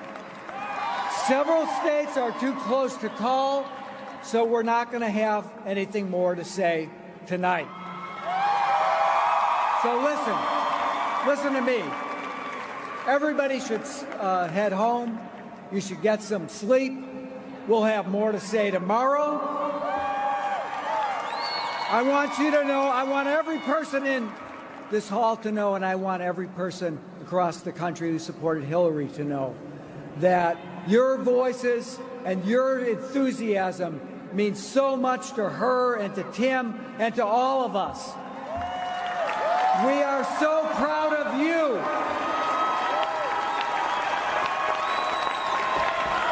And we are so proud of her. She's done an amazing job, and she is not done yet. So thank you for being with her. She has always been with you. I have to say this tonight. Good night. We will be back. We'll have more to say. Let's get those votes counted, and let's bring this home. Thank you so much for all of you have done. You are in all of our hearts. Thank you. John Podesta speaking to a group of Hillary Clinton supporters at what was, in the opinion of many of the people in that room, supposed to be a victory party for Hillary Clinton. Certainly does not to be turning out that way. Does it surprise you that we're not going to be hearing from Hillary Clinton tonight? Yeah, I'm not sure. I can see wanting to wait and see what happens. I don't know what her state of mind is right now, and they don't know how long it'll be before. Do you think Donald Trump still comes out if it starts to get called by networks? I suspect if the media organizations call it, that he may speak tonight. I would ask the Secretary of State and the Attorney General. Supreme Court Justice, if you didn't see the interview, thank you very much. Do you think Trump would come out? First and foremost, Hillary Clinton is going to lose tonight. She should call Donald Trump immediately and say, you've run a great race, thank you very much. Secondly, she owes it to the American people to make a speech. If this was Donald Trump sending out the chairman of his campaign saying, we're not going to address this tonight because all the votes aren't counted. It's, 2 o'clock in the morning on the East Coast. We have 99.9% of these ballots counted. We're waiting for a small fraction in Pennsylvania, a small fraction in Wisconsin, which will not materially change the outcome of this election. I think this is, exactly to Van's point, not bringing the country together. This is saying you will hear something moving forward, but it won't be from us. And look, John Podesta could have just emailed everyone yesterday, and we would have got this from WikiLeaks, as opposed to just coming out tonight and doing this. This is absurd. I don't think Van thinks you were making exactly his point. This is so egregious that if this was Donald Trump, the hypocrisy would be so outrageous that, you know what someone in this panel would call him? The George Costanza of this election. That's what he would be called right now. Corey. You won. So where is the conciliatory note to say, I want my people to support one president? Where's that message? It's got to start with you, man. No, it has to start with the president who ran. It has to start with Hillary Clinton, who ran. Look, I didn't run for president. John Podesta didn't run for president. See, this is the fear. Here it is. You see it. You won. Say it again. I didn't hear you. You won. That's right. And Hillary Clinton should say that to the American people and say, support Donald Trump because he's one president. This is it. Let me finish. I'm not done. I'm not done. Look, it's 2 o'clock in the morning. She'll talk in the morning. Will she? Let him finish. Corey, you're being a horrible person right now. Let me finish. If this was Donald Trump, the hypocrisy would be so outrageous right now. Yeah, I want every parent at home. At 2 o'clock in the morning. I want every parent at home who's up right now, who's trying to figure out. Yeah, who are up right now trying to figure out how are we going to get through this? Right? Where's the grace going to come from? Where's the understanding? Where's the empathy going to come from? It's going to have to come from ordinary people. Tomorrow at work, when we go and look at people who we don't agree with, this can't be the interaction. It's going to have to be ordinary people reaching out to each other. I'm going to say one more thing before I let a smarter person talk about smarter things. When they were beating up on Melania Trump this past week, I stuck up for her because I thought it was inhuman and disgusting for somebody who never signed up to be a political wife to go out there and do her best and actually ask for the bullying to stop and then be bullied herself. Because you got to treat people like human beings. Tonight, Hillary Clinton's a human being. I think we give her a break, let her come out tomorrow and do a good job. And I'm telling you what, if we can't begin to treat each other in a more human way, this thing is going to go from bad to horrible. Hold on. Ron is just joining us. Yeah, to bring up Melania Trump, who I happen to know and respect immensely, I heard so many people sit on this network. Not me. And criticize, not you, you're right. So many people criticized her for saying that her priority was going to be anti-bullying because of what her husband has said on Twitter. Criticized her. Multiple people, all the time. And tonight, to say that one of two people who's going to be elected president of the United States is not going to come out and say we should unite behind the person who is the... No, excuse me. You had your chance. It's not my turn. You're saying the same thing 4 times in a row. No, what Van is saying is we have to get the respect from the people at home to come out and support Donald Trump. No. They put their faith in Hillary Clinton. And she received tens of millions of votes today and won a series of states. And she's the leader of the Democratic Party. And for her not to walk... Is it too late? Yeah. You're saying she should definitely come out and say support Donald Trump? I think, look, as we've just seen, this is an election that has deeply, deeply divided the country. I mean, the polling, we'll probably get the polling overnight, but the polling going in was that 90% of Clinton voters were strongly unfavorable to Trump. 90% of Trump voters were strongly unfavorable to Clinton. It is still entirely possible that Hillary Clinton will win the popular vote, given the West Coast states of California, Washington, and Oregon. Oregon, and Donald Trump will win the presidency by dominating in the Rust Belt. But the divisions in the country, the urban, non-urban, he won working-class white voters, non-college white voters, by more than Ronald Reagan did. But the gap between the way they voted and the way the college-educated white voters was the biggest ever. So there are a lot of divides that are left after this election, and it is going, I agree, I think Hillary Clinton, if she is, and it looks like a very kind of thin, road, if she is the loser, she has to make a gesture to reach out. And I think what Donald Trump does as well, you've got to recognize we are in a very unique situation where essentially half the country is not only disappointed, they are frightened by the outcome either way, and that is just under half the country. And that is a big development going forward. Do you know how many times we heard, will Donald Trump concede this race? Will he call into question? Right. You know what we're seeing tonight? We're seeing Hillary Clinton, who refuses to concede. She has lost this election. Whether it has been called or not, the race is over. And we heard for weeks that Donald Trump will call into question the legitimacy of this election. He will not concede. What will his people do? Will there be an outrage? Where is the outrage tonight that Hillary Clinton refuses to call and concede the election? The race is over. I mean, this is such a basic thing to do. And Van, to your point, and you certainly don't remember this, I do, in one of Nixon's losing races, either for president or governor of California, he did exactly some version of this and waited until the next day and wouldn't do it. And you know what they said? He's got no class. I remember this vividly. And here we are, and Hillary Clinton does this, and everybody says, oh, well, maybe she's tired.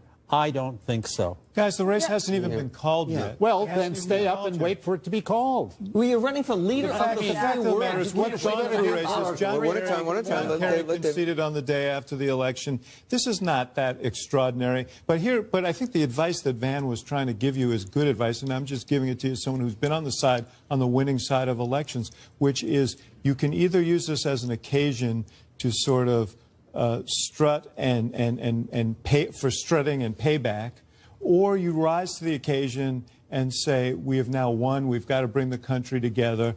And since you are the leader, if your guy's going to be the leader of the country and really the leader of the free world, then there's an onus on him to do that. And the fact that his opponent is waiting for the votes to be counted shouldn't be the occasion for you to replay everything that bothers you about what's been said over the course of the campaign. You've won, so act like you've won. I think Donald Trump is going to go on tonight. I think he's waiting for Hillary Clinton to call him and concede this race, and then he's going to make a very gracious speech which says, I want to be the president of the entire United States. I want to bring everyone together.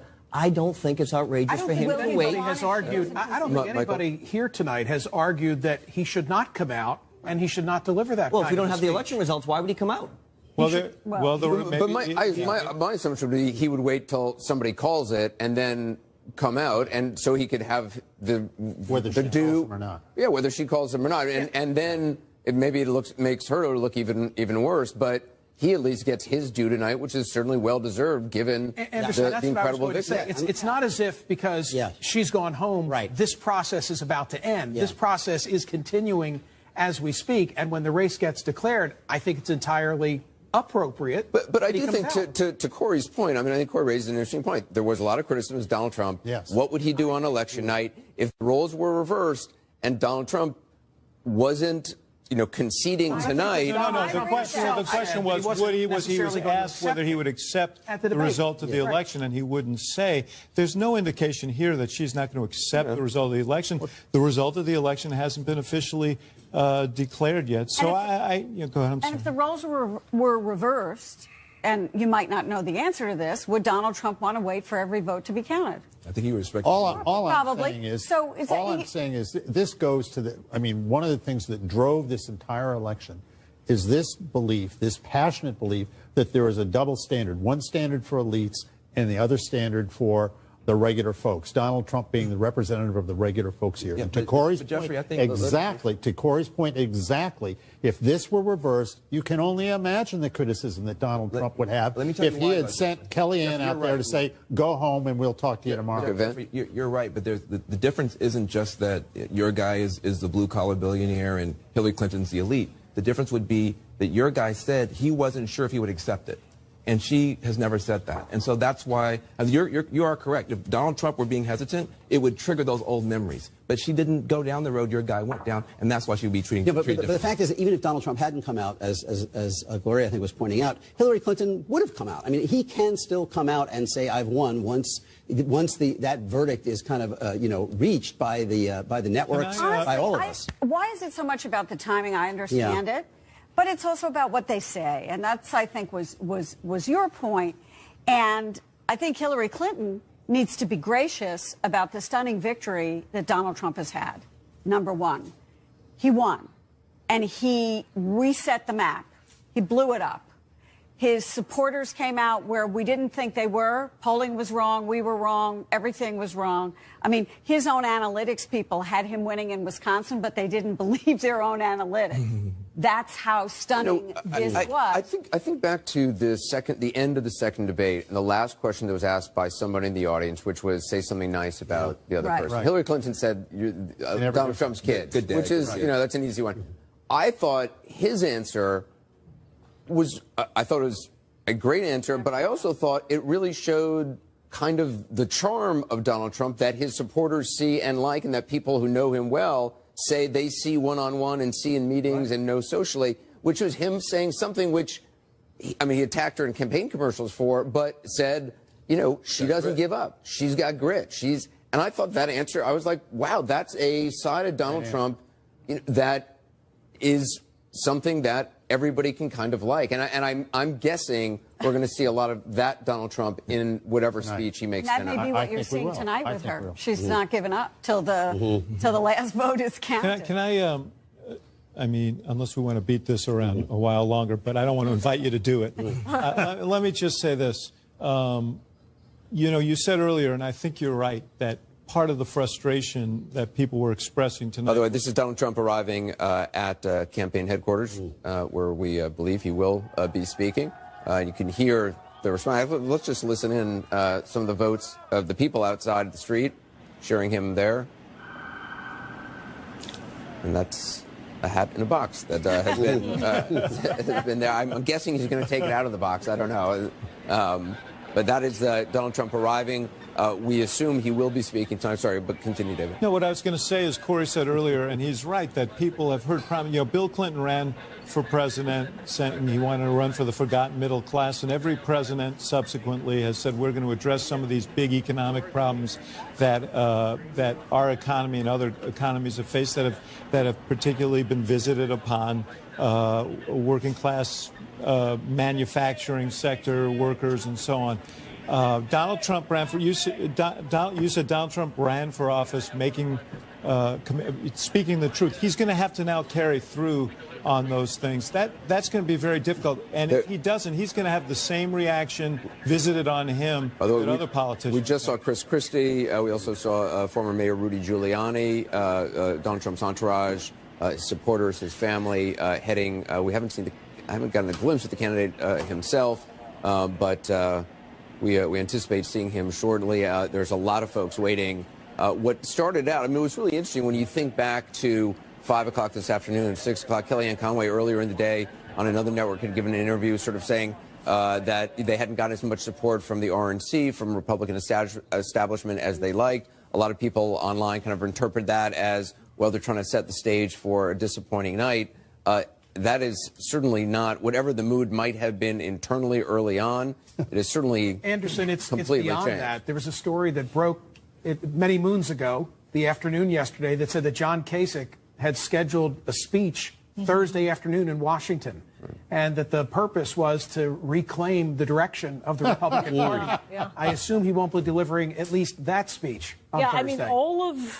He didn't need the RNC. He didn't need Kasich. He didn't need any of those folks who abandoned him in some ways, the Bush family. You saw Paul Ryan sort of flip-flop on him, seeming to, back him, then saying he wouldn't, but then ultimately endorsing him. You wonder what happens to Paul Ryan. You wonder what happens to that whole class of folks who thought they were going to be the future of the Republican Party. Because they are all still here. That's the thing. This was an incredible uprising by, in particular, one segment of the population. There's not a couple numbers. numbers. Hillary Clinton's vote among non-college whites compared to Barack Obama, down 13 in Michigan, 8 in Pennsylvania, 10 in Wisconsin, 12 in New Hampshire, 6 in Florida, 5 in Ohio. Nationally, only 28%, less than Walter Mondale got against Ronald Reagan. He had a bigger margin among non-college whites than Reagan did against Mondale. But that included an agenda that a lot of those people you just mentioned really are not part of on any point. Right. You know, backing away from trade, very restrictive on immigration, no cuts in entitlements, an infrastructure program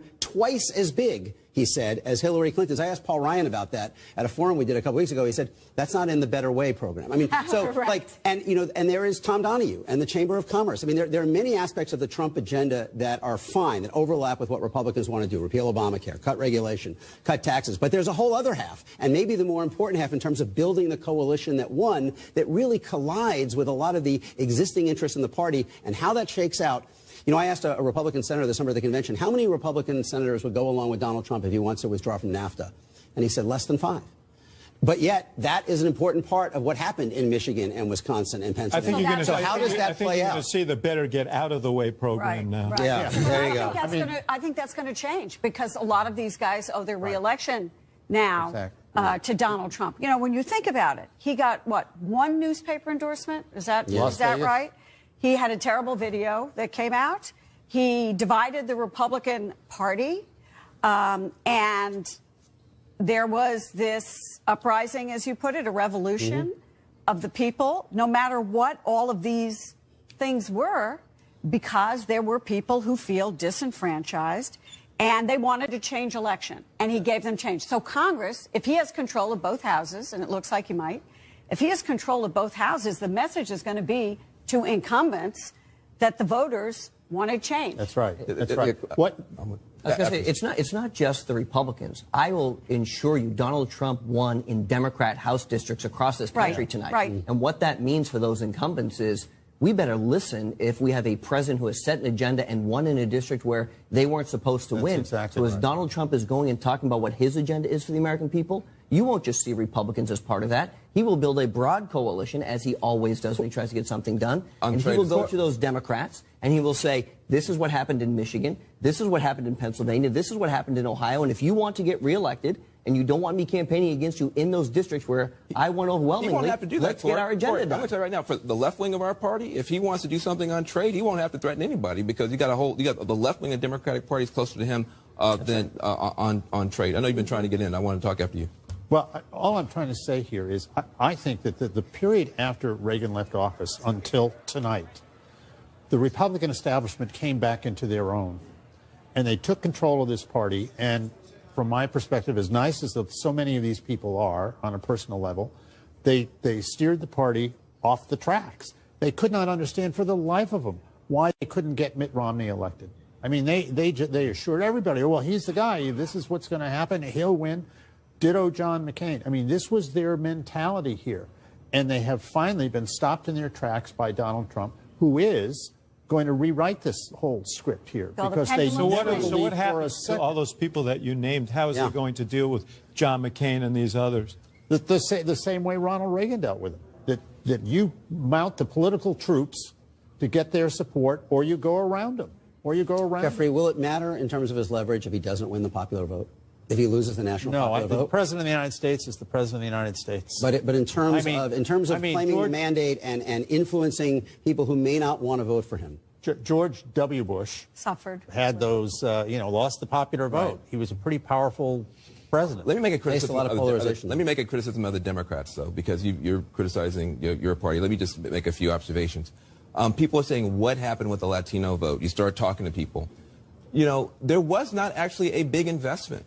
A lot of the Latino organizations, you talk to Voto Latino and other groups, they felt like there actually was not a big enough investment in them. You can find complaints, going back several months saying, listen, we have people who want to sign up, who want to be registered to vote. Some of those efforts actually ran out of money before they ran out of voters, because there was an assumption that the Latino community was going to be able to kind of self-organize and do stuff. You're going to go back, you're going to see that there are certain parts of this coalition that are going to have a lot to say about feeling taken for granted, not invested in properly, etc. And I think that those are the kinds of things that we're going to have to go back and talk about. So do you think it was a failure of organization or a failure of the candidate?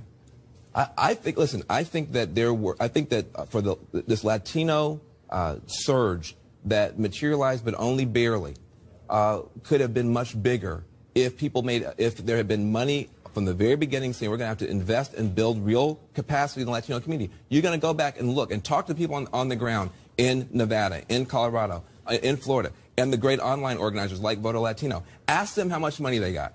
Ask them how much support they got. They're going to tell you very, very little. Well, you also wonder what Joe Biden is thinking tonight. I mean, as he looks at this, as he looks at the results in Scranton. He looks at Scranton. Right. And also a next generation of Democrats. What are they thinking tonight? Maybe, Van, you can talk about is that. there a next Is there a next generation of Democrats? Because everybody was thanking them. Party identification and affiliation is at an all-time low in the modern era. I think so many individuals voted today without any regard for their identification by party. Instead, it was a vote that they were making along class lines, along income lines. There's one star. There's one star who hasn't been talked about tonight who is going to be talked about a lot. And her name is Kamala Harris. She just became the senator from, I would imagine, or she hasn't been declared. She will be declared the senator. I don't know. I'm sorry. I'm not trying to get in no trouble, but I bet that she will get declared the senator. She might be declared. She might get declared the senator from California. She is sharp as a whip. She is smart as a tack. She is an amazing force on her own. And she's going to wind up being a big deal. The question, Ron, the question for you is, do you think that this is, given as disruptive a force as this, as Donald Trump has been, is there an opportunity for a realignment? Is there an independent or third-party candidate? I don't know, but we've been heading. Look, Trump accelerated the trends that we had. I mean, I wrote today. I thought that the nightmare scenario for Clinton was that Trump batters down her defenses in the Rust Belt before they have advanced far enough in the Sun Belt to replace those losses. Right. I mean, so basically they were caught in between. They didn't get far enough there wasn't like a counter mobilization enough among minority voters, although the Latino thing will be disputed about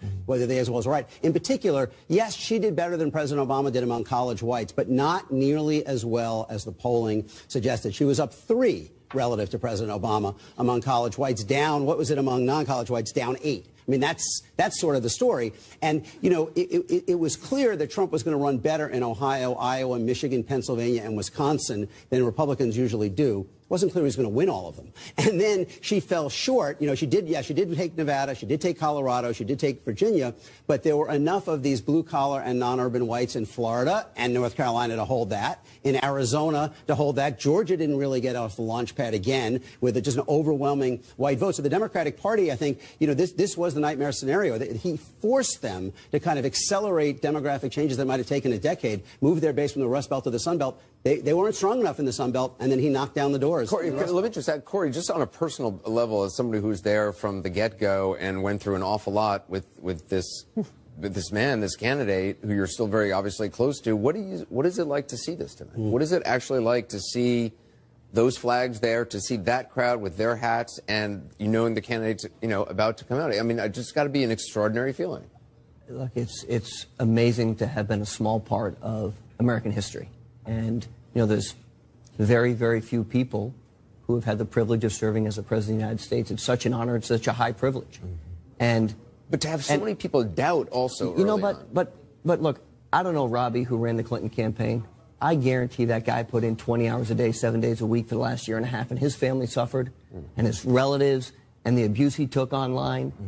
I respect it. These guys put the uniform on. I put the uniform on. I was fired halfway through the season. All right, we have a major projection right now. Take a look at this.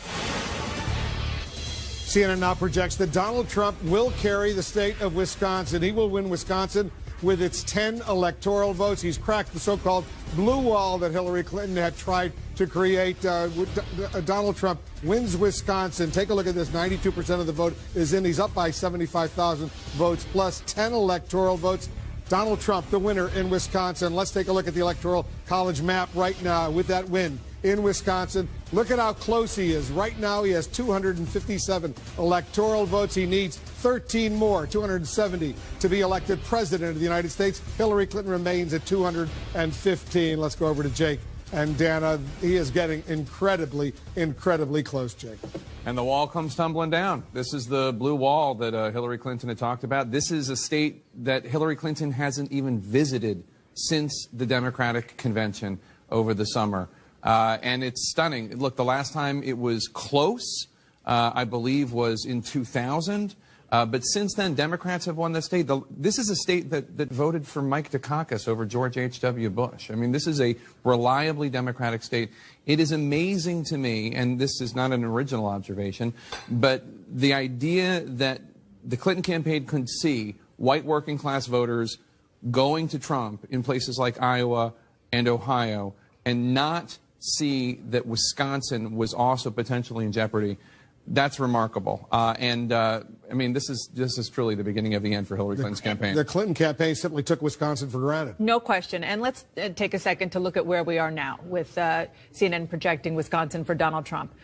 2 more states that we're going to be watching to see when we can project: Michigan and Pennsylvania. Donald Trump just needs one of those to clear that 270 mark to formally be the president-elect of the United States. Lewandowski is right. There was a lot of talk over the last month and a question at a presidential debate just for Donald Trump, not for Hillary Clinton, about whether or not he would accept the results of this election. And the idea that we are being told by one of the campaigns they're not going to have a comment when we are just one state projection away from there being a president-elect declared by the media is remarkable. And I agree with those who are saying, if the tables were turned, if it were reversed, there would be a lot of outcry by people in the media and others about Donald Trump's behavior.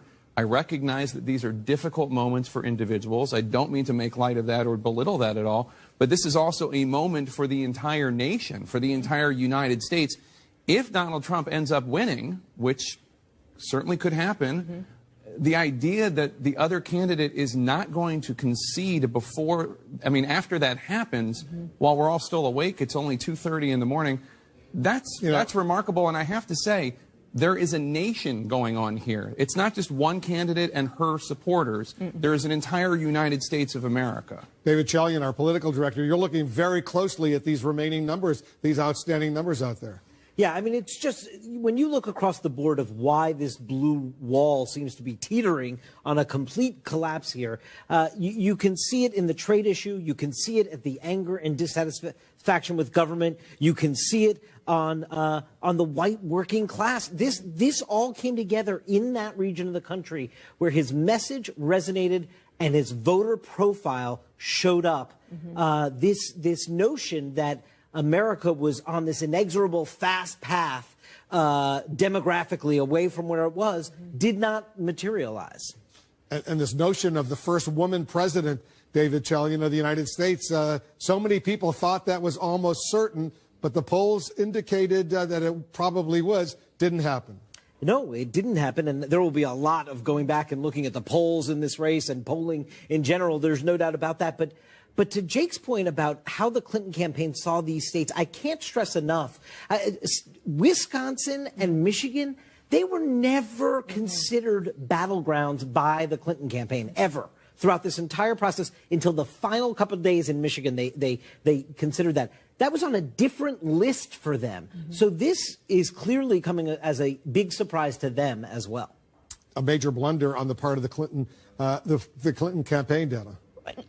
No question. And to be fair, the Republicans didn't even realize how big of a wave they had on their hands. One that it seems, and we'll talk about this later, that Donald Trump seems to have coattails in the U.S. Senate and in the House of Representatives. Republicans are just, winning across the board and doing quite well. But I just want to concur with what you said, Jake, about the whole question of John Podesta coming out and saying, never mind, go home. We'll talk to you in the morning. I mean, that's just not how. I get she's human, just like you said. I completely understand. But I agree that if the tables were turned and if Donald Trump were waiting for one more state and he said, never mind, I'm not going to come out, or suggested that the phone call wouldn't be made to say, congratulations, Madam President-elect, if the tables were turned, it would be, the Democrats would be screaming from the rooftops. And this is different than 2000. You remember in 2004, it all came down to Ohio, and John Kerry did not come out and speak that night. but the entire election was hanging on that one state. Right. There are enough states out here to put Donald Trump over 270 that it is surprising to me that they are not waiting that out, because it's not like the entire election is hanging on one state that just doesn't look like it will get projected. Outstanding. We have New Hampshire, we have Maine, we have Pennsylvania, we have Wisconsin, we have Michigan, we have Arizona. I mean, he needs one of them, right? Yep. I mean, not including New Hampshire, which is only 4 electoral votes, but I mean, he needs one of those bigger states. I mean, this thing's almost... And he's leading in several of them. This thing's almost done. Yeah, I want to go to Sarah Murray over at Trump headquarters, the New York Hilton Hotel in New York. I take it the Trump and his entourage, they are there, and they're going to be... Donald Trump will be speaking fairly soon, is that right?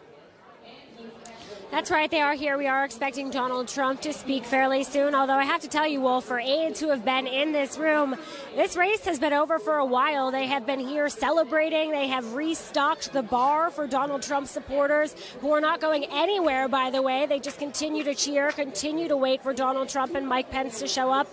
And, of course, we know his plan going into this was to deliver a victory speech, to be gracious, to talk about bringing the country together. It'll be interesting to see if that tone changes at all in the wake of the fact that Hillary Clinton is not conceding. And speaking to some of Donald Trump's aides and seeing what they're putting out there on social media, they do seem surprised that we're not going to be hearing from his Democratic rival tonight.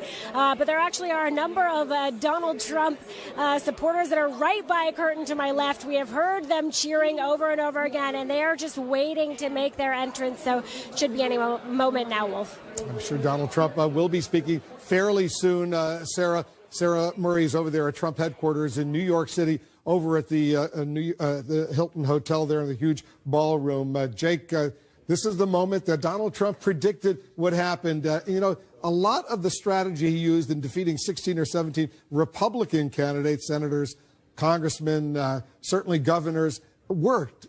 You know, Crooked Hillary. He used to call his opponents in the Republican primary by a name as well. That seemed to have resonated with a lot of folks. It worked, and I don't know how much of Donald Trump's success is because of that behavior or despite that behavior, and I'm sure that there will be many studies and lots of research and data about this. There are probably, without question, there are people who found that appealing, his most ardent, diehard supporters who yell things like... Little Marco, low energy Jeb, right. All of that.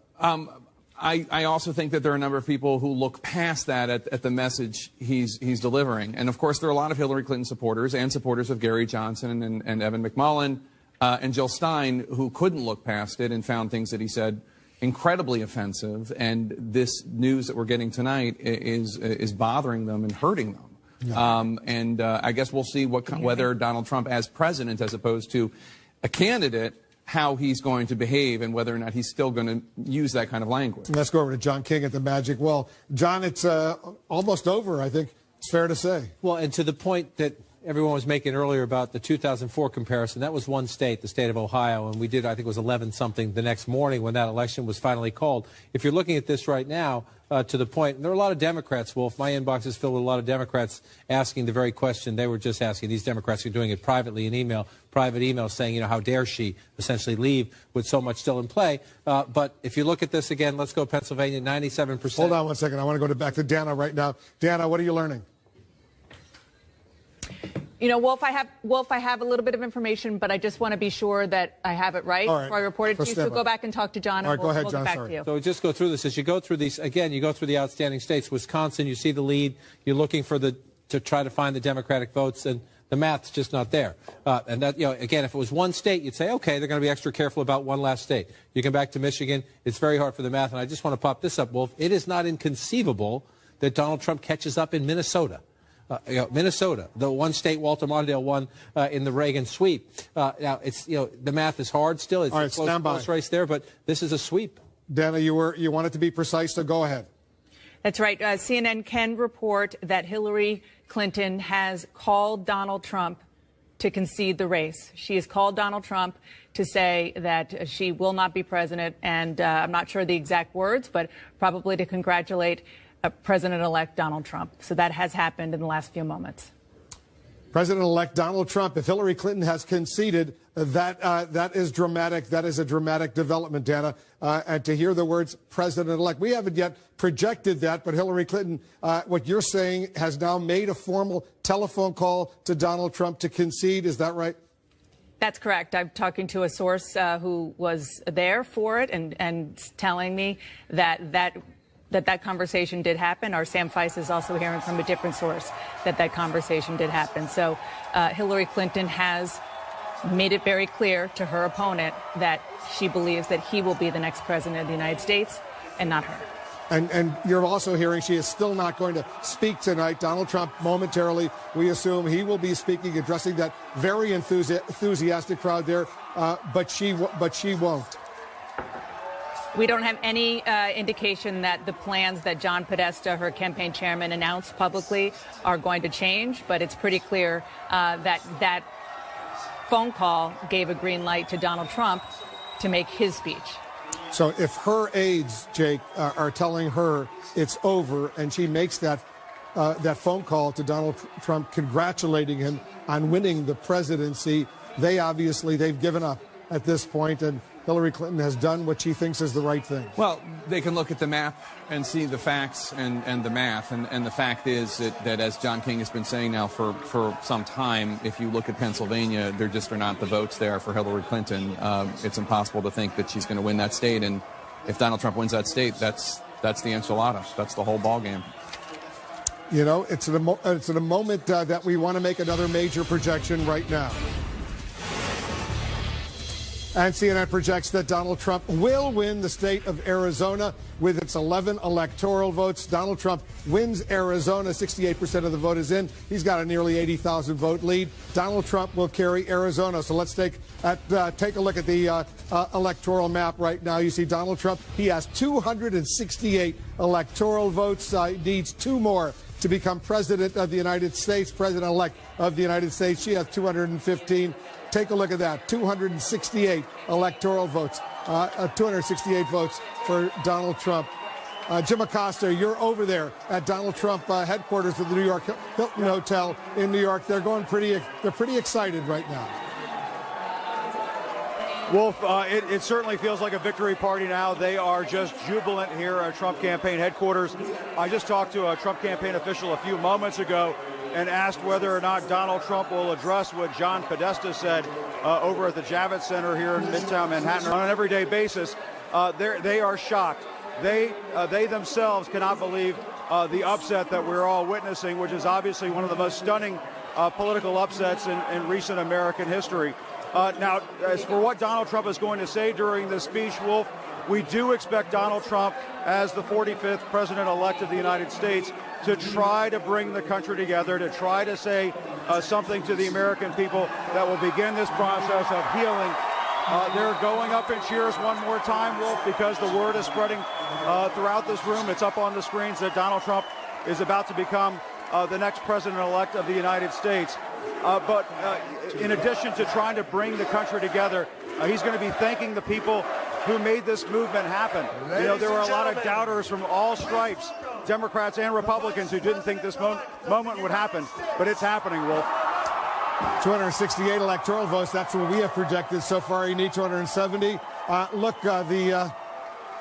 You see Mike Pence, the vice presidential running mate, and his wife. They're walking in. I'm sure Donald Trump's family will be walking in, and then, of course, Donald Trump himself will be walking in. He's going to be addressing this very enthusiastic crowd over at the New York Hilton Hotel in Manhattan. Hillary Clinton has announced through John Podesta that she will not be speaking tonight, although we have now learned that Hillary Clinton did phone Donald Trump and congratulated him on what she said would be his victory. There's Mike Pence, the vice presidential running mate, with his family. Very, very excited. A very enthusiastic crowd Pence. Over there. There's Mike Pence. Let's talk. Let's get Sarah Murray. Sarah Murray, you're over there as well. This crowd, clearly, it's a very excited. Pence. Well, hold on a second, because looks like Mike Pence is going to speak first. Presumably, will introduce Donald Trump. Let's listen in to Mike Pence, the governor of Indiana, the vice presidential running mate.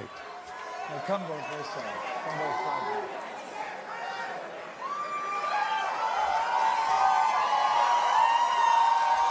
This is a historic night.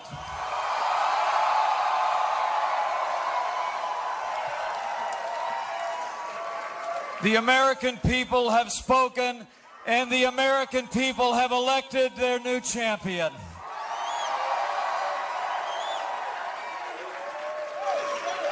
America has elected a new president, and it's almost hard for me to express the honor that I and my family feel that we will have the privilege to serve as your Vice President of the United States of America.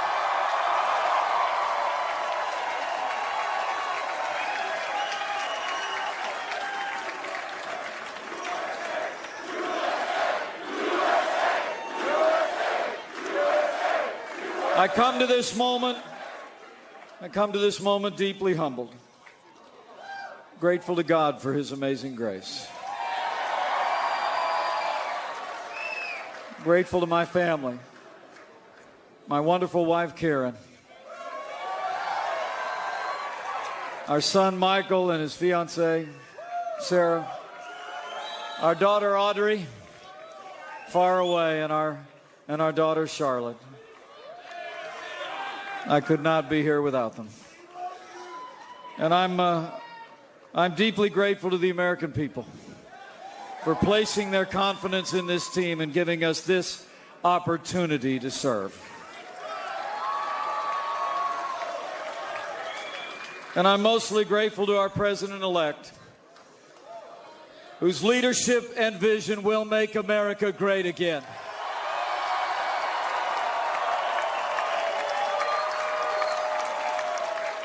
So let me say, it is my high honor and distinct privilege to introduce to you the President-elect of the United States of America, Donald Trump.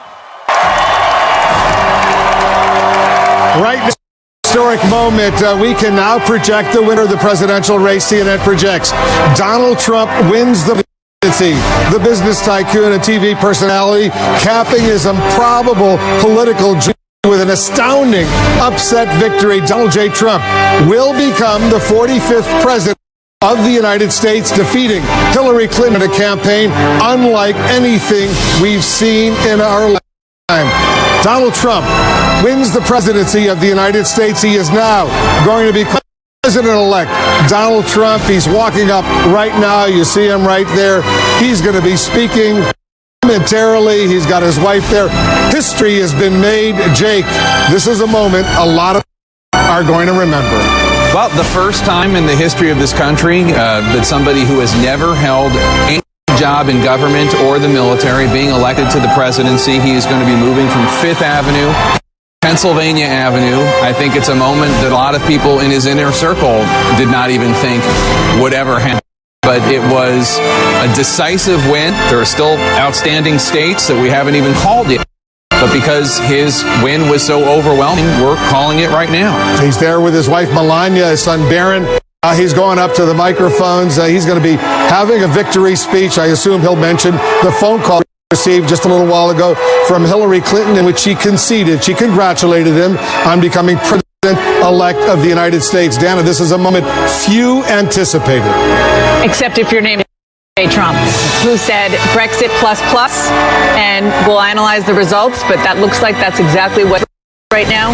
So many things to look at and think about in what the new Trump-led here in Washington is going to be like. A Donald Trump governing, a Donald Trump taking the institutions that he called rigged so many times. And here he comes to the microphone. Donald Trump is going to speak.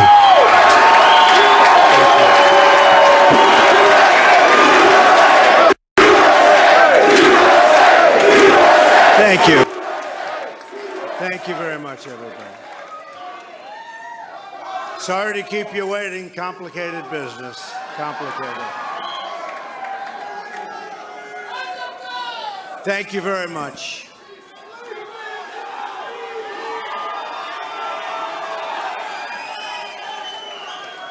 I've just received a call from Secretary Clinton.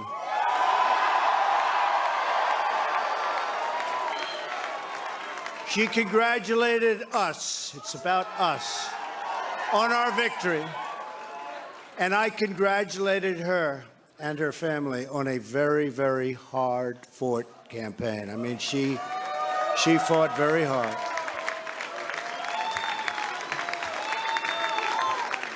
Hillary has worked very long and very hard over a long period of time, and we owe her a major debt of gratitude for her service to our country. I mean that very sincerely. Now it's time for America to bind the wounds of division. Have to get together. To all Republicans and Democrats and independents across this nation, I say it is time for us to come together as one united people. It's time. I pledge to every citizen of our land that I will be president for all Americans, and this is so important to me.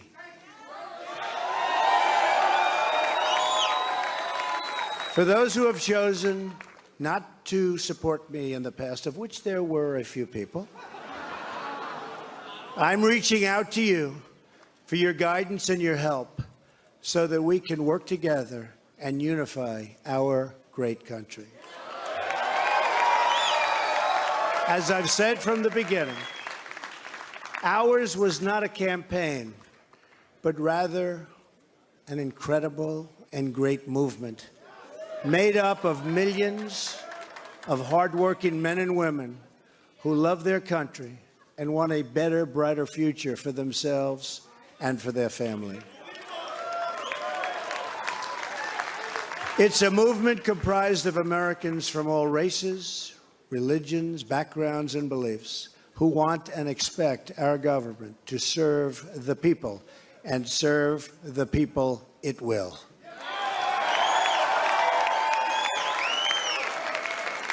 Working together, we will begin the urgent task of rebuilding our nation and renewing the American dream.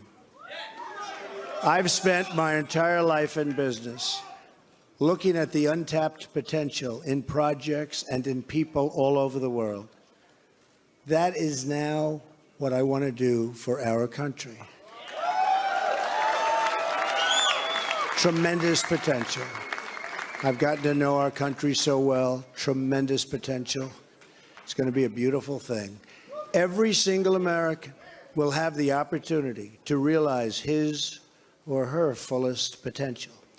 The forgotten men and women of our country will be forgotten no longer.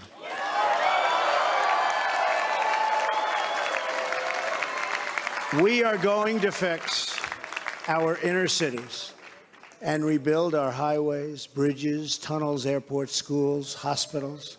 We're going to rebuild our infrastructure,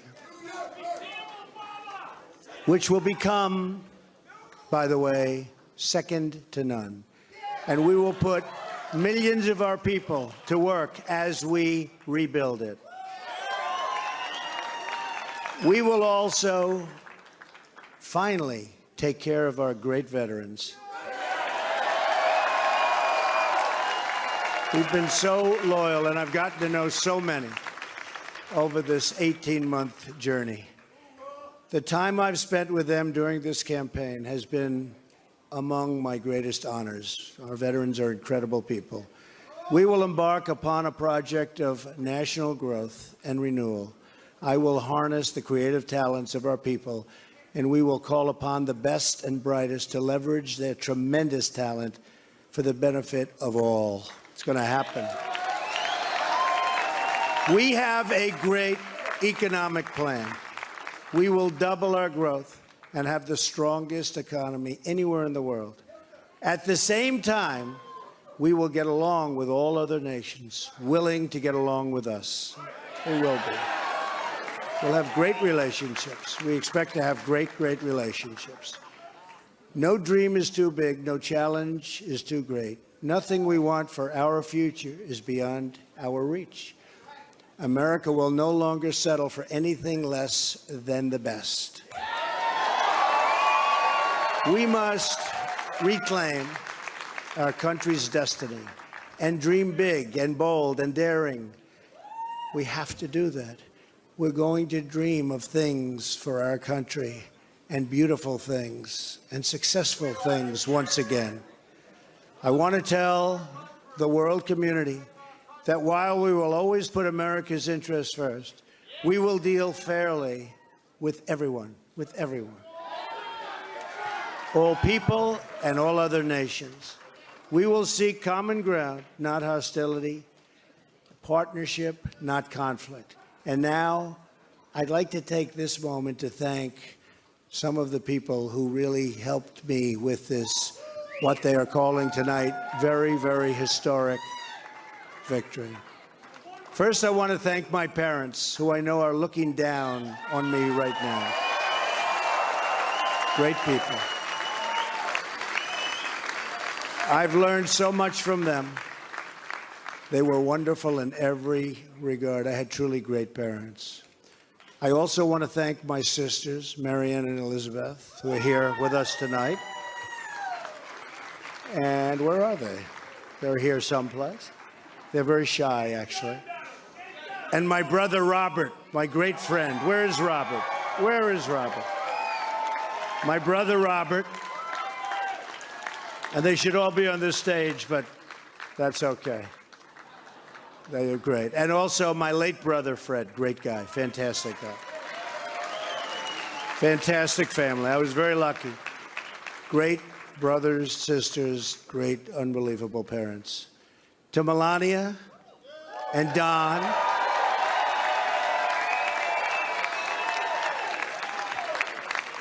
And Ivanka. And Eric. And Tiffany. And Barron, I love you and I thank you, and especially for putting up with all of those hours. This was tough. This was tough. This political stuff is nasty and it's tough. So I want to thank my family very much. Really fantastic. Thank you all. Thank you all. And Lara, unbelievable job. Unbelievable. Vanessa, thank you. Thank you very much. What a great group.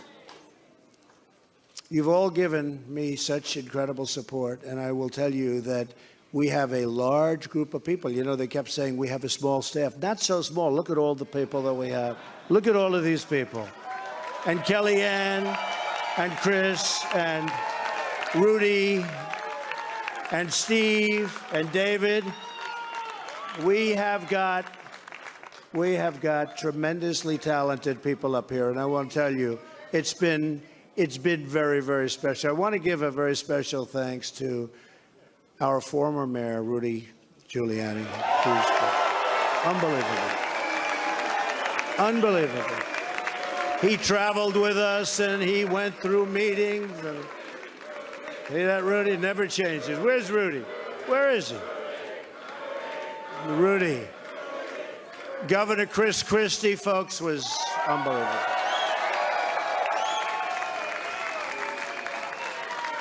Thank you, Chris. The first man, first senator, first major politician, and let me tell you, he is highly respected in Washington because he's as smart as you get. Senator Jeff Sessions. Where's Jeff?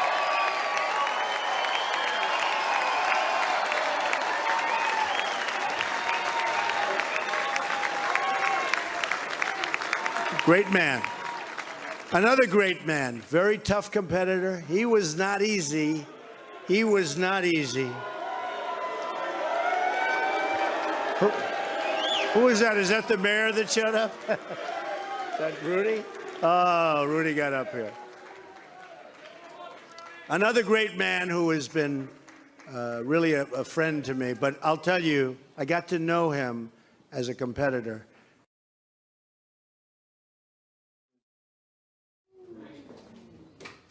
Dr. Ben Carson. Where's Ben? Where is Ben?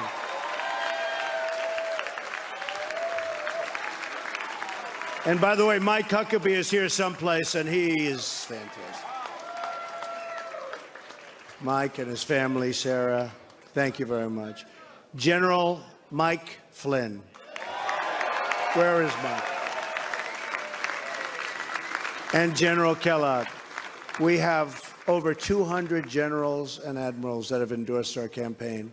And they're special people, and it's really an honor. We have 22 Congressional Medal of Honor recipients. We have just tremendous people. A very special person who believed me, and, you know, I'd read reports that I wasn't getting along with him. I never had a bad second with him. He's an unbelievable star. He is, that's right, how did you possibly guess? So let me tell you about Reince. And I've said this. I said, Reince, and I know it. I know it. Look at all those people over there. I know it. Reince is a superstar. But I said, they can't call you a superstar, Reince, unless we win. Because you can't be called a superstar like Secretariat. If Secretariat came in second, Secretariat would not have that big, beautiful bronze bus at the track at Belmont. But I'll tell you, Reince is really a star. And he is the hardest working guy. And in a certain way, I did this. Reince, come up here. Where is Reince? Get over here, Reince. Boy, oh boy, oh boy. It's about time you did this, Reince. Huh? My guy. Yeah, say a few words. Ah, come on. Say something. Ladies and gentlemen, the next president of the United States, Donald Trump. Thank you. It's been an honor. God bless. Thank God. Amazing guy.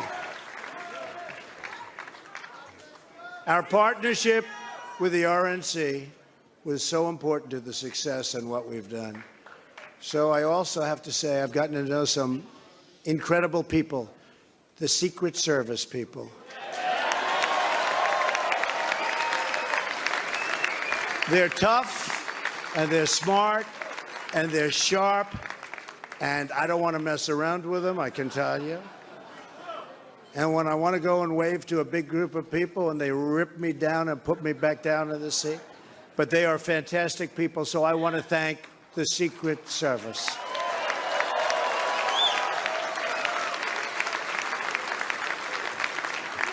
And law enforcement in New York City, they're here tonight. These are spectacular people, sometimes underappreciated, unfortunately, but we appreciate them. We know what they go through. So it's been what they call a historic event. But to be really historic, we have to do a great job. And I promise you that I will not let you down. We will do a great job. We will do a great job. I look very much forward to being your president. And hopefully at the end of 2 years or 3 years or 4 years, or maybe even 8 years, you will say, so many of you worked so hard for us, but you will say that that was something that you really were very proud to do, and I can thank you very much. And I can only say that while the campaign is over, our work on this movement is now really just beginning. We're going to get to work immediately for the American people. And we're going to be doing a job that hopefully you will be so proud of your president. You'll be so proud. Again, it's my honor. It was an amazing evening. It's been an amazing 2-year period. And I love this country. Thank you. Thank you very much. Thank you to Mike Pence. Thank you, everybody. Thank you. Congratulations, Mr. President. Thank you.